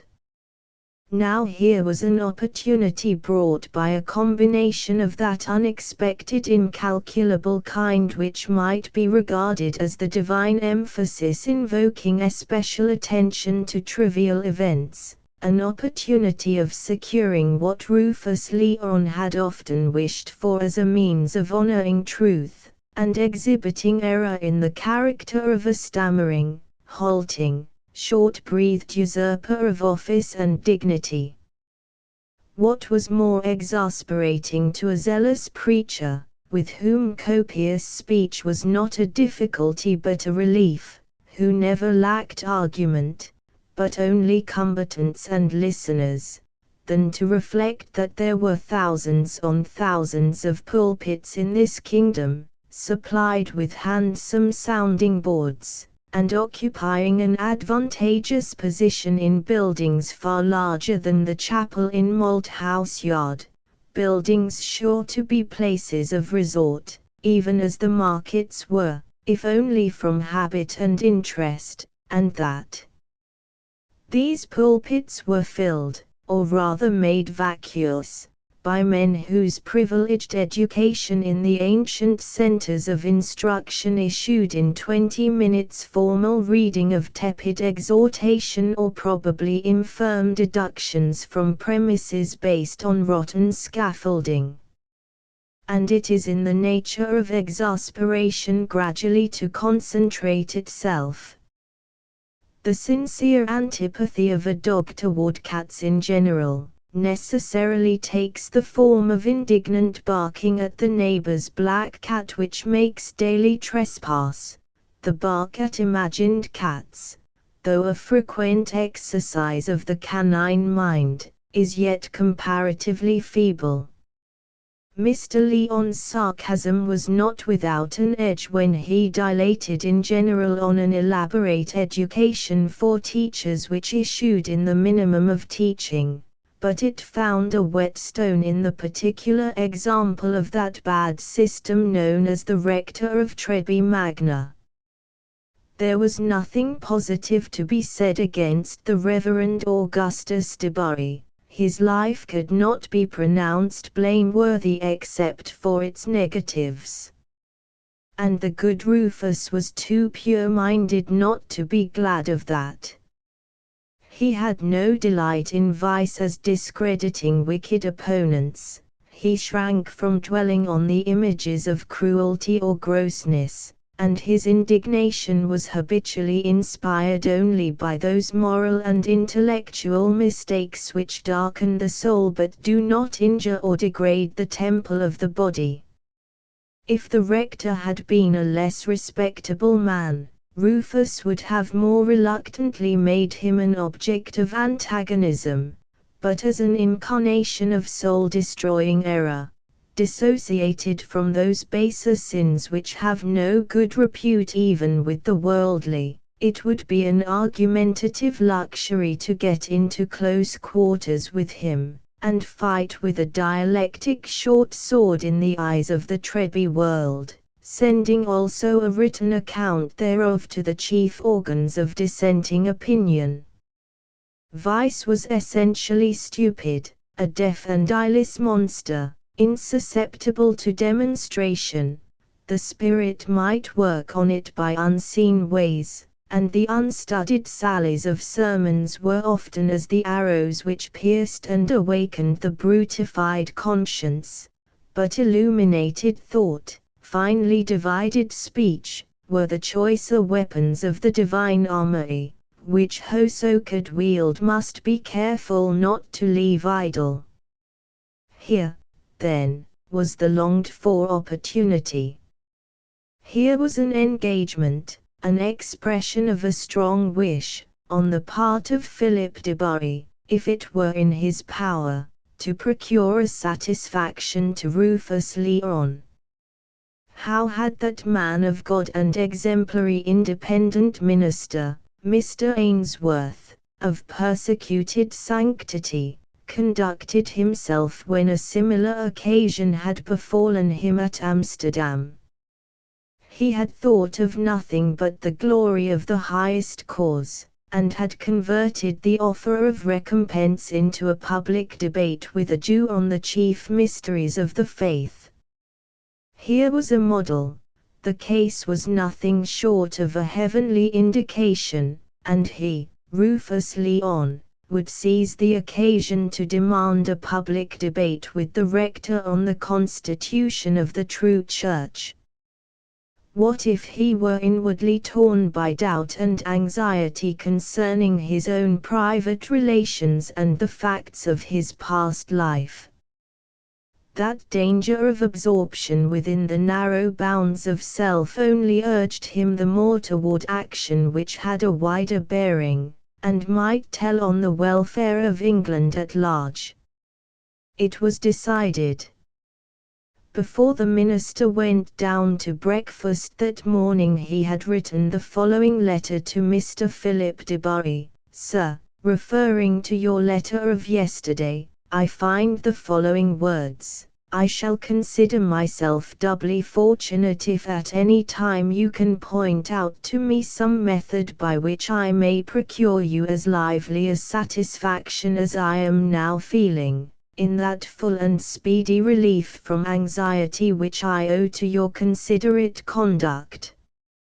I am not unaware, sir, that, in the usage of the world, there are words of courtesy, so called, which are understood, by those amongst whom they are current, to have no precise meaning, and to constitute no bond of obligation.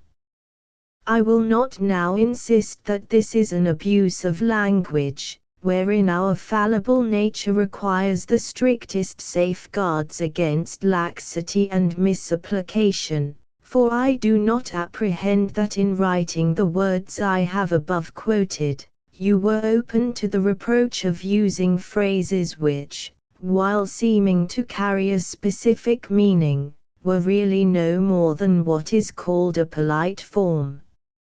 I believe, sir, that you used these words advisedly, sincerely, and with an honorable intention of acting on them as a pledge, should such action be demanded.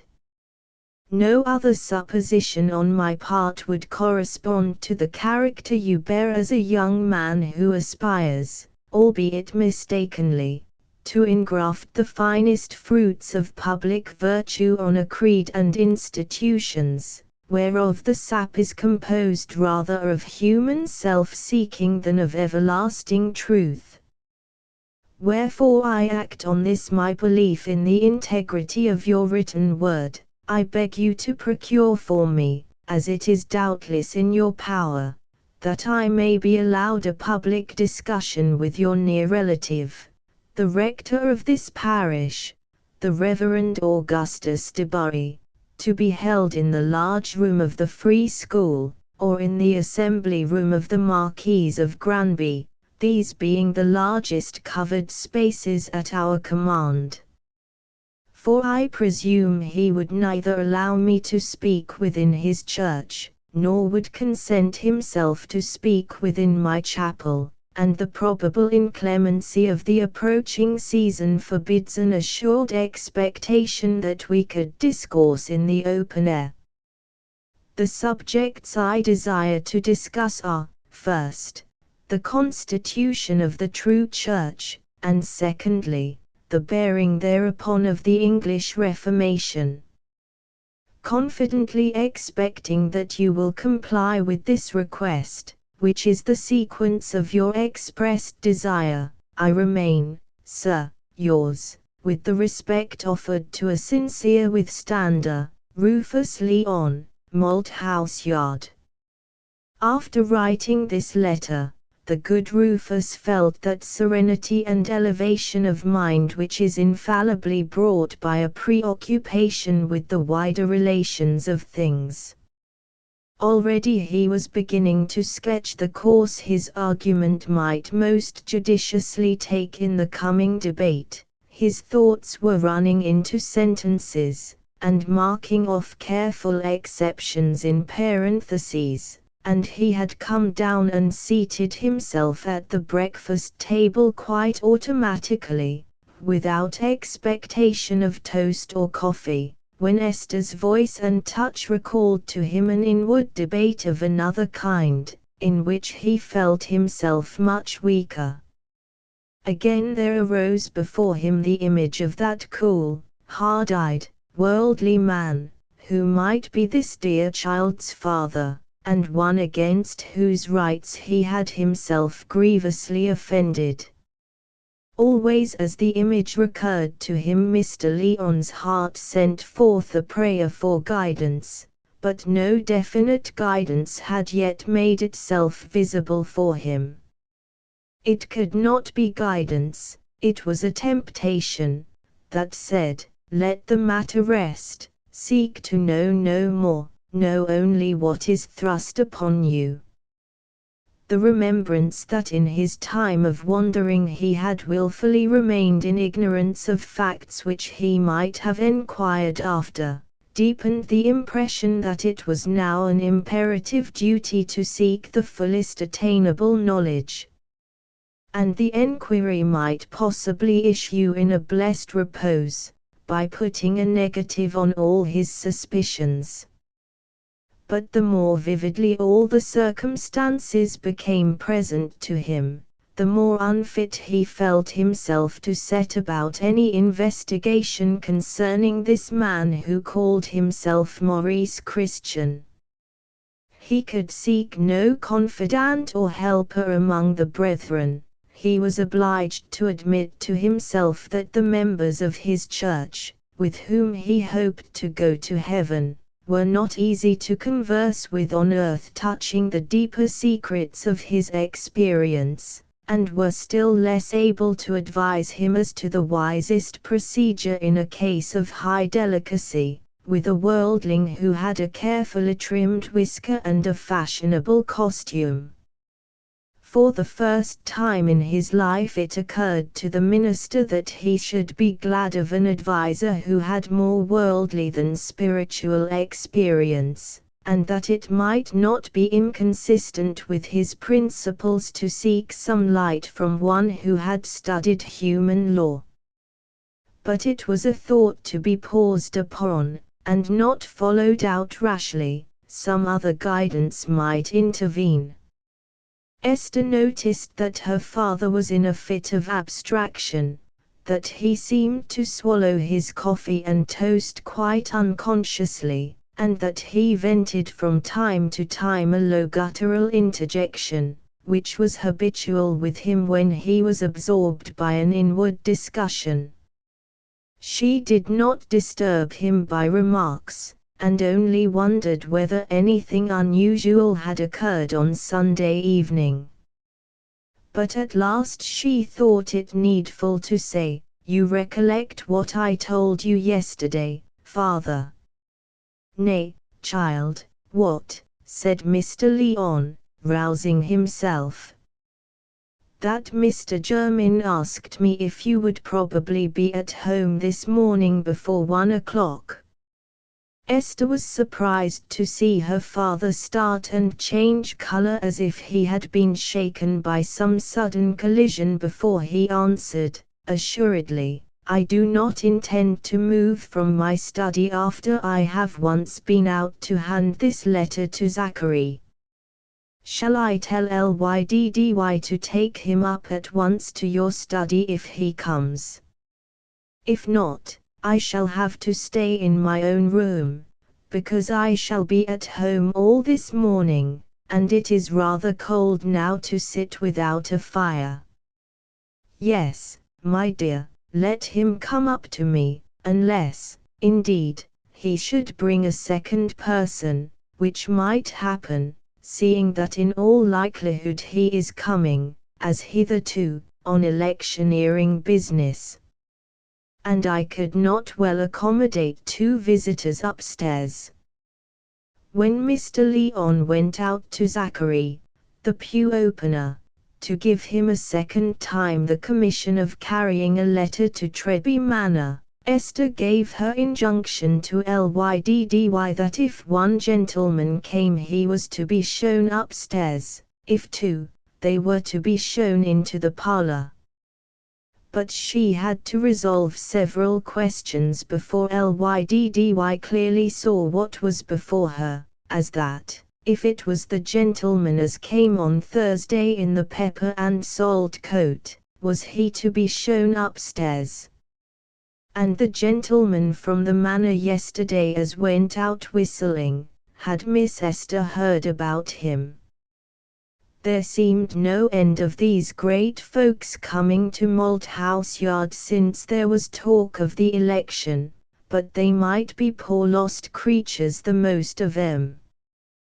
Whereupon Lyddy shook her head and groaned, under an edifying despair as to the future lot of gentlemen callers.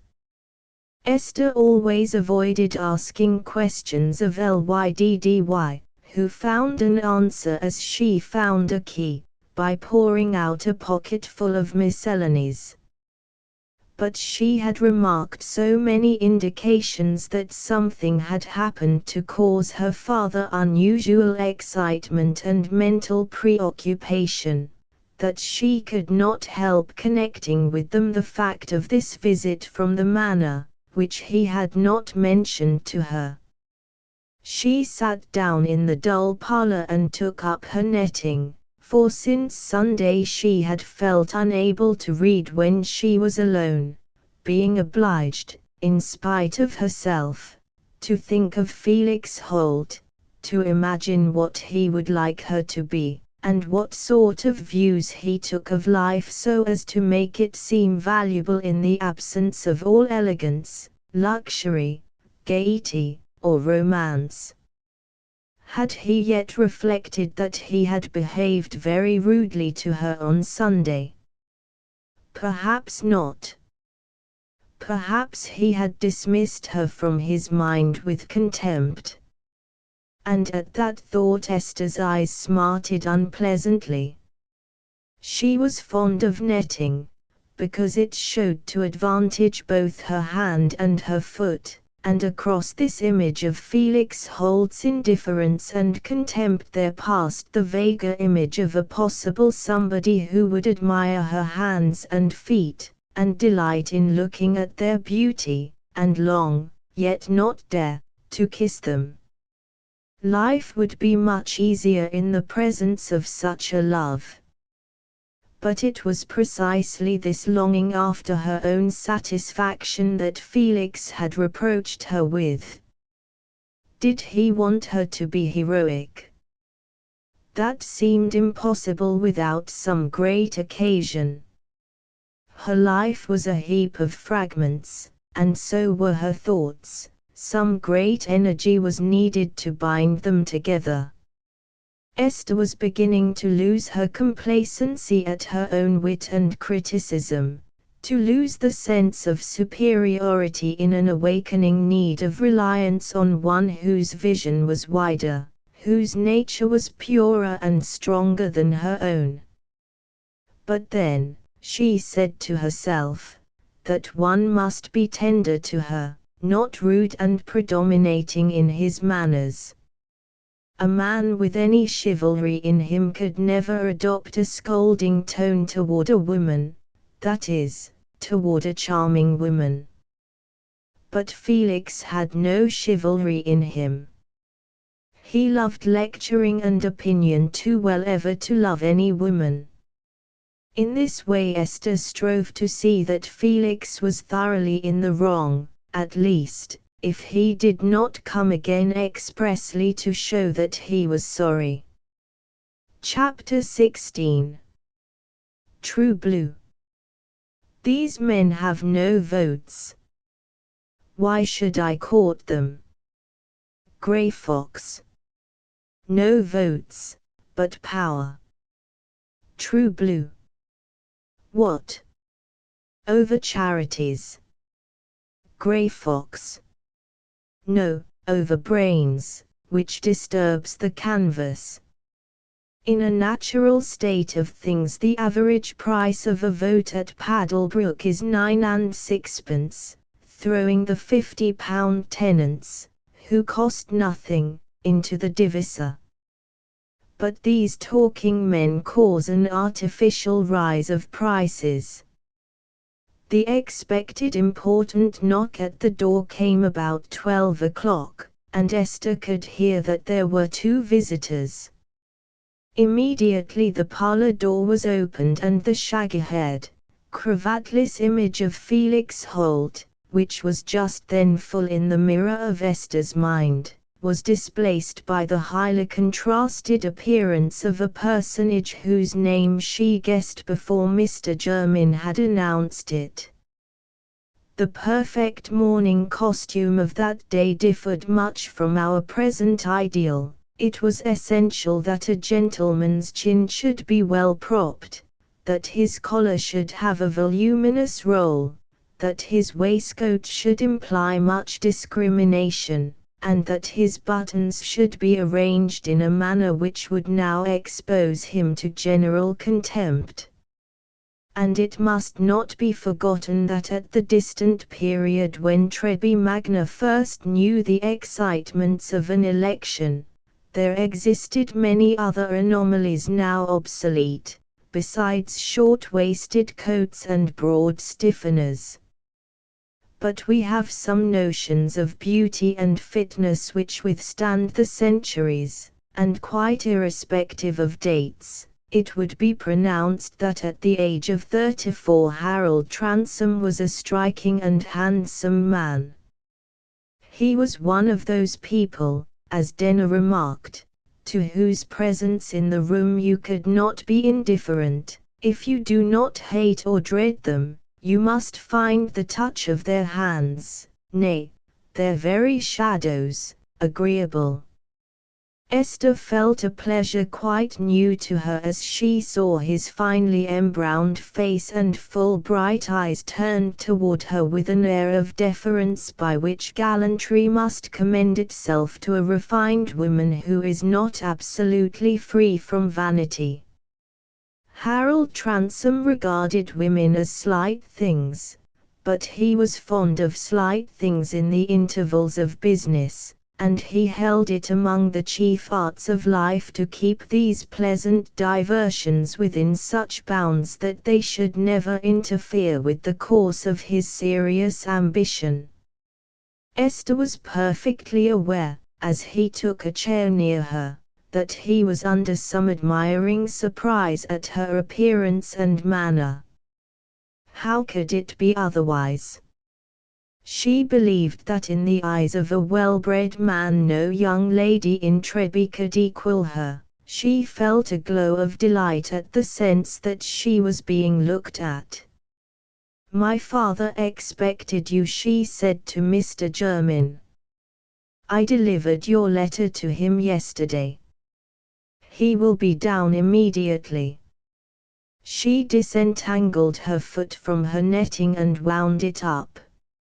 "I hope you are not going to let us disturb you," said Harold, noticing her action. "We come to discuss election affairs, and we particularly desire to interest the ladies." "I have no interest with anyone who is not already on the right side," said Esther, smiling. "I am happy to see at least that you wear the Liberal colours. I fear I must confess that it is more from love of blue than from love of liberalism. Yellow opinions could only have brunettes on their side." Esther spoke with her usual pretty fluency, but she had no sooner uttered the words than she thought how angry they would have made Felix. "If my cause is to be recommended by the becomingness of my colours, then I am sure you are acting in my interest by wearing them." Esther rose to leave the room. "Must you really go?" said Harold, preparing to open the door for her. "Yes, I have an engagement, a lesson at 12:30, said Esther, bowing and floating out like a blue-robed naiad, but not without a suffused blush as she passed through the doorway. It was a pity the room was so small, Harold Transome thought. This girl ought to walk in a house where there were halls and corridors. But he had soon dismissed this chance preoccupation with Esther, for before the door was closed again Mr. Lyon had entered, and Harold was entirely bent on what had been the object of his visit. The minister, though no elector himself, had considerable influence over Liberal electors, and it was the part of wisdom in a candidate to cement all political adhesion by a little personal regard, if possible. Garstin was a harsh and wiry fellow. He seemed to suggest that sour way, which some say was the original meaning of Whig in the Scottish, and it might suggest the theoretic advantages of radicalism if it could be associated with a more generous presence. What would conciliate the personal regard of old Mr. Lyon became a curious problem to Harold, now the little man made his appearance. But canvassing makes a gentleman acquainted with many strange animals, together with the ways of catching and taming them, and thus the knowledge of natural history advances amongst the aristocracy and wealthy commoners of our land. I am very glad to have secured this opportunity of making your personal acquaintance, Mr. Lyon, said Harold, putting out his hand to the minister when Jermyn had mentioned his name. I am to address the electors here, in the market-place, tomorrow, and I should have been sorry to do so without first paying my respects privately to my chief friends, as there may be points on which they particularly wish me to explain myself. You speak civilly, sir, and reasonably, said Mr. Lyon, with a vague short-sighted gaze, in which a candidate's appearance evidently went for nothing. Pray be seated, gentlemen. It is my habit to stand. He placed himself at a right angle with his visitors, his worn look of intellectual eagerness, slight frame, and rusty attire, making an odd contrast with their flourishing persons, unblemished costume, and comfortable freedom from excitement. The group was fairly typical of the difference between the men who are animated by ideas and the men who are expected to apply them. Then he drew forth his spectacles, and began to rub them with the thin end of his coat-tail. He was inwardly exercising great self-mastery, suppressing the thought of his personal needs, which Jermyn's presence tended to suggest, in order that he might be equal to the larger duties of this occasion. I am aware, Mr. Jermyn has told me, said Harold, what good service you have done me already, Mr. Lyon. The fact is, a man of intellect like you was especially needed in my case. The race I am running is really against Garstin only, who calls himself a liberal, though he cares for nothing, and understands nothing, except the interests of the wealthy traders. And you have been able to explain the difference between liberal and liberal, which, as you and I know, is something like the difference between fish and fish. Your comparison is not unapt, sir, said Mr. Lyon, still holding his spectacles in his hand, at this epoch, when the mind of the nation has been strained on the passing of one measure. Where a great weight has to be moved, we require not so much selected instruments as abundant horsepower. But it is an unavoidable evil of these massive achievements that they encourage a coarse undiscriminatingness obstructive of more nicely wrought results, and an exaggerated expectation inconsistent with the intricacies of our fallen and struggling condition. I say not that compromise is unnecessary, but it is an evil attendant on our imperfection, and I would pray every one to mark that, where compromise broadens, intellect and conscience are thrust into narrower room.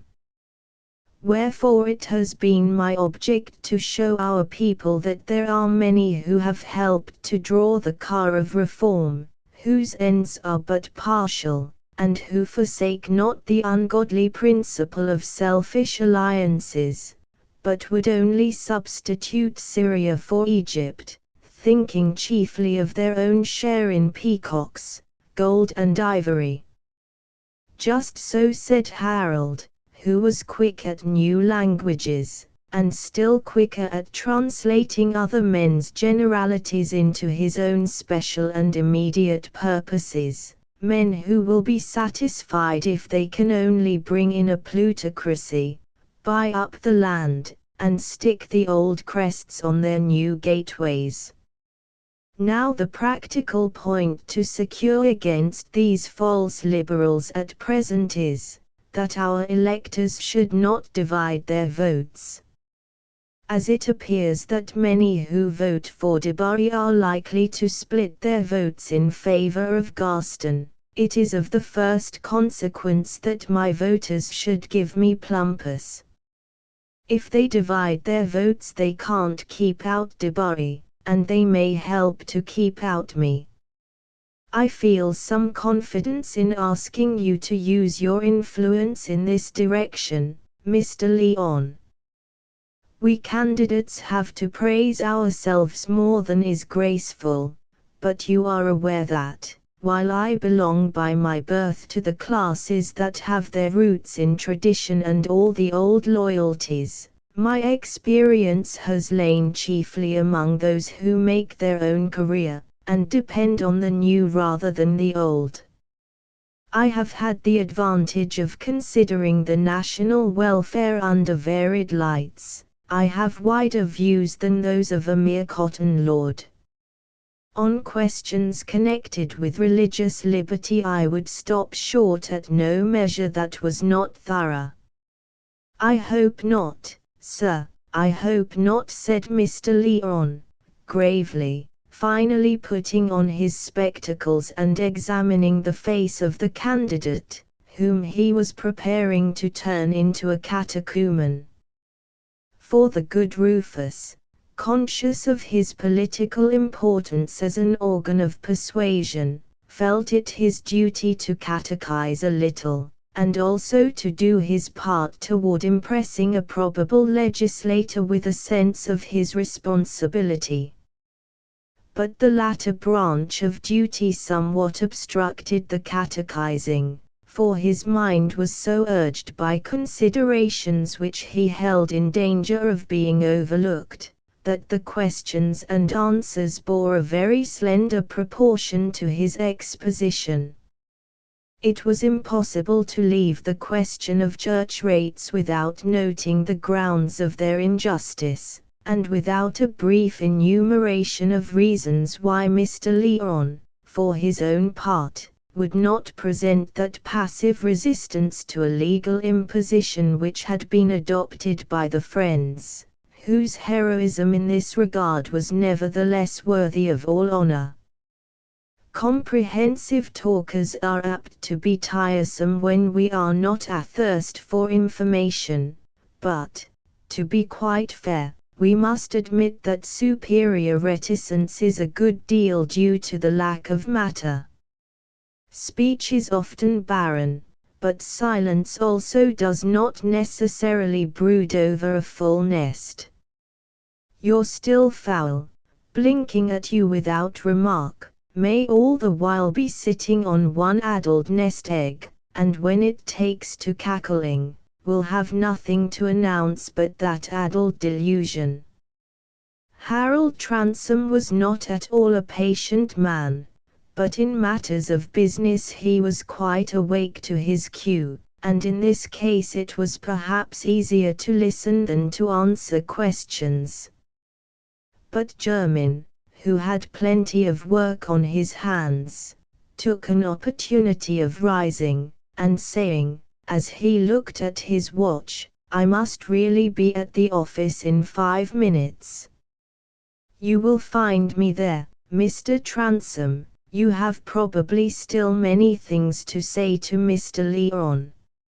I beseech you, sir, said the minister, changing colour, and by a quick movement laying his hand on Jermyn's arm, I beseech you to favour me with an interview on some private business, this evening, if it were possible.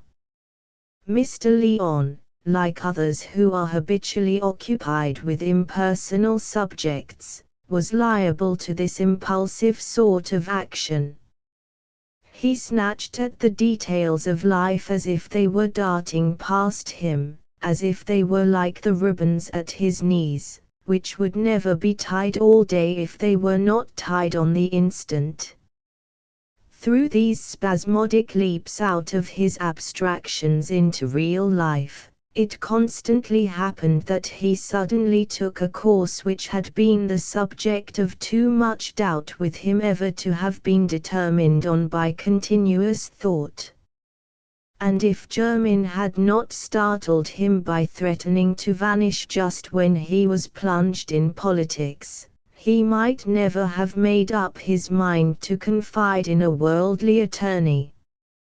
An odd man, as Mrs. Muscat observed, to have such a gift in the pulpit. But there's one knows better than we do, which, in a lady who rarely felt her judgment at a loss, was a concession that showed much piety. Jermyn was surprised at the little man's eagerness. By all means, he answered, quite cordially. Could you come to my office at 8 o'clock? For several reasons, I must beg you to come to me. Oh, very good. I'll walk out and see you this evening, if possible. I shall have much pleasure in being of any use to you. Jermyn felt that in the eyes of Harold he was appearing all the more valuable when his services were thus in request. He went out, and Mr. Lyon easily relapsed into politics, for he had been on the brink of a favourite subject on which he was at issue with his fellow Liberals. At that time, when faith in the efficacy of political change was at fever heat in ardent reformers, many measures which men are still discussing with little confidence on either side, were then talked about and disposed of like property in near reversion. Crying abuses, bloated paupers, bloated pluralists, and other corruptions hindering men from being wise and happy, had to be fought against and slain. Such a time is a time of hope. Afterward, when the corpses of those monsters have been held up to the public wonder and abhorrence, and yet wisdom and happiness do not follow, but rather a more abundant breeding of the foolish and unhappy, comes a time of doubt and despondency. But in the great reform year hope was mighty. The prospect of reform had even served the voters instead of drink, and in one place, at least, there had been a dry election. And now the speakers at reform banquets were exuberant in congratulation and promise. Liberal clergymen of the establishment toasted Liberal Catholic clergymen without any allusion to scarlet, and Catholic clergymen replied with a like tender reserve. Some dwelt on the abolition of all abuses, and on millennial blessedness generally, others, whose imaginations were less suffused with exhalations of the dawn, insisted chiefly on the ballot box. Now on this question of the ballot the minister strongly took the negative side.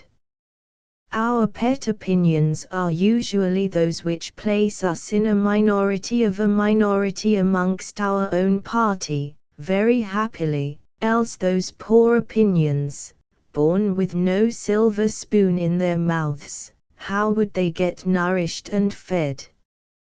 So it was with Mr. Lyon and his objection to the ballot.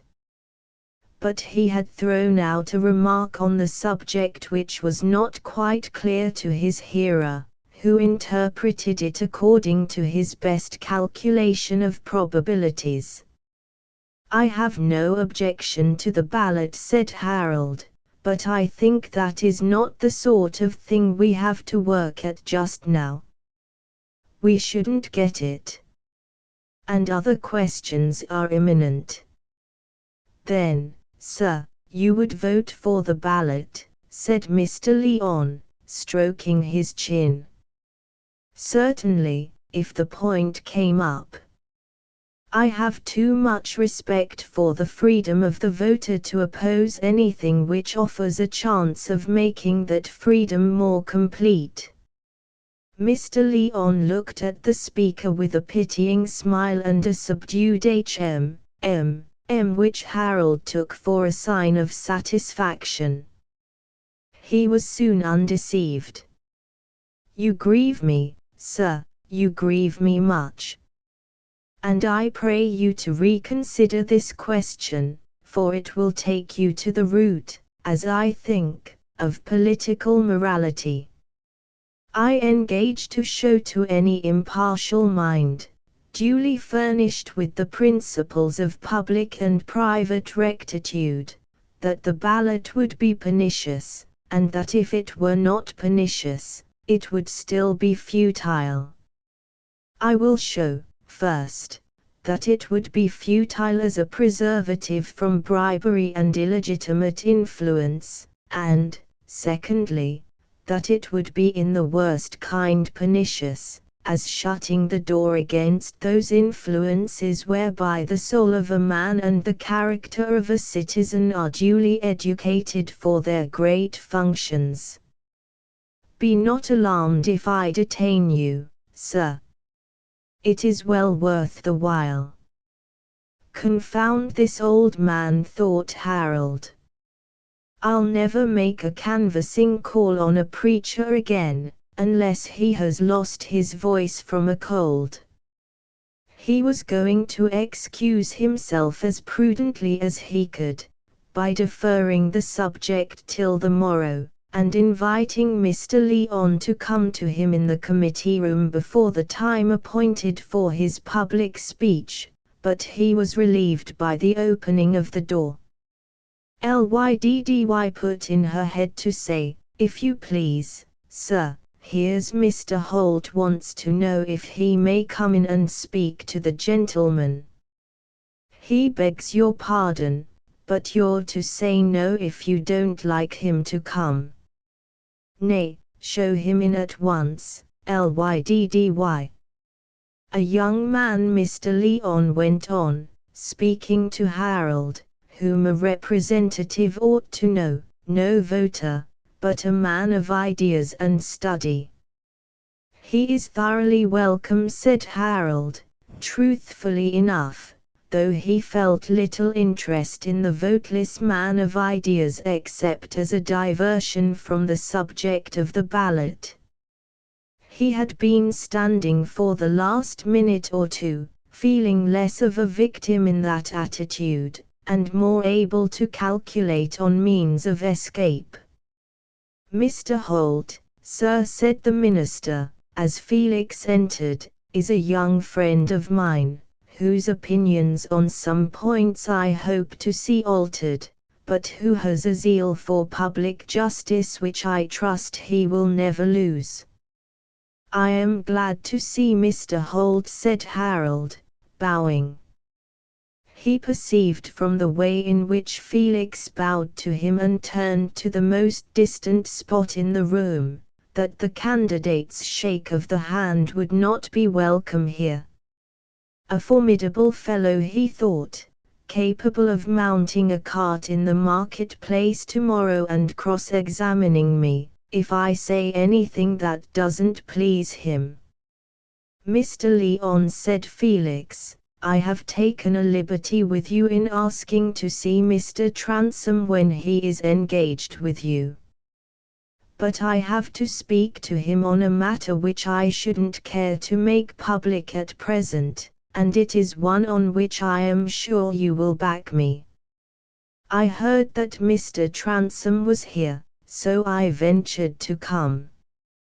I hope you will both excuse me, as my business refers to some electioneering measures which are being taken by Mr. Transome's agents." "Pray go on," said Harold, expecting something unpleasant. "I'm not going to speak against treating voters," said Felix. "I suppose butter-ale, and grease of that sort to make the wheels go, belong to the necessary humbug of representation. But I wish to ask you, Mr. Transome, whether it is with your knowledge that agents of yours are bribing rough fellows who are no voters, the colliers and navvies at Sproxton, with the chance of extra drunkenness, that they may make a posse on your side at the nomination and polling." "Certainly not," said Harold. "You are aware, my dear sir, that a candidate is very much at the mercy of his agents as to the means by which he is returned, especially when many years' absence has made him a stranger to the men actually conducting business. But are you sure of your facts?" "As sure as my senses can make me," said Felix, who then briefly described what had happened on Sunday. "I believed that you were ignorant of all this, Mr. Transome," he ended, "and that was why I thought some good might be done by speaking to you. If not, I should be tempted to expose the whole affair as a disgrace to the Radical party. I'm a Radical myself, and mean to work all my life long against privilege, monopoly, and oppression. But I would rather be a livery servant proud of my master's title, than I would seem to make common cause with scoundrels who turn the best hopes of men into bywords for cant and dishonesty." "Your energetic protest is needless here, sir," said Harold, offended at what sounded like a threat, and was certainly premature enough to be in bad taste.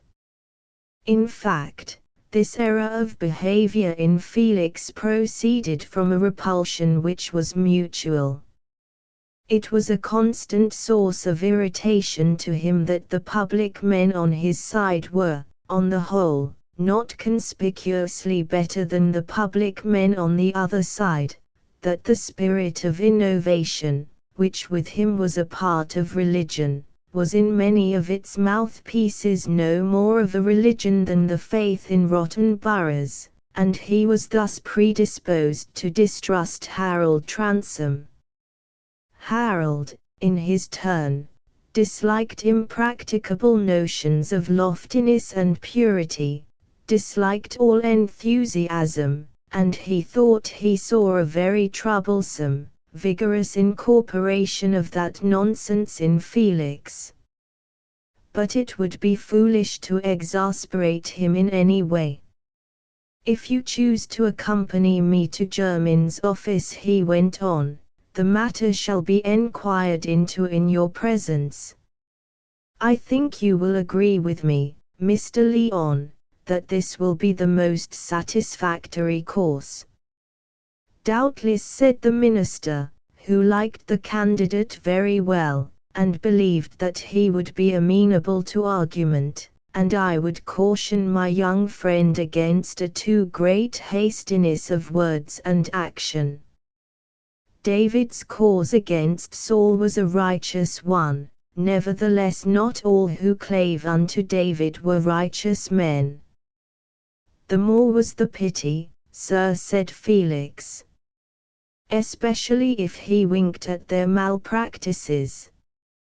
Mr. Lyon smiled, shook his head, and stroked his favorite's arm deprecatingly. "It is rather too much for any man to keep the consciences of all his party," said Harold. If you had lived in the East, as I have, you would be more tolerant, for example, of an active industrious selfishness, such as we have here. Though it may not always be quite scrupulous, you would see how much better it is than an idle selfishness. I have heard it said, a bridge is a good thing, worth helping to make, though half the men who worked at it were rogues. Oh, yes, said Felix, scornfully, give me a handful of generalities and analogies, and I'll undertake to justify Burke and Hare, and prove them benefactors of their species. I'll tolerate no nuisances but such as I can't help, and the question now is, not whether we can do away with all the nuisances in the world, but with a particular nuisance under our noses.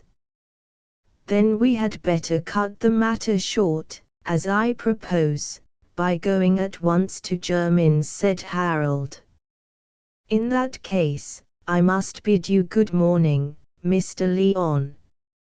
I would fain, said the minister, looking uneasy, I would fain have had a further opportunity of considering that question of the ballot with you.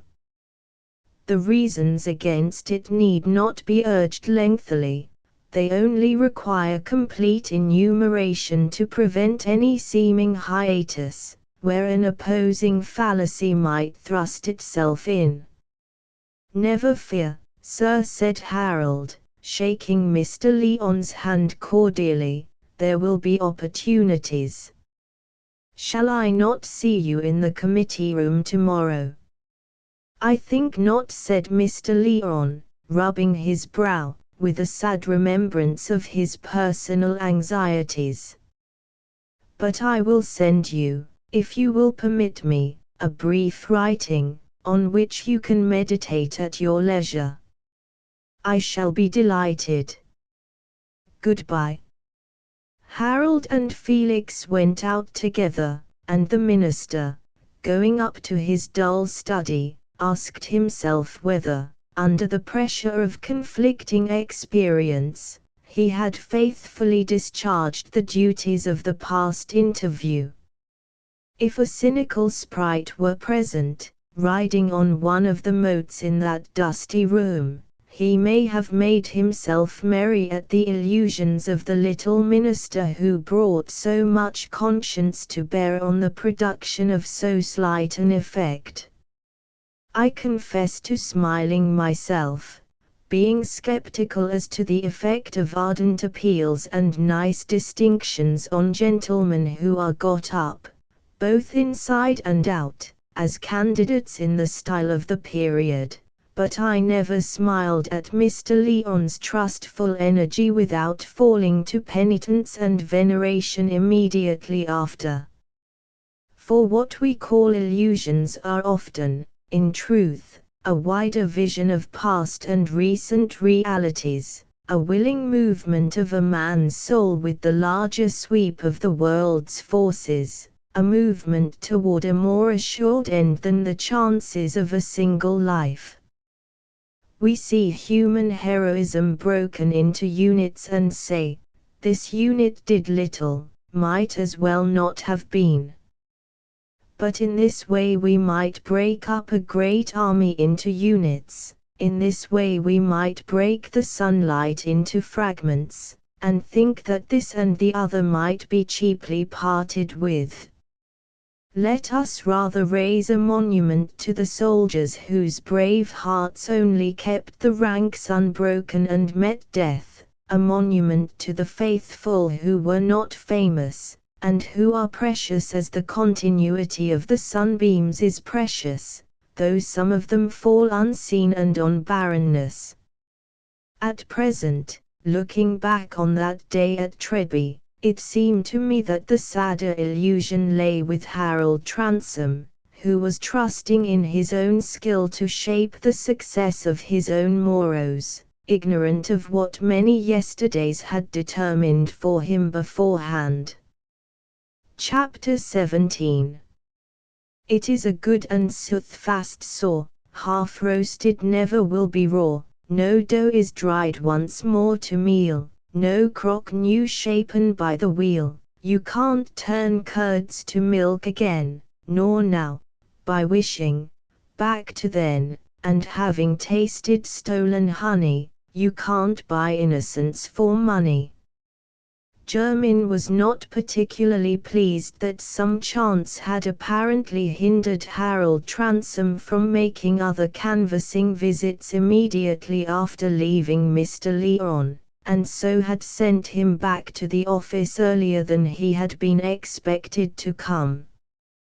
The inconvenient chance he guessed at once to be represented by Felix Holt, whom he knew very well by Trebian report to be a young man with so little of the ordinary Christian motives as to making an appearance and getting on in the world, that he presented no handle to any judicious and respectable person who might be willing to make use of him. Harold Transome, on his side, was a great deal annoyed at being worried by Felix in an enquiry about electioneering details. The real dignity and honesty there was in him made him shrink from this necessity of satisfying a man with a troublesome tongue. It was as if he were to show indignation at the discovery of one barrel with a false bottom, when he had invested his money in a manufactory where a larger or smaller number of such barrels had always been made.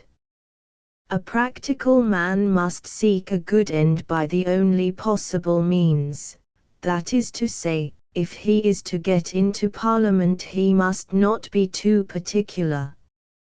It was not disgraceful to be neither a Quixote nor a theorist, aiming to correct the moral rules of the world, but whatever actually was, or might prove to be, disgraceful, Harold held in detestation.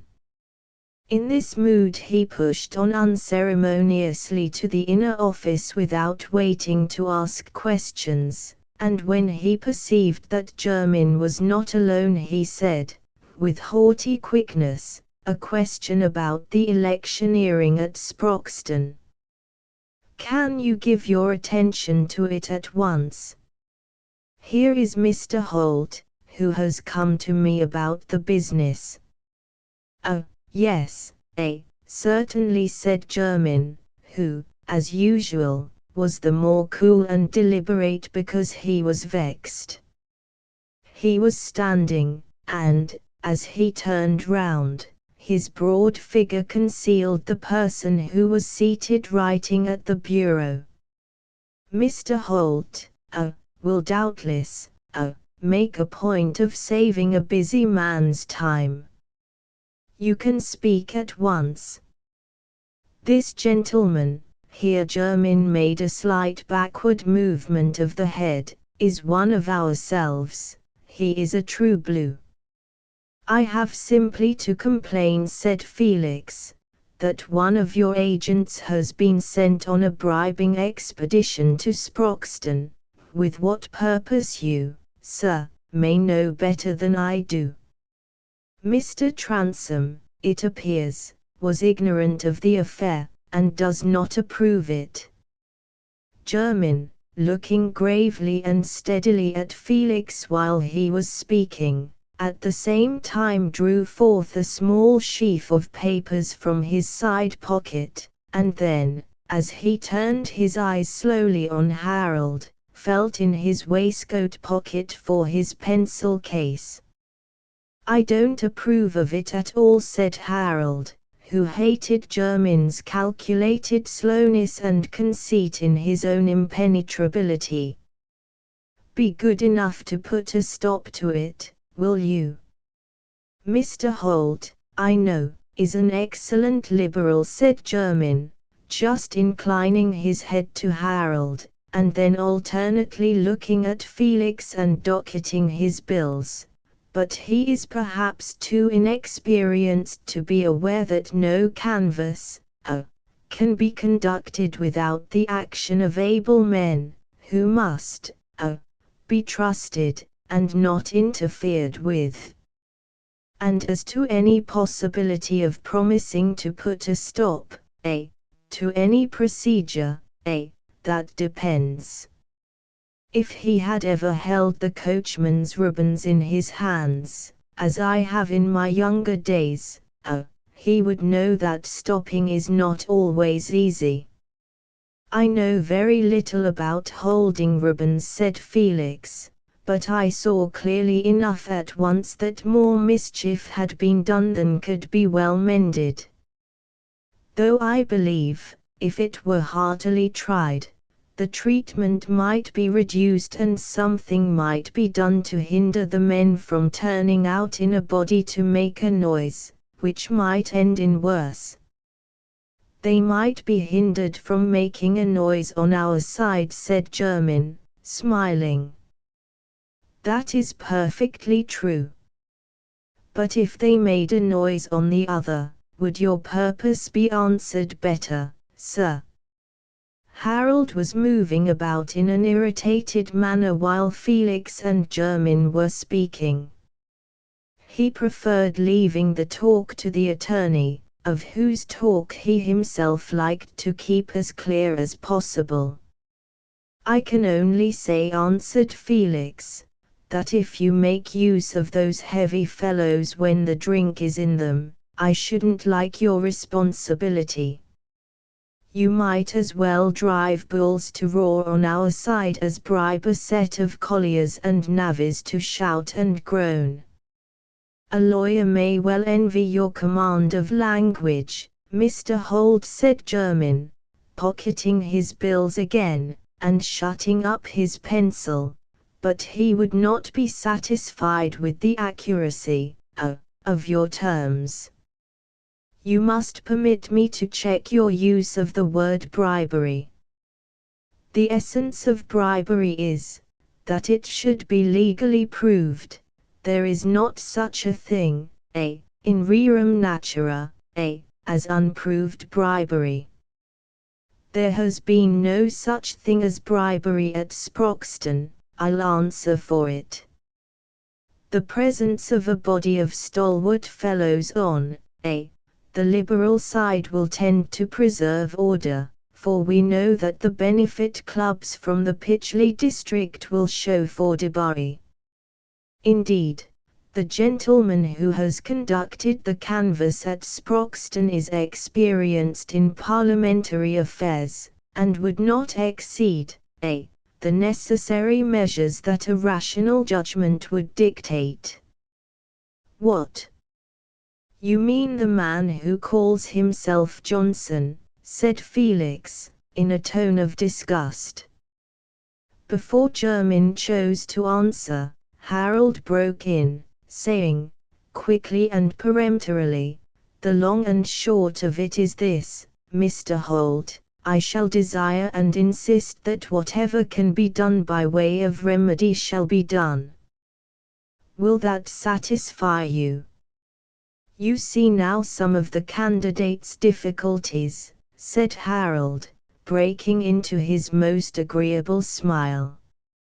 I hope you will have some pity for me. I suppose I must be content, said Felix, not thoroughly propitiated. I bid you good morning, gentlemen. When he was gone out, and had closed the door behind him, Harold, turning round and flashing, in spite of himself, an angry look at Jermyn, said, And who is Johnson? An alias, I suppose. It seems you are fond of the name. Jermyn turned perceptibly paler, but disagreeables of this sort between himself and Harold had been too much in his anticipations of late for him to be taken by surprise. He turned quietly round and just touched the shoulder of the person seated at the bureau, who now rose. On the contrary, Jermyn answered, the Johnson in question is this gentleman, whom I have the pleasure of introducing to you as one of my most active helpmates in electioneering business, Mr. Johnson, of Bedford Row, London. I am comparatively a novice, in these matters. But he was engaged with James Putty in 2 hardly contested elections, and there could scarcely be a better initiation. Putty is one of the first men of the country as an agent, on the Liberal side, Johnson. I think Makepeace is, not altogether a match for him, not quite of the same caliber, Hord consimili ingenio, in tactics, and in experience. Makepeace is a wonderful man, and so is Putty, said the glib Johnson, too vain not to be pleased with an opportunity of speaking, even when the situation was rather awkward. Makepeace for scheming, but Putty for management. Putty knows men, sir, he went on, turning to Harold. It's 1,000 pities that you have not had his talents employed in your service. He's beyond any man for saving a candidate's money, does half the work with his tongue. He'll talk of anything, from the Areopagus, and that sort of thing, down to the joke about where are you going, Paddy? You know what I mean, sir. Back again, says Paddy, an excellent electioneering joke. Putty understands these things. He has said to me, Johnson, bear in mind there are 2 ways of speaking an audience will always like. One is to tell them what they don't understand, and the other is, to tell them what they are used to. I shall never be the man to deny that I owe a great deal to Putty. I always say it was a most providential thing in the Muffam election last year that Putty was not on the Tory side. He managed the women, and, if you'll believe me, sir, 1/4 of the men would never have voted if their wives hadn't driven them to it for the good of their families. And as for speaking, it's currently reported in our London circles that Putty writes regularly for the Times. He has that kind of language, and I needn't tell you, Mr. Transome, that it's the apex, which, I take it, means the tip-top, and nobody can get higher than that, I think. I've belonged to a political debating society myself. I've heard a little language in my time, but when Mr. Jermyn first spoke to me about having the honour to assist in your canvass of North Loamshire, here Johnson played with his watch seals and balanced himself a moment on his toes. The very first thing I said was, and there's Garston has got Putty. No Whig could stand against a Whig, I said, who had Putty on his side. I hope Mr. Transome goes in for something of a deeper colour. I don't say that, as a general rule, opinions go for much in a return, Mr. Transome. It depends on who are in the field before you, and on the skill of your agents. But as a radical, and a moneyed radical, you are in a fine position, sir, and with care and judgment, it had been impossible to interrupt Johnson before, without the most impolitic rudeness. Jermyn was not sorry that he should talk, even if he made a fool of himself, for in that solid shape, exhibiting the average amount of human foibles, he seemed less of the alias which Harold had insinuated him to be, and had all the additional plausibility of a lie with a circumstance. Harold had thrown himself with contemptuous resignation into a chair, had drawn off one of his buff gloves, and was looking at his hand. But when Johnson gave his iteration with a slightly slackened pace, Harold looked up at him and broke in, "Well then, Mr. Johnson, I shall be glad if you will use your care and judgment in putting an end, as well as you can, to this Sproxton affair, else it may turn out an ugly business. Excuse me, sir, I must beg you to look at the matter a little more closely. You will see that it is impossible to take a single step backward at Sproxton. It was a matter of necessity to get the Sproxton men, else I know to a certainty the other side would have laid hold of them first, and now I've undermined Garston's people. They'll use their authority, and give a little shabby treating, but I've taken all the wind out of their sails. But if, by your orders, I or Mr. Jermyn here were to break promise with the honest fellows, and offend Chubb the publican, what would come of it? Chubb would leave no stone unturned against you, sir. He would egg on his customers against you. The colliers and navvies would be at the nomination and the election all the same, or rather not all the same, for they would be there against us, and instead of hustling people good-humouredly by way of a joke, and counterbalancing debarrous cheers, they'd help to kick the cheering and voting out of our men, and instead of being, let us say, half a dozen ahead of Garston, you'd be half a dozen behind him, that's all. I speak plain English to you, Mr. Transome, though I've the highest respect for you as a gentleman of first-rate talents and position.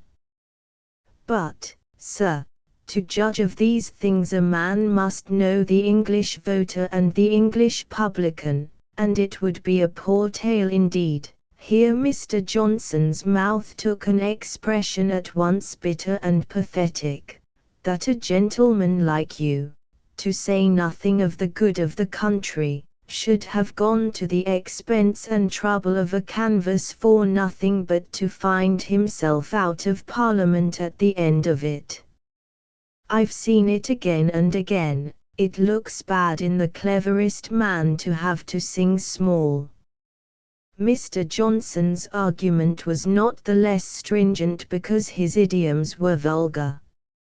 It requires a conviction and resolution amounting to heroism not to wince at phrases that class our foreshadowed endurance among those common and ignominious troubles which the world is more likely to sneer at than to pity. Harold remained a few minutes in angry silence looking at the floor, with one hand on his knee and the other on his hat, as if he were preparing to start up. "As to undoing anything that's been done down there," said Johnson, throwing in this observation as something into the bargain, "I must wash my hands of it, sir. I couldn't work knowingly against your interest. And that young man who is just gone out, you don't believe that he need be listened to, I hope? Chubb, the publican, hates him. Chubb would guess he was at the bottom of your having the treating stopped, and he'd set half a dozen of the colliers to duck him in the canal, or break his head by mistake. I'm an experienced man, sir. I hope I've put it clear enough." "Certainly, the exposition befits the subject," said Harold, scornfully, his dislike of the man Johnson's personality being stimulated by causes which Jermyn more than conjectured. "It's a damned, unpleasant, ravelled business that you and Mr. Jermyn have knit up between you. I've no more to say." "Then, sir, if you've no more commands, I don't wish to intrude." "I shall wish you good morning, sir," said Johnson, passing out quickly. Harold knew that he was indulging his temper, and he would probably have restrained it as a foolish move if he had thought there was great danger in it. But he was beginning to drop much of his caution and self-mastery where Jermyn was concerned, under the growing conviction that the attorney had very strong reasons for being afraid of him, reasons which would only be reinforced by any action hostile to the Transome interest. As for a sneak like this Johnson, a gentleman had to pay him, not to please him. Harold had smiles at command in the right place, but he was not going to smile when it was neither necessary nor agreeable. He was one of those good-humored, yet energetic men, who have the gift of anger, hatred, and scorn upon occasion, though they are too healthy and self-contented for such feelings to get generated in them without external occasion. And in relation to Jermyn the gift was coming into fine exercise. "Oh, pardon me, Mr. Harold," said Jermyn, speaking as soon as Johnson went out, "but I am sorry, you should behave disobligingly to a man who has it in his power to do much service, who, in fact, holds many threads in his hands. I admit that, nemo mortalium omnibus juris sapit, as we say, speak for yourself," said Harold. "I don't talk in tags of Latin, which might be learned by a schoolmaster's footboy. I find the King's English expresses my meaning better." "In the King's English, then," said Jermyn, who could be idiomatic enough when he was stung, "a candidate should keep his kicks till he's a member." "Oh, I suppose Johnson will bear a kick if you bid him. You're his principal, I believe?" "Certainly, thus far, he is my London agent. But he is a man of substance, and I shall know what he is if it's necessary, I dare say. But I must jump into the carriage again. I've no time to lose, I must go to Hawkins at the factory." "Will you go?" When Harold was gone, Jermyn's handsome face gathered blackness. He hardly ever wore his worst expression in the presence of others, and but seldom when he was alone, for he was not given to believe that any game would ultimately go against him. His luck had been good.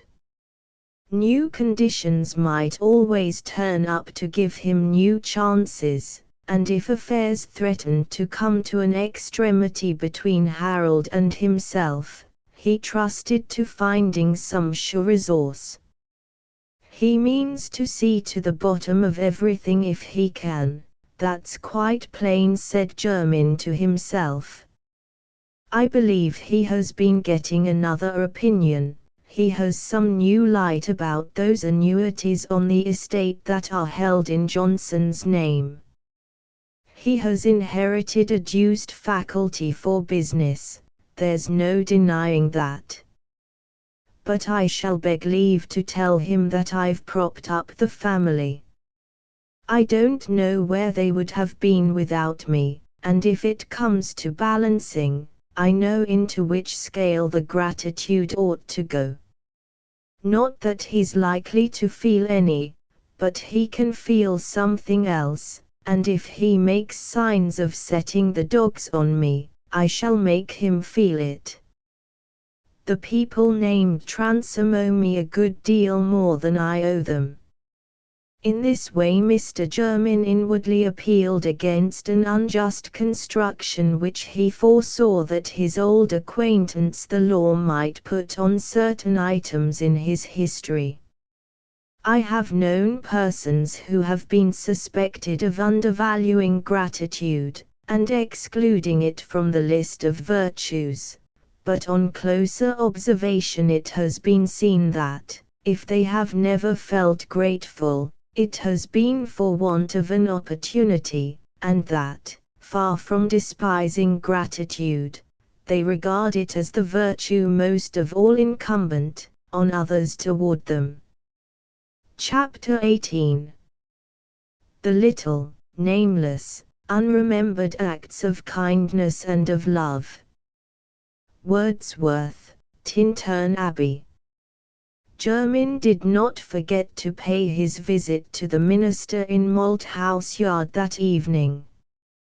The mingled irritation, dread and defiance which he was feeling toward Harold Transome in the middle of the day depended on too many and far-stretching causes to be dissipated by 8 o'clock, but when he left Mr. Lyon's house he was in a state of comparative triumph in the belief that he, and he alone, was now in possession of facts which, once grouped together, made a secret that gave him new power over Harold. Mr. Lyon, in his need for help from one who had that wisdom of the serpent which, he argued, is not forbidden, but is only of hard acquirement to dove-like innocence, had been gradually led to pour out to the attorney all the reasons which made him desire to know the truth about the man who called himself Maurice Christian. He had shown all the precious relics, the locket, the letters, and the marriage certificate. And Jermyn had comforted him by confidently promising to ascertain, without scandal or premature betrayals, whether this man were really Annette's husband, or Maurice Christian Bycliffe. Jermyn was not rash in making this promise, since he had excellent reasons for believing that he had already come to a true conclusion on the subject. But he wished both to know a little more of this man himself, and to keep Mr. Lyon in ignorance, not a difficult precaution, in an affair which it cost the minister so much pain to speak of. An easy opportunity of getting an interview with Christian was sure to offer itself before long, might even offer itself tomorrow. Jermyn had seen him more than once, though hitherto without any reason for observing him with interest. He had heard that Philip de Boris Courier was often busy in the town, and it seemed specially likely that he would be seen there when the market was to be agitated by politics, and the new candidate was to show his paces. The world of which Treby Magna was the centre was, naturally, curious to see the young Transome, who had come from the East, was as rich as a Jew, and called himself a radical, characteristics all equally vague in the minds of various excellent ratepayers, who drove to market in their taxed carts or in their hereditary gigs. Places at convenient windows had been secured beforehand for a few best bonnets, but, in general, a radical candidate excited no ardent feminine partisanship, even among the dissenters in Treby, if they were of the prosperous and long-resident class. Some chapel-going ladies were fond of remembering that their family had been church, others objected to politics altogether as having spoiled old neighbourliness, and sundered friends who had kindred views as to cowslip wine and Michaelmas cleaning. Others, of the melancholy sort, said it would be well if people would think less of reforming Parliament and more of pleasing God. Irreproachable dissenting matrons, like Mrs. Muscat, whose youth had been passed in a short-waisted bodice and tight skirt, had never been animated by the struggle for liberty, and had a timid suspicion that religion was desecrated by being applied to the things of this world. Since Mr. Lyon had been in Malthouse Yard there had been far too much mixing up of politics with religion, but, at any rate, these ladies had never yet been to hear speechifying in the market-place, and they were not going to begin that practice. Esther, however, had heard some of her feminine acquaintances say that they intended to sit at the druggist's upper window, and she was inclined to ask her father if he could think of a suitable place where she also might see and hear. Two inconsistent motives urged her. She knew that Felix cared earnestly for public questions, and she supposed that he held it one of her deficiencies not to care about them. Well, she would try to learn the secret of this ardor, which was so strong in him that it animated what she thought the dullest form of life. She was not too stupid to find it out. But this self-correcting motive was presently displaced by a motive of a different sort. It had been a pleasant variety in her monotonous days to see a man like Harold Transome, with a distinguished appearance and polished manners, and she would like to see him again. He suggested to her that brighter and more luxurious life on which her imagination dwelt without the painful effort it required to conceive the mental condition which would place her in complete sympathy with Felix Holt. It was this less unaccustomed prompting of which she was chiefly conscious when she awaited her father's coming down to breakfast. Why, indeed, should she trouble herself so much about Felix? Mr. Lyon, more serene now that he had unbosomed his anxieties and obtained a promise of help, was already swimming so happily in the deep water of polemics in expectation of Philip Debarry's answer to his challenge, that, in the occupation of making a few notes lest certain felicitous inspirations should be wasted, he had forgotten to come down to breakfast. Esther, suspecting his abstraction, went up to his study, and found him at his desk looking up with wonder at her interruption. "Come, father, you have forgotten your breakfast." "It is true, child, I will come," he said, lingering to make some final strokes. "Oh, you naughty father," said Esther, as he got up from his chair, "your coat collar is twisted, your waistcoat is buttoned all wrong, and you have not brushed your hair. Sit down and let me brush it again as I did yesterday." He sat down obediently, while Esther took a towel, which she threw over his shoulders, and then brushed the thick, long fringe of soft auburn hair. This very trifling act, which she had brought herself to for the first time yesterday, meant a great deal in Esther's little history. It had been her habit to leave the mending of her father's clothes to Lyddy. She had not liked even to touch his cloth garments, still less had it seemed a thing she would willingly undertake to correct his toilette, and use a brush for him. But having once done this, under her new sense of faulty omission, the affectionateness that was in her flowed so pleasantly, as she saw how much her father was moved by what he thought a great act of tenderness, that she quite longed to repeat it. This morning, as he sat under her hands, his face had such a calm delight in it that she could not help kissing the top of his bald head, and afterward, when they were seated at breakfast, she said, merrily, "Father, I shall make a petit maitre of you by and by. Your hair looks so pretty and silken when it is well brushed." "Nay, child," I trust that while I would willingly depart from my evil habit of a somewhat slovenly forgetfulness in my attire, I shall never arrive at the opposite extreme.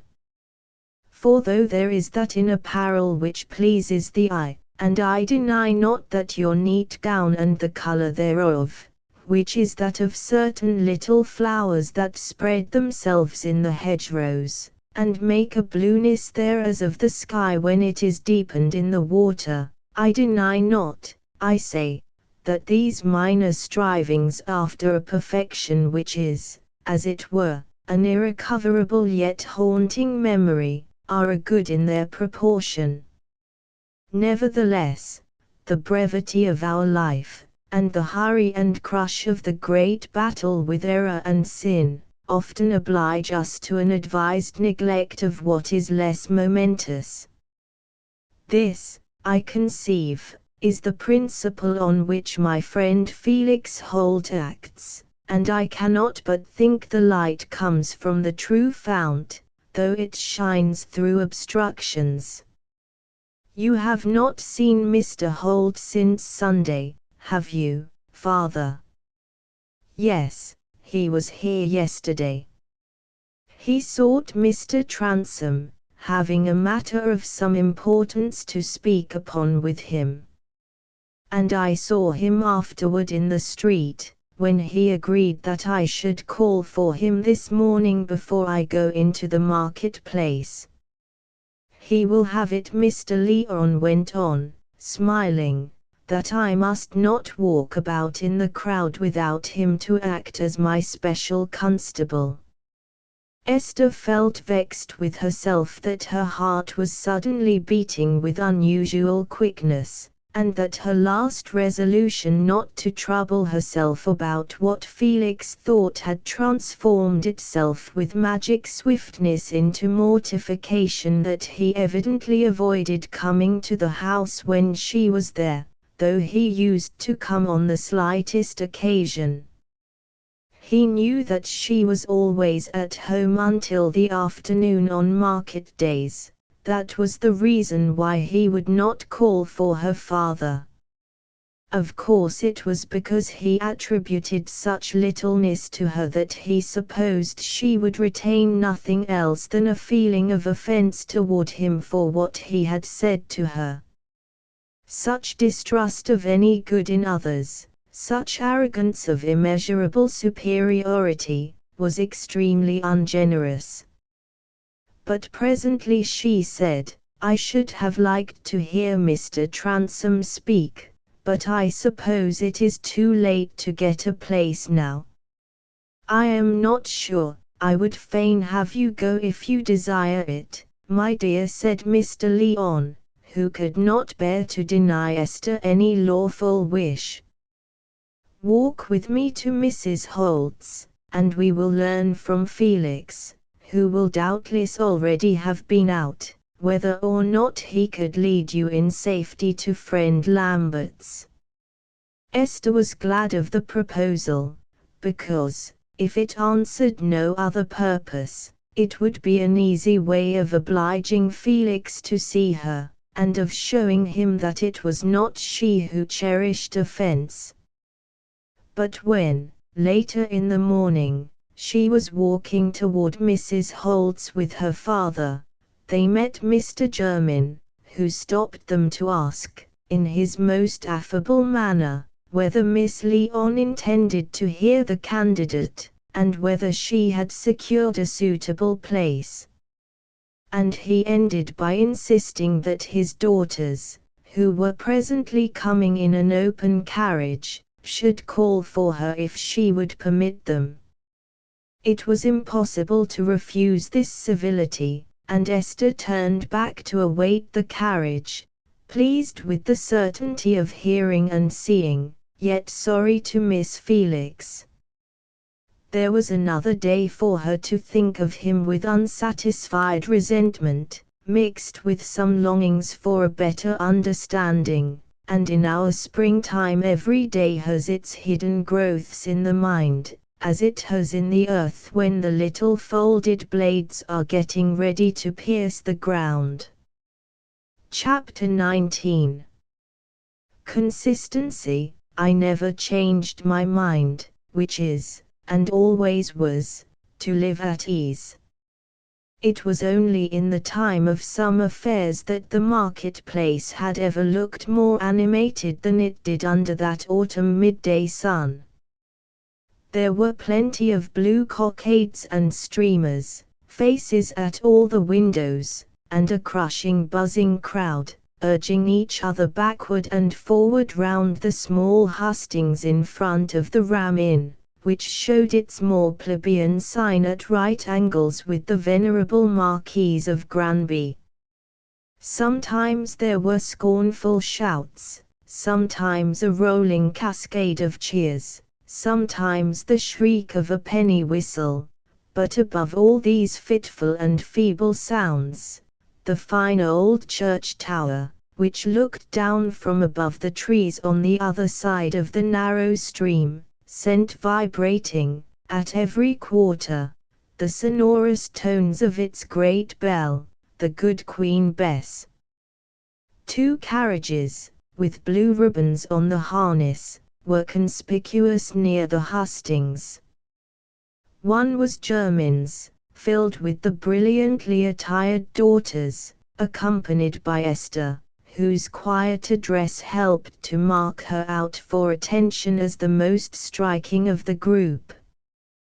The other was Harold Transome's, but in this there was no lady, only the olive-skinned Dominic, whose acute yet mild face was brightened by the occupation of amusing little Harry and rescuing from his tyrannies a King Charles puppy, with big eyes, much after the pattern of the boys. This Trebian crowd did not count for much in the political force of the nation, but it was not the less determined as to lending or not lending its ears. No man was permitted to speak from the platform except Harold and his uncle Lingon, though, in the interval of expectation, several Liberals had come forward. Among these ill-advised persons the one whose attempt met the most emphatic resistance was Rufus Leon.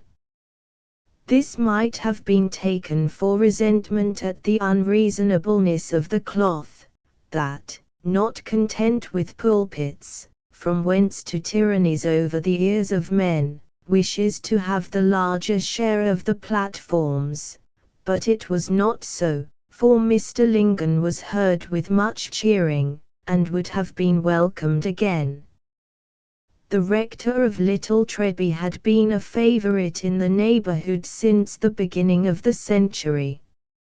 A clergyman thoroughly unclerical in his habits had a piquancy about him which made him a sort of practical joke. He had always been called Jack Lingon, or Parson Jack, sometimes, in older and less serious days, even cockfighting Jack. He swore a little when the point of a joke seemed to demand it, and was fond of wearing a coloured bandana tied loosely over his cravat, together with large brown leather leggings. He spoke in a pithy familiar way that people could understand, and had none of that frigid mincingness called dignity, which some have thought a peculiar clerical disease. In fact, he was a character, something cheerful to think of, not entirely out of connection with Sunday and sermons. And it seemed in keeping that he should have turned sharp round in politics, his opinions being only part of the excellent joke called Parson Jack. When his red eagle face and white hair were seen on the platform, the dissenters hardly cheered this questionable radical, but to make amends, all the Tory farmers gave him a friendly hooray. "Let's hear what old Jack will say for himself," was the predominant feeling among them. "He'll have something funny to say, I'll bet a penny." It was only Lawyer Labron's young clerks and their hangers-on who were sufficiently dead to Trebian traditions to assail the parson with various sharp-edged interjections, such as broken shells, and cries of cock-a-doodle-doo. "Come now, my lads," he began, in his full, pompous, yet jovial tones, thrusting his hands into the stuffed-out pockets of his great-coat, "I'll tell you what, I'm a parson, you know, I ought to return good for evil. So here are some good nuts for you to crack in return for your shells." There was a roar of laughter and cheering as he threw handfuls of nuts and filberts among the crowd. "Come now, you'll say I used to be a Tory, and some of you, whose faces I know as well as I know the head of my own crabstick, will say that's why I'm a good fellow. But now I'll tell you something else. It's for that very reason, that I used to be a Tory, and am a good fellow, that I go along with my nephew here, who is a thoroughgoing Liberal. For will anybody here come forward and say, a good fellow has no need to tack about and change his road?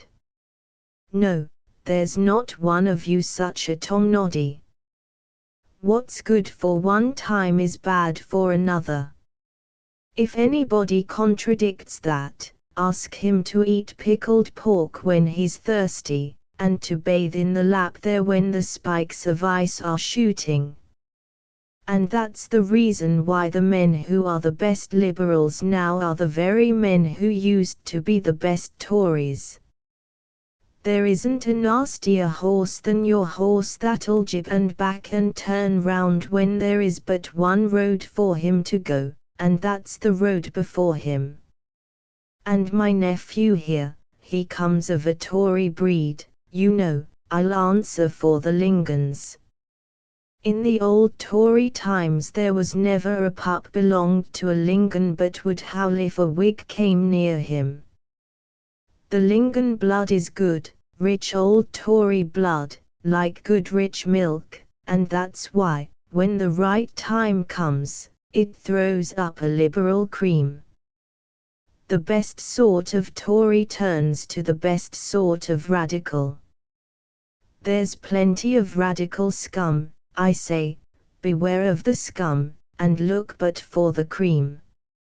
And here's my nephew, some of the cream, if there is any, none of your Whigs, none of your painted water that looks as if it ran, and it's standing still all the while, none of your spinning jenny fellows. A gentleman, but up to all sorts of business. I'm no fool myself, I'm forced to wink a good deal, for fear of seeing too much, for a neighbourly man must let himself be cheated a little.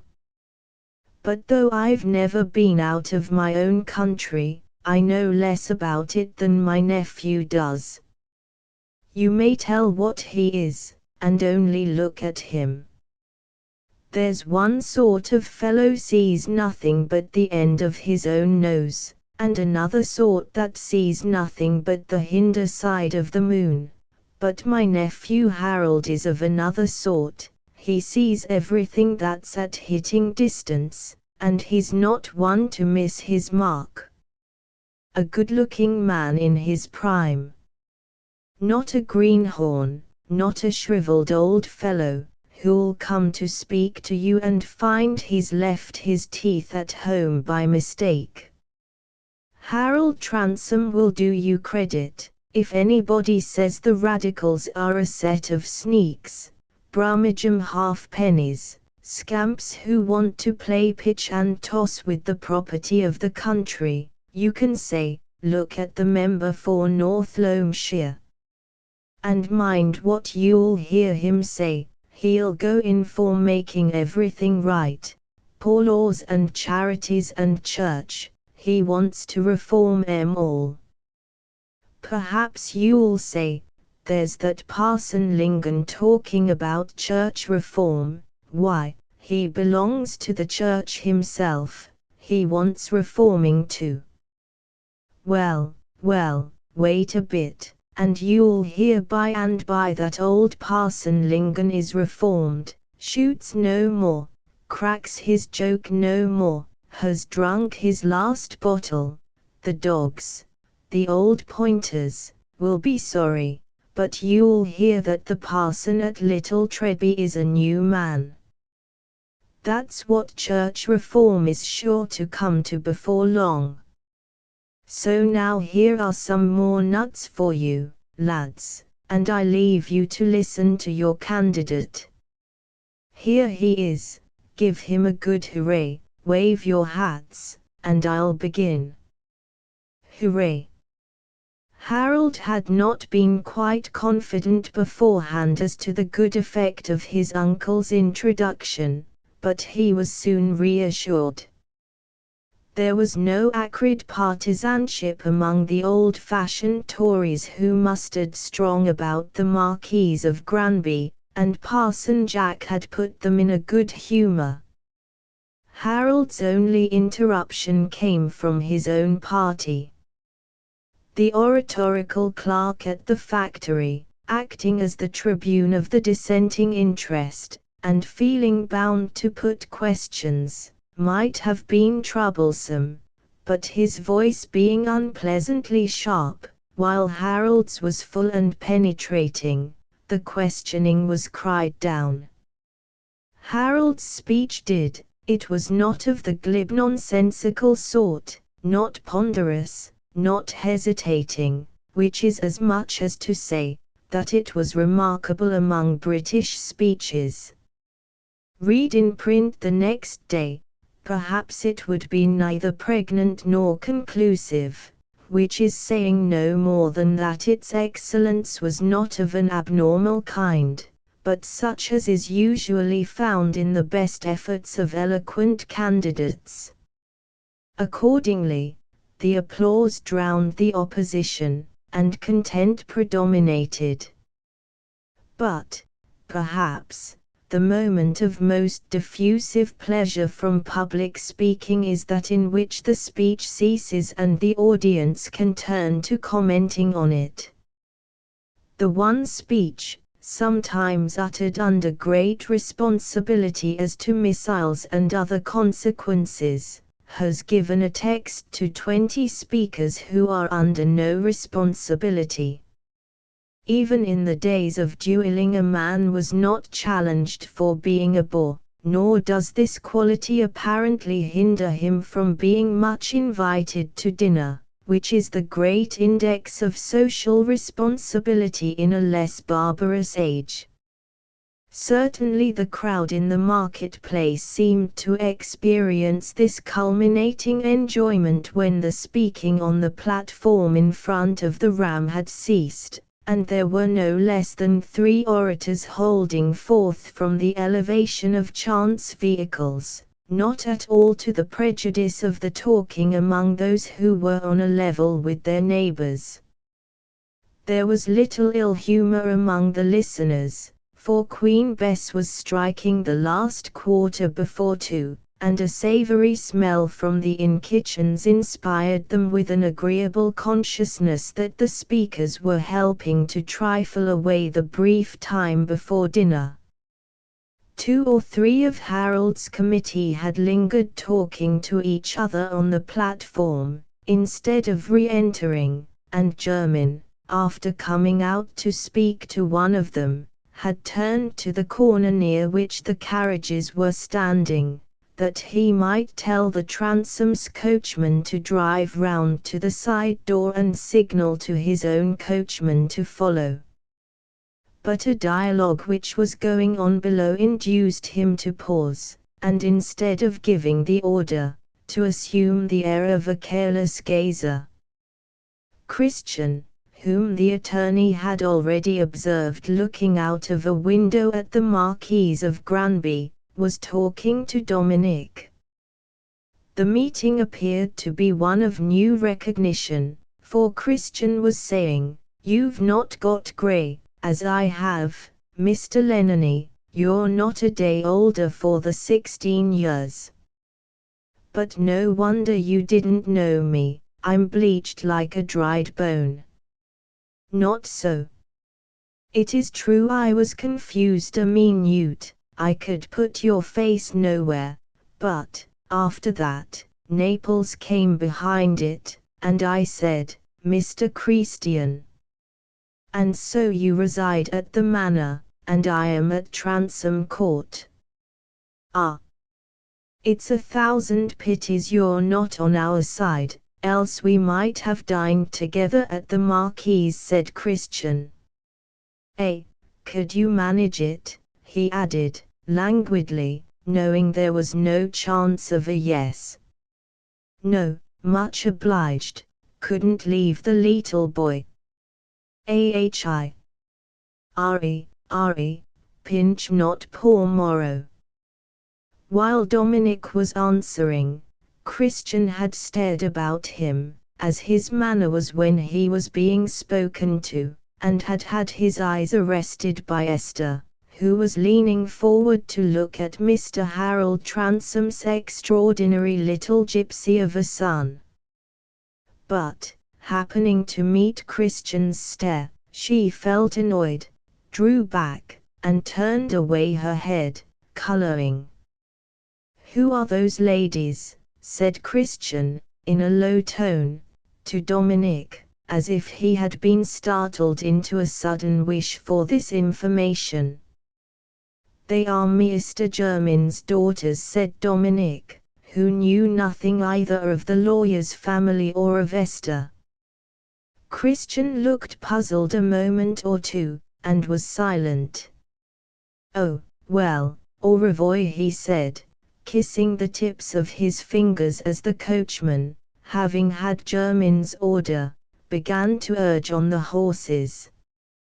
Does he see some likeness in the girl? Thought Jermyn, as he turned away. I wish I hadn't invited her to come in the carriage, as it happens.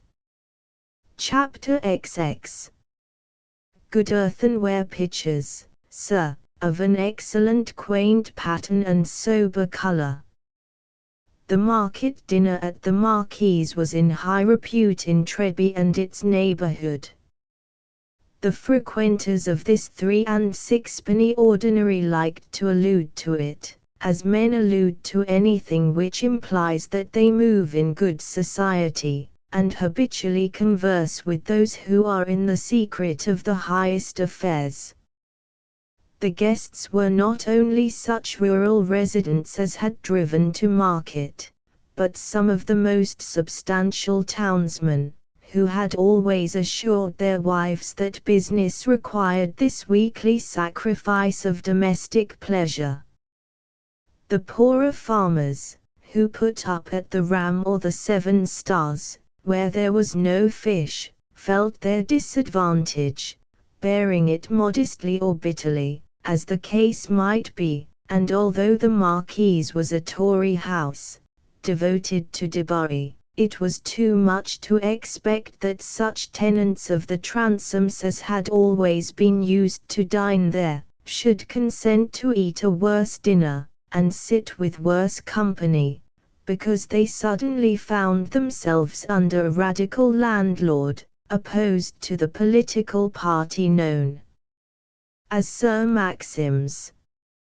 Hence the recent political divisions had not reduced the handsome length of the table at the Marquis's, and the many gradations of dignity, from Mr. Wace, the brewer, to the rich butcher from Leek Malton, who always modestly took the lowest seat, though without the reward of being asked to come up higher, had not been abbreviated by any secessions. Today there was an extra table spread for expected supernumeraries, and it was at this that Christian took his place with some of the younger farmers, who had almost a sense of dissipation in talking to a man of his questionable station and unknown experience. The provision was especially liberal, and on the whole the presence of a minority destined to vote for Transome was a ground for joking, which added to the good humour of the chief talkers. A respectable old acquaintance turned radical rather against his will, was rallied with even greater gusto than if his wife had had twins twice over. The best Trebian Tories were far too sweet-blooded to turn against such old friends, and to make no distinction between them and the radical, dissenting, papistical, deistical set with whom they never dined, and probably never saw except in their imagination. But the talk was necessarily in abeyance until the more serious business of dinner was ended, and the wine, spirits, and tobacco raised mere satisfaction into beatitude. Among the frequent though not regular guests, whom every one was glad to see, was Mr. Nolan, the retired London hosier, a wiry old gentleman past 70, whose square, tight forehead, with its rigid hedge of grey hair, whose bushy eyebrows, sharp dark eyes, and remarkable hooked nose, gave a handsome distinction to his face in the midst of rural physiognomies. He had married a Miss Pendrell early in life, when he was a poor young Londoner, and the match had been thought as bad as ruin by her family. But 15 years ago he had had the satisfaction of bringing his wife to settle amongst her own friends, and of being received with pride as a brother-in-law, retired from business, possessed of unknown thousands, and of a most agreeable talent for anecdote and conversation generally. No question had ever been raised as to Mr. Nolan's extraction on the strength of his hooked nose, or of his name being Barak. Hebrew names ran in the best Saxon families, the Bible accounted for them, and no one among the uplands and hedgerows of that district was suspected of having an Oriental origin unless he carried a peddler's jewel box.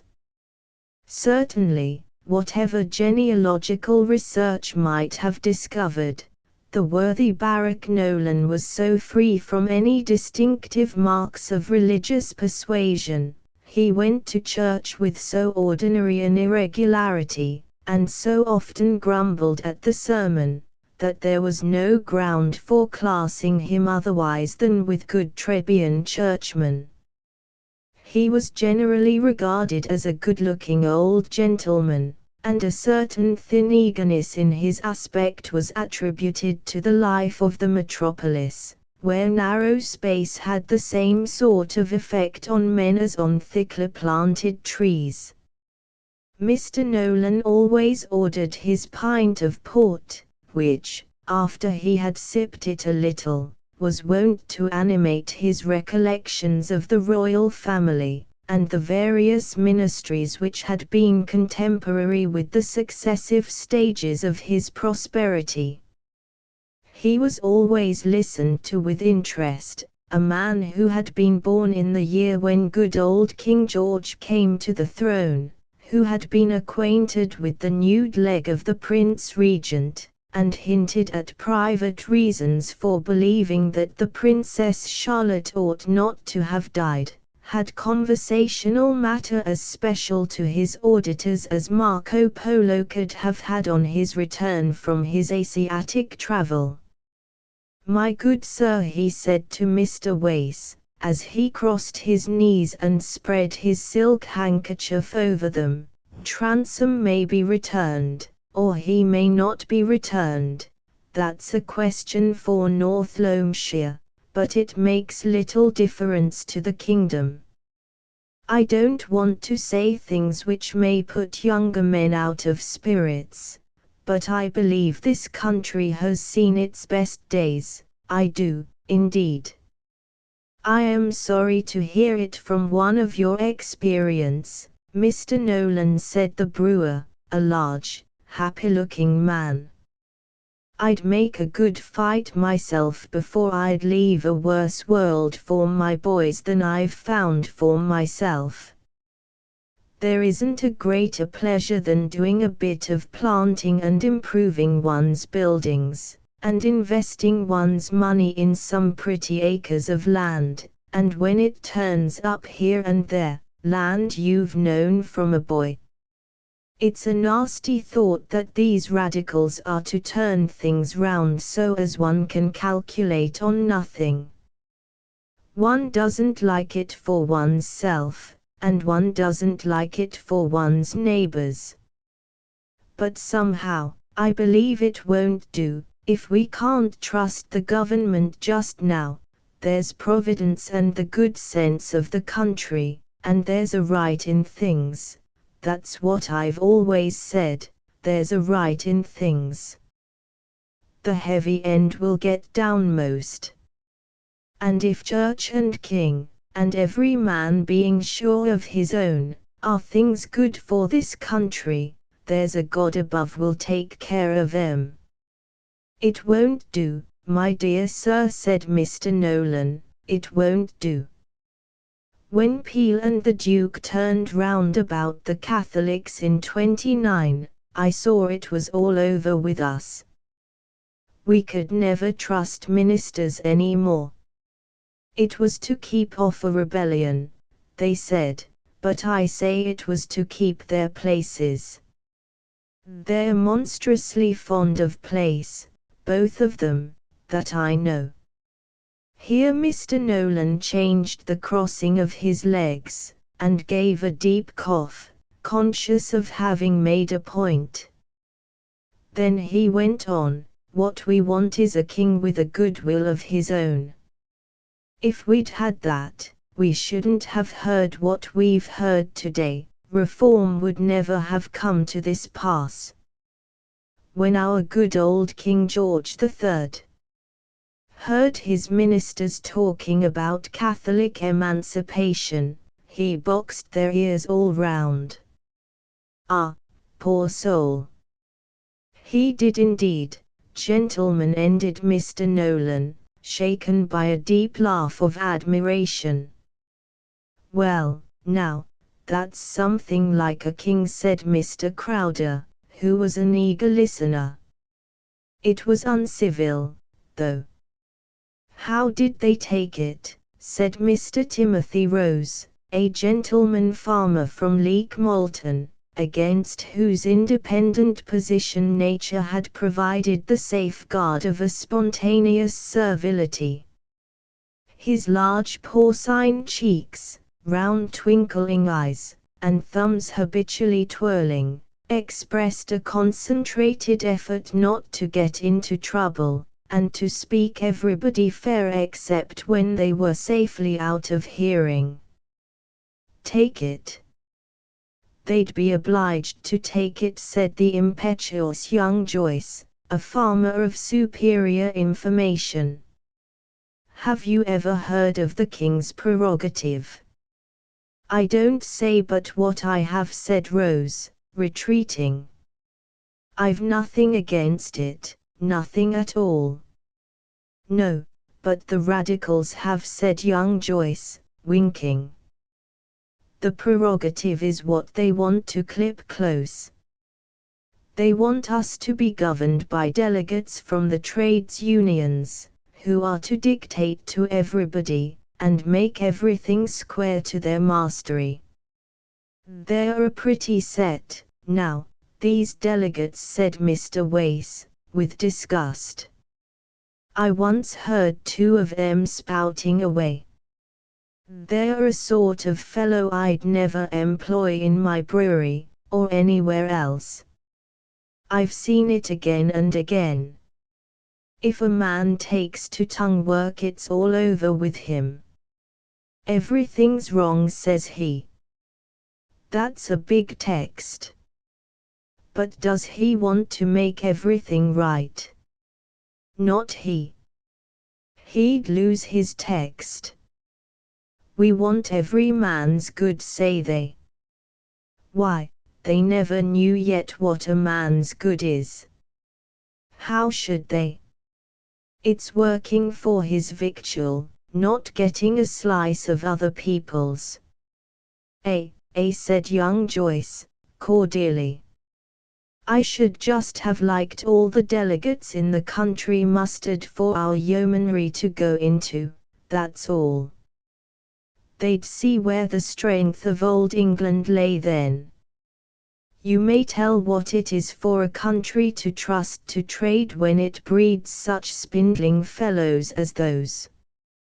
That isn't the fault of trade, my good sir, said Mr. Nolan, who was often a little pained by the defects of provincial culture. Trade, properly conducted, is good for a man's constitution. I could have shown you, in my time, weavers past 70, with all their faculties as sharp as a penknife, doing without spectacles. It's the new system of trade that's to blame. A country can't have too much trade if it's properly managed. Plenty of sound Tories have made their fortune by trade. You've heard of Calibut and Company, everybody has heard of Calibut. Well, sir, I knew old Mr. Calibut as well as I know you. He was once a crony of mine in a city warehouse, and now, I'll answer for it, he has a larger rent roll than Lord Wyvern. Bless your soul. His subscriptions to charities would make a fine income for a nobleman. And he's as good a Tory as I am. And as for his town establishment, why, how much butter do you think is consumed there annually? Mr. Nolan paused, and then his face glowed with triumph as he answered his own question. Why, gentlemen, not less than £2,000 of butter during the few months the family is in town. Trade makes property, my good sir, and property is conservative, as they say now. Calibut's son-in-law is Lord Fortinbras. He paid me a large debt on his marriage. It's all one web, sir. The prosperity of the country is one web. To be sure, said Christian, who, smoking his cigar with his chair turned away from the table, was willing to make himself agreeable in the conversation. We can't do without nobility. Look at France. When they got rid of the old nobles they were obliged to make new. True, very true, said Mr. Nolan, who thought Christian a little too wise for his position, but could not resist the rare gift of an instance in point. It's the French Revolution that has done us harm here. It was the same at the end of the last century, but the war kept it off. Mr. Pitt saved us. I knew Mr. Pitt. I had a particular interview with him once. He joked me about getting the length of his foot. Mr. Nolan, said he, there are those on the other side of the water whose name begins with N who would be glad to know what you know. I was recommended to send an account of that to the newspapers after his death, poor man. But I'm not fond of that kind of show myself.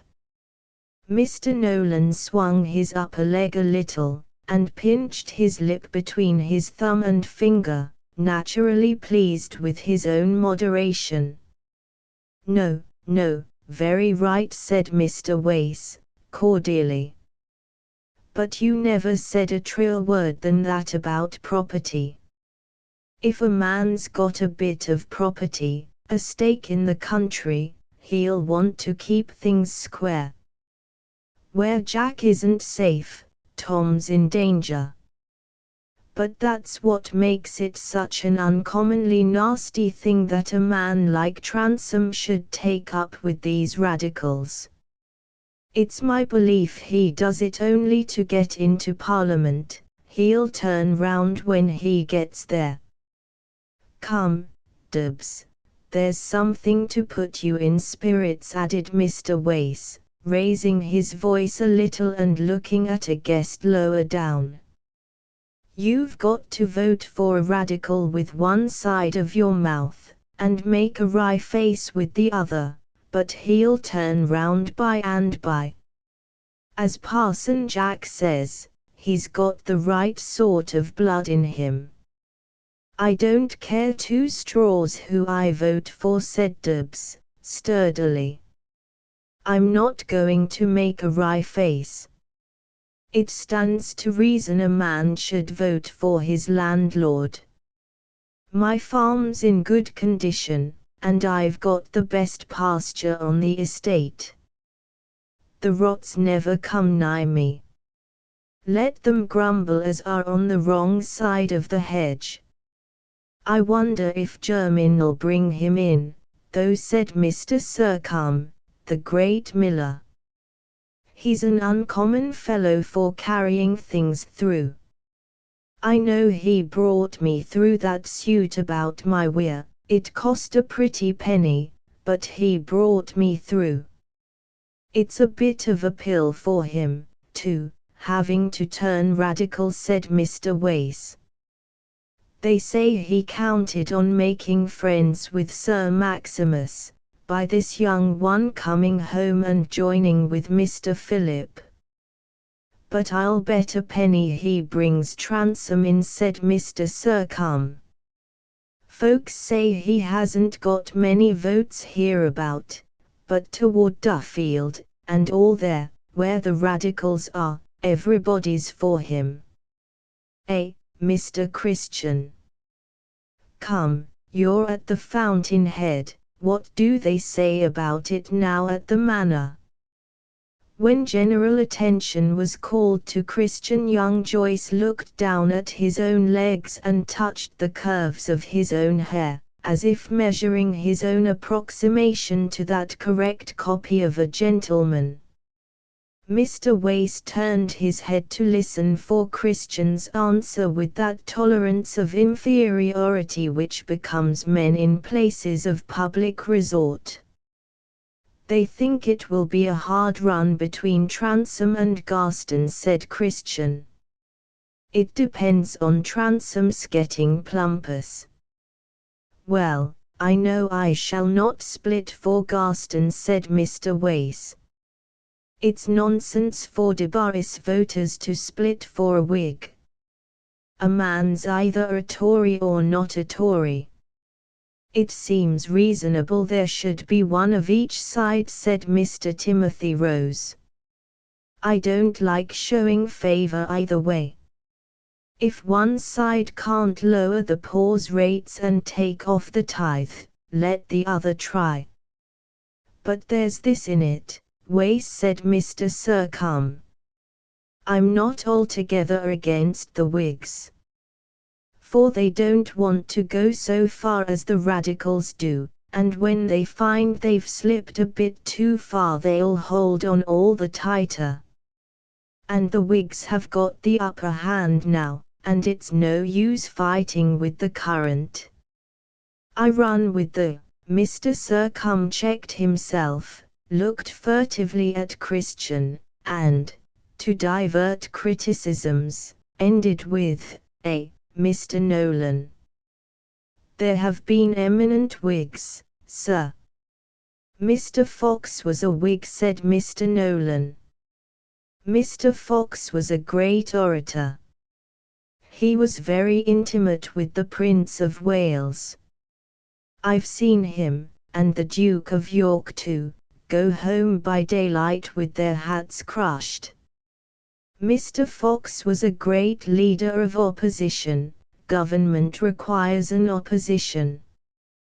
The Whigs should always be in opposition, and the Tories on the ministerial side. That's what the country used to like. The Whigs for salt and mustard, the Tories for meat, Mr. Gottlieb, the banker, used to say to me.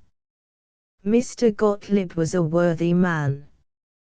When there was a great run on Mr. Gottlieb's bank in 16, I saw a gentleman come in with bags of gold, and say, "Tell Mr. Gottlieb there's plenty more where that came from." It stopped the run, gentlemen, it did indeed. This anecdote was received with great admiration, but Mr. Surcombe returned to the previous question. "There now, you see, Wace, it's right there should be Whigs as well as Tories. Pitt and Fox, I've always heard them go together." "Well, I don't like Garston," said the brewer. "I didn't like his conduct about the Canal Company. Of the two, I like Transome best. If a nag is to throw me, I say, let him have some blood." "As for blood," Wace said Mr. Salt, the wool factor, a bilious man, who only spoke when there was a good opportunity of contradicting, "ask my brother-in-law, Labron, a little about that. These Transomes are not the old blood." "Well, they're the oldest that's forthcoming, I suppose," said Mr. Wace, laughing. "Unless you believe in mad old Tommy Trounsem. I wonder where that old poaching fellow is now." "I saw him half drunk the other day," said young Joyce. "He'd got a flag basket with handbills in it over his shoulder." "I thought the old fellow was dead," said Mr. Wace. "Hey! Why, Jermyn," he went on merrily, as he turned round and saw the attorney entering, "you radical! How dare you show yourself in this Tory house? Come, this is going a bit too far. We don't mind old Harry managing our law for us, that's his proper business from time immemorial, but, said Jermyn, smiling, always ready to carry on a joke, to which his slow manner gave the piquancy of surprise, "if he meddles with politics he must be a Tory." Jermyn was not afraid to show himself anywhere in Treby. He knew many people were not exactly fond of him, but a man can do without that, if he is prosperous. A provincial lawyer in those old-fashioned days was as independent of personal esteem as if he had been a Lord Chancellor. There was a good-humoured laugh at this upper end of the room as Jermyn seated himself at about an equal angle between Mr. Wace and Christian. "We were talking about old Tommy Trounsem, you remember him." "They say he's turned up again," said Mr. Wace. "Ah," said Jermyn, indifferently. "But, Wace, I'm very busy today, but I wanted to see you about that bit of land of yours at the corner of Pod's End. I've had a handsome offer for you, I'm not at liberty to say from whom, but an offer that ought to tempt you." "It won't tempt me," said Mr. Wace, peremptorily. "If I've got a bit of land, I'll keep it. It's hard enough to get hereabouts." "Then I'm to understand that you refuse all negotiation," said Jermyn, who had ordered a glass of sherry, and was looking around slowly as he sipped it, till his eyes seemed to rest for the first time on Christian, though he had seen him at once on entering the room. "Unless one of the confounded railways should come. But then I'll stand out and make 'em bleed for it." There was a murmur of approbation. The railways were a public wrong much denunciated in Treby. "Oh, Mr. Philip Debarry at the Manor now," said Jermyn, suddenly questioning Christian. in a haughty tone of superiority which he often chose to use. "No," said Christian, "he is expected tomorrow morning."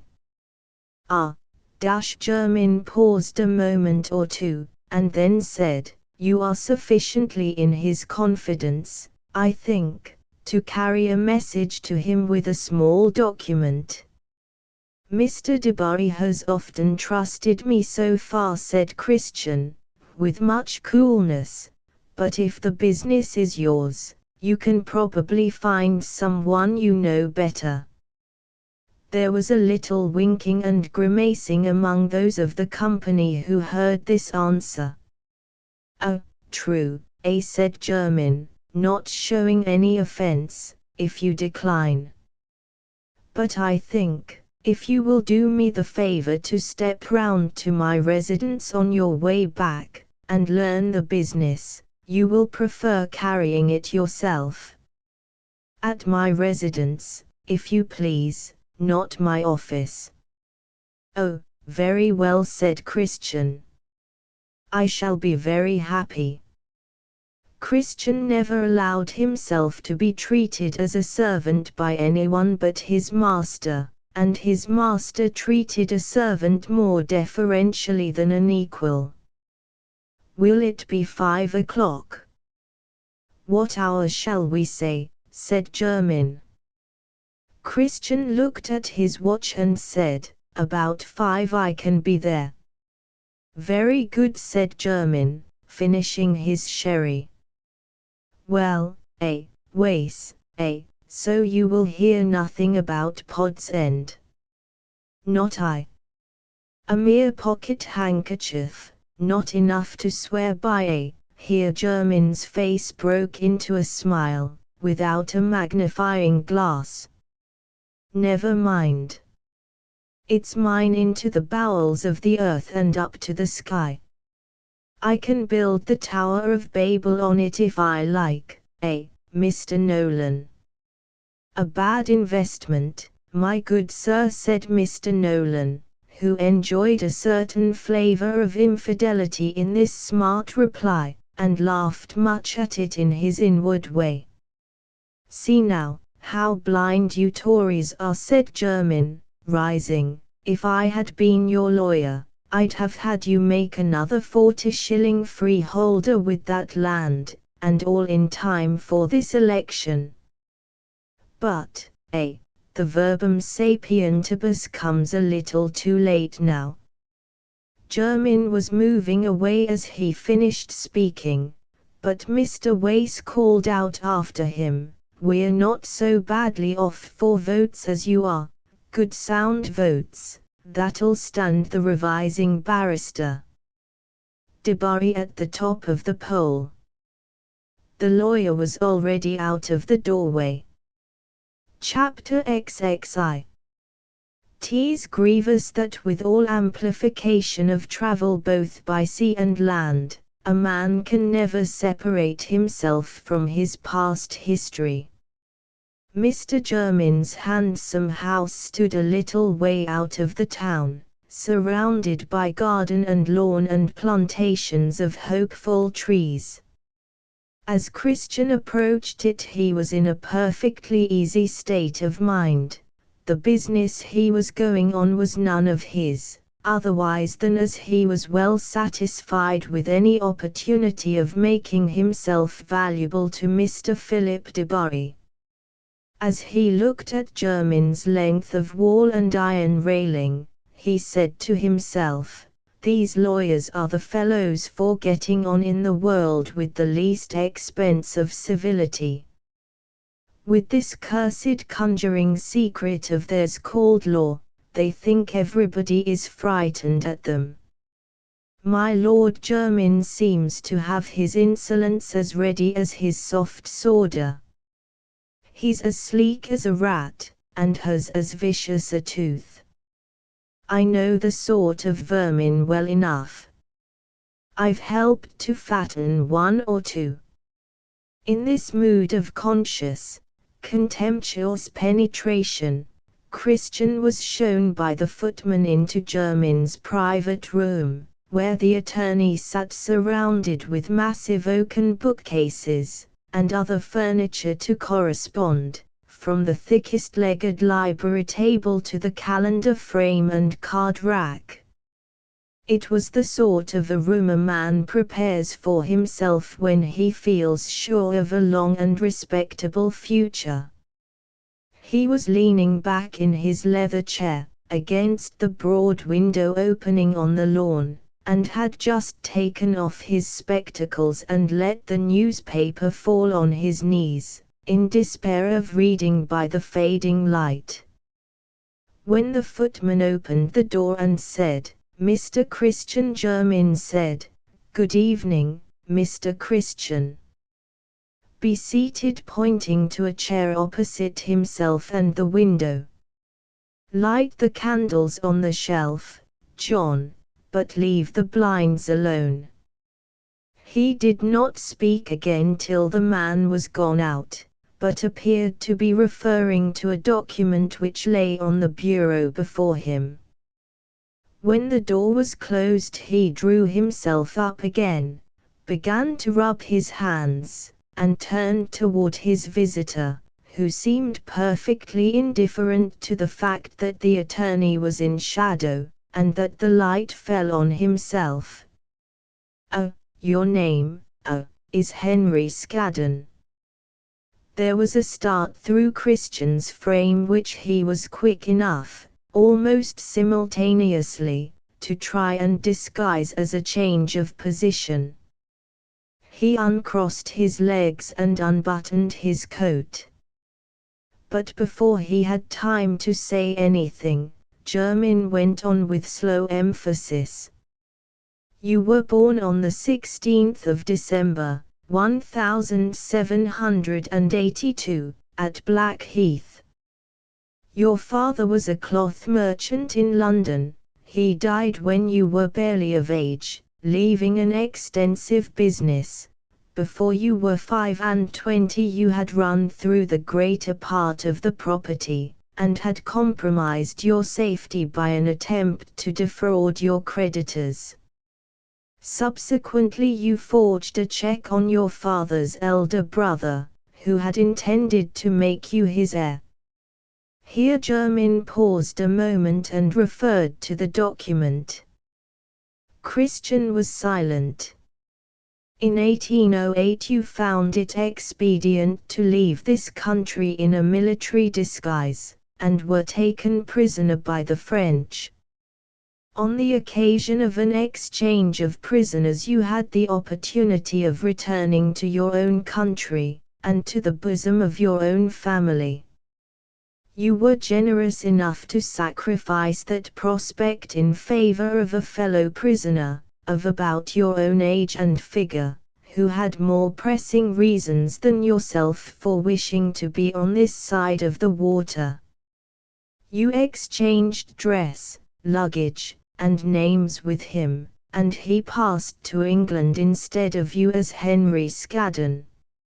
Almost immediately afterward you escaped from your imprisonment, after feigning an illness which prevented your exchange of names from being discovered, and it was reported that you, that is, you under the name of your fellow prisoner, were drowned in an open boat, trying to reach a Neapolitan vessel bound for Malta. Nevertheless I have to congratulate you on the falsehood of that report, and on the certainty that you are now, after the lapse of more than 20 years, seated here in perfect safety." Jermyn paused so long that he was evidently awaiting some answer. At last Christian replied in a dogged tone, "Well, sir, I've heard much longer stories than that told quite as solemnly, when there was not a word of truth in them. Suppose I deny the very peg you hang your statement on? Suppose I say I am not Henry Scaddon?" "Oh, in that case," said Jermyn, with wooden indifference, "you would lose the advantage which, may attach to your possession of Henry Scaddon's knowledge." and at the same time, if it were in the least inconvenient to you that you should be recognized as Henry Scaddon, your denial would not prevent me from holding the knowledge and evidence which I possess on that point. It would only prevent us from pursuing the present conversation. Well, sir, suppose we admit, for the sake of the conversation, that your account of the matter is the true one. What advantage have you to offer the man named Henry Scaddon? The advantage, is problematical, but it may be considerable. It might, in fact, release you from the necessity of acting as courier, or valet, or whatever other office you may occupy which prevents you from being your own master. On the other hand, my acquaintance with your secret is not necessarily a disadvantage to you. To put the matter in a nutshell, I am not inclined, gratuitously, to do you any harm, and I may be able to do you a considerable service. Which you want me to earn somehow, said Christian. You offer me a turn in a lottery. Precisely. The matter in question is of no earthly interest to you, except, as it may yield you a prize. We lawyers have to do with complicated questions, and, legal subtleties, which are never, fully known even to the parties immediately interested, still less to the witnesses. Shall we agree, then, that you continue to retain 2/3 of the name which you gained by exchange, and that you oblige me by answering certain questions as to the experience of Henry Scaddon? Very good. Go on. What articles of property once belonging to your fellow prisoner, Maurice Christian Bycliffe, do you still retain? This ring, said Christian, twirling round the fine seal ring on his finger, his watch, and the little matters that hung with it, and a case of papers. I got rid of a gold snuff box once when I was hard up. The clothes are all gone, of course. We exchanged everything, it was all done in a hurry. Bycliffe thought we should meet again in England before long, and he was mad to get there. But that was impossible, I mean that we should meet soon after. I don't know what's become of him, else I would give him up his papers and the watch, and so on, though, you know, it was I who did him the service, and he felt that. You were at Vesoul together before being moved to Verdun. Yes. What else do you know about Bycliffe?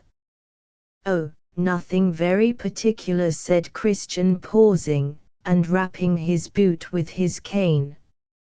He'd been in the Hanoverian army, a high-spirited fellow, took nothing easily, not over-strong in health. He made a fool of himself with marrying at Vesoul, and there was the devil to pay with the girl's relations, and then, when the prisoners were ordered off, they had to part. Whether they ever got together again I don't know. Was the marriage all right then? Oh, all on the square, civil marriage, church, everything. Bycliffe was a fool, a good-natured, proud, headstrong fellow. How long did the marriage take place before you left Vesoul? About 3 months. I was witness to the marriage.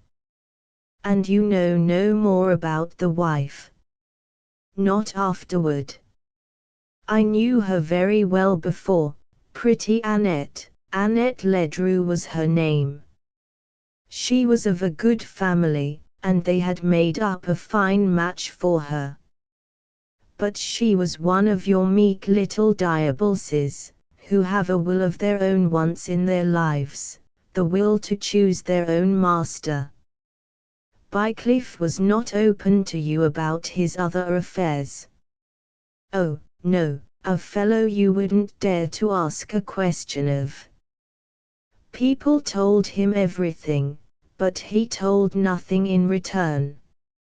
If Madame Annette ever found him again, she found her lord and master with a vengeance, but she was a regular lapdog.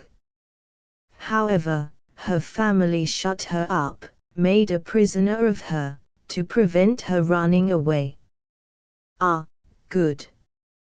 Much of what you have been so obliging as to say is irrelevant to any possible purpose of mine, which, in fact, has only to do with a mouldy law case that might be aired some day.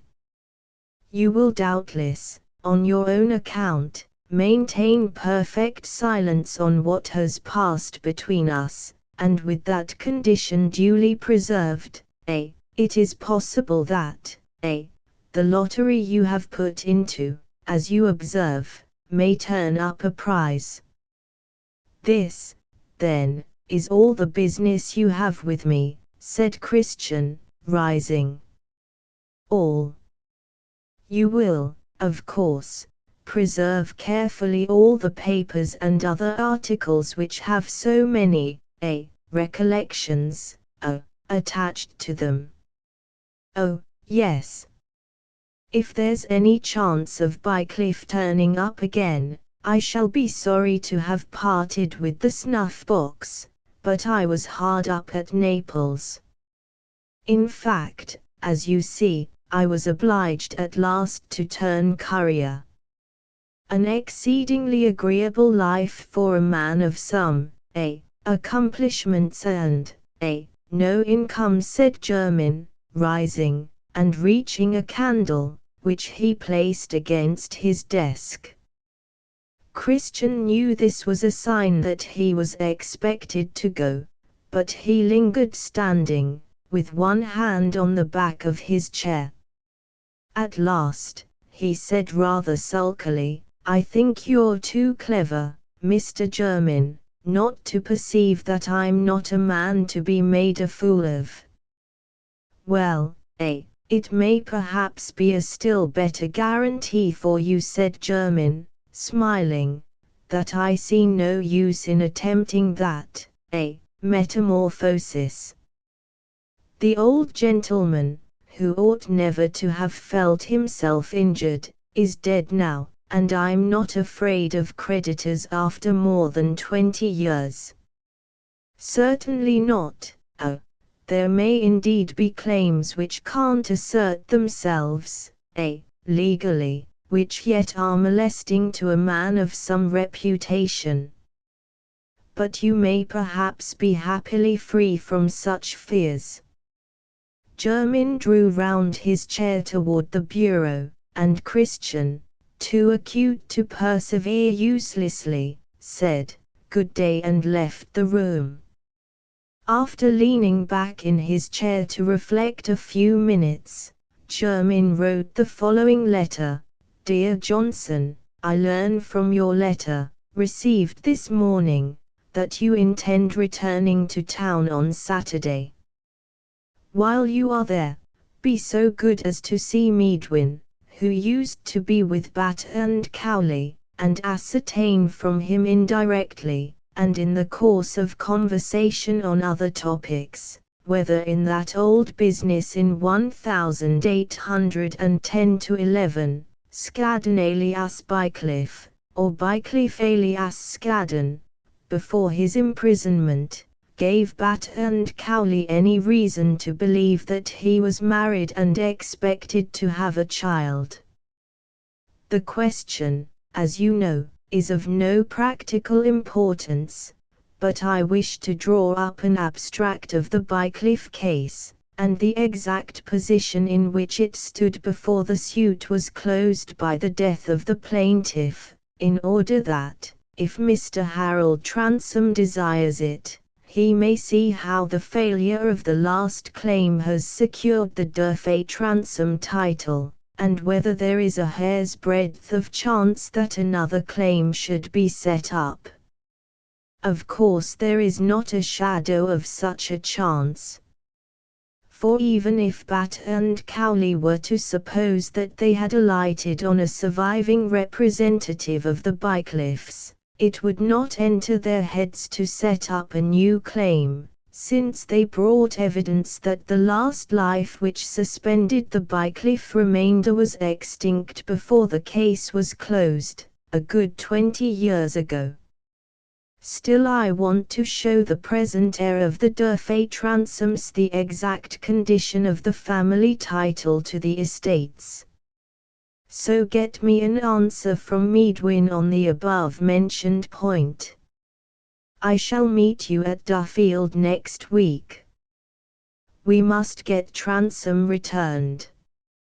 Never mind his having been a little rough the other day, but go on doing what you know is necessary for his interest. His interest is mine, which I need not say is John Johnson's. Yours faithfully, Matthew Jermyn. When the attorney had sealed this letter and leaned back in his chair again, he was inwardly saying, "Now, Mr. Harold, I shall shut up this affair in a private drawer till you choose to take any extreme measures which will force me to bring it out. I have the matter entirely in my own power. No one but old Leon knows about the girl's birth. No one but Scadden can clench the evidence about Bycliffe, and I've got Scadden under my thumb. No soul except myself and Johnson, who is a limb of myself, knows that there is one half-dead life which may presently leave the girl a new claim to the Bycliffe heirship. I shall learn through Methurst whether Bat and Cowley knew, through Bycliffe, of this woman having come to England. I shall hold all the threads between my thumb and finger. I can use the evidence or I can nullify it. And so, if Mr. Harold pushes me to extremity, and threatens me with chancery and ruin, I have an opposing threat, which will either save me or turn into a punishment for him." He rose, put out his candles, and stood with his back to the fire, looking out on the dim lawn, with its black twilight fringe of shrubs, still meditating. Quick thought was gleaming over 35 years filled with devices more or less clever, more or less desirable to be avowed. Those which might be avowed with impunity were not always to be distinguished as innocent by comparison with those which it was advisable to conceal. In a profession where much that is noxious may be done without disgrace, is a conscience likely to be without balm when circumstances have urged a man to overstep the line where his good technical information makes him aware that, with discovery, disgrace is likely to begin? With regard to the Transome affairs, the family had been in pressing need of money, and it had lain with him to get it for them. Was it to be expected that he would not consider his own advantage where he had rendered services such as are never fully paid? If it came to a question of right and wrong instead of law, the least justifiable things he had ever done had been done on behalf of the Transomes. It had been a deucedly unpleasant thing for him to get Bycliffe arrested and thrown into prison as Henry Scadden, perhaps hastening the man's death in that way.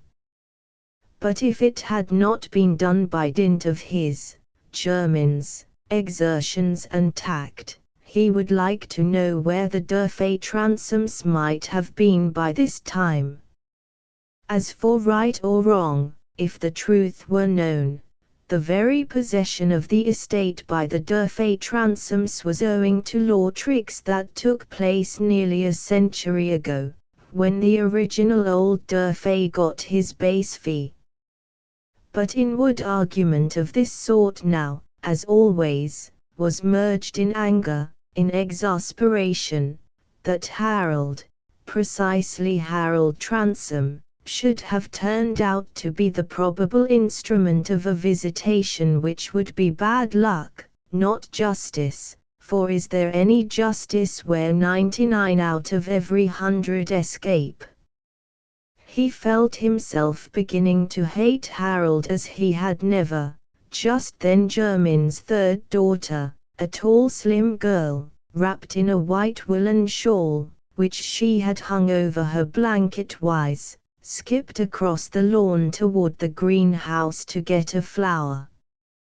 Jermyn was startled, and did not identify the figure, or rather he identified it falsely with another tall white-wrapped figure which had sometimes set his heart beating quickly more than 30 years before.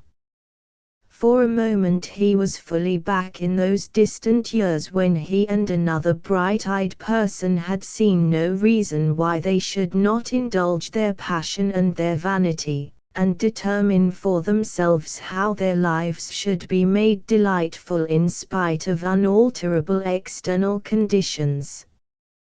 The reasons had been unfolding themselves gradually ever since through all the years which had converted the handsome, soft-eyed, slim young Jermyn, with a touch of sentiment, into a portly lawyer of 60, for whom life had resolved itself into the means of keeping up his head among his professional brethren and maintaining an establishment, into a grey-haired husband and father, whose third affectionate and expensive daughter now rapped at the window and called to him, "Papa, Papa, get ready for dinner, don't you remember that the Lukines are coming?" Chapter XXII. Her gentle looks shot arrows, piercing him as gods are pierced, with poison of sweet pity. The evening of the market day had passed, and Felix had not looked in at Malthouse Yard to talk over the public events with Mr. Lyon. When Esther was dressing the next morning, she had reached a point of irritated anxiety to see Felix, at which she found herself devising little schemes for attaining that end in some way that would be so elaborate as to seem perfectly natural. Her watch had a long-standing ailment of losing, possibly it wanted cleaning, Felix would tell her if it merely wanted regulating, whereas Mr. Proud might detain it unnecessarily, and cause her useless inconvenience. Or could she not get a valuable hint from Mrs. Holt about the homemade bread, which was something as sad as Lyddy herself? Or, if she came home that way at 12 o'clock, Felix might be going out, she might meet him, and not be obliged to call. Or, but it would be very much beneath her to take any steps of this sort. Her watch had been losing for the last 2 months, why should it not go on losing a little longer? She could think of no devices that were not so transparent as to be undignified. All the more undignified because Felix chose to live in a way that would prevent anyone from classing him according to his education and mental refinement, which certainly are very high, said Esther, inwardly, colouring, as if in answer to some contrary allegation, else I should not think his opinion of any consequence. But she came to the conclusion that she could not possibly call at Mrs. Holt's. It followed that, up to a few minutes past 12, when she reached the turning toward Mrs. Holt's, she believed that she should go home the other way, but at the last moment there is always a reason not existing before, namely, the impossibility of further vacillation. Esther turned the corner without any visible pause, and in another minute was knocking at Mrs. Holt's door, not without an inward flutter, which she was bent on disguising.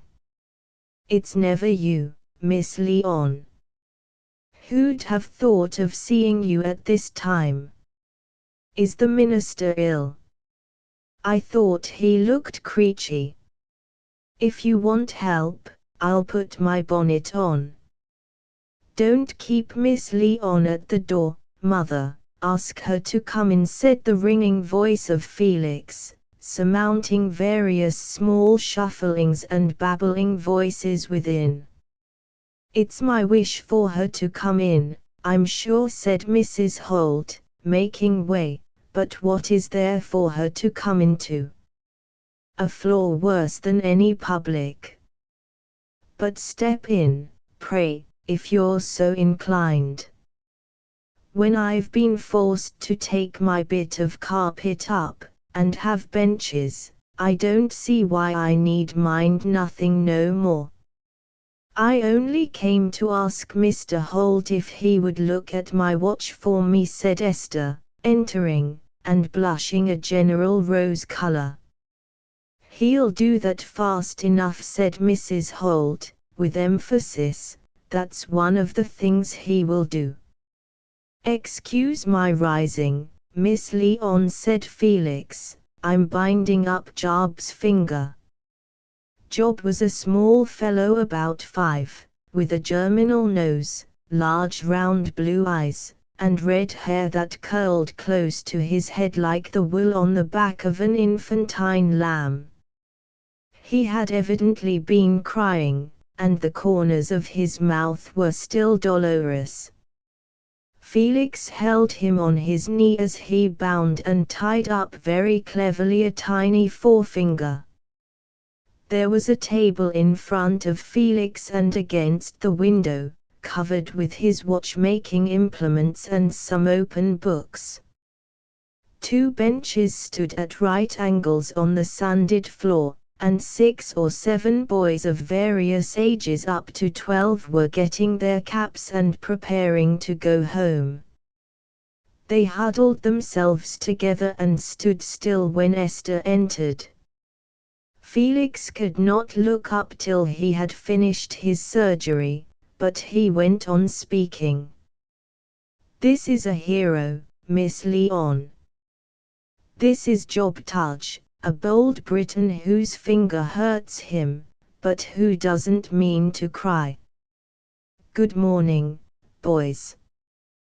Don't lose your time. Get out into the air." Esther seated herself on the end of the bench near Felix, much relieved that Job was the immediate object of attention, and the other boys rushed out behind her with a brief chant of good morning. "Did you ever see," said Mrs. Holt, standing to look on, "how wonderful Felix is at that small work with his large fingers? And that's because he learned doctoring.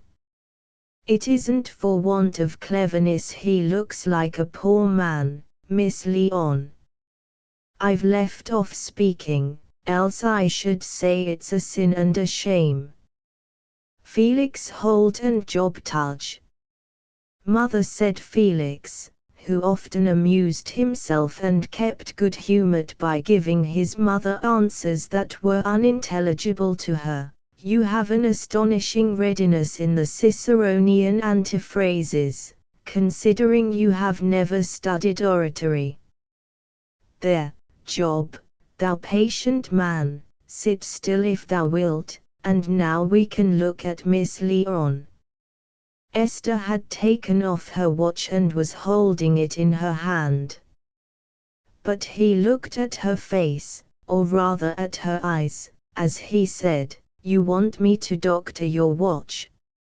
Esther's expression was appealing and timid, as it had never been before in Felix's presence, But when she saw the perfect calmness, which to her seemed coldness, of his clear grey eyes, as if he saw no reason for attaching any emphasis to this first meeting, a pang swift as an electric shock darted through her. She had been very foolish to think so much of it. It seemed to her as if her inferiority to Felix made a gulf between them. She could not at once rally her pride and self-command, but let her glance fall on her watch, and said, rather tremulously, "It loses. It is very troublesome. It has been losing a long while." Felix took the watch from her hand, then, looking round and seeing that his mother was gone out of the room, he said, very gently, "You look distressed, Miss Lyon. I hope there is no trouble at home." Felix was thinking of the minister's agitation on the previous Sunday. "But I ought perhaps to beg your pardon for saying so much." Poor Esther was quite helpless. The mortification which had come like a bruise to all the sensibilities that had been in keen activity, insisted on some relief. Her eyes filled instantly, and a great tear rolled down while she said in a loud sort of whisper, as involuntary as her tears, "I wanted to tell you that I was not offended, that I am not ungenerous. I thought you might think, but you have not thought of it." Was there ever more awkward speaking, or any behavior less like that of the graceful, self-possessed Miss Lyon, whose phrases were usually so well turned, and whose repartees were so ready? For a moment there was silence. Esther had her two little delicately gloved hands clasped on the table. The next moment she felt one hand of Felix covering them both and pressing them firmly, but he did not speak. The tears were both on her cheeks now, and she could look up at him. His eyes had an expression of sadness in them, quite new to her. Suddenly little Job, who had his mental exercises on the occasion, called out, impatiently, "She's tut her finger." Felix and Esther laughed, and drew their hands away, and as Esther took her handkerchief to wipe the tears from her cheeks she said, "You see, Job, I am a naughty coward. I can't help crying when I've hurt myself." "Zu sudenty kui," said Job energetically, being much impressed with a moral doctrine which had come to him after a sufficient transgression of it. "Job is like me," said Felix, "fonder of preaching than of practice. But let us look at this same watch," he went on, opening and examining it. "These little Geneva toys are cleverly constructed to go always a little wrong. But if you wind them up and set them regularly every night, you may know at least that it's not noon when the hand points there." Felix chatted, that Esther might recover herself, but now Mrs. Holt came back and apologized. "You'll excuse my going away, I know, Miss Lyon. But there were the dumplings to see to, and what little I've got left on my hands now I like to do well. Not but what I've more cleaning to do than ever I had in my life before, as you may tell soon enough if you look at this floor. But when you've been used to doing things, and they've been taken away from you, it's as if your hands had been cut off, and you felt the fingers as are of no use to you." "That's a great image, Mother," said Felix, as he snapped the watch together and handed it to Esther. "I never heard you use such an image before." "Yes, I know you've always some fault to find with what your mother says. But if ever there was a woman could talk with the open Bible before her, and not be afraid, it's me. I never did tell stories, and I never will, though I know it's done, Miss Leon, and by church members too, when they have candles to sell, as I could bring you to the proof. But I never was one of 'em. Let Felix say what he will about the printing on the tickets.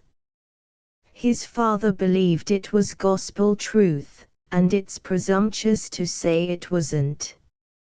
For as for curing, how can anybody know? There's no physical cure without a blessing, and with a blessing I know I've seen a mustard placed to work when there was no more smell nor strength in the mustard than so much flour. And reason good, for the mustard had lain in paper nobody knows how long, so I'll leave you to guess. Mrs. Holt looked hard out of the window and gave a slight, inarticulate sound of scorn. Felix had leaned back in his chair with a resigned smile, and was pinching Job's ears. Esther said, I think I had better go now, not knowing what else to say, yet not wishing to go immediately, lest she should seem to be running away from Mrs. Holt. She felt keenly how much endurance there must be for Felix. And she had often been discontented with her father, and called him tiresome. Where does Job Tudge live? She said, still sitting and looking at the droll little figure, set off by a ragged jacket with a tail about 2 inches deep sticking out above the funniest of corduroys. Job has 2 mansions, said Felix. He lives here chiefly, but he has another home, where his grandfather, Mr. Tudge, the stone breaker, lives. My mother is very good to Job, Miss Leon. She has made him a little bed in a cupboard, and she gives him sweetened porridge. The exquisite goodness implied in these words of Felix impressed Esther the more, because in her hearing his talk had usually been pungent and denunciatory. Looking at Mrs. Holt, she saw that her eyes had lost their bleak northeasterly expression, and were shining with some mildness on little Job, who had turned round toward her, propping his head against Felix. Well, why shouldn't I be motherly to the child, Miss Leon? Said Mrs. Holt, whose strong powers of argument required the file of an imagined contradiction, if there were no real one at hand. I never was hard-hearted, and I never will be. It was Felix picked the child up and took to him, you may be sure, for there's nobody else master where he is. But I wasn't going to beat the orphan child and abuse him because of that, and him as straight as an arrow when he's stripped, and me so fond of children, and only had one of my own to live. I'd 3 babies, Miss Leon, but the blessed Lord only spared Felix, and him the masterfulest and brownest of 'em all. But I did my duty by him. And I said, he'll have more schooling than his father, and he'll grow up a doctor, and marry a woman with money to furnish, as I was myself, spoons and everything, and I shall have the grandchildren to look up to me, and be drove out in the gig sometimes, like old Mrs. Lukine. And you see what it's all come to, Miss Leon. Here's Felix made a common man of himself, and says he'll never be married, which is the most unreasonable thing, and him never easy but when he's got the child on his lap, or when, stop, Mother Felix burst in, Pray don't use that limping argument again, that a man should marry because he's fond of children. That's a reason for not marrying. A bachelor's children are always young, they are immortal children, always lisping, waddling, helpless, and with a chance of turning out good. The Lord above may know what you mean. And haven't other folks' children a chance of turning out good? Oh, they grow out of it very fast. Here's Job Tudge now, said Felix, turning the little one round on his knee, and holding his head by the back. Job's limbs will get lanky. This little fist that looks like a puffball and can hide nothing bigger than a gooseberry, will get large and bony, and perhaps want to clutch more than its share. These wide blue eyes that tell me more truth than Job knows, will narrow and try to hide truth that Job would be better without knowing. This little negative nose will become long and self-asserting, and this little tongue, put out thy tongue, Job, Job, awestruck under this ceremony, put out a little red tongue very timidly. This tongue, hardly bigger than a rose leaf, will get large and thick, wag out of season, do mischief, brag and cant for gain or vanity, and cut as cruelly, for all its clumsiness, as if it were a sharp-edged blade. Big Job will perhaps be naughty, as Felix, speaking with the loud emphatic distinctness habitual to him, brought out this terribly familiar word. Job's sense of mystification became too painful, he hung his lip and began to cry. See here, said Mrs. Holt, you're frightening the innocent child with such talk, and it's enough to frighten them that think themselves the safest. Look here, Job, my man, said Felix, setting the boy down and turning him toward Esther. Go to Miss Leon, ask her to smile at you, and that will dry up your tears like the sunshine. Job put his two brown fists on Esther's lap, and she stooped to kiss him. Then, holding his face between her hands, she said, Tell Mr. Holt we don't mean to be naughty, Job. He should believe in us more. But now I must really go home. Esther rose and held out her hand to Mrs. Holt, who kept it while she said, a little to Esther's confusion, I'm very glad it's took your fancy to come here sometimes, Miss Leon. I know you're thought to hold your head high, but I speak of people as I find 'em. And I'm sure anybody had need be humble that comes where there's a floor like this, for I've put by my best tea trays, they are so out of all character, I must look above for comfort now, but I don't say I'm not worthy to be called on for all that. Felix had risen and moved toward the door that he might open it and shield Esther from more last words on his mother's part. Goodbye, Mr. Holt. Will Mr. Leon like for me to sit with him an hour this evening, do you think? Why not? He always likes to see you. Then I will come. Goodbye. She's a very straight figure, said Mrs. Holt. How she carries herself. But I doubt there's some truth in what our people say. If she won't look at young Muscat, it's the better for him. He'd need have a big fortune that marries her.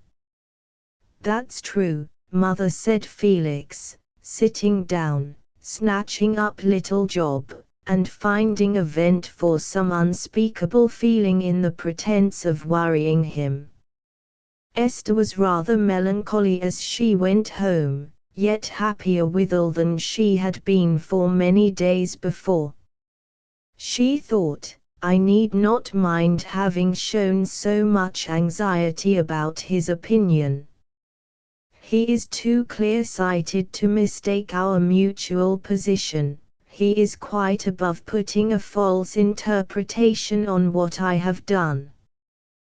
Besides, he had not thought of me at all, I saw that plainly enough.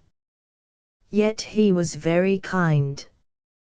There is something greater and better in him than I had imagined. His behavior today, to his mother and me too, I should call it the highest gentlemanliness, only it seems in him to be something deeper. But he has chosen an intolerable life, though I suppose, if I had a mind equal to his, and if he loved me very dearly, I should choose the same life. Esther felt that she had prefixed an impossible if to that result. But now she had known Felix, her conception of what a happy love must be had become like a dissolving view, in which the once dear images were gradually melting into new forms and new colors. The favorite Byronic heroes were beginning to look like last night's decorations seen in the sober dawn. So fast does a little leaven spread within us, so incalculable is one personality on another. Behind all Esther's thoughts, like an unacknowledged yet constraining presence, there was the sense that if Felix Holt were to love her, her life would be exalted into something quite new, into a sort of difficult blessedness, such as one may imagine in beings who are conscious of painfully growing into possession of higher powers. It was quite true that Felix had not thought the more of Esther because of that Sunday afternoon's interview which had shaken her mind to the very roots. He had avoided intruding on Mr. Lyon without special reason, because he believed the minister to be preoccupied with some private care.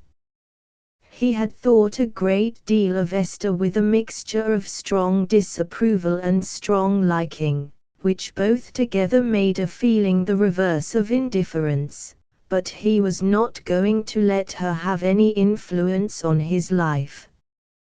Even if his determination had not been fixed, he would have believed that she would utterly scorn him in any other light than that of an acquaintance, and the emotion she had shown today did not change that belief.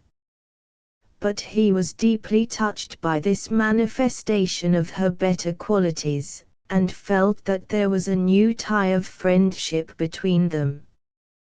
That was the brief history Felix would have given of his relation to Esther. And he was accustomed to observe himself. But very close and diligent looking at living creatures, even through the best microscope, will leave room for new and contradictory discoveries. Felix found Mr. Lyon particularly glad to talk to him. The minister had never yet disburdened himself about his letter to Mr. Philip Debarry concerning the public conference, and as by this time he had all the heads of his discussion thoroughly in his mind, it was agreeable to recite them, as well as to express his regret that time had been lost by Mr. Debarry's absence from the manor, which had prevented the immediate fulfillment of his pledge.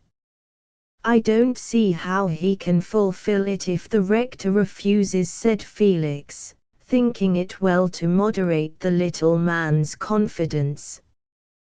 "The rector is of a spirit that will not incur earthly impeachment, and he cannot refuse what is necessary to his nephew's honorable discharge of an obligation," said Mr. Lyon. "My young friend, it is a case wherein the prearranged conditions tend by such a beautiful fitness to the issue I have sought, that I should have forever held myself a traitor to my charge had I neglected the indication. Chapter 23.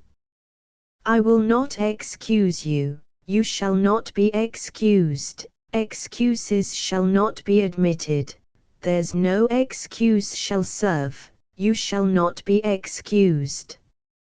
Henry IV. When Philip de Bury had come home that morning and read the letters which had not been forwarded to him, he laughed so heartily at Mr. Lyons that he congratulated himself on being in his private room. Otherwise his laughter would have awakened the curiosity of Sir Maximus, and Philip did not wish to tell anyone the contents of the letter until he had shown them to his uncle. He determined to ride over to the rectory to lunch, for as Lady Mary was away, he and his uncle might be tête-à-tête. The rectory was on the other side of the river, close to the church of which it was the fitting companion, a fine old brick and stone house, with a great bow window opening from the library onto the deep turfed lawn, one fat dog sleeping on the doorstone, another fat dog waddling on the gravel, the autumn leaves duly swept away, the lingering chrysanthemums cherished, tall trees stooping or soaring in the most picturesque variety, and a Virginian creeper turning a little rustic hut into a scarlet pavilion. It was one of those rectories which are among the bulwarks of our venerable institutions, which arrest disintegrating doubt, serve as a double embankment against popery and dissent, and rally feminine instinct and affection to reinforce the decisions of masculine thought. "What makes you look so merry, Phil?" said the rector, as his nephew entered the pleasant library. "Something that concerns you," said Philip, taking out the letter. "A clerical challenge. Here's an opportunity for you to emulate the divines of the 16th century and have a theological duel. Read this letter." "What answer have you sent the crazy little fellow?" said the rector, keeping the letter in his hand and running over it again and again, with brow knit, but eyes gleaming without any malignity. "Oh, I sent no answer. I awaited yours." "Mine," said the rector, throwing down the letter on the table. "You don't suppose I'm going to hold a public debate with a schismatic of that sort? I should have an infidel shoemaker next expecting me to answer blasphemies delivered in bad grammar." "But you see how he puts it," said Philip. With all his gravity of nature he could not resist a slightly mischievous prompting, though he had a serious feeling that he